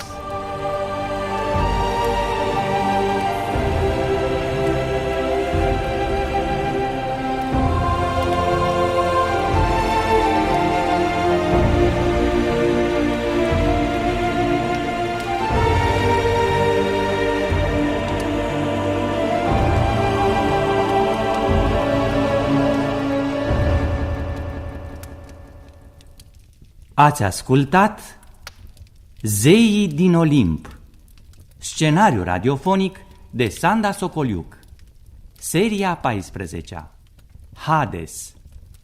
Distribuția a fost următoarea: povestitorul Florian Pitiș, Hades Ion Chelaru, judecătorul Titi Dumitrescu, Cora Mirela Gorea, Hermes Mircea Constantinescu, Demeter Tatiana Iecăl, Metaneira Janin Stavarache, fetele ei Petronela Stiopu, Selina Rebedea, Teodor Aristache. Asistența tehnică Robert Vasiliță. Regia de studio Violeta Berbiuc. Regia muzicală George Marcu. Regia artistică Vasile Manta.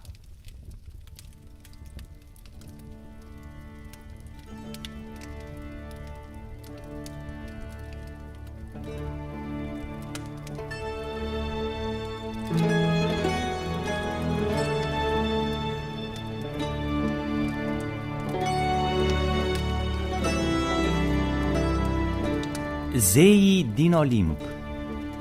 Scenariu radiofonic de Sanda Socoliuc.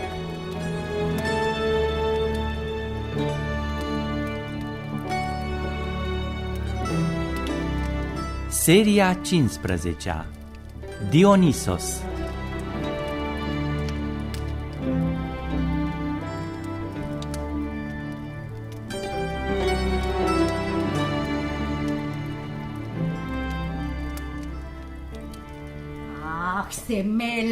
Semele muritoare necugetată, te urăsc!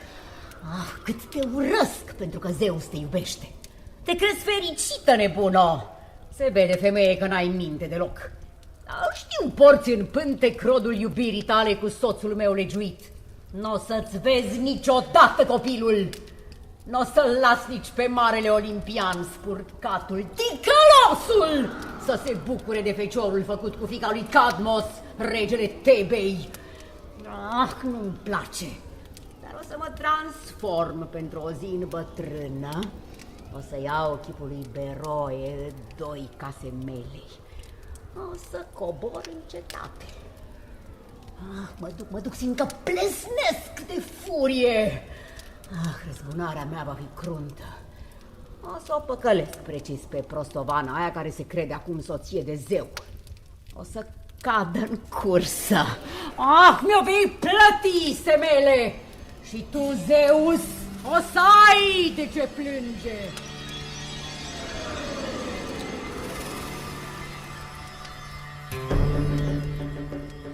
Oh, fată dragă, Semele, mai ai câteva săptămâni și o să aduci pe lume un prunc. Da, Doica, voi naște un zeu, fiul lui Zeus, cel mai mare dintre olimpieni. Sunt mândră de cinstea pe care mi-a făcut-o și îl iubesc. Vai, îl iubesc mai mult decât pot să-ți închipui. Nu știu ce să mă fac cu tine, fetițo. Ești cam naivă, cam încrezătoare. Să știi că mă supăr, Beroe.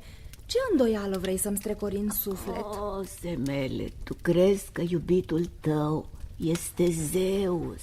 El însuși, stăpânul suprem al cerurilor, zeul care stăpânește fulgerul.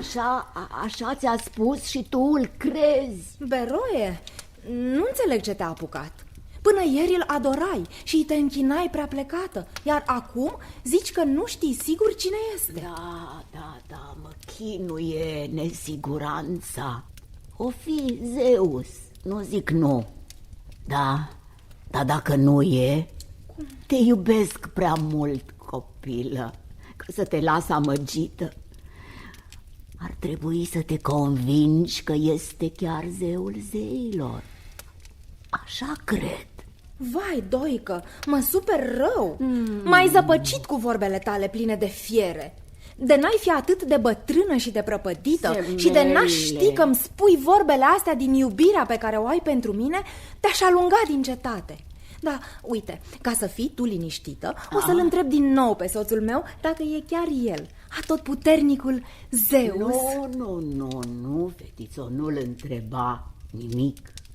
Pune-l mai întâi să-ți jure pe Stix că nici Zeus n-ar încălca un astfel de jurământ. Pune-l să jure că-ți va împlini o dorință fierbinte. Ce dorință, Doică?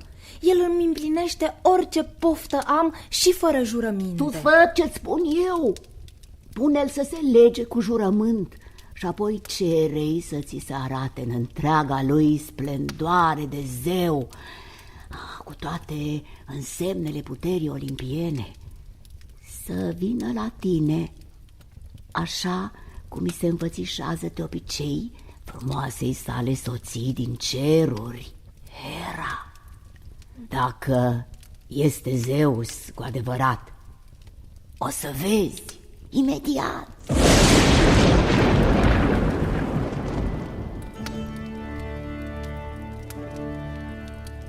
Legendele eline povestesc că fiica lui Cadmos a făcut, precum o sfătuise plină de venin, răzbunătoarea Hera.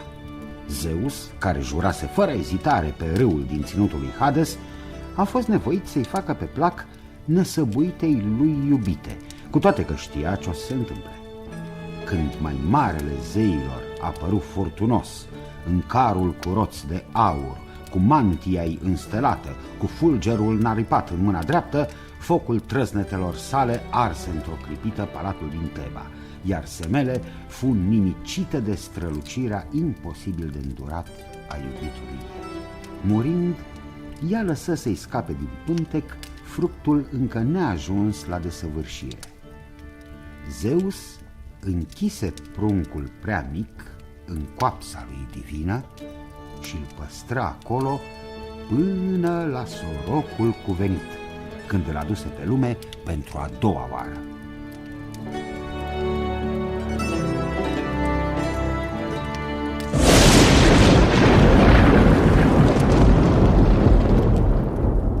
Hermes, ia-l tu pe fiul meu și al Semelei.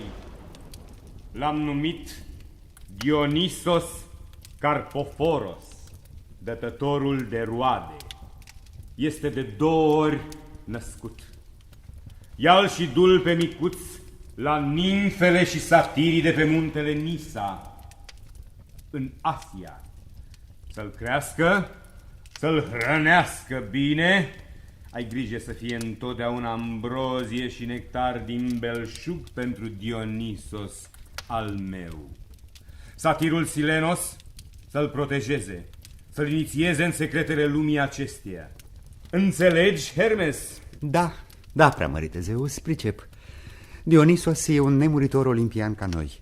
Îmi pun sandalele naripate și duc povara prețioasă la nimfele de pe Nisa cel bogat în păduri și izvoare și unde cresc vițe de vie și iedre din belșug. Nimfele trebuie să-l ascundă bine de ochii dușmănoși ai Herei, să-l răsfețe, să-i facă toate poftele, să-l învețe să cânte, să se bucure de viață. Să-i spui și lui Silenos ce-am poruncit. Orice porunca ta e lege, stăpâne. Mă voi ocupa și eu de Dionisos ori de câte ori voi găsi răgaz. Unele dintre legendele eline spun că Meilihos, dezmierdătorul Dionisos, ar fi fost o altă formă și o altă viață a lui Zagreus, fiul lui Zeus și al Persefonei, sau al zeiței Demeter în alte versiuni. Zagreus crescuse tot într-o peșteră bine păzită de nimfe și satiri, dar nesupușii titani trimiși de Hera izbutiseră să pătrundă până la micuț, îi sfârtecaseră trupul în bucățele pe care le fierseseră și le mâncaseră. Le scăpase doar inima divină a lui Zagreus. Palas Atena luase inima și o dusese lui Zeus în Olimpul Auriu. Mai marele zeilor, se pare, l-ar fi readus pe lume pe Zagreus în de 2 ori născutul Dionisos. Aezii din Helada cântau, și spune și Homer în imnurile lui, că zeul era foarte tânăr când a descoperit vinul, storcând câțiva ciorchini de struguri într-o cupă.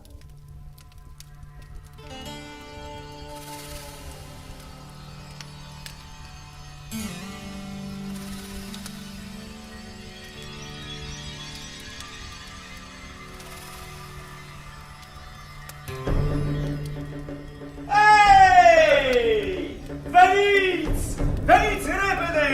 Dați-mi pe hală, nimfe, satiri, genii ale pădurilor, izvoarelor și râurilor. Veniți să vă dau și vouă marea catifelată pe care am răscocit-o. Se cheamă vin! Vin! Și este o băutură mai bună decât orice pe lumea asta.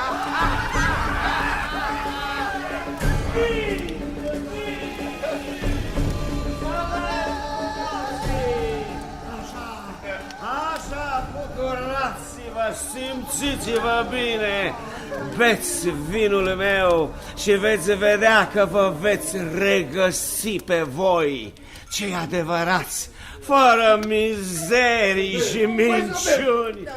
Veți face orice, da? Orice vă trece prin cap. Veți fi ușori ca fulgul sau grei și puternici ca stâncile.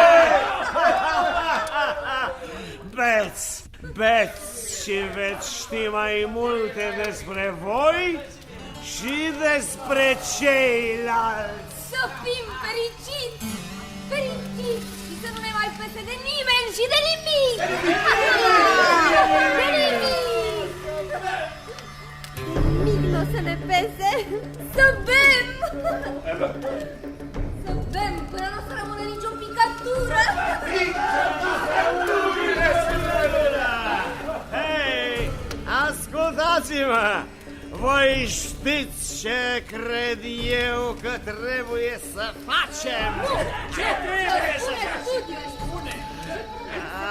Am să vă spun. Ce credeți voi că trebuie să facem? Să bem, trebuie să bem! Să bem? Ei bine, să bem, dar nu este chiar atât de simplu. Nu. Ne adunăm toți cei de aici cu doicile mele, cu tot, da? Cu nimfa Mistis. Da, bătrâne Sirenos. Să stai pe aici, Ești gros ca un butoi. Dar bea și tu cu nădejde, așa? Te vei simți tânăr și fără griji. Să-mi aduceți carul meu divin, la care să înhamați lei pe care i-am îmblânzit Maian. M-a prigonit Hera cât a putut. Am stat destul ascuns. Zeus, tatăl meu, m-a salvat mereu. Am ajuns mare și sunt zeu! De acum o vom porni prin lume. Vom ajunge și în Helada Sfântă, țara în care m-am născut. Îi vom lua cu noi din drum pe toți cei care ne-au îndrăgi. Vom bea, vom cânta și vom dansa dansul nostru frenetic. Diasul! Vom dansa diasul, dansul dragostei de viață. Vom striga în cinstea ta, Evoe! Evoe!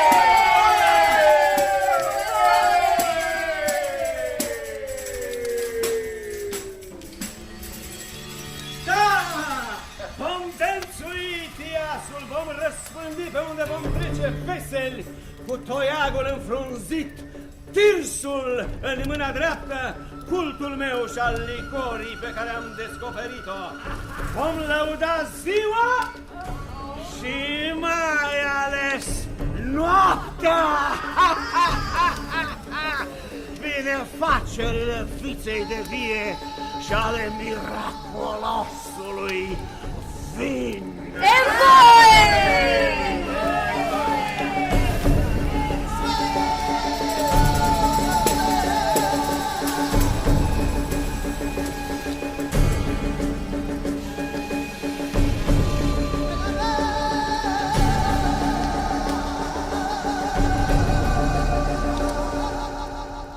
De atunci a primit zeul vinului și al beției, al freneziei în natură, numele de Bacos, Bachios, Bacheos și Bromos, zgomotosul. Dionisos se metamorfoza des în țap, taur, panteră, leu, tigru, măgar și chiar delfin sau șarpe.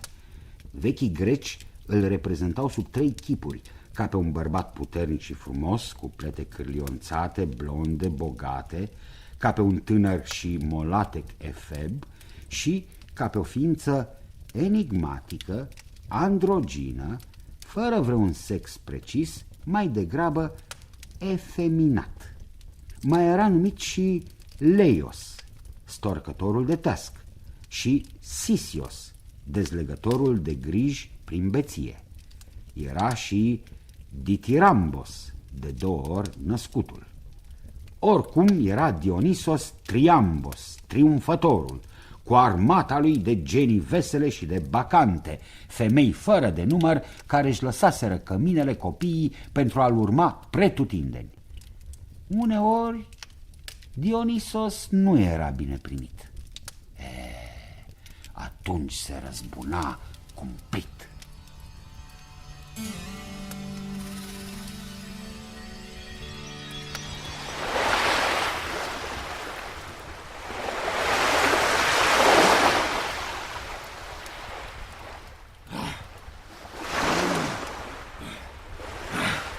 Ce îndrăzneală pe Licurg, regele Traciei. Nu-i așa, Hermes? Nu înțeleg, Dionisos, niciun pic. Cum de s-a opus unui zeu? N-a vrut să vă primească în țara lui pe tine, pe satiri și pe bacante? Sunt uimit. Mai mult, mi-au omorât câteva femei din cortegiu. Pe altele le-am lănțuit cu fiare grele. Eu am sărit repede în mare. Ia uite, dar tu, Hermes, tu ce cauți în valuri? Să te salvezi. Știi că-ți por de grijă încă de când erai mititel. Acum sunt mare și am să mă descurc singur, Hermes. Tu n-ai decât să privești. Licurg își va pierde mințile dintr-o dată. Își va ucide cu securea feciorul prea iubit. În sine însuși o să izbească de parcă arda în dușman.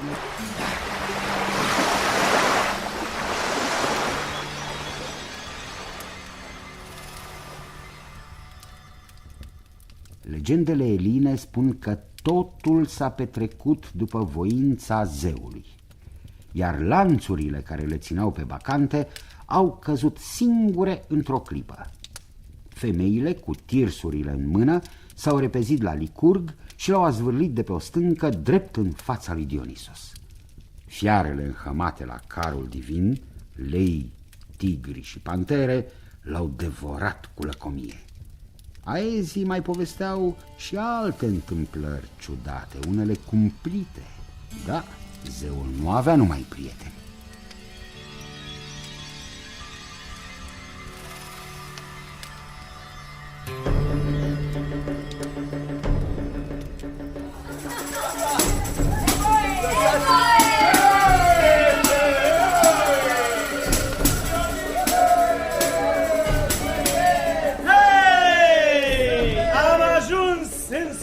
La Theba, cetatea în care am venit pe lume. De când aștept eu clipa aceasta?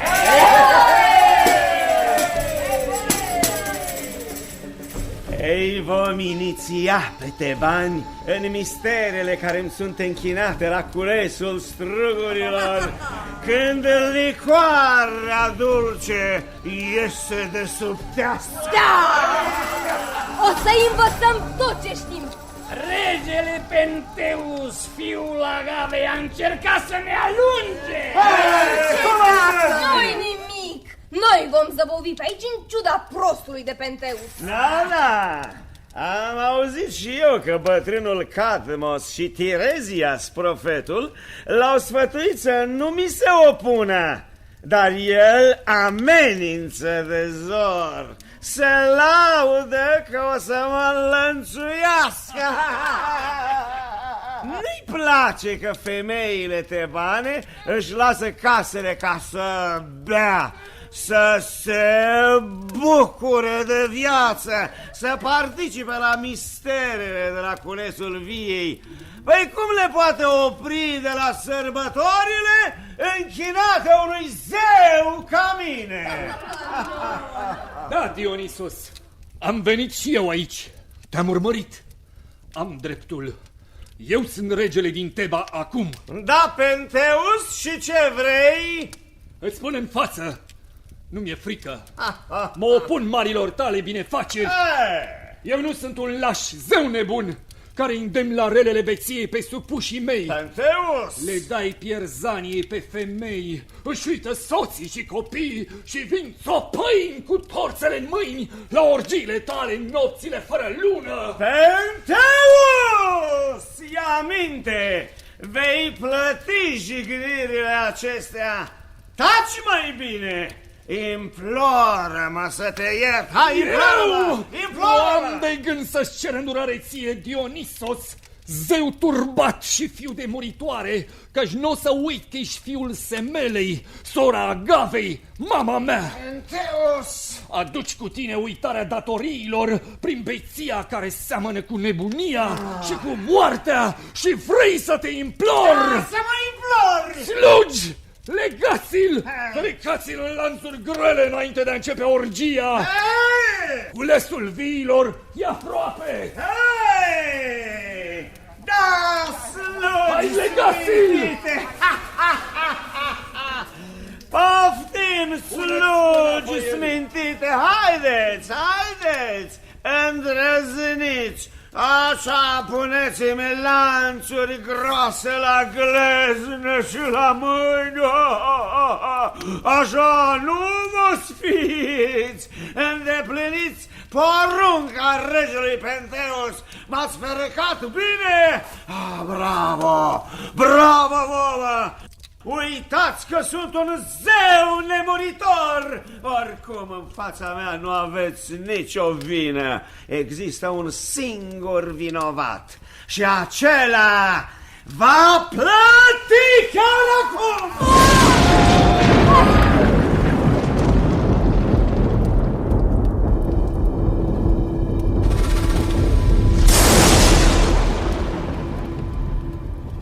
Palatul lui Penteus a luat foc lovit de fulgerul sacru al lui Zeus preamoritul. Arde, se face scrum. Lanțurile au căzut singure.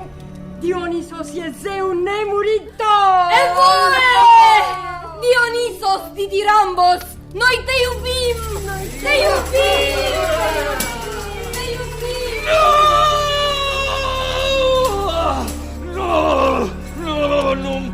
Nu-mi pasă că palatul regal arde, că lanțurile nu te pot lega. Urăsc tot răul pe care îl faci tu, zeu al beției, în cetatea în care te-ai născut.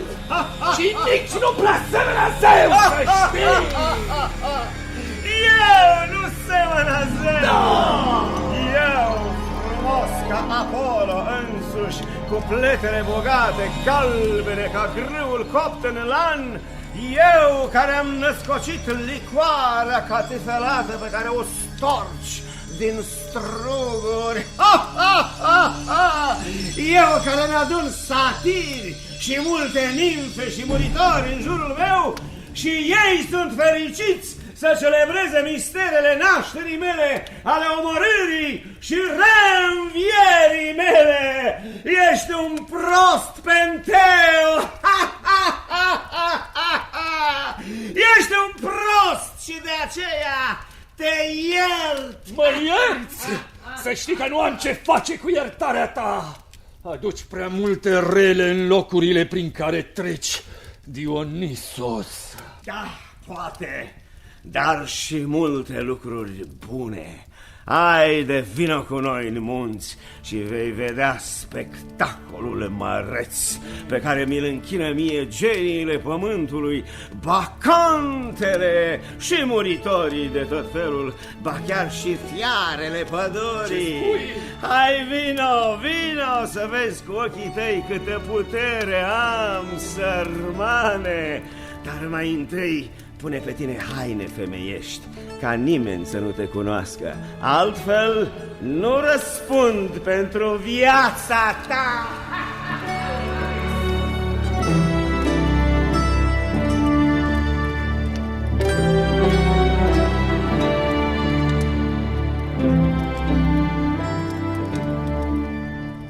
Legendele din vechea Heladă povestesc că doar inițiații puteau participa la misterele dionisiace. Penteus, deghizat în femeie, se cocoțase pe creanga de sus a unui brad înalt. Menadele, genii cu ochii ageri și bacantele cu tirsurile în mână, îl zăriră pe Penteus. Intrusul trebuia să piară.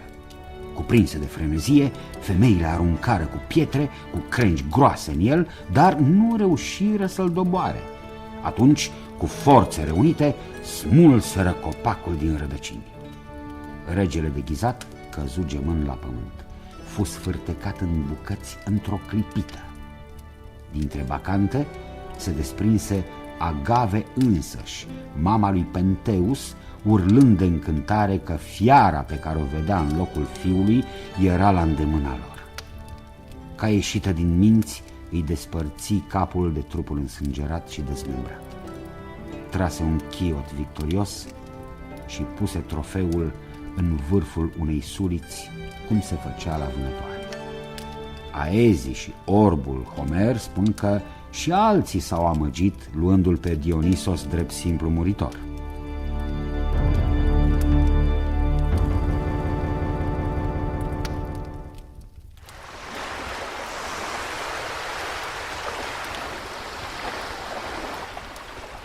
Și tu ce văd eu colo, sus, pe limba aia de pământ care înaintează în mare? Ce vezi? L-am zărit și eu. Cred că e un bogătaș din împrejurim. Cine ar umbla singur cu mantia purpurie împodobită cu pietre rare care strălucesc de-ți iau ochii. E mai frumos decât ar trebui să fie un adevărat bărbat. Și are niște plete prea blonde, prea cârlionțate. O fi vreun răsfățat al soartei. Auzi, crezi că are la el punga cu bani de aur? Nimic nu ne oprește să ne ducem să vedem și să-i luăm aurul de lare. Nici mantia n-ar fi de lepădat. La urma urmei îl răpim, îl ducem pe corabia noastră și cerem alor lui răscumpărare grea. Planul e foarte bun. Nu pare atât de absorbit de gânduri că nici nu o să observe apropierea noastră. Hai!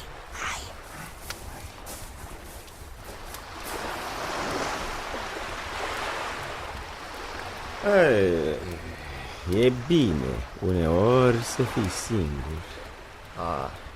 Cât mă odihnește marea cu valurile ei limpezi. Privesc în zări și nu știu ce dor ciudat mă cuprinde, deși mi-ar lipsi aclamațiile vesele ale însoțitoarelor, ale satirilor și ale celorlalte genii. Hei, ce cu voi, ce vreți? Ce aveți, nebunilor? De ce puneți mâinile voastre jegoase pe mine? Jegoase? Luați mâinile! Streceți aroganța, uite acum. Hai, Ce vrei? Repede, scoate banii de aur. Hai, faci o faptă bună. Tu ai, noi nu avem decât ce luăm de la ei ca tine. Bogați, cu punguța plină. N-am bani, plecați. Plecăm? Da, cu tine, o să te legăm de catar și o să te ținem pe corabie până când ai tăi vor aduce 2 pungi cu aur. Singurătate mi-a trebuit. Bine, ia haideți, piraților. Se vede că nu mă cunoașteți. Nu, luați mâinile de pe mine. No, merg de bunăvoie pe corabia voastră. Dacă aveți curaj destul, haideți. E trăznit rău omul ăsta, frate. Poate fi treaba lui. Destul că am pus mâna pe el și nu ne va scăpa fără plată. Haideți odată! Pornim! Capitanul o să ne laude pentru pradă.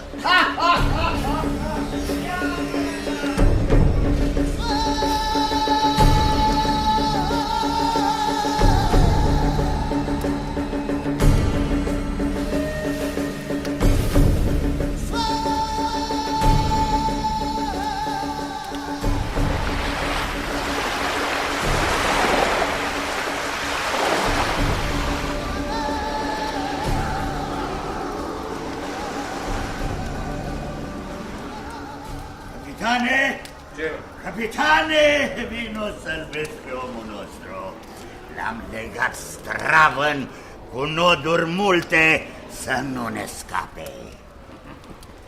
Ce? Dar unde e prizonierul? Pentru că nu e nimeni legat de catar. S-ar zice că eu sunt cel pe care îl căutați. Nu? Erai prins cu cea mai groasă funie de pe vasul nostru. Da, așa este. S-a desfăcut prăpădita de funie singură, după cum vedeți. Cine e cel pe care l-ați răpit? Nu e zeu cumva nefericiților? Vedeți? Lumina îl înconjoară ca pe olimpieni. Ce zeu visezi, capitane? O să-l legăm mai bine, să dea banii. E o pradă prea bună.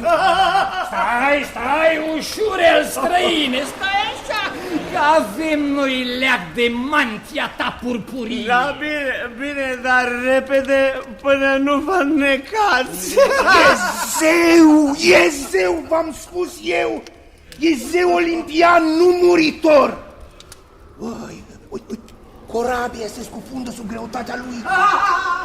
Pe Zeus, iartă-i, stăpâne, te rog, iartă-i că nu știu ce fac. Vântul suflă zdravăn, îl vom duce cu corabia noastră departe. Ne va da tot ce are, tot. Zeii stau la ei sus, în Olimpu, Auliu. El nu poate fi zeu. Pornim! Întindeți pânzele să profităm de vântul ăsta.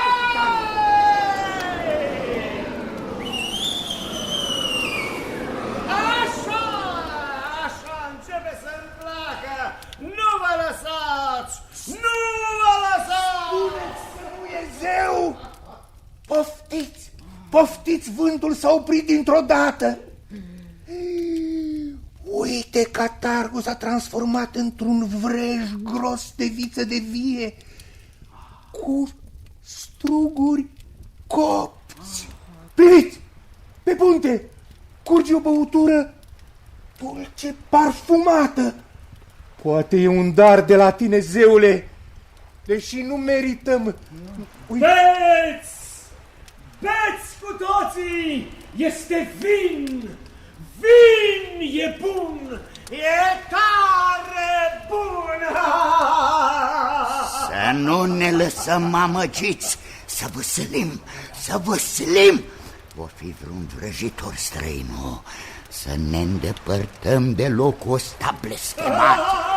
Să-l aruncăm peste bord pe ciudatul ăsta. Deși vinul e bun la gust.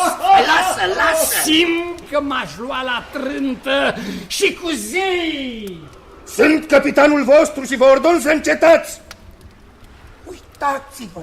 Uitați-vă la vâsle, sunt acoperite de ederă deasă, de ederă.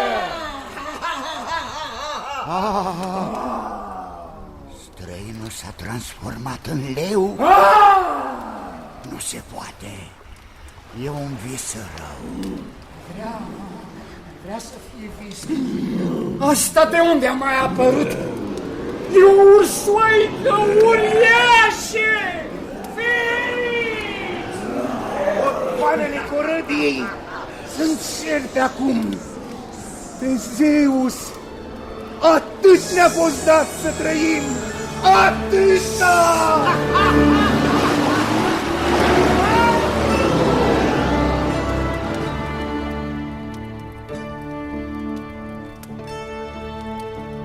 În imnurile lui, Homer Orbul povestește că pirații, înnebuniți de spaimă, au văzut în locul valurilor o pajiște înflorită. S-au aruncat în valuri ca să se ascundă, iar când au revenit la suprafață, se metamorfozaseră toți în delfini. Pe capitan l-a salvat Dionisos, care i-a purtat corabia până în Naxos. Legendele eline povestesc nenumărate întâmplări cu Dionisos și suita lui veselă, în care se găsea și zeul Caragiospan, cel cu copita despicată, se găsea și zeul Priapos, zeul veșnicei fecundități, se găseau și menadele cu șerpi în loc de păr și centaurii și atâția alții pe care nu-i mai numim acum. Aezii spun că din sărbările lui Dionisos, din mistere, s-ar fi născut teatrul tragic în vechea Grecie. Zeul cu 1000 de înfățișări, într-un marș triumfal, un delir vesel, în cântec de tamburine, liră și cimbale, a cucerit treptat toată lumea. Și apoi, mulțumit, fiul Semelei s-a urcat în Olimp. Astfel, enigmaticul Dionisos, cel mai asemănător cu oamenii dintre zei, și-a ocupat pentru totdeauna locul la marea masă din sala de ospețe a nemuritorilor olimpieni.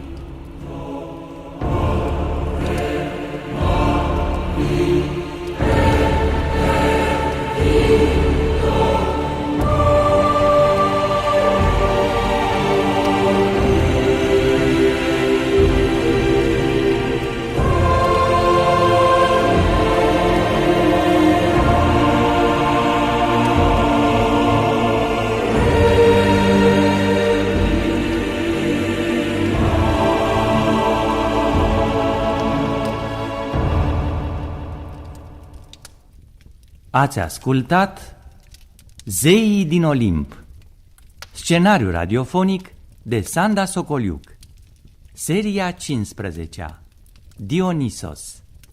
Distribuția a fost următoarea: povestitorul Florian Pitiș, Dionisos Petre Lupu, Hera Lucia Mureșan, Zeus Bogdan Caragea, Penteus George Grigore, Hermes Dan Condurache, Semele Gabriela Bobeș, primul marinar Sorin Gheorghiu, al doilea marinar Titi Dumitrescu, capitanul Romeo Stavăr. În alte roluri, Selina Rebedea, Carmen Palcu, Violeta Berbiuc. Asistența tehnică Robert Vasiliță. Regia de studio Violeta Berbiuc. Regia muzicală George Marcu. Regia artistică Vasile Manta.